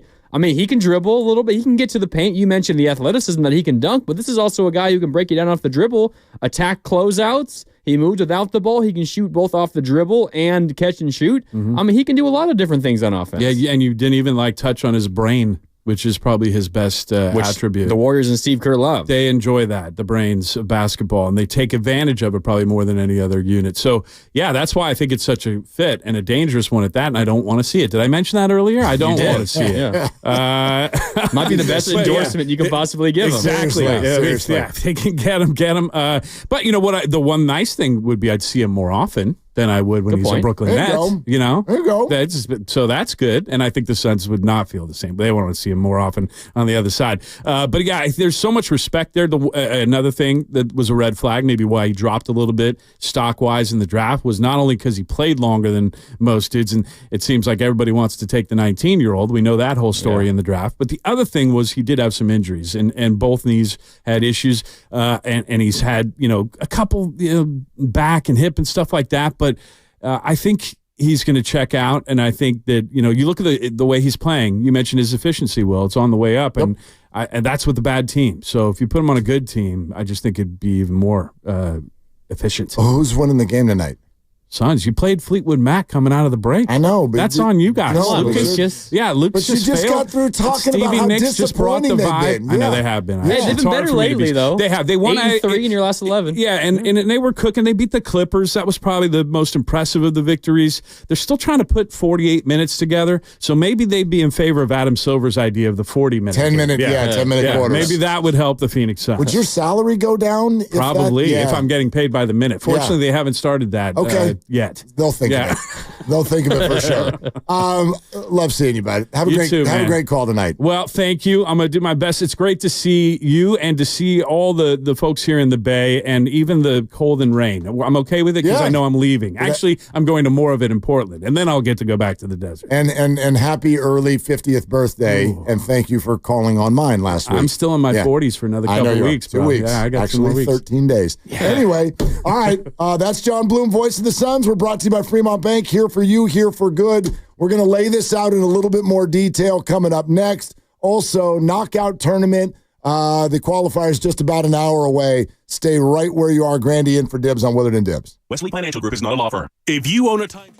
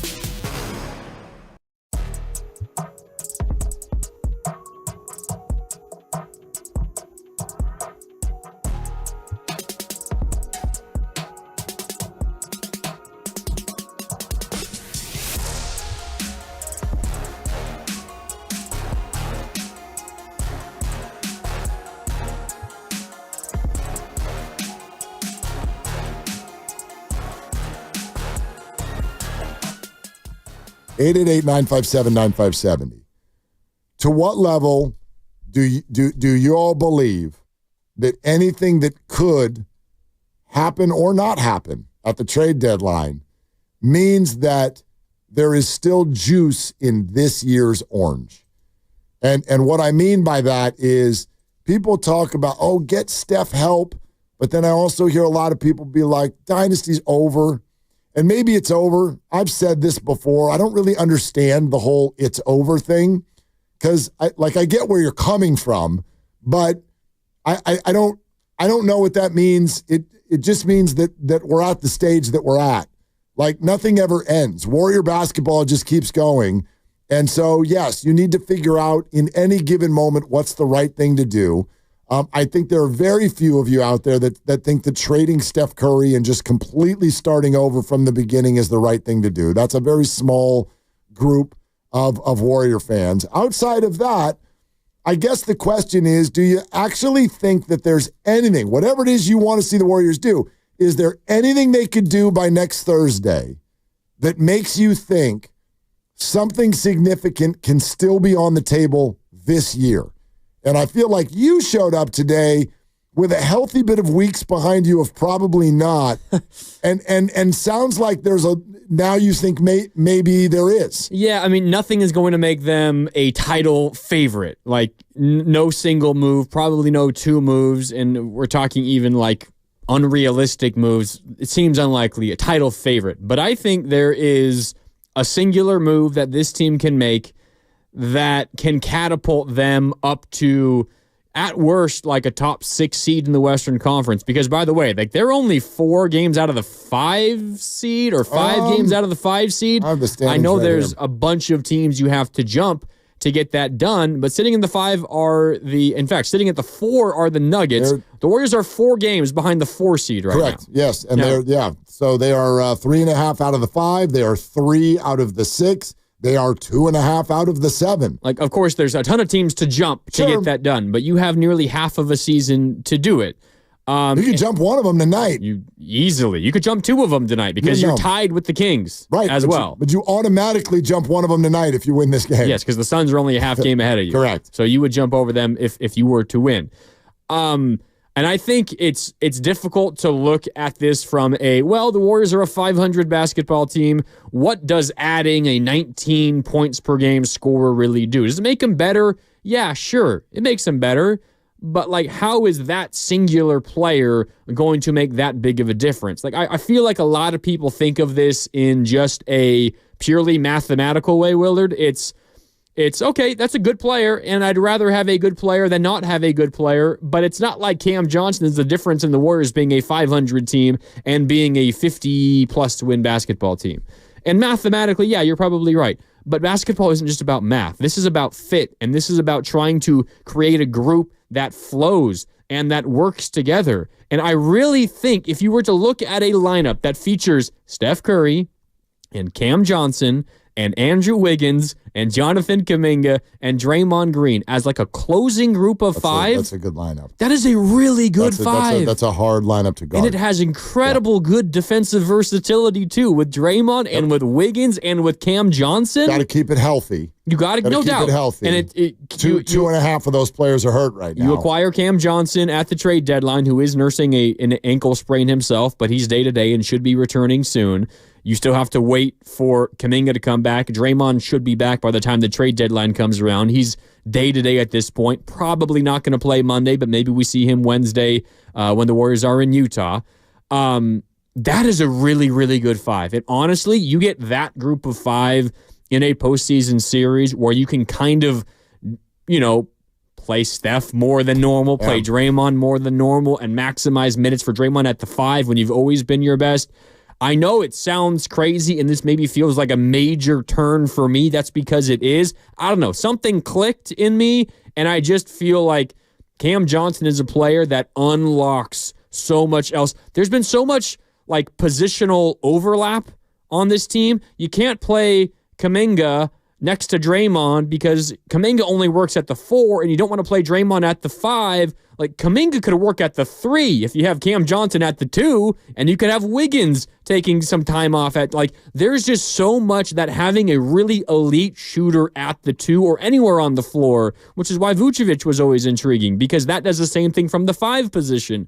But Cam Johnson isn't going to cost that much. He's under contract for 2.5 more years. He's relatively cheap, and he is like the dream fit alongside Steph Curry. I just think here's the exercise that everybody can do. There's all these names getting thrown around, right?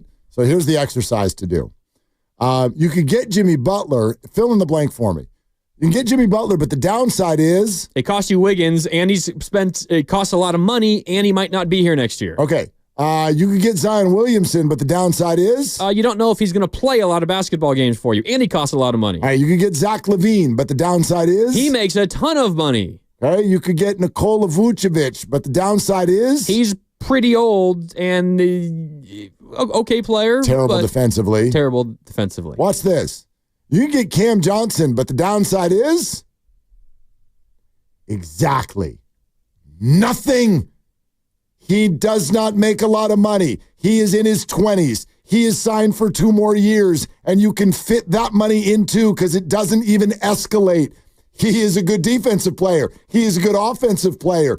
You just heard the voice of the Suns, where he used to play, say he is an absolute gem of a human being and locker room guy and underrated athleticism, and you lose none of your core. What are we talking about, Jimmy Butler and Zach LaVine? Why? What are we talking about? Yeah, that's the guy.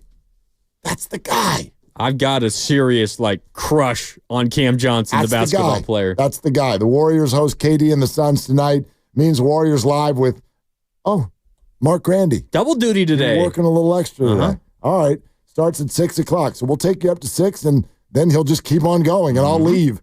And it's presented by Xfinity. Stream sports from the best seat in the house with Xfinity. Bring on the good stuff. Okay. Few things to get to. Knockout, keyword, 45 minutes away. Your phone calls right now. 888-957-9570. Do you still believe there's juice in the orange for the Warriors this year? 888-957-9570. We will take your calls now. Grandy is in for Dibs. This is Willard and Dibs. This game day traffic report is brought to you by Crystal Geyser Alpine Spring Water. Heavy slowdowns on Interstate 80 and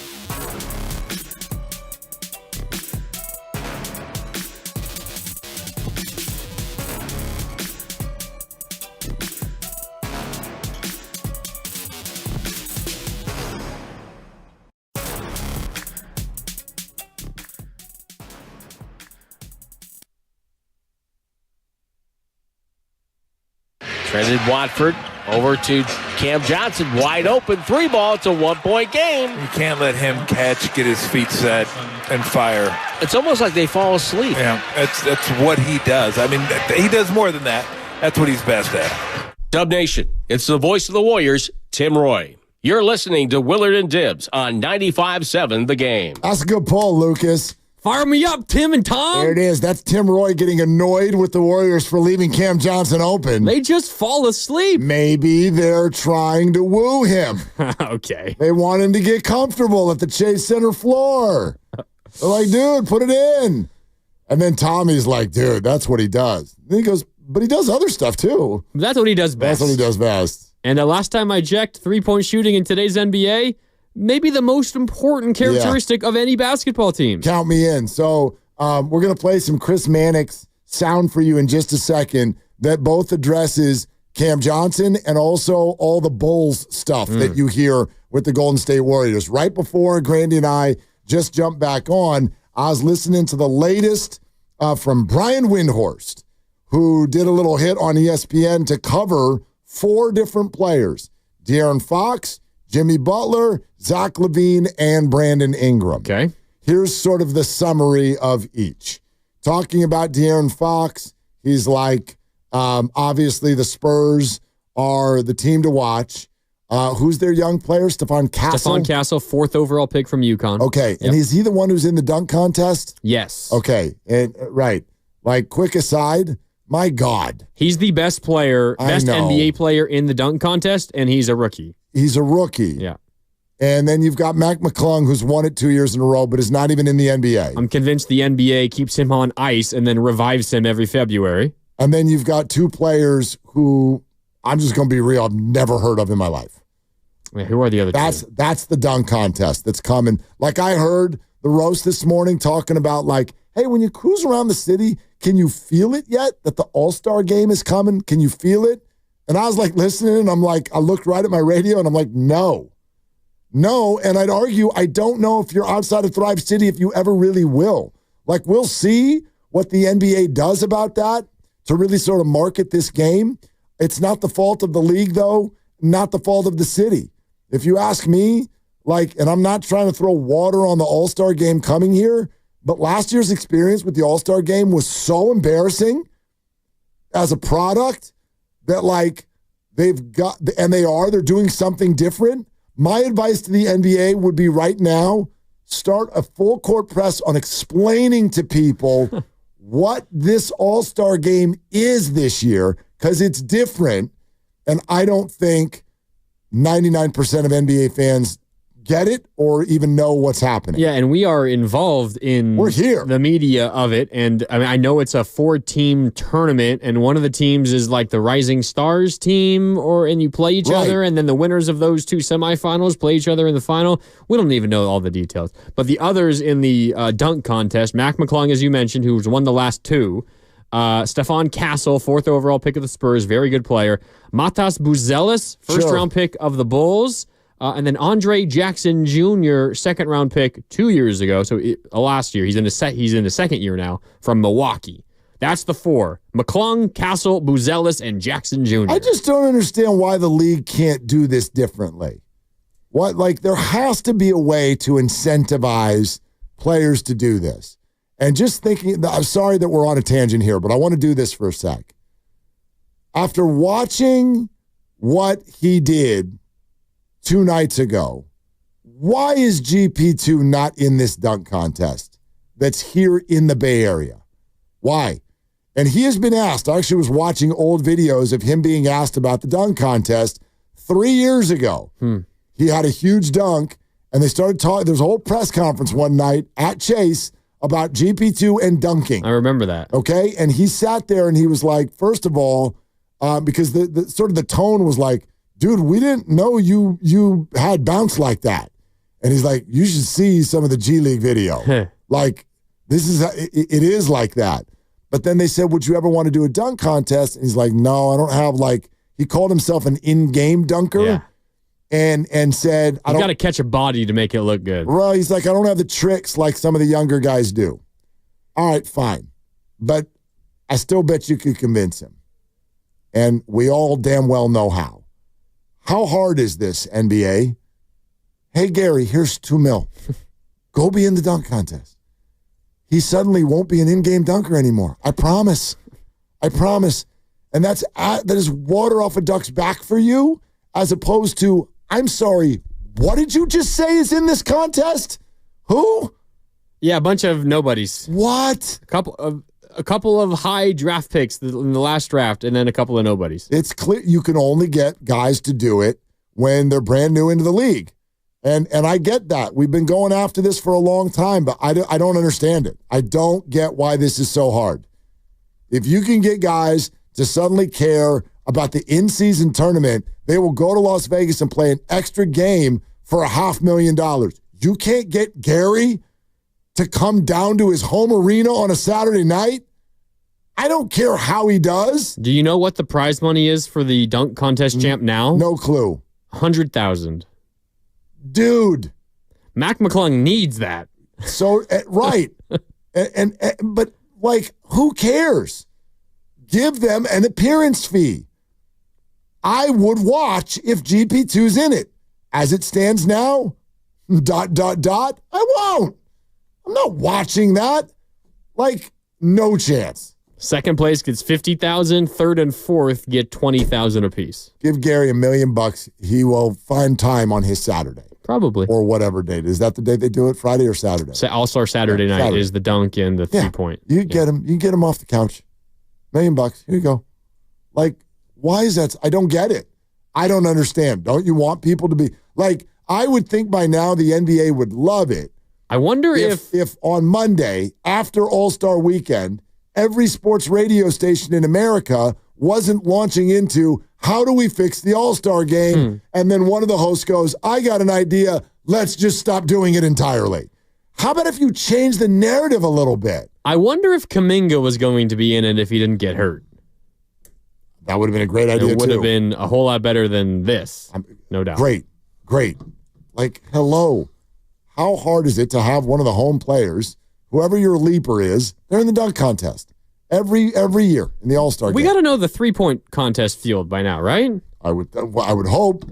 Things coming up in 2 weeks. No, we don't. Lucas is shaking his head. I don't remember hearing about that. We know almost everything else, don't we? Well, and you can get guys to do that because it takes no practice and no physicality. So you can get guys to do that. I don't think we know yet, no. All we do know is that Caitlin Clark declined participating in some special contest. She wants her first 3-point experience to be in the WNBA, which makes sense. That's all I know about the NBA 3-point contest. You could have convinced her. I bet there's a way. I don't know. What do you think? You think there's a way we could have convinced her? A little bit more money? I mean, we don't yet know the 3-point contest participants. I hope Steph is doing it. It's home building. He should. Yeah. I would hope. Maybe Cam Johnson will be in it. Ooh. Now that'd be amazing. He's shooting 42% from deep. And he might be a Warrior by then. If we get our way. Can I just read you some statistics? Yes, and then I'll go back to finishing what Windhorst said. No, you can go ahead. No. Go ahead. Okay. Go ahead. Cam Johnson this year, averaging 19 points per game, 4 rebounds, 3 assists. He's shooting 49% from the field and 42% from downtown. This is his age 28 season. Let's go to the age 28 season of one Klay Thompson. Okay? Klay Thompson, age 28. It was the 2018-2019 year. That was when Kevin Durant was in town. Okay? So, like basketball heaven. Klay has never been more open in his entire life than the 2018-2019 season. He averaged 21.5 points per game, again, to Cam Johnson's 19.5. He averaged under 4 rebounds. Cam's grabbing more than 4 per game. He averaged 2.5 assists. Cam is dishing out about 3 per game. Klay shot 46% from the field. Cam shooting 49%. Klay shot 40% from deep. Cam shooting 42%. This is Cam Johnson on one of the worst teams in the NBA. That is Klay Thompson on maybe the best team in NBA history. Ever. With Kevin Durant and Stephen Curry and himself, Klay Thompson. This is not me saying Cam Johnson is Klay Thompson. I was just going to say, so what are you saying, Grandy? Klay and Cam are very similar basketball players. Cam is kind of Klay Thompson light. He's not the streaky shooter that Klay is, of course. No one is.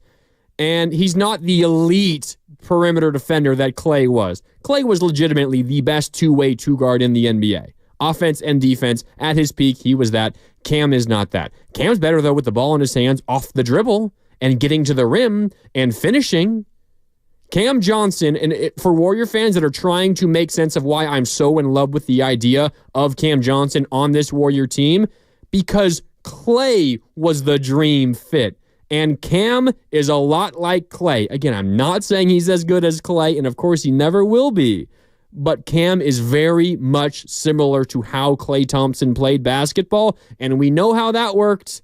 They were the best shooting duo in league history. Cam is very, very similar, and I would imagine if they were to acquire him, he would fit like a glove. I just don't, like, the whole thing to me is a head scratcher. I don't know why we don't hear about it more. And a piece of it I understand. I know everybody just wants to yell about the stars, and Cam is somewhere below the level of stars. But Chris Mannix, Ryan Russillo podcast via The Ringer, just said this about Cam Johnson. Cam Johnson, I would guess, will ultimately get moved. I think the asking price is pretty high right now. Multiple first-round picks from what I've heard for Cam Johnson. Does that come down when the Nets, who have just no interest in being remotely good right now, before February 6th? Maybe. I mean, would we be hearing more about this if we changed his name to Klay Thompson Light? Would we? He averages more points per game than Jimmy Butler does. This year, yeah. He averages more points per game than Jimmy Butler does. He's having a career year. Okay? There's another Chris Mannix thing to play you, but let's put it aside for a sec. So Wendy, of course, goes through the stars. And again, here's essentially what he said. Yes, the De'Aaron Fox thing is centered on the Spurs, and Stephon Castle would have to be kind of a key to the whole thing. Sacramento wants him. The Spurs love him. So that's probably what they're butting heads about. We'll see. But I hear a lot of people think that De'Aaron Fox is going to get moved before Thursday. That's one. The Jimmy Butler thing, I think we largely know where it sits, but there's one interesting nugget. He said, look, the Suns want him the most, and that's where Butler wants to go. But yes, this is all hung up on Bradley Beal. Bradley's no trade clause. Their family is being firm about that, and they want to go where they want to go, and those people don't want him, and so that's kind of a non-starter. At the very end, Wendy goes, if they can't figure it out, watch out for the Warriors there. You mean if the Suns can't figure out Jimmy Butler? Then watch out the Warriors for Jimmy Butler. I've already stated it. I'm out. I think horrible idea. Don't do it.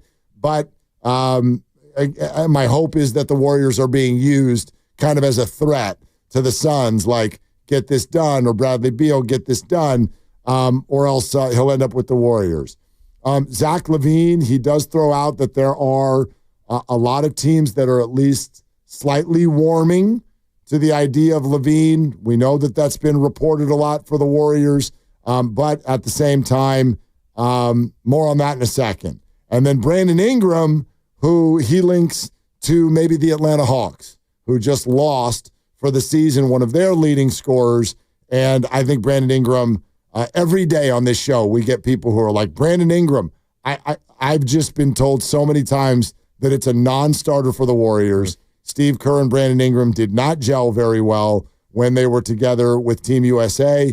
I just don't think the Warriors have any interest in Brandon Ingram. But I want you to listen to this from Chris Mannix. Again, Ryan Russillo podcast via The Ringer. Listen to what he says about these two Bulls targets that we keep hearing so much about. Look, Zach LaVine's a big name, but I don't know if we should be paying attention.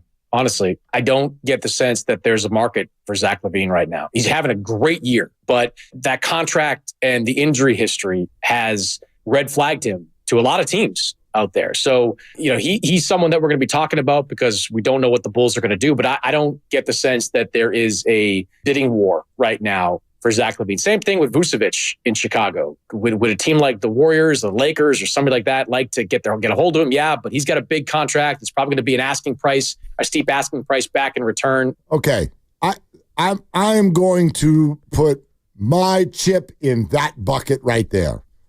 I could be wrong. I do not have any inside info, but all of this talk. And as recently as yesterday, someone on the street came up to me and goes, what do you think the Warriors are going to do? I go, the best I can tell you is that it looks like there might be a match for some sort of a conversation between the Warriors and the Bulls, because that's what we're hearing everywhere. But the more that I've kind of listened and thought and talked about it with others over the last 24 hours, I think I'm ready to change my tune. And one of the reasons I want to change my tune is not just because Chris said that. We're flat out hearing too much about it. It's too telegraphed. Why would the Warriors do this? This is not how the Warriors operate.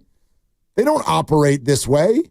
They're not out there being like, hey, call Kawakami and let him know that we're about to get Levine and we're warming to him and all this stuff. I trust completely when Anthony Slater and Marcus Thompson started to put those names out there. I do think that they're having conversations with the Bulls, but it's just too loud. When it's that loud, somebody's trying to leverage somebody, and it means that the conversation, for whatever reason, isn't going great, because if it was, it would have happened already. So that is a long way of saying my hope is that what you're talking about is what's actually going on. I am digging the fact that no one's talking about Cam Johnson because, my God, he's obviously the crown jewel of this entire thing. When you talk about points per game, age, and contract, why is everyone screaming about these other players? Not even just points per game, like just 3-point field goal percentage. Why do you want Levine and Butler if you can have Cam? He scores for like half the money. Just as many points per game as Butler. He's younger. He's half the money. He's not a locker room problem. You get him for 2 more years. The contract doesn't escalate. I don't get it. That is the dude. That's the dude to circle. Yeah, I think when it comes to Jimmy Butler, for example, I am hesitant to pull the trigger on a Jimmy Butler trade because it 100% will cost you Andrew Wiggins. And I think, even if it was just Butler for Wiggins, and of course it would be more than that, but let's just say it was for the sake of making an easy argument, I think the Warriors would be better. But it's an improvement, no doubt, but it's not a gigantic improvement. They're still not great shooting-wise, and you lose a defender in Andrew Wiggins. Jimmy Butler is a defender as well, but you lose a defender in Wiggins, and you lose a guy who you want to be your 3 or your 4th best scorer. You add your 2nd best scorer, but then you still have a big gaping hole at your 3rd best scorer. Okay, so that's part of it there. And the other half of it for Jimmy Butler is you don't know about the future of Jimmy Butler. Is he going to be here for 3 months? Is he going to be here for just a year and a half? I don't know about this weekend with Jimmy Butler. He goes sideways at any moment. So that's part of it. Yep. For Zach LaVine, it is the same thing. To get him, and I'm with you, I don't read into at all these nobodies who pay for a check mark on Twitter and tweet out what they call news and tips and with sources, and they say all these crazy things. If the Warriors are acquiring Zach LaVine, they will be trading away Andrew Wiggins. 100%. You can book it. It's the only way that's going to happen. That's probably an improved Warrior team too, but I think it's marginal. I don't think it makes them a whole lot better because, again, you're acquiring a number 2, but you're getting rid of the guy currently serving as your number 2. Thereby, you have a big hole at number 3. You don't have a 3rd scorer anymore. Cam Johnson fills all the holes because he's, again, cheap, which means you don't have to give away your number 3 guy, Andrew Wiggins, and you have him under team control for 2.5 years. LaVine and Cam Johnson, somewhat similar in terms of stylistic fit because they can both score from the outside. LaVine, though, not a good perimeter defender. Cam Johnson absolutely is. And again, you can get him for so much less. The framework of a deal would probably be 1st-round pick, maybe 2 first-round picks, Looney, GP2. You could throw in someone like Kyle Anderson, and you could get the deal done, or maybe there's a 3rd team, 4th team, and the pieces get jumbled around. You could make it work without giving up Kuminga and without giving up Wiggins. You get a legit number 2 scorer in here who makes so many of your other lineup constructions work. For me, it's a no-brainer. If Brooklyn is actually getting rid of this guy, I'd be obsessed if I were the Warriors.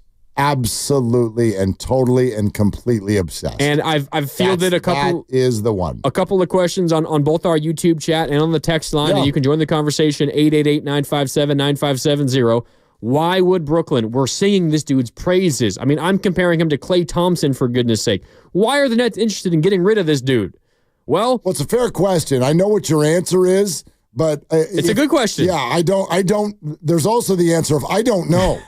I don't know why they want to get rid of him. He's cheap. He's in his 20s, and he's awesome. The Nets are more interested in losing basketball games right now than winning. That's part of it. That's why they traded away Dennis Schroeder for a net of 2 second-round picks. They acquired the money to make the Dennis Schroeder deal work is D'Anthony Melton, who's out for the year. So they're not interested in being good this year. So that's one reason to be interested in trading him away. And two, they want to clear their books as much as they possibly can. Yep. And they want more picks. Yeah. And if Cam Johnson was 24, it might be a different story because that's a guy you can build around for years in the future. Cam Johnson, 29, he's still in his prime, but he is approaching the tail end of his career. He's about halfway through his career. I'd love to dip my toe into this water. But first of all, we're brought to you by Fremont Bank, here for you, here for good. About 20 minutes away from giving you the knockout tournament keyword for the day. But 888-957-9570. I think when you mention this idea, Looney is in the deal, right? Mm-hmm. Okay. Let's dive into that a little bit. Okay. Warrior fans, two things. A, I would love to know from an emotional standpoint, are you prepared to trade Kevon Looney? That's number one. But number two, in honor of Kevon, especially if he does end up leaving here, if he's about to play his last few games as a Warrior. With a nasal fracture tonight. Right, with a mask on. Yeah. In honor of Kevon, because I'd argue he is one of, at least in recent memory, the Bay Area's favorite sports figures who doesn't put up stats. Who is your all-time favorite Bay Area athlete who's never really done anything statistically special? Who is that person? Your favorite Bay Area athlete who's really never done anything with stats. Not a numbers person. Just something else. I've got one who, I'll just say I've got one. I'm not going to tease it any further, but we'll take your calls on all of that in honor of Kevon Looney. Grandy's in for Dibs. It's Willard and Dibs. Dan Dibley here. Happy to talk about Fremont Bank. It's a great bank.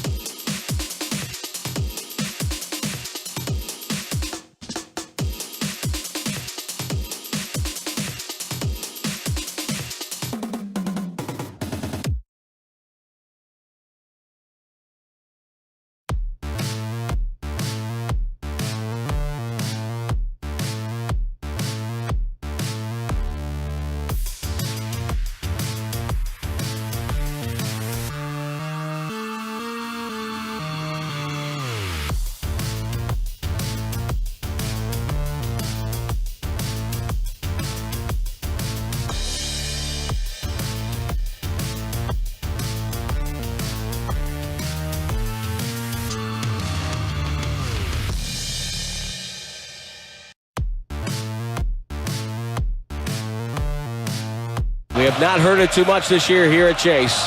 That Warriors chant echoing through Chase Center. Schroeder with the ball at the logo. Guarded by Gilgeous-Alexander. Goes by him. Handoff. Payton goes up. And he dunked it on Hartenstein. Little elevation sensation for GP2. And the Warriors lead 114-105. Hey, Dub Nation. It's GP2 here. Willard and Dibs is live on YouTube and Twitch right now. Time for you to like and subscribe. Yeah, it is. And we're interacting right now. And some good ideas coming through. Some fun names in honor of Kevon Looney. And if you're just joining us, I don't want to make it sound like he got traded because Kevon Looney might be a Warrior for the rest of the year. I don't know. But he does feel like a valuable chip right now if the Warriors are going to make a move because it's about, what, $8 or $9 million? I can get it up for you here. I think this year. I think it's about $8 something million for Kevon Looney this year. And it's expiring, and he's obviously great in the locker room, and he doesn't hurt you on the court. Good defensive player, like he's, lunch pail guy. And so that can fit anywhere, and any team would love to have Kevon come be a part of their team and then have the money come off of the books at the end of the year. $8 million flat. $8 million flat. There you go. So I do think there's a very healthy chance that Looney goes by Thursday. And so, Are you ready emotionally for Loon Dog to be traded? But B, in honor of that, who's your favorite Bay Area athlete ever who just never really put up stats? So I have a name for you. Okay. And we got some calls on this. I have a name for you. And I'm freely going to admit right now that this is before your time. What year were you born? I was born in 1996. Perfect. He retired 3 years before that. Oh, okay. Retired before you were born. But this chant used to ring throughout the aisles of Candlestick Park. Okay. And as a kid, I don't know if I really knew why. He is a career 241 hitter. And on the Giants for 1, 2, 3, 4, 5, 6, 7, 8, 9 years in a 10-year career. Wow. Almost a career Giant. In fact, he has a sum total of 66 plate appearances at the end of his career with the Houston Astros. Okay, but outside of that, a career Giant. And his name was creatively, with two different sets of people, chanted every single time he came to the plate. 19 career home runs in 10 years. In 10 years, he had a total WAR of 8.7. Hell of a player. But we loved him. We chanted his name. If you've been a Giants fan for a minute, do you know who I'm talking about yet? Steven, do you have a guess? You got a guess? He's even younger than me. I know, but he's like locked in on the Giants. You got anything? It's not Johnny LeMaster, It's not Johnny LeMaster, but it is the same position on the field. Once upon a time throughout the 1980s, if you went to Candlestick Park and watched Giants baseball, the crowd would sort of split into two different things, sort of like the same way they did at Niner games, where they'd have one side of the stadium go, "Go! Niners!" The other side would go, "Niners!" Yeah. Well, we did that for the Giants shortstop in the 80s. His name was Jose Uribe. And the whole crowd would go, "Ooh! Uribe! Ooh! Uribe!" And you do that, and then you'd go home and you're like, why are we doing that? He gets like maybe 2 hits a week. I don't know why we're doing it. But I used to imitate even the way he would throw the ball. When I was warming up playing baseball with friends, he had a very unique way of like his release from shortstop. I think he tragically passed away, I think, in a car accident back in 2006. Like, he is no longer with us. He is a career 613 OPS. Wow. Like, that's what I'm getting at. He was just a guy. Well, I got to experience... the whole crowd would chant his name. I got to experience the Uribe chants in 2010 when it was for Juan Uribe. Juan Uribe. Yeah, he had big postseason moments. I don't know if that would qualify in this list because he had some real big moments. I'm trying to remember if they were related in some sort of a way. He also was only a Giant for a year or two, Uribe was. Yeah, but he had that. The home run against the Phillies in the NLCS. And the home run in Game one of the World Series against the Rangers. Yeah. It's his nephew. Oh, there it is. Okay. Yeah, that's Jose Uribe's uncle. Yeah. That's a good one. Jose Uribe is Juan Uribe's uncle. That's a good one. And, they're from the Dominican, and we used to chant that name, and that's actually probably why we chanted Juan's name when he joined the Giants for 2 seconds. Ooh. And had some huge swings of the stick, man. There's very, very clearly a correlation between names that have the ooh sound. Because it's easy to just go, yes, Loon. It's possible. It's possible that the whole key to being one of these guys, like how to be a fan favorite without putting up stats, just have an ooh in your last name. Exactly. That helps. Pretty straightforward. Yeah, they're not saying boo. They're saying ooh. They're saying ooh. Uribe. Let's go to Anthony and Hayward. Anthony, thanks for calling. What's up? Hey, happy Friday, guys. So, being on hold, I came up with one more name. So, my top three is Stephen Vogt, Mark Ellis, Eric Burns. You see a pattern here. Sure. But my honorary guy is Bip Roberts. He played 61 games for the A's in 98. So, Bip Roberts. Yep. I remember Bip mainly as a Padre. But I remember Bip Roberts. See, the other reason is, not only is that kind of going back to heyday for me, but like, I know maybe this was like, did you ever collect baseball cards? Yeah. Or were they not cool anymore? No, I have a ton of baseball cards in my childhood closet. In the 80s, it was literally what we all did to the point where we ruined the marketplace because it's so overflooded. Everybody's got every card 8 times. We all have the same stuff. And that's when Bip started playing. So, like, I've got a bunch of... Actually, I've probably tossed the Bip Roberts cards because well, they're regulars, they're commons as they call them. I went through them one time. My mom, bless her, did what many moms did not do. She kept them. She did not toss those suckers. They were in the garage. And then finally, when I grew up and got out of college and moved out and had a place of my own, she's like, Mark, come get your baseball cards. And so I went and got them. And I sat down over a weekend, and I went through every last one and made 2 piles. Keep them, toss them. Keep them, toss them. And I bet Bip Roberts, he probably got tossed. That day's probably coming for me sometime soon. I imagine I'm going to get a call from my mom one random day. It's like, hey, we're cleaning out your bedroom closet. Does she still have them? Oh, yeah. They're still in my childhood bedroom closet. Thank your parents for that. Thank your parents for that. But they are in the... They're in the time of their life where they're trying to, clean up all the clutter, like in the garage and in the house. So I imagine I'm probably going to get a call at some point, say, we got a bunch of your stuff from when you were a kid. Let's go through it all and we get rid of it. When are you turning 30? Not this year, but next year. In 2026? Yeah. Okay. Yeah, it's time. Go get your stuff, dude. I'm living in a small apartment in the city. I don't got space. I get it. I totally understand. But go get your stuff, dude. You're almost 30 years old. Go to Austin and Napa. Austin, what's up? Boys, how you doing? Good.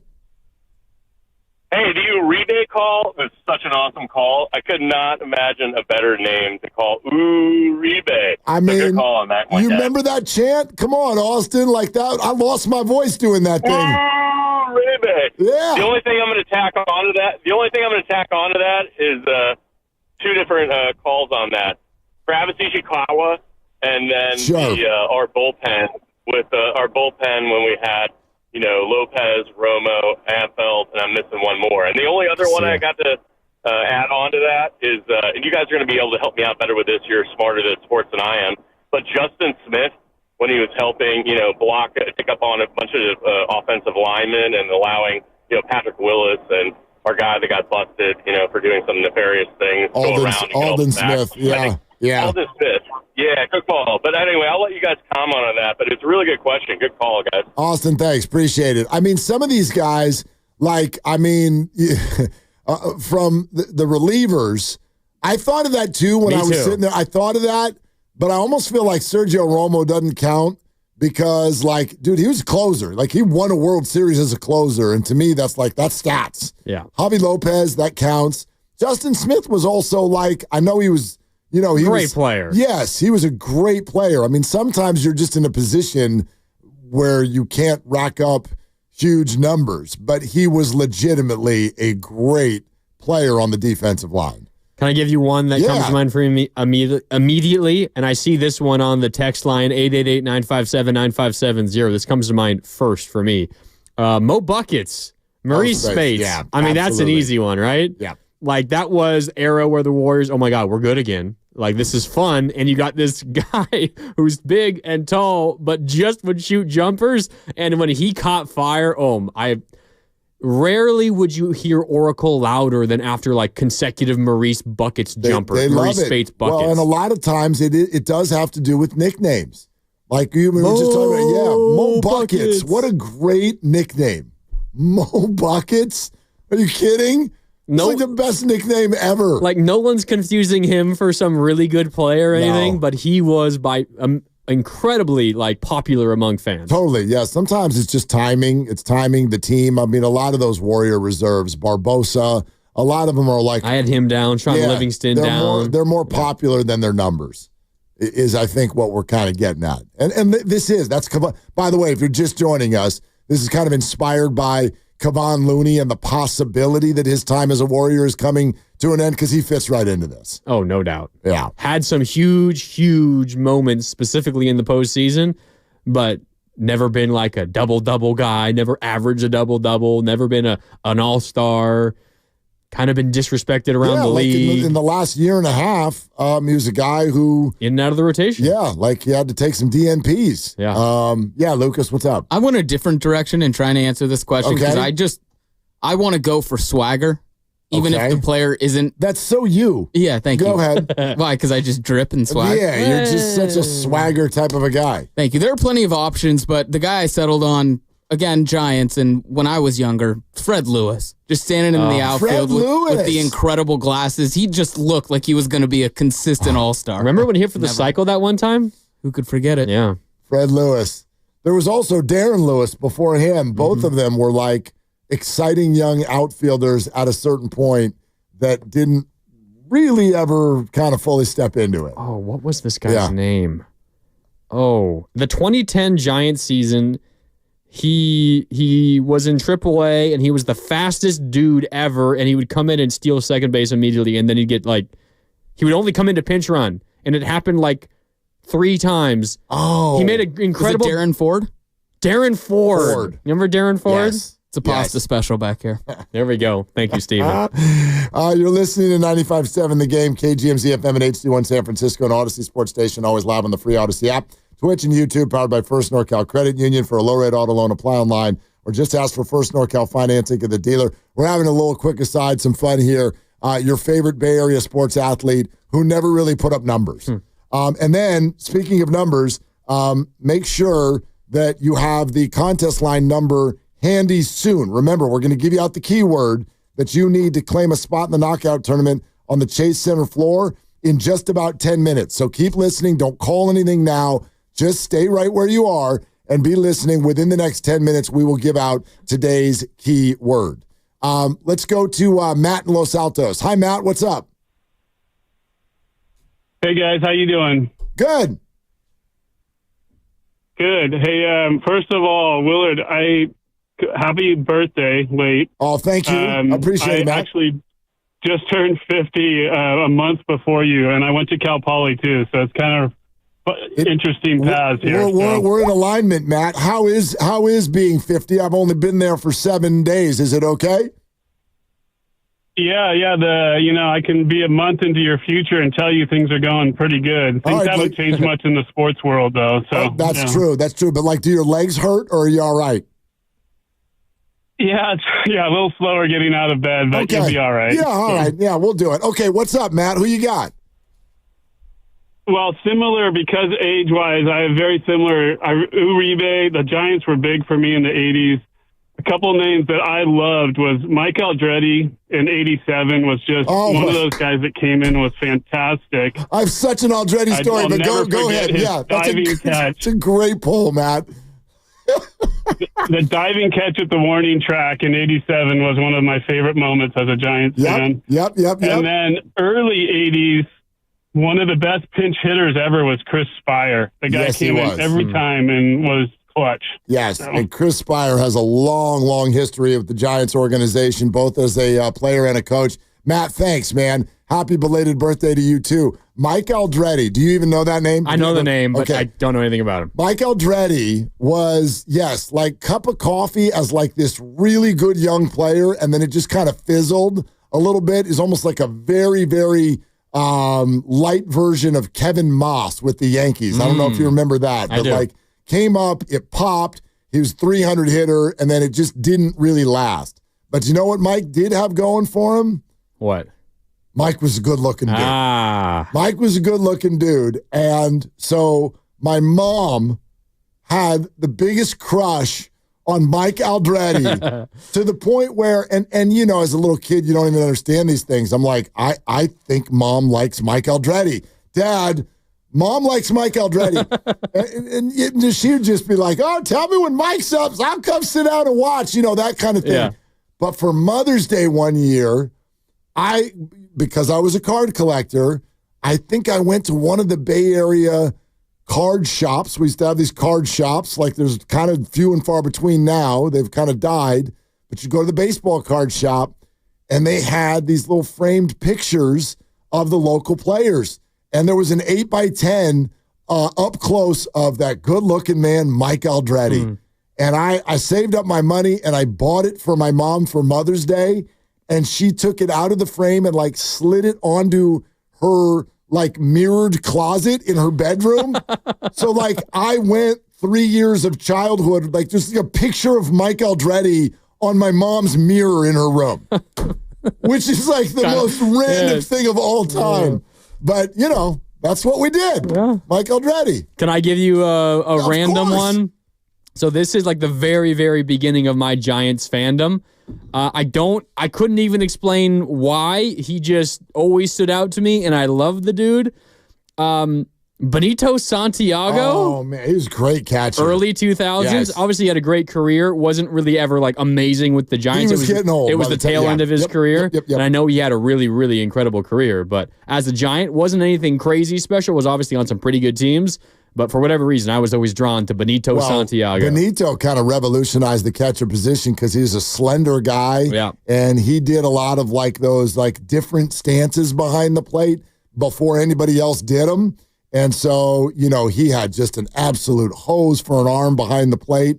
And he would put pressure on base runners out there. That's a good pull. Good Lord. There's a lot of people. You all want to throw your people out there.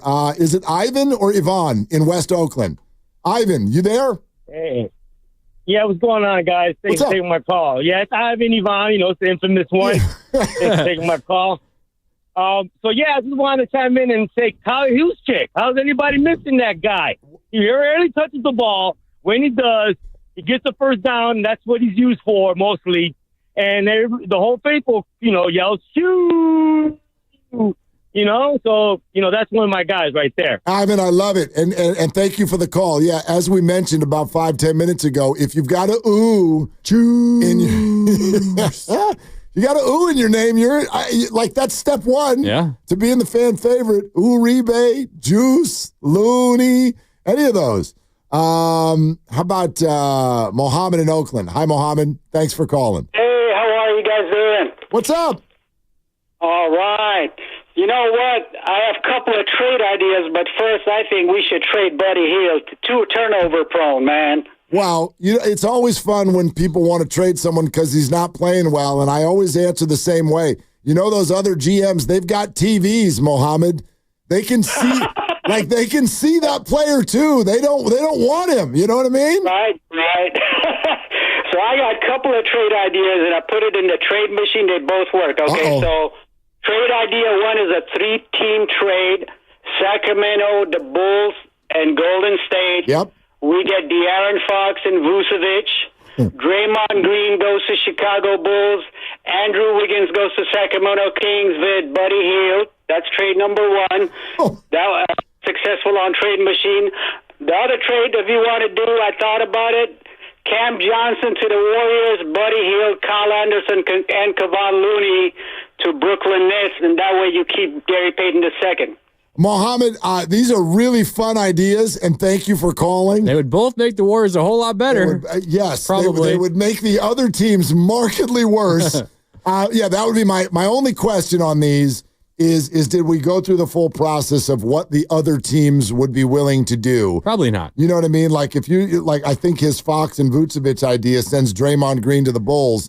That just means more money that lasts even longer. And I just don't think that they're going to be motivated to do something like that. But I love the players. Man, I love the players that would be on their way to the Warriors. We are definitely focused on Cam Johnson. And back to that shortly. Eric Pincus, our guy, our capologist, is going to join us in about 5 minutes. And we can get into some of the financials that the Warriors and other teams are facing here. Mike in Michigan. Hi, Mike. Thanks for calling. Hey, gentlemen. Happy Friday. Mark, I got a good one for you. I know this is right down your alley. I'm in my mid-40s, so my Giants fandom started in the 80s. Yep. And I got to go with Candyman, Candy Maldonado. Oh, man. He was my favorite player besides Will Clark. Mark, I tell you, I had his starting lineup action figure. I know you remember those. Of course I remember those. Figure. You know what the other problem, though, is, And Mike? You know what else I remember? And you know what I'm going to say? I remember him losing the ball in the lights in St. Louis in the freaking playoffs and sliding right underneath that line drive into right field, which absolutely cratered my heart for years. 1987, man. Exactly. And my main highlight of his, I remember he had a pretty swing, but my highlight of his is that brawl when Will Clark was getting jumped by Jose Akendo and Ozzie Smith, and he comes flying over the top, elbow to Ozzie Smith's lip. And that was his whole highlight as a Giants fan, but I could not get enough of Candy Maldonado. Mike, thanks. But just wanted to add my 2 cents in, guys. You guys have a great Friday. Yeah, you too, Mike. That's funny. Thanks, Mike. Have you ever seen that video? Will Clark and Jose Akendo get into it? Yeah. And Candy just comes flying in like a wrestler. I mean, he just comes. That's a fun memory, but also, dude, catch the ball. Tony, Santa Clara, one more. Tony, what's up? Thanks for taking my call. Real quick, I can tell you guys got a break coming. You can't go wrong with Joe Youngblood. One of the greatest pinch hitters ever. He was always on the bench. I think he got traded in the same day, made a bunch of errors. He played for 2 teams in the same day, I think. Ooh, I'd have to look that up. Tony, thanks. I don't remember that, but he played for a lot of teams. But yeah, he might, like him and Ken Oberkfell. I don't know if you remember that name. Man, they used to, they were pinch hitting specialists. That was fun. Those are some good names. If those of you who on hold that want to weigh out on this, stay right where you are. We can play with this some more for sure. Joel Youngblood did get a hit for 2 teams on the same day. In the same day. Yeah. Were the Giants one of them? No, Mets and Cubs, it looks like. Yeah, look, I think he played for about 10. He was one of those like Dennis Schroeder dudes. Like he played for everybody. Yeah. What's his list? I can find it for you in just one sec. Pull up his baseball reference. What's he got? While you're doing that, I can tell everybody that the key word that you need in order to win a spot in the knockout tournament is literally what you are going to hear next, coming up right before we then have Eric Pincus on the show, NBA capologist. What you got? Mets, Giants, Reds, Montreal, and St. Louis. That's it? Yeah, that's it. I would have taken 6 years as a Met, 6 years as a Giant, and then a few here and there. I would have taken the over on that, and I would have lost. I would have lost my dough. All right, 888-957-957. We'll keep taking your calls. Eric Pincus is going to join us, but the very first thing that we do coming up next is give out the keyword. Stay right where you are on Willard and Dibs. This game day traffic report is brought to you by Crystal Geyser Alpine Spring Water. Slow and go traffic beginning in San Carlos at Holly Street.